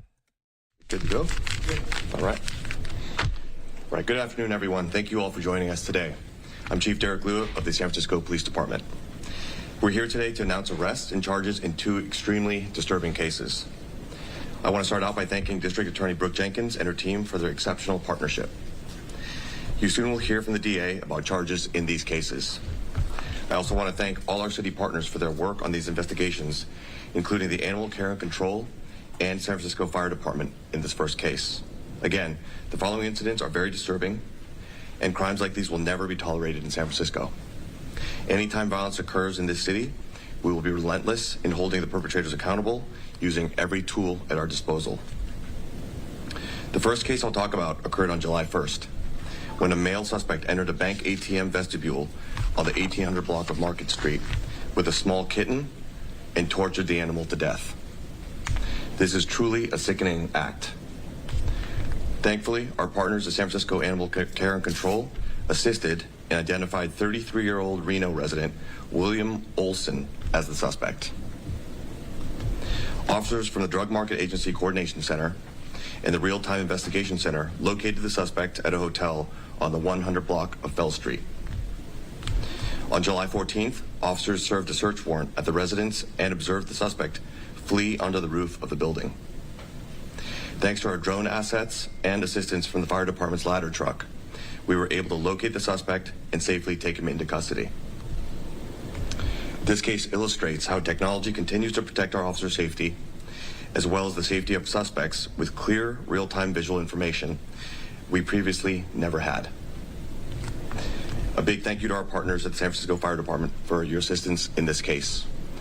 I'll now bring up DA Jenkins to speak more about this case. Thank you, Chief. I know that this was a case that your department took very seriously. Today, I am announcing that we have charged Mr. Olson with a number of crimes related to the killing of this kitten and his actions with respect to his arrest. He's now been charged with felony killing, maiming, or abusing an animal in violation of Penal Code Section 597, subsection A, as well as torturing or cruelly beating or cruelly killing an animal in violation of Penal Code Section 597, subsection B. He has also been charged with resisting, obstructing, or delaying arrest by a police officer as well, which is a misdemeanor. Both of the animal-related charges are felonies.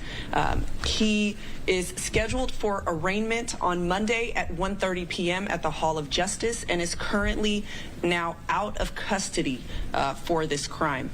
I want to explain why he is out of custody, as I know many people will be concerned about future conduct with respect to him and other animals.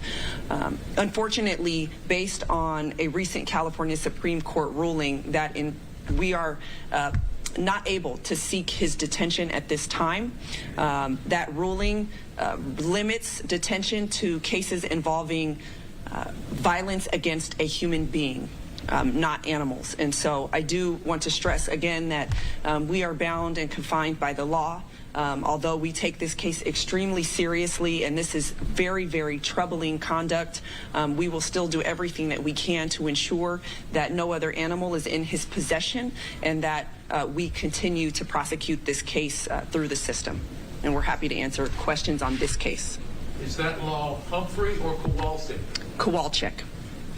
Does this individual have a history with law enforcement in any capacity involving other crimes against animals? Not that I'm aware of. Christian, wondering how will we know if this ban will appear in court on Monday? I mean, that's part of the thing. If I understand, he was not vagrant, but he didn't have a permanent address in the city. So I can't speak to his address. I'll let the chief respond to that. He was cited to appear on Monday. If he does not appear, the court will issue a bench warrant, essentially a warrant for his arrest that we will ask for, and he would have to be picked up and brought back into custody. And sorry for a follow-up, but his home address actually was Nevada, so he, as a resident from out of state, he could flee to another state. That is true. Unfortunately, again, flight risk is not something that can be considered either when we are talking about someone's custody status, now under Kowalczyk. Any more questions on this case? Yeah, was the kitten recovered with him, like on his person or at the residence when he was arrested? The kitten was recovered on Market Street. After he killed the kitten, he left it there where this incident took place, and thanks to the assistance of ultimately a witness later, the kitten's body was recovered. Is there any evaluation of this individual's state of mind? Just fact that you don't have a previous history of him or any criminal history of him? Has he been evaluated for his mental? Well, he was released essentially immediately from county jail. So right now he is out of custody. We cannot compel someone to any type of mental examination. That is going to be the decision of his attorney, whether they would like to have him evaluated to understand more. So at this time, we make no assumptions about whether or not he suffers from any sort of mental illness or mental health disorder. We are strictly looking at the conduct at this point. Last question on this one, George. Can you speak to the technological overlap that led to the investigations? I understand the police became aware of the incident and then learned that ACC was already on it. And then is this the first animal-related incident that the new equipment, car ticket, and so on, have had to handle? To my knowledge, I think it is the first with an animal. I'm not 100% sure, but I'm pretty sure. I think that is the case. What I can tell you is that we worked in partnership with ACC on this, so there wasn't like it was a intentional partnership there. The other piece of it was there was clearly drone usage that really helped us in terms of determining where this person was. He did flee outside of the hotel room where we got him. And the drone was instrumental in locating him there. He was located on top of a roof, which is clearly a pretty dangerous area for both him and the officers. So the drone was very useful in that situation. Now we're going to pivot to the second case. Okay. Second case I want to talk about was diligently investigated by our Special Victims Unit and involves the sexual assault of an inmate by a former deputy at the San Francisco County Jail. As law enforcement officers, our duty is to protect the public.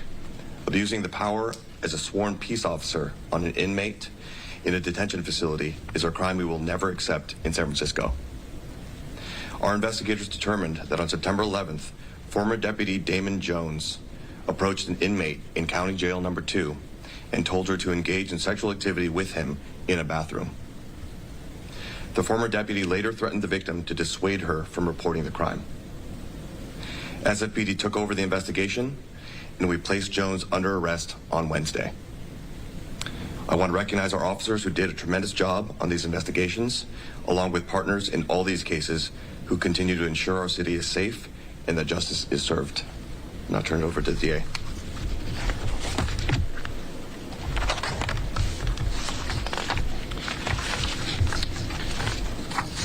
So this case stems from an incident, as the chief described, that took place on September 11th, 2025. Mr. Damon Jones is 34 years old. We have now charged him with 2 felony crimes. First, sexual activity with a confined adult in a detention facility in violation of Penal Code Section 289.6A2. We have also charged him with dissuading a witness from reporting a crime in violation of Penal Code Section 136B1. As you heard, Mr. Jones was taken into custody yesterday. He has now bailed out, and we are waiting to find out what his future court date will be. He was placed into the Solano County Jail, and so we are waiting for Solano County to transfer the documents related to his case here to San Francisco because they are responsible for providing his future court date at this time. Again, very, very troubling conduct. We have a responsibility, as the chief said, in law enforcement to make sure that those who are confined to our custody are kept safe, just as much as we work to keep those who are out in the public safe. We also are dealing with an issue of public trust. We want to make sure that the public has faith in us as law enforcement officers to do our jobs and to do it well in the right way. And so that is why we are here today, stressing that this is a zero tolerance situation, that we take these cases extremely seriously. I'm thankful for the San Francisco Police Department's SVU unit, who took this case very seriously right away when they were alerted to it and made sure that there was a full investigation into this incident so that we could be here today to announce these charges. Carmen? What is Solano's involvement? I'm not clear on that. Also, what took a year? And since this whole year went on, plus time before this incident, are you concerned that there are other victims, and what are you doing about that? Or what are you doing about that? You can take them in any order. He was arrested in Solano County.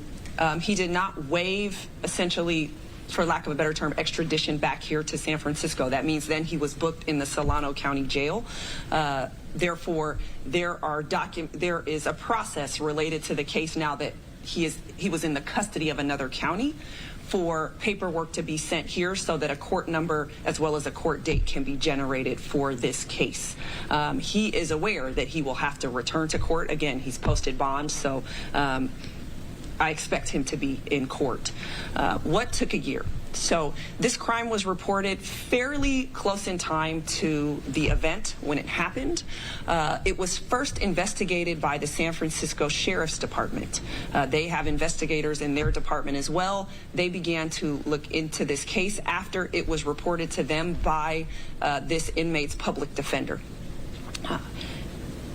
They brought the case to my office based on some concerns we had regarding the way that the investigation took place. We contacted the San Francisco Police Department and asked them to take over and to do a number of things with respect to this investigation, almost start from scratch. And so they took that baton right away, but that investigation did take time.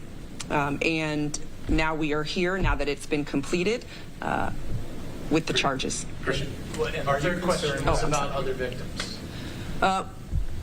Of course, there's always a concern in a situation like this for other victims. Again, a part of announcing these charges is making people confident that we will do our jobs when something like this happens. I do right now encourage any other victims in the jail, if there are any, to come forward. Of course, whether it be with respect to this particular defendant or any other staff in the jail, if there have been any other crimes or incidents of this nature. This is just the latest case of an allegation of inappropriate sexual contact or inappropriate contact between deputies and inmates in the jail. Are you concerned about a pattern of behavior or a culture that allows this to continue within San Francisco's jails? I know that our sheriff is committed to making sure that he has a well-functioning and a high-functioning sheriff's department. He is somebody who's been a sheriff for now 30 years. I know he knows the job.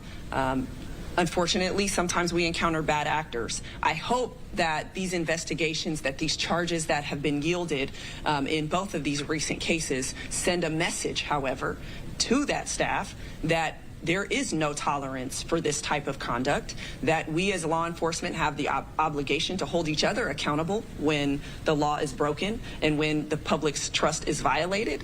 And so my hope is that we have sent the message that things should be different. Suzanne? This is an extension off of Christian's question, and then you had touched upon it. But again, this is the second case we're hearing, second case we're reporting in a week involving this sheriff's deputy accused of alleged misactions or assault at a jail in San Francisco. Would you please expand on that?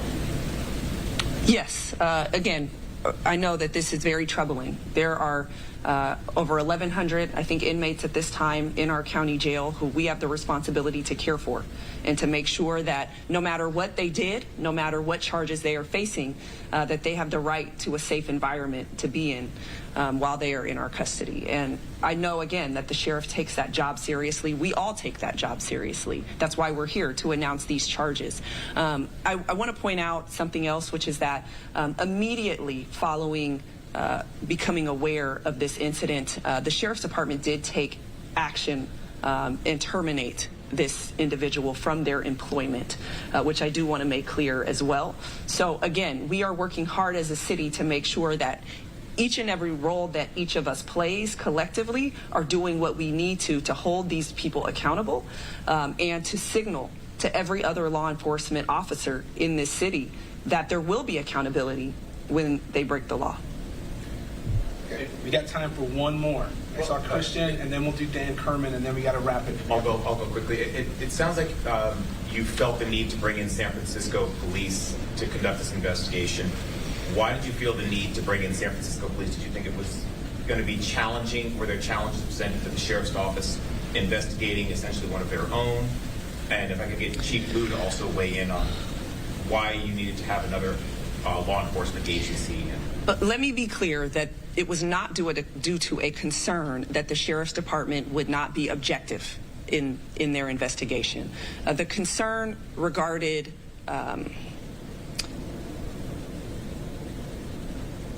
the involvement of the public defender for this inmate in the process of the investigation. Investigations like this should be handled strictly by a law enforcement agency. And I wanted to make sure, my office wanted to make sure that we had a thorough but independent investigation conducted into this matter. And so that was our concern. Yeah, I mean, I would say that I would highlight, underscore what the DA just said, but add to it that these cases do require expertise, and our SVU investigators unfortunately investigate a lot of these cases and have tremendous expertise in how to handle the case of this type. Right, San Francisco update there. Talking about two different cases. We will continue to keep an eye on that for you right here, as always, on Live Now from Fox. But now we want to take you out from San Francisco. Let's go out to Florida. Take a look at what's happening in the skies in Pensacola. Yeah, it's the Blue Angels once again doing another flyover. Let's see how close they get.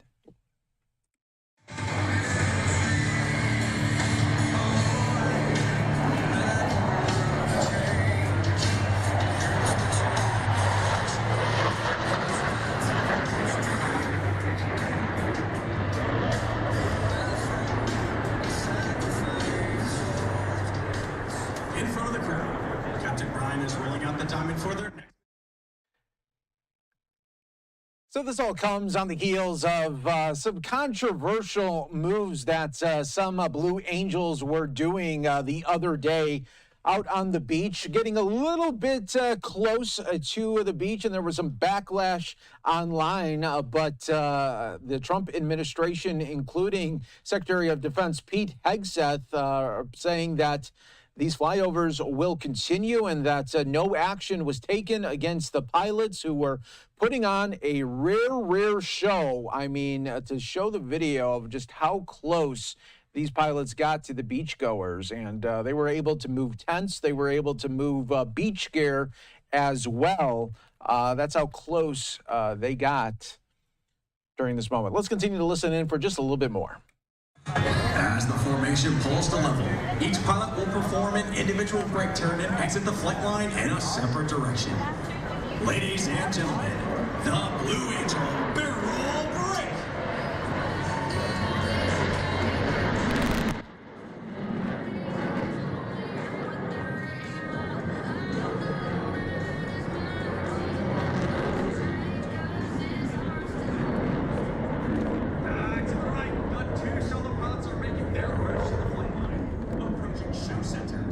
Simultaneously roll their aircraft 420 degrees in section. Ladies and gentlemen, the double tuck-over roll. Word is I'm bringing home the bacon. Word is they don't see what it take to make it, but the word on the streets I make it look easy. Word on the street is I make it look easy. Actually smooth as fuck. All right, well, there we go once again, showcasing the Blue Angels out in Pensacola, Florida. To give you some more context, this was put out by Fox News the other day on X, saying Navy jet gets too close for comfort on a Florida beach. Video shows a Blue Angels jet flying just feet above people's heads, sending beach chairs, umbrellas, and tents tumbling through the air. No injuries were reported. Here's the video. Let's listen in.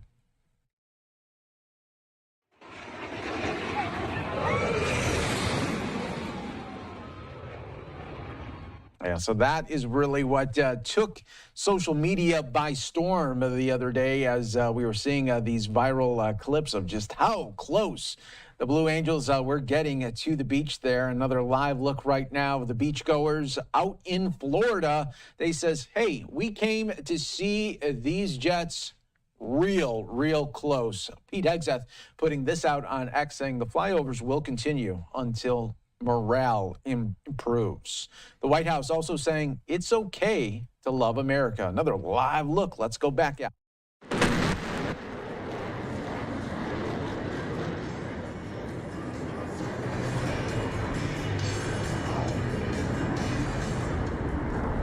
As each aircraft accelerates to 500 miles per hour, they'll perform a reversal turn and head back towards the flight line. You should be able to follow their individual smoke trails as all three aircraft converge on center point with maximum closure and minimum separation.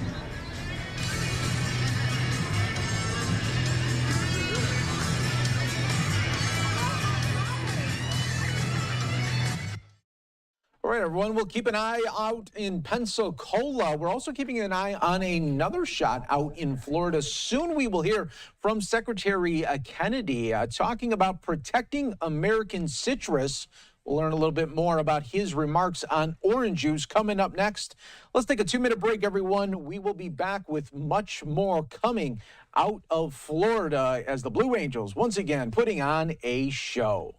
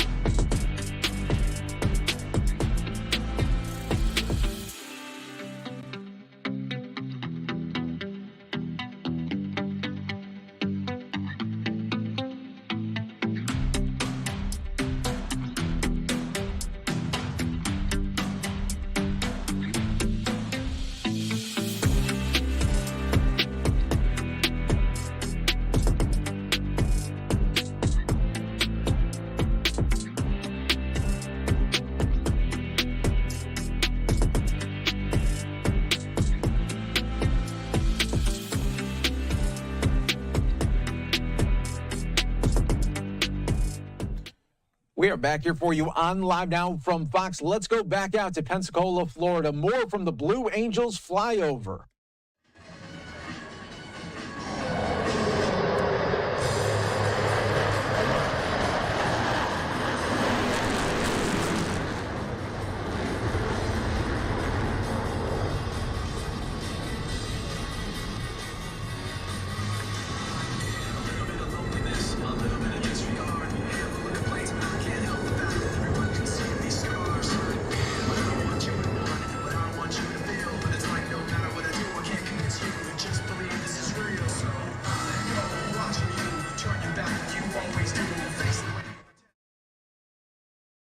Once again, flyovers continuing, just like Secretary of Defense Pete Hegseth said they would. And another great shot there of the Blue Angels. And what a weekend it's been out in Pensacola, Florida, where people were just on the beach having a good time, enjoying the show. And then we saw flyovers getting really close to the beach.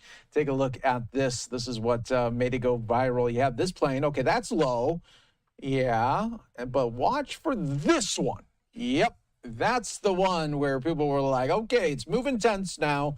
It's moving beach gear. Let's go back out live here where it is not stopping people from coming out to the beach. They got their cameras. They got their cell phones out. And what the thing to do is when you go out to the beach here, not only do you want to be with your friends and stuff, but you want to get that classic shot of the Blue Angels in the background as you take a picture. And that's what we have been seeing some of the beachgoers do as they get ready for rounds 2, 3, 4, and 5. We'll see if the main event today has a little bit of a closer show to the beach. Keep an eye on Florida here for you as we have our cameras right now to the sky looking for the next flyover out in Pensacola as we bring it to you live, raw, and always direct here on Live Now from Fox. This is a great Friday stream to bring to all our viewers here as we bring you, of course, breaking news, top stories, and news conferences from all over the country. And yes, even those epic flyovers that are happening out in Florida. All right, one more time for this flyover. There we go. That is round number 4. And yeah, take a look there as they're able to almost like if they are pausing in the sky for you.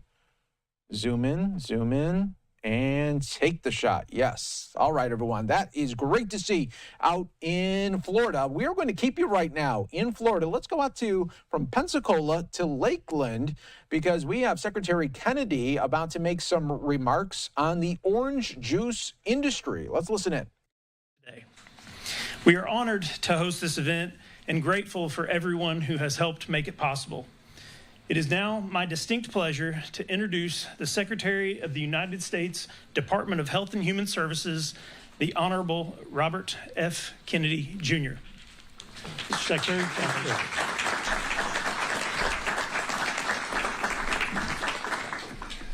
Thank you, Josh, for that introduction, and thank you to Senator Ashley Moody, who's played a key role in this effort, Representative Laurel Lee, Representative Kat Kamek, for your leadership and for standing with us today, both of you.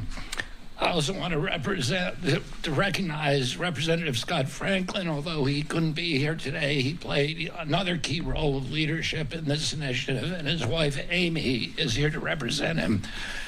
I'm also grateful to Florida Commissioner of Agriculture, Weldon Simpson, Shannon Shep, the Executive Director of the Florida Department of Citrus, for joining us today. And I want to recognize the Florida Farm Bureau, the Florida Citrus Processors Association, the Florida Citrus Mutual for their partnership and their unwavering support of the Florida growers. I also want to point out that I pointed out earlier that I have a very strong connection to the orange industry. My wife was the Orange Blossom Queen of the Tallahassee Day Parade, and she grew up on an orange grove in Frostproof, Florida. So I'm especially excited about today's announcements. I want to thank also my friend and colleague, the Secretary of Agriculture, Brooke Rollins, who I was with in Tampa yesterday. She couldn't be here today because of a prior obligation in Texas.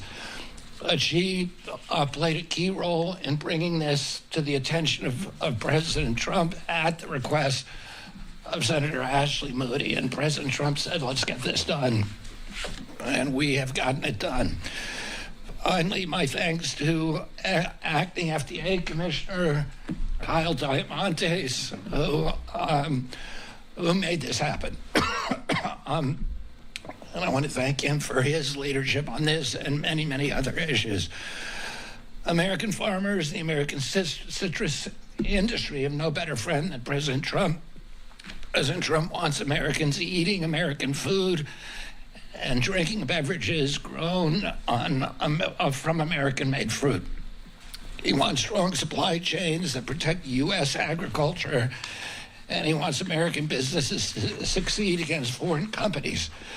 That's why today I'm announcing FDA's final rule for modernizing the outdated standard of identity for pasteurized orange juice.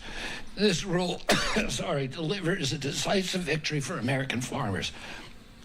It protects our domestic supply chains and advances President Trump's America First agenda.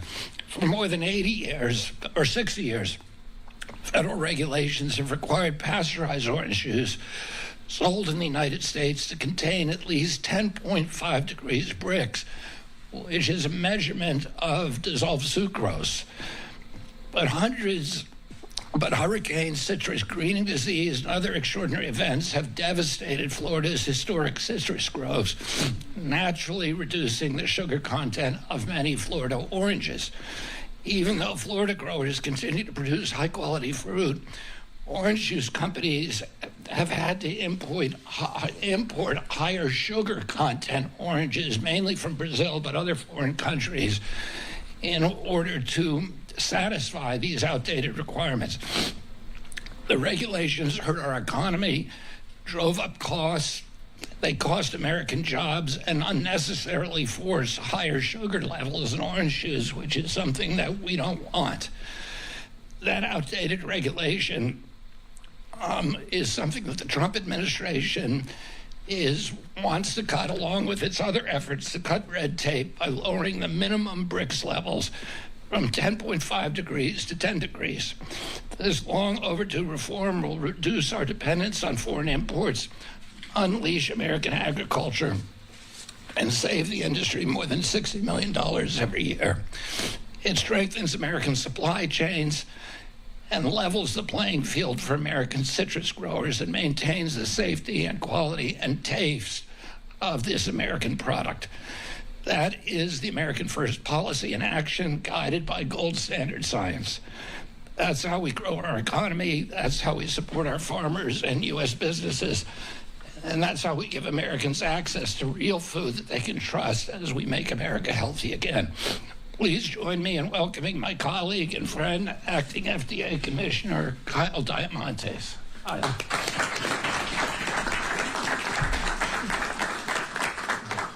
Thank you, Mr. Secretary. Good afternoon, everyone. It's a real honor to be back in my home state of Florida, standing alongside so many dedicated champions for American agriculture.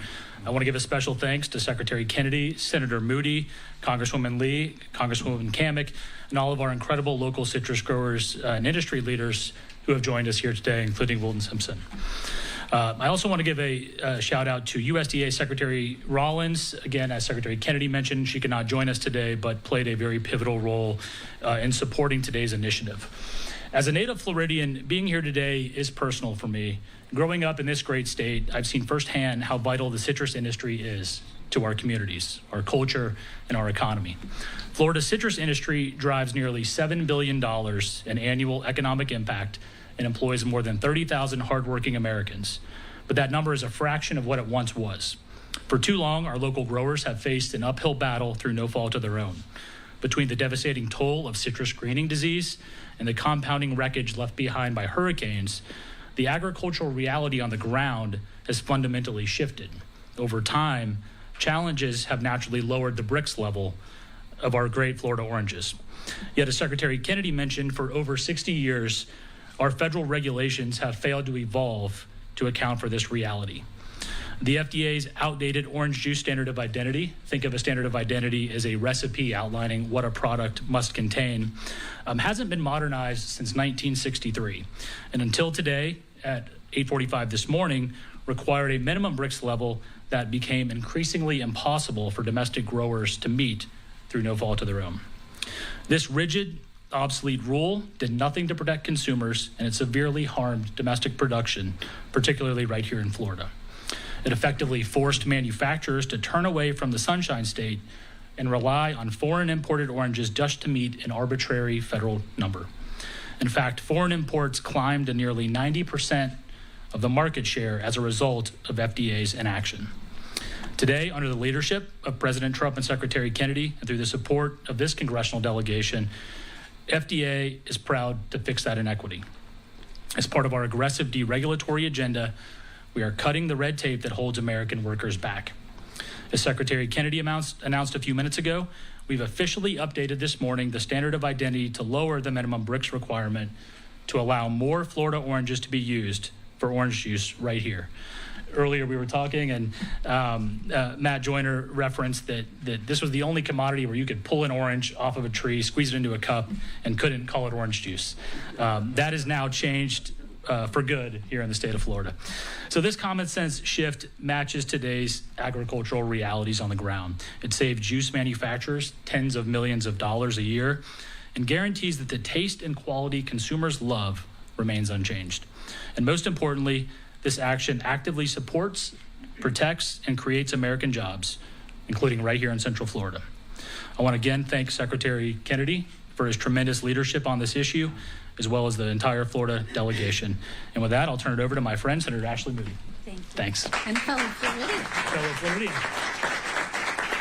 This is a great day for the state of Florida and for the Florida Orange. And just to put this in perspective, the Florida Orange, which is on every Florida license tag driving around the state, over the past 2 decades, the production of the Florida Orange has gone down 90 to 95%. And what that means is, while our growers might have stood a chance with this crazy, nonsensical, outdated regulation before greening or before freezes, while you're trying to survive throughout that, you certainly can't have kudzu of overburdening regulations snuff out the very remaining life that you have. And when Governor DeSantis appointed me to the Senate seat, I said, I'm going to go to Washington and fight for this state and fight for our industries and fight for our families and take a machete to the administrative bureaucracy that is actually working against the prosperity of our families. And this is one of the best examples I could find. The growers came to meet with me within the first month, and they said, we've been trying to get somebody to pay attention to this regulation that makes absolutely no sense, that makes us have to import Brazilian oranges to make Florida orange juice, and we can't get anybody to change this. Will you file the bill? I'm like, absolutely. I'll be the lead sponsor in the Senate. Scott Franklin was the lead in the House. We have these awesome ladies leading the charge. And then I said, this is a bureaucratic problem. I'll fight for this bill. Fine, we can pass a law, but all we need is for this agency to start thinking about Americans first. America growers first. What a novel concept as a country to think of your citizens and your industries first.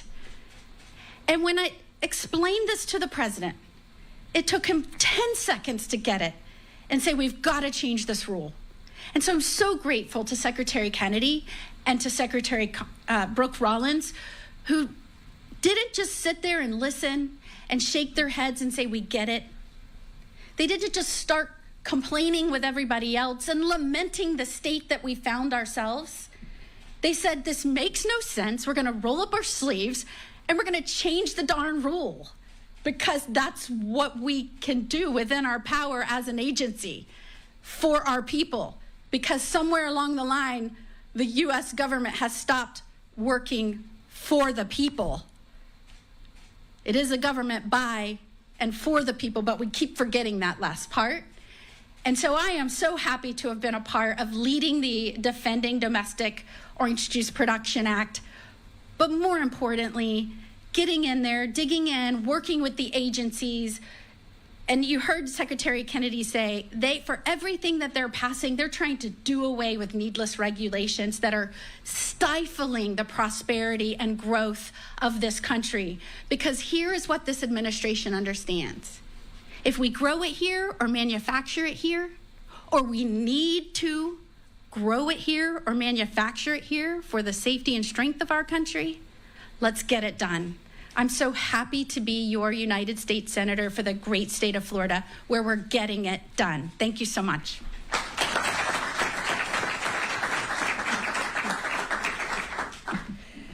Well, good afternoon, everyone. I'm Laurel Lee, and I am proud to represent Florida's 15th Congressional District, which is where we are here gathered today.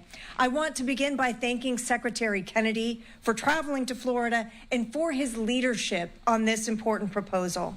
I also want to thank President Trump for his commitment to supporting American agriculture and ensuring that federal policy keeps pace with science, with innovation, and with common sense. I also want to recognize Senator Moody and Congressman Scott Franklin, whose leadership on this issue in Congress helped pave the way for today's announcement, along with Congresswoman Kat Cammack, our Agriculture Commissioner Wilton Simpson, and the citrus growers, processors, and industry leaders whose dedication and commitment helped make this day possible. Across agriculture, nutrition, and public health, this administration has shown a willingness to modernize government, remove unnecessary barriers, and ask a simple question: does this policy serve the American people? President Trump and Secretary Kennedy understand that a healthier America begins with a stronger American food supply. Supporting our farmers and expanding access to wholesome American-grown foods go hand in hand. Today's announcement is another example of that leadership. Florida citrus is one of America's greatest agricultural success stories. It is part of our history, part of our economy, and our identity. Here in Central Florida, generations of families have built their lives around this industry and continue to produce some of the finest orange juice anywhere in the world. For generations, Florida orange juice has set the standard by which orange juice is judged around the world. Today's proposal helps ensure that our federal standards reflect that same excellence. One of those federal standards, known as the BRICS standard that you've heard about today, measures the natural sugar and soluble solids in orange juice and helps determine how it is labeled and used. More than 60 years ago, the FDA established a minimum BRICS level of 10.5%, a standard that reflected the characteristics of Florida citrus at that time. But today, Secretary Kennedy and the FDA have proposed updating that standard from 10.5 to 10%. It's a change that reflects today's agricultural realities while preserving the outstanding quality of our products. Agriculture is constantly evolving. As science advances and farming practices adapt, good policy should evolve as well. That's how innovation works, and good government should never stand in its way. Consumers will continue to enjoy the same wholesome, nutritious, high-quality Florida orange juice they've always known, while more Florida-grown fruit will qualify as juice. That means more opportunities for our growers, more American-grown products on our shelves, less reliance on imported juice, and a stronger future for one of Florida's signature industries. President Trump, Secretary Kennedy, and the FDA deserve tremendous credit for taking an approach that strengthens one of America's iconic agricultural industries, while ensuring consumers continue to enjoy the outstanding product that they always have trusted. American farmers deserve every opportunity to compete, succeed, and lead where the products that they grow begin here at home. This change today is a testament to determined advocacy. I especially want to thank Congressman Scott Franklin, Florida Citrus Mutual, the Florida Farm Bureau, and the many growers across our state who never stopped making the case for Florida citrus. Many of them are here with us today, and their work helped make this change possible. When farmers, industry leaders, Congress, and the administration work together, we can solve real problems with smart, common sense solutions. Today, we build on the success of Florida citrus, creating more opportunities for American growers, strengthening domestic production, reducing reliance on foreign imports, and securing this iconic industry. It is now my pleasure to introduce my friend and colleague, Representative Kat Cammack.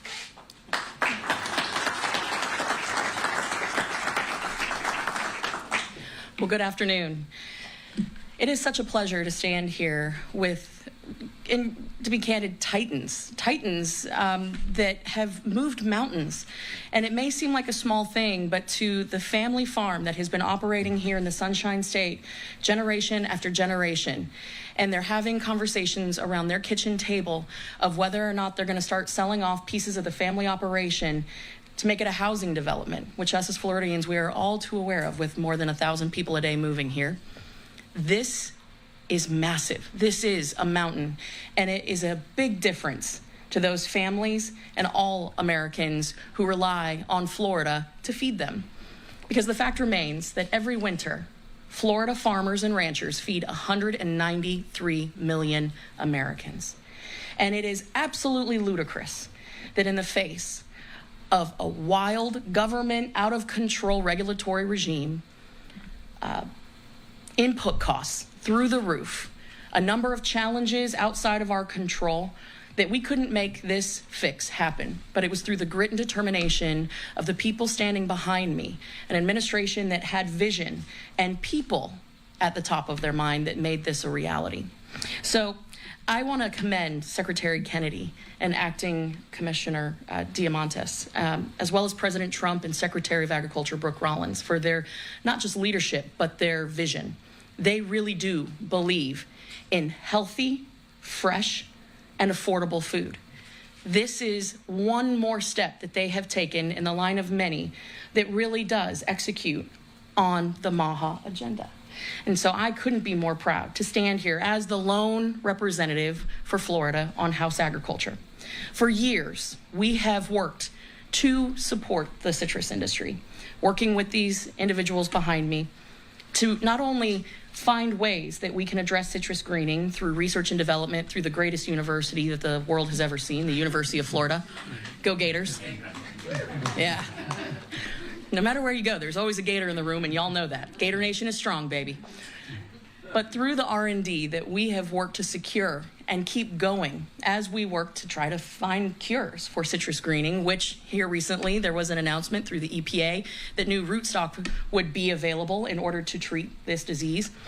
This is the thing that we have needed to do. Stop importing Brazilian citrus. Put Florida farmers first. This is an outdated regulation that served no purpose. And so it is incredibly encouraging to see just another regulation taken off the books that some unelected, nameless, faceless swamp creature up in Washington really had no clue the impact that it was having.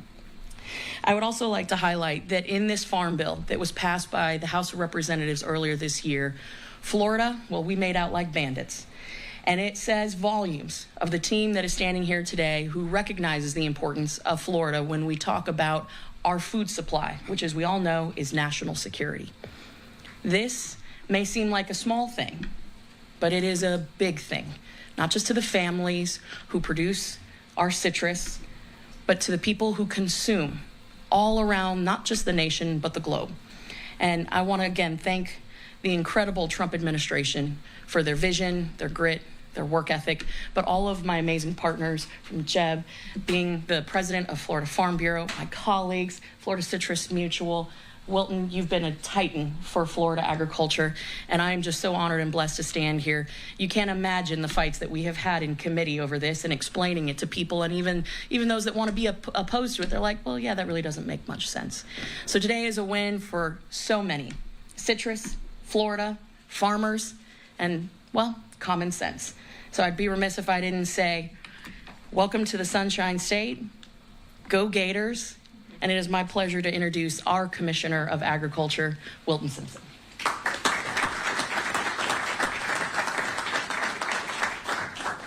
Good afternoon. I'll be brief. I want to thank Secretary Kennedy, President Trump. You know, in Florida, we have worked very, very hard to bring common sense solutions to agriculture, and especially in the last few years. And we've got many tools in our toolbox. One of those tools is our Rural and Family Lands program, where we buy development rights from farmers so that we know that 50 years from now or 100 years from now, we will still have adequate farmland. When you think about citrus specifically, just in the last 4 years since I've been commissioner, we have provided over $300 million for research and the craft program to help replant citrus trees. We believe that we have bottomed from about 280 million boxes down to about 12 million boxes of fruit. We think we're at the bottom. And now with all the new plantings that are going on, and thank you to our legislature here in the state of Florida for those additional dollars, we also had additional dollars to provide for the manufacturing facilities that we're going to need to put this orange juice in the containers in just a few years when we're hopefully producing 20 or 25 or 30 million boxes of fruit again. And we want to see this industry continue to thrive. I always normally don't have a lot of good things to say about the federal government because there's not a lot of common sense to it. But what Secretary Kennedy's done, what our senators and representatives have done here is common sense. What they've done is they put the air behind the sails of our farmers here in Florida that have been so resilient to know that if you plant these trees and you provide for those trees for 3 to 4 years and you develop a crop, you'll be able to put it in an orange juice container. So thank you for being here today and thank you for what you do. Matt. Good afternoon, everyone. I am, as mentioned, Matt Joyner, the Executive Vice President and CEO of Florida Citrus Mutual. It's a pleasure to be with y'all today. We are the state's largest trade organization dedicated to the well-being of the Florida citrus grower and also to sustaining Florida's iconic citrus industry. Secretary Kennedy, Acting Commissioner Diamantis, it's an honor to welcome you to Florida. We appreciate you being here. Thank you for your leadership on this critical and important issue. I also want to thank Senator Moody, Congresswoman Lee, and Congresswoman Kamek for your leadership and support of the Florida citrus industry. And while Congressman Franklin couldn't join us today, I do want to thank him because he was the original sponsor in the House of the Defending Domestic Orange Juice Production Act back in 2023 when we started this battle. And so we are grateful for his leadership in championing this issue as well. Nearly 4 years ago, Florida Citrus Mutual, the Florida Citrus Processors, the Florida Department of Citrus filed a citizen's petition to modernize the standard identity for pasteurized orange juice, and we're pleased to see that effort come to fruition today. Growers have faced tremendous challenges over the last 2 decades, from citrus greening to adverse weather that has impacted our production and really put this industry at a critical point. Lowering the BRICS requirement, this small tweak to an outdated regulation, can have an outsized impact on an industry that is regaining its footing, has struggled for years, and is ready to once again truly blossom. And so I can't overstate the importance and our thankfulness for the strong support that we've received from our congressional leaders, from the Trump administration, Secretary Kennedy, and others to make this happen. It's been a long time coming, and we're grateful that we're finally here. So thank you. And with that, I'll introduce my friend, Jeb Smith, the president of the Florida Farm Bureau. Well, good afternoon to all, and I am batting cleanup, but I can tell you what, a lot of home runs have already been hit this afternoon, that's for sure. But on behalf of the 132,000 member families of the Florida Farm Bureau Federation, I want to thank all of you for your support and commitment to Florida agriculture. You know, I want to begin by thanking Secretary Kennedy and Acting Commissioner Diamantis, Senator Ashley Moody, Congresswoman Kat Kamek, Congresswoman Laurel Lee, and Congressman Scott Franklin, as well as the Trump administration for recognizing an issue that Florida citrus growers have been raising for years and moving to address it with urgency needed. For too long, outdated regulations, which you've already heard this afternoon, have failed to reflect the realities facing Florida citrus. Citrus greening has changed our industries in ways no one could ever have imagined when many of these standards were written decades ago. Updating the minimum BRICS standard is about modernizing regulations so they reflect today's science and today's growing conditions. This common sense change allows processors to rely more heavily on Florida-grown oranges instead of being forced to blend with imported juice simply to satisfy an outdated regulatory requirement. That's good for our growers. That's good for our processors. That's good for American agriculture. And that is good for our consumers who want to support Florida citrus and partake of an iconic, delicious beverage derived under the Florida sun. Secretary Kennedy has challenged our country to make America healthy again. Florida Farm Bureau shares the belief that healthy Americans begin with a strong American agricultural system.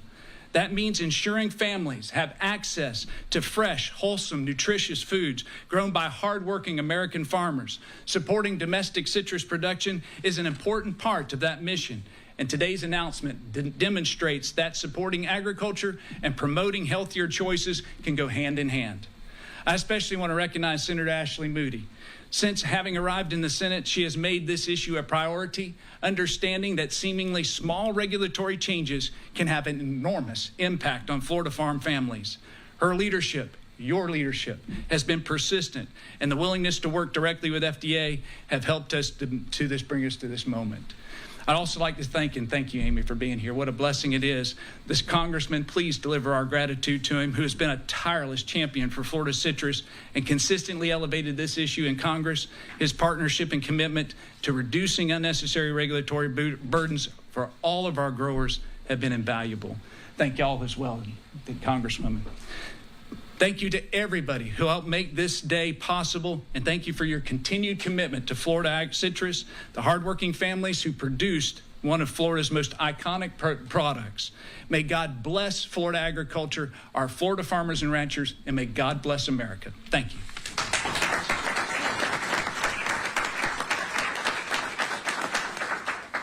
Thank you all for coming today. That concludes our remarks section. We will now go into the Q&A portion. Just give us one moment to get our mics ready. Conrad in the back will be handing around mics, and I will call on you. Make sure that when you have your hand up and you're called on, that you say your full name, outlet, and that your question is related to the topic of today's press conference. Gary.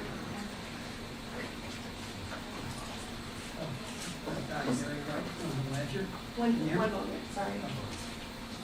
I'm connecting the mics. Gary White from the Ledger. Can you hear me? I don't think so. Try one more time. Can you hear me? Not yet. Testing. This is like a Nextel commercial. I'm dating myself now. Exactly. Can you hear me now?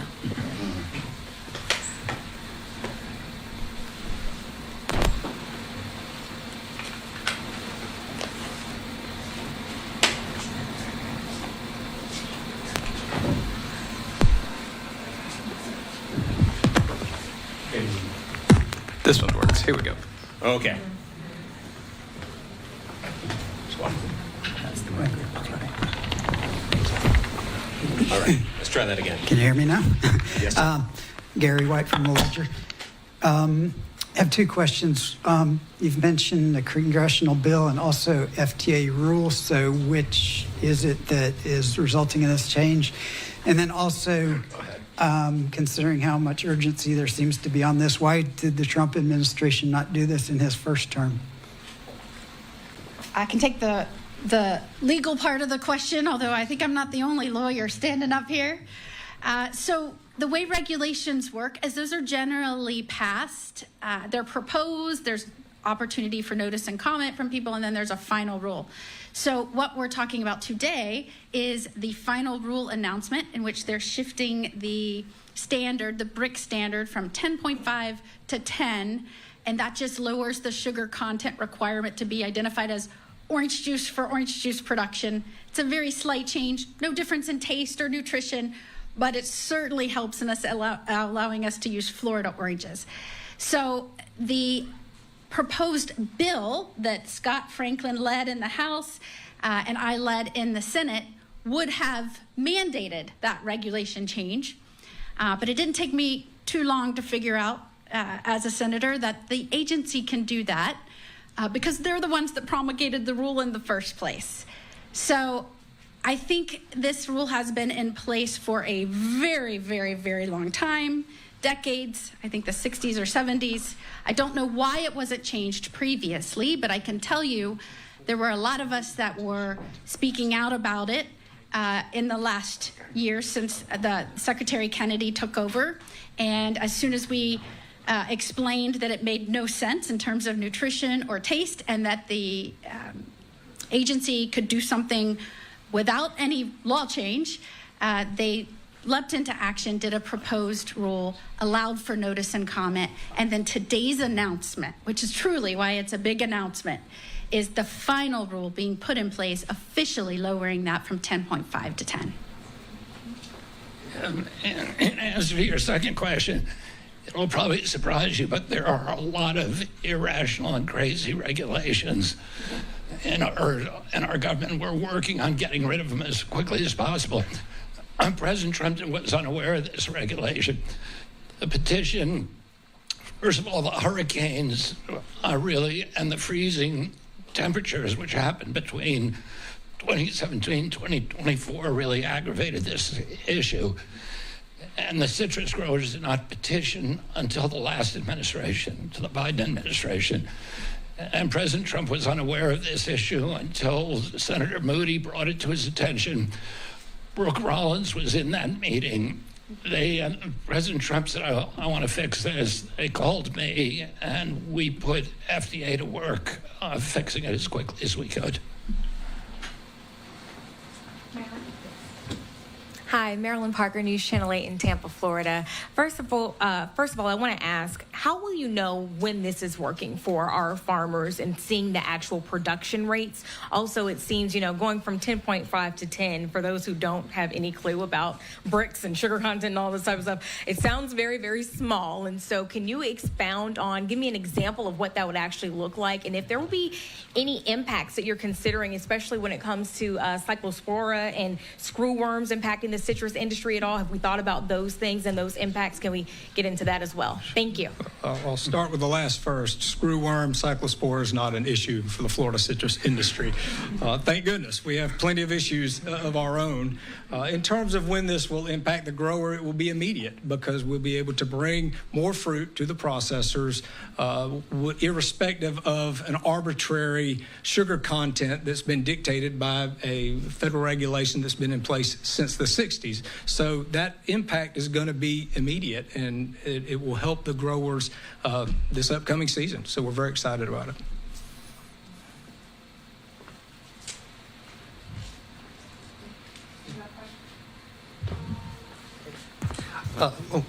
Louis Slovia with the Business Observer. Can you quantify what the change will be? I mean, how many more boxes are we talking about? And when you say immediate, how immediate is immediate?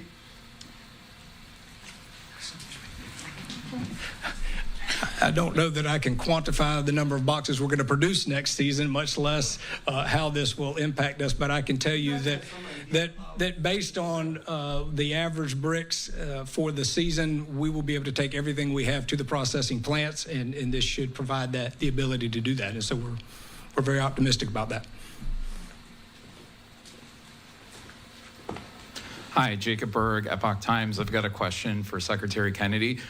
So one of the main contributing factors, aside from the hurricanes and the freezes, on both the decline of the Florida orange industry and the subsequent lower sugar content in the oranges, has been from, as was pointed out early on in the press conference, citrus greening, which is caused by the invasive Asian citrus psyllid.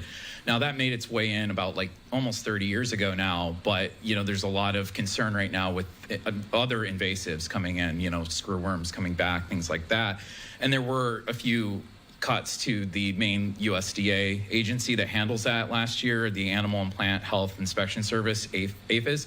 So I'm just curious, given this is a really big issue for the state of Florida, this Asian citrus psyllid, even though it's been a multi-decade long thing, there's all these other invasives that a lot of people are concerned about, feral pigs even in this state and other states. So what I'm getting at is, I'm curious, have you had any discussions maybe with Secretary Rollins about maybe increasing resources at APHIS, or just bolstering existing efforts?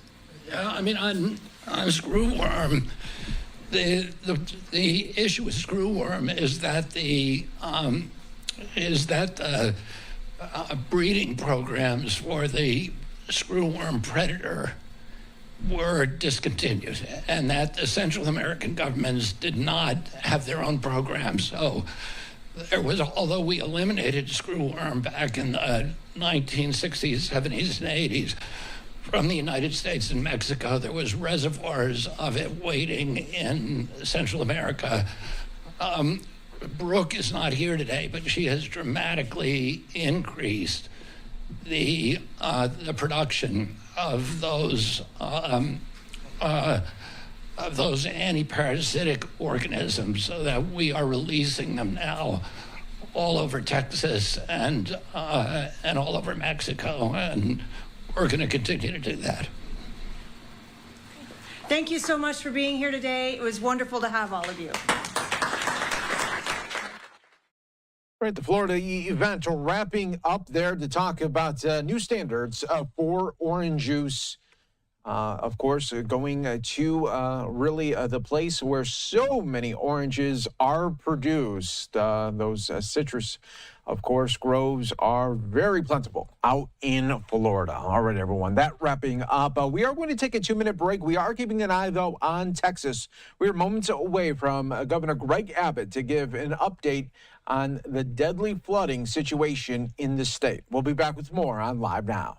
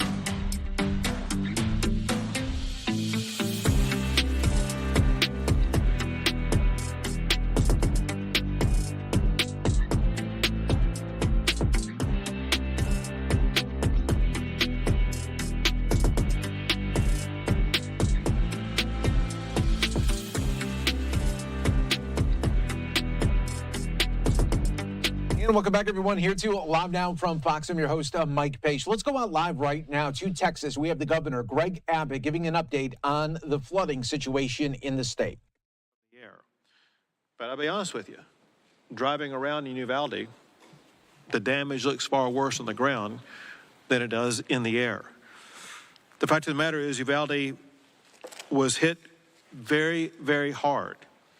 But the community and the people of this community are strong and resilient. As one official in the room behind me put it in the briefing, he said that we are rougher than Mother Nature. The fact is that rivers continue to pose challenges to this area. This area of Uvalde shares about 4 rivers. You got the Nueces River, the Sabinal River, the Frio River, Leona River. I would say, as of right now, of those 4, the one river that remains the greatest danger to this community is the Nueces River. Along those lines, listen, the worst of the rain is behind us. But, and very importantly, even though the worst of the rain is going to be behind us, for a while, as in for days, the rivers are going to continue to rise. Even if rain is not falling, because of the flow of water downstream, residents and leaders need to understand the rivers will still rise and still pose life-threatening danger to anybody near those rivers. I want to thank all of the local leaders, first responders, volunteers, and federal Texans for their swift and effective response. Their preparation in advance, the way they handle this issue in response to it, literally saved lives. I also want to thank the state first responders, including the Texas Military Department, the Texas National Guard, the Texas Department of Public Safety, Texas Task Force 1, Texas Department of Transportation, all of the state emergency first responders, as well as the Texas Emergency Task Force. As waters begin to recede in the coming days, cleanup is going to begin. The state is going to work with local officials to expedite things like debris removal and to accelerate the rebuilding process. The Texas Department of Transportation has already been heavily involved in making sure that especially the city and county of Uvalde, which almost became an island because of what happened with the rivers around it. TxDOT has been working around the clock to clear roads, to maintain roads, to rebuild roads, repair roads as rapidly as possible so that people would be able to access where they need to go, as well as ensure that supplies are going to be able to come into the Uvalde area. To support these efforts to the fullest, I am right now going to be issuing a major disaster declaration. I'm going to hold it up for you. I will tell you, it's about 20 pages long. What it does is it will open the door to federal relief to assist in the rebuilding of this region. And is dated today, the 17th, and as of right now,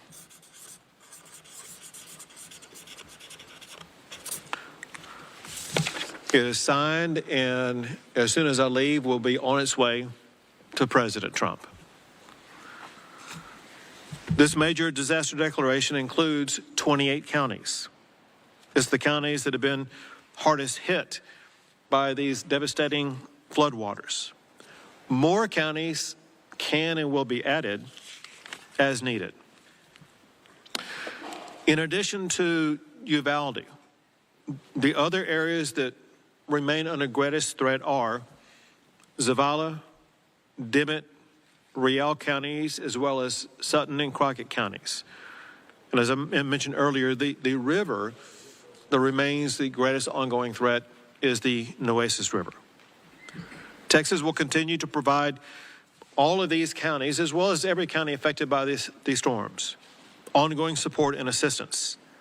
These counties will remain the primary focus until all dangers subside. Altogether, the state has already provided more than 2,700 personnel, more than 1,500 vehicles, more than 90 boats, more than 20 aircraft, as well as many other assets and resources. The state has rescued more than 270 people. In the briefing earlier, just in the Uvalde and Zavala regions, by local officials in these regions, they have rescued more than 300 people. As of right now, there remain about 125 people in shelters here in the Uvalde area. And as of right now, across the entire state, there remain 2 lives that have been lost. Our paramount goal is to make sure nobody else loses their life. We're almost through this rain event. We want local officials and residents to remain vigilant and aware by individuals and officials maintaining that awareness about the dangers of water, whether because of rising rivers or because of water on a roadway that they may think they can drive through until it's too late after they get stuck and swept away. We want everyone just for the next 24 to 48 hours to be fully aware of the danger that water can provide to your life right now. Texans, missing the placard here. We'll get it over. Rebuildtx.org. I'll have you repeat it. So Texans and Americans, listen, they want to help out. we are people who are very generous. Whenever tragedy like this strikes, the generosity comes pouring out.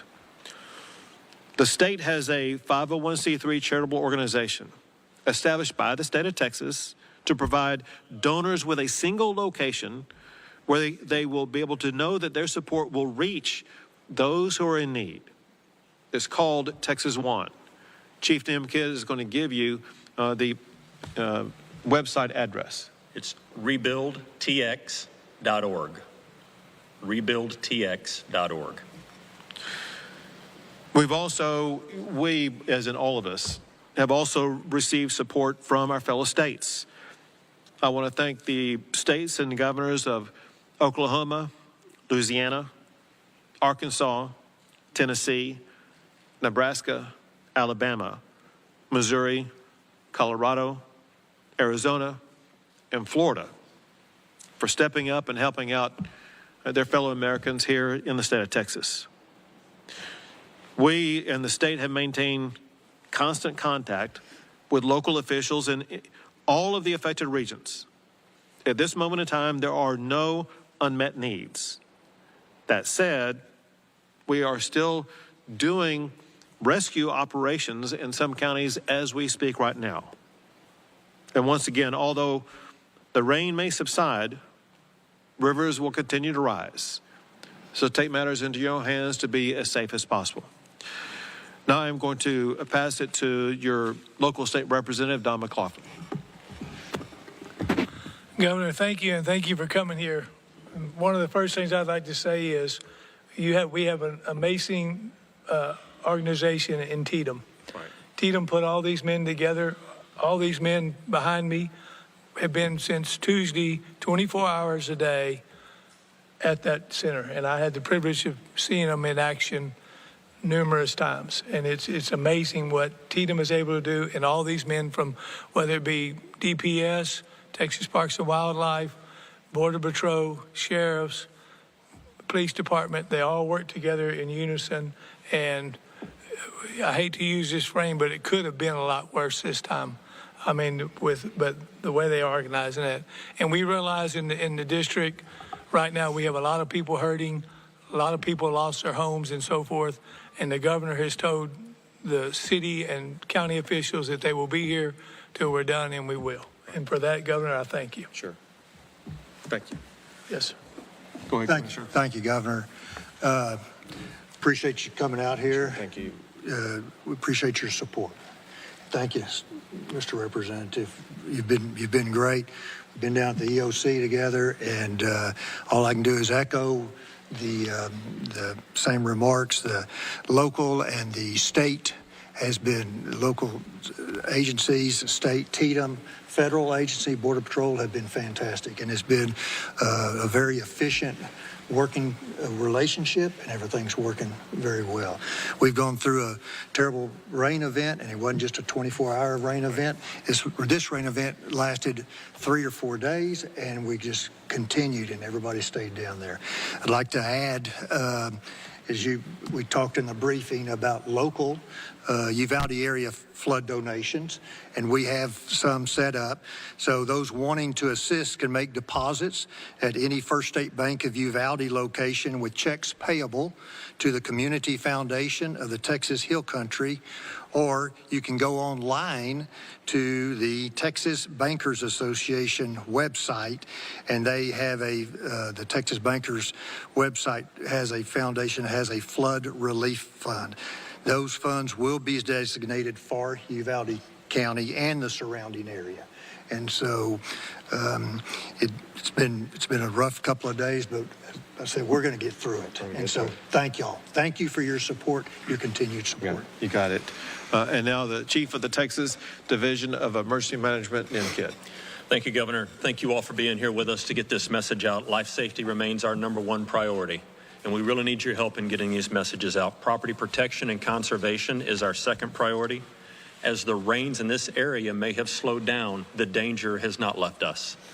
Rains that fell further north or upriver that worked its way through here, continuing to push their way downstream. I want to talk about roads and barricades for a second. While it may look like a road is passable, if there is a barricade there, please do not move that barricade because the road may not be there around the corner. So please do not move any barricades. First responders and TxDOT and local officials have set those up, and they will remove them. Still a very dynamic situation where we had days of 10 or 15 inches of rain. Another day of 1 to 2 inches of rain could produce equally catastrophic impacts. So we are not out of this fight yet. We are continuing at the state level to move assets and resources around the state to be with our local partners in their time of need, and adding additional assets and resources still coming into the state to support our ongoing response efforts. We will be conducting response and recovery at the same time, sometimes in the same place in the state. And that brings us to cleanup. As we get ready to do our cleanup operations, our volunteer organizations are ready to support all of our citizens that are out there. We will work with the communities to have a volunteer reception location, and you've heard about the donations receptions. The volunteers that are coming in to clean and help are going to be a huge impact to get us through the road, down the road. If you have flood insurance, the first thing that you need to do is contact your insurance company. And then we will work with our local officials to announce their volunteer and donations places. Finally, I can't go on without thanking all of the local responders that are out there, men and women from this community, your neighbors that have risked their property as well to go out and save you and yours. If you get a chance to thank a local first responder, please do so. Thank you. And I'll open it for questions. However, let me say this first. I believe one reason why some lives have been saved is because the media got so much information out to the public in advance about the magnitude of the rain that was going to come, the magnitude of the flooding that was going to come. And people recognized they need to take this serious and get away from where floodwaters would be. So first, thank you for that. But also, as I pointed out, we're not done with this yet. The more you can continue to share information with the public about the ongoing dangers that exist, the more and better chance we have to ensure nobody else is going to lose their life. We'll take a few questions. Governor, to that point, we've been out in neighborhoods talking with some people who have lost almost everything that they own, and they just don't know where to turn, and they don't know the first step. And frankly, what they need is money. Some of them don't have insurance and real money. What immediate resources are available from the state that we may be able to tell them in terms of? So I'm going to have Chief Kidd provide a more detailed answer. However, there are multiple first steps, one of which is that Texas One Fund that already has resources in it. And we will, what that fund does typically is coordinate with people at the local level to make sure that money is going to be as available as quickly as possible. That said, there are different financial resources available from different pockets that Chief Kidd can tell you all about. Yep, and thank you for the question. Let's expand on that a little bit. The first thing is we have a state website, and we will get that website out to you, where they need to report their damages. We share those reports with our local officials. The local officials will be the ones to help us organize support going into those homes to do the mud out and muck out and the cleanup of that. So we'll get that website out to you. That damage at tdm.texas.gov, I believe, is the address that we want you to use. The volunteers that come in to help will also be bringing, some of them bring in their own checkbooks, and they start writing checks and donations to families to help get money back going. But we really want to organize this at the local level. So each community that's impacted will have its own team. Our team is there with them now, the Incident Support Task Force. You see some of them wearing the uniforms around here, and they are ready as soon as it's safe to do so, which it is becoming that way right now, to get out into the community and work directly with the citizens to help them on the road to recovery. So, listen, one thing that I have observed through multiple events, whether it be the floods of last year, Hurricane Harvey, or other events, there are many organizations, many of them are faith-based organizations, and they show up sometimes within hours, definitely within days, to very quickly come in and do the muck-out process, which is one of the very first steps. When the muck-out process takes place, that leads to a lot of debris being put on the ground in front of the house or whatever. And the state and local officials will be involved in that debris removal, which we know will be a top priority. But bottom line, you will see a lot of organizations coming in ready to immediately begin that milk-out process. Go ahead. Timeline yet on when FM 480, which connects throughout the Eagle Pass, will be reopened? Yeah. So we have someone from TxDOT here. Let me have them answer that question. Yeah, so FM 481 right now, we're currently assessing the bridge damage that was caused by the Nueces River. So we're in the process of evaluating. As the waters recede, we'll continue to do that evaluation so we can see what we can do to speed up the process of getting that back operational. So at this time, we don't have a specific timetable, but we are actively looking at what we need to do to get that operational. And then one other question, because there's a dam up here that we keep hearing about, the Willingham Dam. Do we know if it failed or what the status of that is? Yeah. It didn't fail. It didn't. Go ahead. I can speak to that. So that was a flood control dam, and it was flown and looked at, and it did not fail. I've been in contact with the landowner, the ranch owner, that where the dam is located, and he's also confirmed. But we put eyes on that dam, and it did not fail. What did happen is it worked just as designed, and the spillway, the water came over the spillway in a way that it had never done. And so while it made it look like from the air that the dam breached, it did not. It was going around the spillway in a measured amount, but we just had tremendous rain, and so the dam is good, and it's still holding back lots of water. You just mentioned that the 4 rivers around the world are still at threat, and sure, 1 or 2 inches of rain could provoke another emergency like this. Is there any plan to prevent another situation like this? Because it's probably going to happen. Right, so for one, you can't prevent rain, but what you can do is to be prepared and responsive to it, as well as to prepare communities to reduce flooding. If you look at some of the measures that were taken after the flooding last year, especially in the Kerr County area, there were some homes and some other property that was removed from the floodplain. And so, for one, making sure that communities honor the floodplain and try to not have housing in the way. Second, I'll tell you this. One thing I heard today, but also I heard in other briefings that I've been involved in, as well as I've heard from people in communities ranging from Kerr County to other counties affected, and that is because of everything that was learned and experienced in the flood last year, everybody in Texas has been far more prepared to deal with what has happened this year. There again is one reason why lives have been saved. Property, to the extent that it's been movable, has been saved. Real property, which would be like houses, apartments, commercial businesses, things like that, you can't move them, but sometimes they can relocate and things like that, and that process began in the aftermath of the flood last year. But again, lessons learned from last year were applied to make sure the response this year was far superior to what we were able to achieve last year. And again, we were talking before coming out here, local officials and state officials. We've learned more in the past 48 to 72 hours than we knew last year. And we continue to process this to make sure that the state is more responsive and more prepared every single year. Governor, how quickly could Texas see that federal support from White House? I made a similar declaration in the flooding that took place last year, and the response took about 1 or 2 days, and so it was very rapid. My hope is it will be equally swift this time. Do you have a breakdown of how many home rescues there were versus vehicle rescues? I don't have that. Yeah. I think what we have seen from the state asset perspective, most of the rescues that were done were for motorists or stranded motorists, but really we can ask the locals about what their local perspective was on rescue versus evacuation.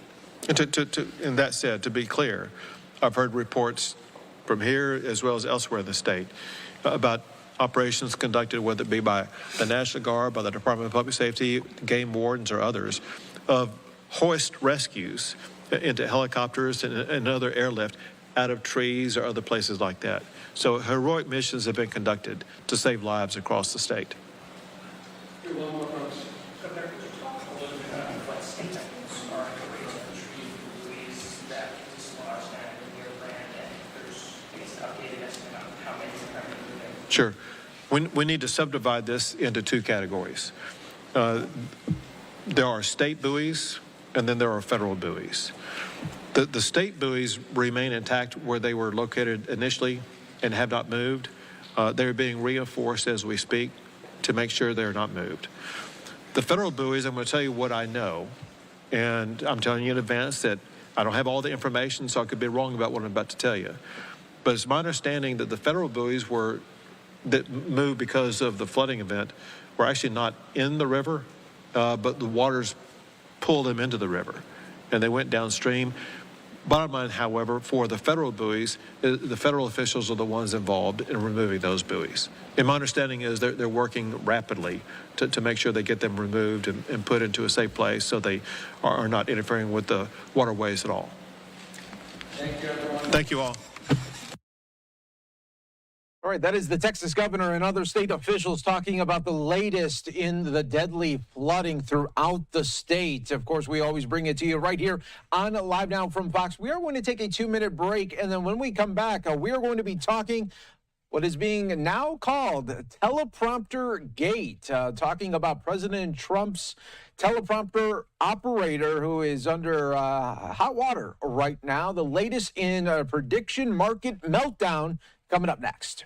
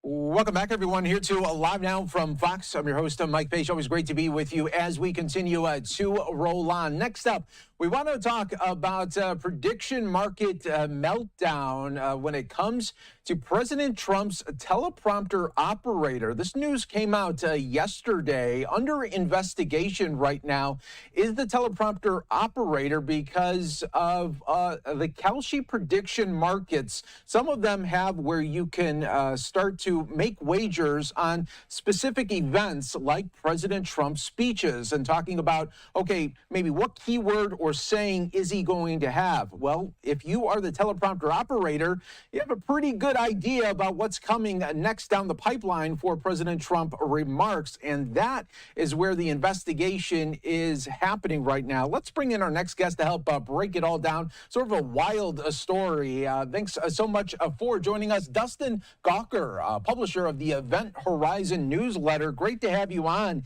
And yeah, I mean, when I heard this story, I was like, really? I mean, it's coming now into the Trump administration.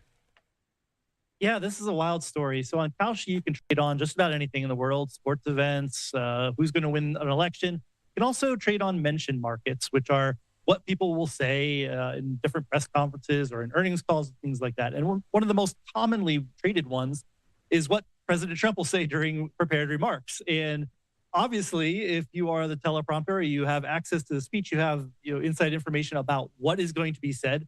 And yes, allegedly, Gabriel Perez, who's been a teleprompter operator for the Trump administration dating back to his first administration, was allegedly trading on these markets and, use it like, obviously he's looking at the words on the teleprompter. So it is a wild story. And there's been more than $1 billion traded on mentioned markets since Kalshi started to start rising early in 2025. And this is there's a lot of money that's changing hands on what the president will say.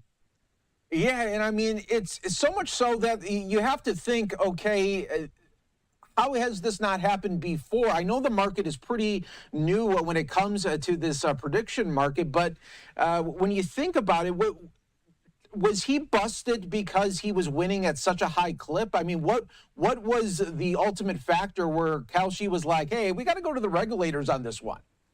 Yeah, Kalshi flagged it with the CFTC and flagged it itself, but it apparently he was trading on more than a dozen different occasions of prepared remarks by the president. And yeah, it took a long time for them to do that. They are KYCing people who trade on their markets. They should know your customer protocols. They should be able to know who you are and catch this. And they did catch it, but it took a while for them to do that. So it's has it not happened before? We don't know. Is it possible that other people within the administration? We have seen insider trading based on information be uncovered in lots of different things in the world. Venezuela with the Maduro incident, there's a soldier who was charged for allegedly trading on that market when he had inside information. So there's a lot of this going on, and as this all grows and there's more money in it, there's a potential for more insider trading. Yeah, absolutely. Because I mean, I see what the situation here is where, okay, you have the teleprompter operator. He's using his own name and account there. And you could easily Google people these days and find out, okay, what do they do for a living? I wonder, though, what would have happened if he, reached out to a cousin and says, hey, cousin, I want you to find your best friend. And I want you, or that friend, to open up an account, and I'm just going to give you information about what's coming in. How do they prevent something like that? That's way harder to check, right? If the person themselves who has the inside information is trading, that person should be able to link back to it. You see trades based on their job and who they are and what they do. That is a lot harder to catch, no doubt about it. If somebody is winning a lot of money on mention markets, it's potential that there could be insider trading. There are people who are also very good at this, who study what the president says and what other people says and can do this. But yeah, in the scenario that you outlined, that's certainly a lot harder to catch. And a lot of the insider trading cases we have seen in prediction markets have been, I'd say, arguably pretty easy to catch. It's the person doing it. They're doing something obvious and trading on information they clearly have. If the scenario where it's being passed on to somebody else, that's a lot harder to catch. And there's probably some amount of that going on in other markets that Kalshi and other prediction markets offer. And lastly, Dustin, I know you cover so much of this industry. I just wonder, how upset are sports books, casinos at Kalshi right now? Because, I mean, they have to fight, you figure, tooth through nail to get into these states and, start gambling and start mobile betting. And it just seems like Kalshi was able to come into every state and say, you know what, it's not sports betting, it's prediction markets. But when you open up a Kalshi account, I mean, it's a sports book. No doubt about it. You're gambling on sports. Now, it's a sports betting exchange where you can bet against other people and other market makers. You go on DraftKings or FanDuel, you're just betting against DraftKings or FanDuel. But yeah, they're mad. They pay a lot of taxes. They pay a lot of fees to states. And Kalshi is now, right now, as we sit here, legal in basically 50 states, a few court cases where they're not currently serving a state. But yeah, it's they've done an end around on gambling laws, and casinos and sports books don't love this because they're operating everywhere. They can operate everywhere, and they're not paying the same taxes and fees that they do. So yeah, there's a big federal court case. There's court cases all over the country right now about the legality of this and what will happen. Eventually, it will get to the Supreme Court.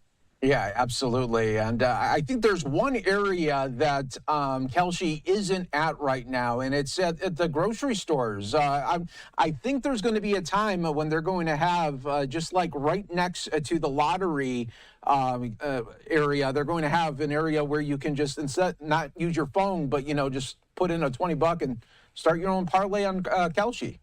I wouldn't count against it. I've talked to somebody who is trying to put kiosks in convenience stores right now. Right now it's as easy as being on your phone, but could you see prediction markets on kiosks or anywhere you go shopping? Who knows? It is a wild world, and I wouldn't dismiss anything right now in the world of prediction markets. Yeah, no doubt about it. Dustin, great to have you on. Thanks for your insight. Appreciate it. What a wild story. Cheers. Thank you. Thank you. All right, everyone. We are going to take another 2-minute break here on Live Now from Fox. Stay right here with us. More to come in just moments.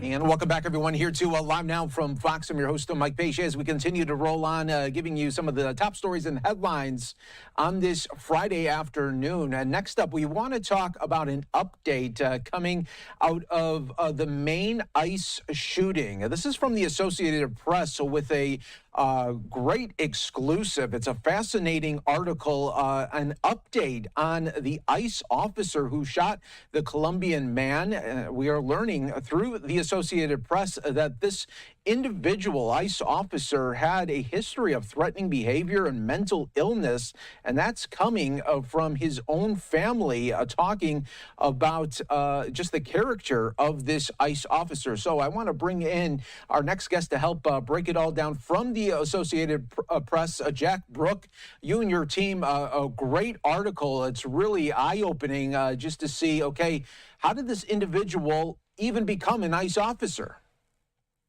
Thanks for having me. And yes, good question. That is what his family members were asking as well.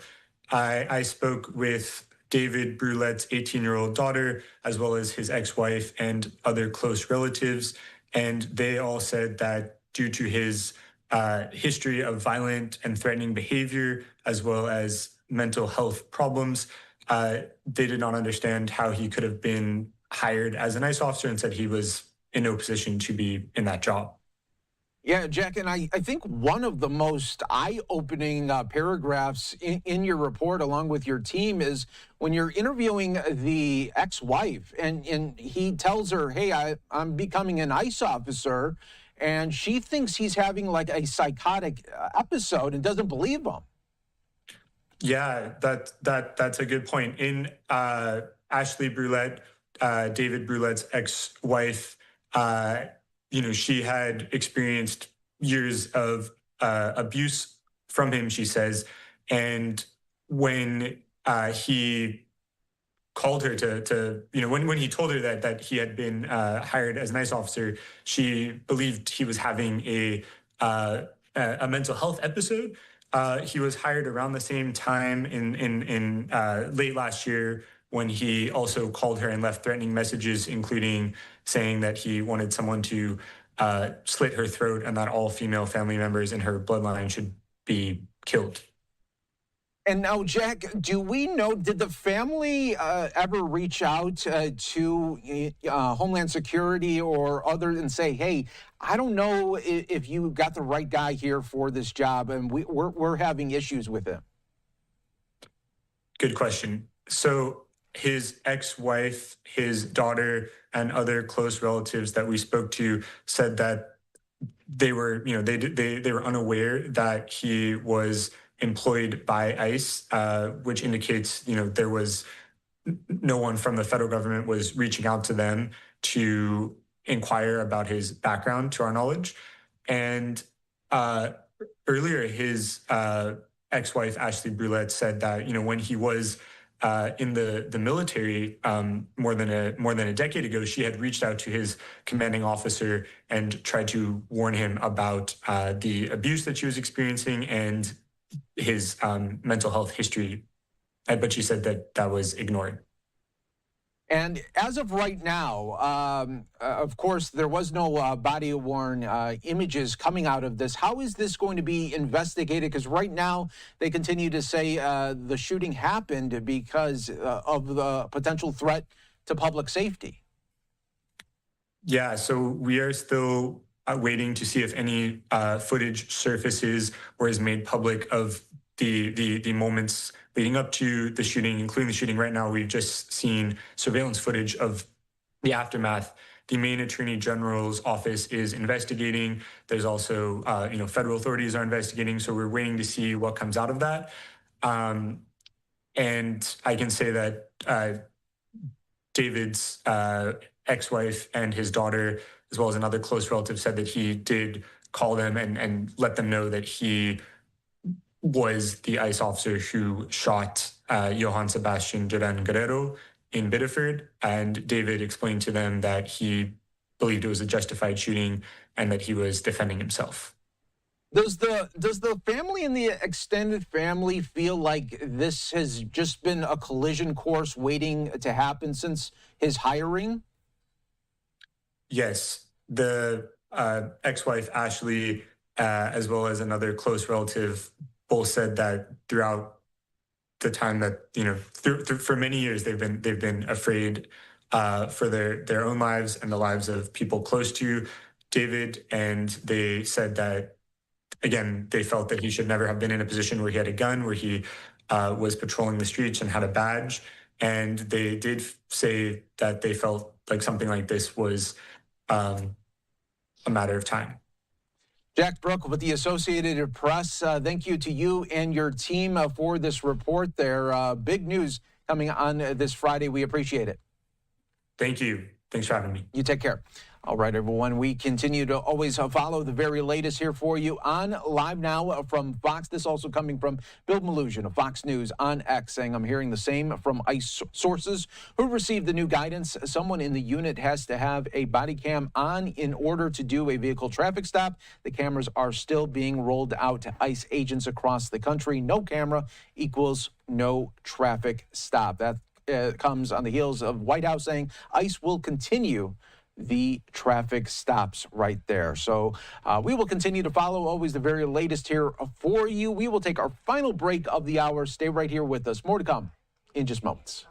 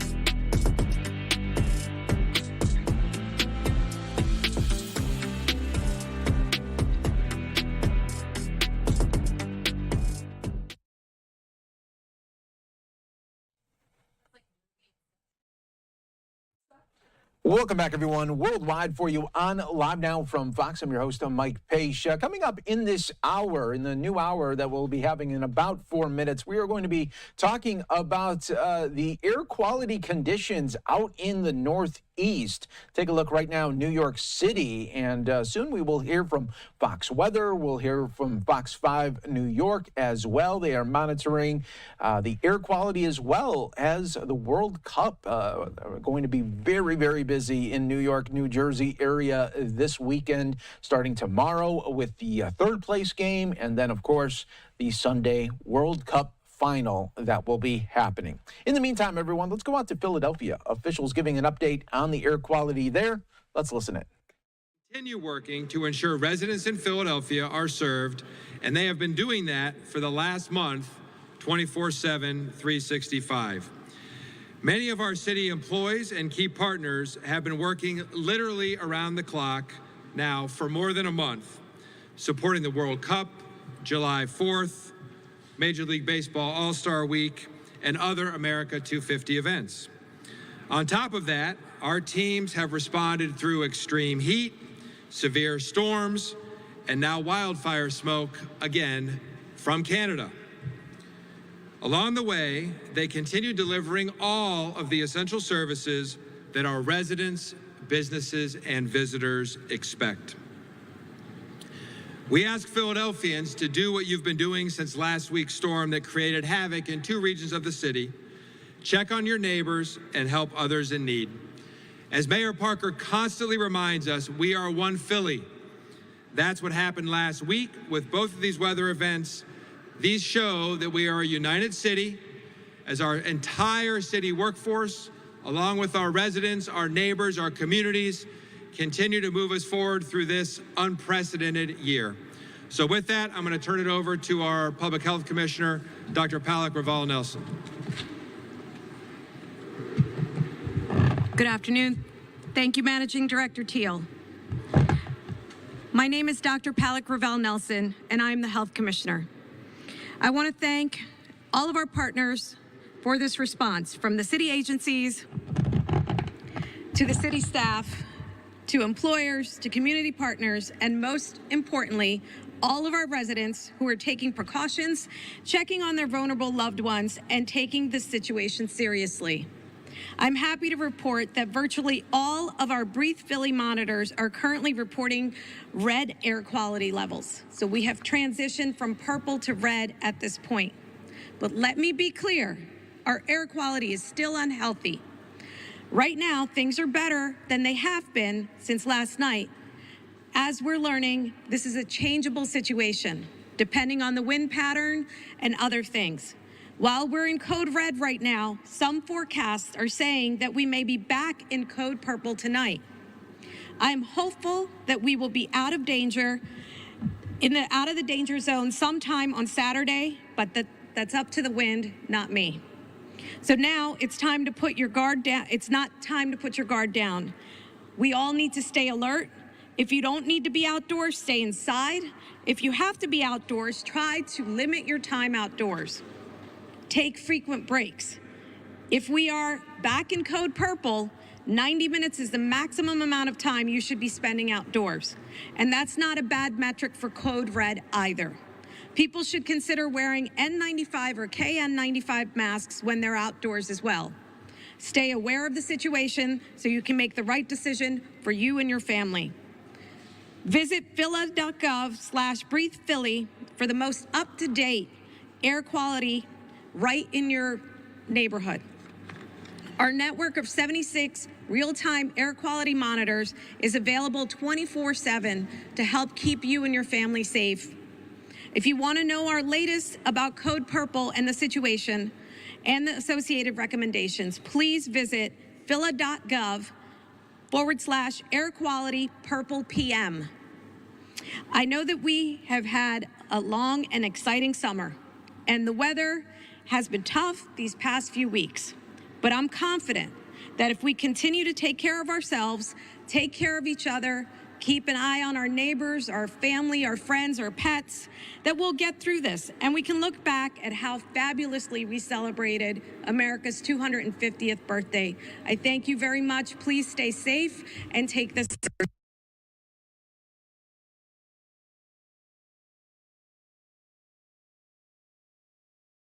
All of our employees, and we're going to continue to provide PPE equipment and all the necessary items to keep them safe, routine breaks, and ultimately monitoring them for any health conditions that may arise. We also encourage our residents to continue leaving your trash out curbside if you have it already out this evening. If you haven't put it out yet for today's collection, you may do so this evening.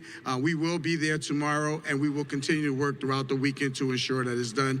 I just want to thank all of our city employees for their efforts throughout all of the weather conditions that we had, not just yesterday, but all last week, especially with the mini bursts that we had to endure, the hot temperatures. Our employees are resilient, and they've stood up time and time again to deliver the services that we need to our city.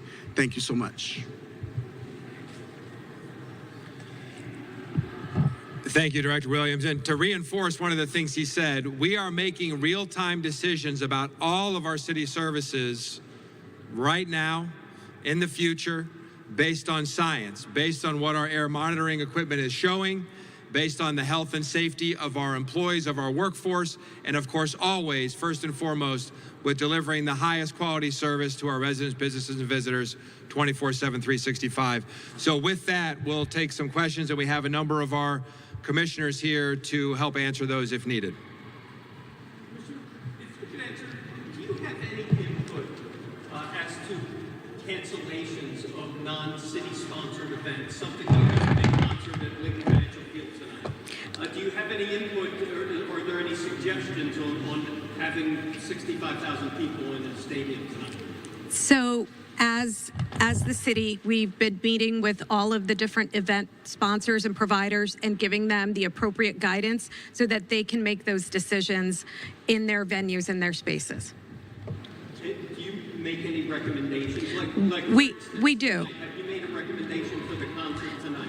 We have shared the information, and they are working in their, own realm, in their organization to make those decisions.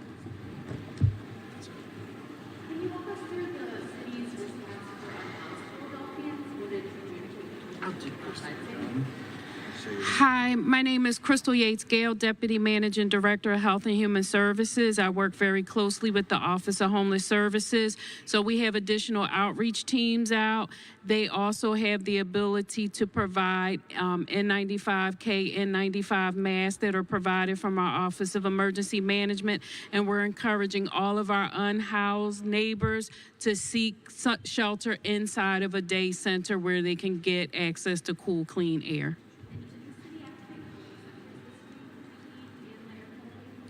We did not, because this is not a heat emergency. It's not related to the weather. It's related to smoke coming from Canada and their wildfires. So we did not open cooling centers. We're encouraging all Philadelphians, not just our unhoused neighbors, to stay indoors and take advantage of indoor amenities all across the city of Philadelphia.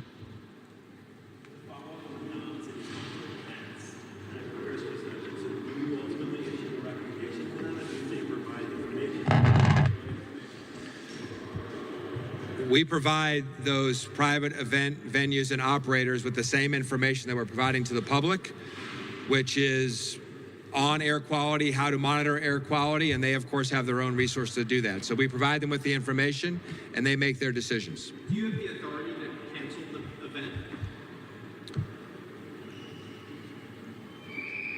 Simply based on the wildfire smoke, no. Pools and rec centers tomorrow? Good afternoon, Sue Slauson, Parks and Recreation Commissioner. As of this moment, the pools and the pools will be open tomorrow, but that's still based on the numbers, based on whether or not we will be in code purple or whether we'll be in code red.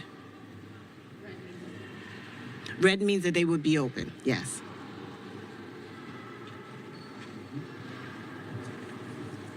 Are there any other city departments that work outside of those No, all of our city services are operating at some level, except as you heard before, we've made the biggest changes with our sanitation workforce because of what they do. But we're delivering all those services, and as you heard again, that's on a literally an hour by hour, minute by minute basis as conditions change. You know, PPA was out today. PPA is not a city department, so we're not aware of what they, I mean, I've seen them out there. I'm not sure what they're doing with their workforce. Thank you, everybody. Last question. Commissioner, what would be your message to people who are thinking about going to the concert or conversation tonight? Take the recommendations that we've provided. Take your N95 mask, check your air quality monitors, and do what's best for your health and your individual health decision. Thanks, everybody. Thank you. All right, everyone, you are watching Live Now from Fox. That was officials there in Philadelphia a little bit earlier today. Again, we give you a live look right now of Philadelphia. You can see very, very smoky still and hazy because of the wildfires from Canada. And President Trump is putting all the blame on Canada, saying that they have not been properly working on their forest management. And he is saying that enough is enough. Take a look at what he put out on Truth Social just a little bit ago, saying we are holding Canada responsible for the fact that they are not properly maintaining their forests and brush therein, and the United States is being unnecessarily invaded by filthy, polluted, and unhealthy air, the quality of which is dangerous and totally unacceptable. I will call the Prime Minister during the day to find out what they are doing, what they are going to do about it. The cost is incalculable. Canada has refused to engage in basic forest management and debris removal, knowing that such refusal will lead to exactly this result. This is willful negligence and becoming a yearly occurrence, costing the United States billions of dollars, which cost of this pollution must be necessity of added to the tariffs Canada is currently paying. Thank you for your attention to this matter, President Donald J. Trump there. So we'll keep an eye on the remarks that are coming up soon from New York City. President Trump will be talking, expected in the next 15 minutes or so. He will be at a FIFA World Cup reception. We'll see if he has anything to say about the air quality as he strolls in New York City. We'll be back with more on Live Now from Fox.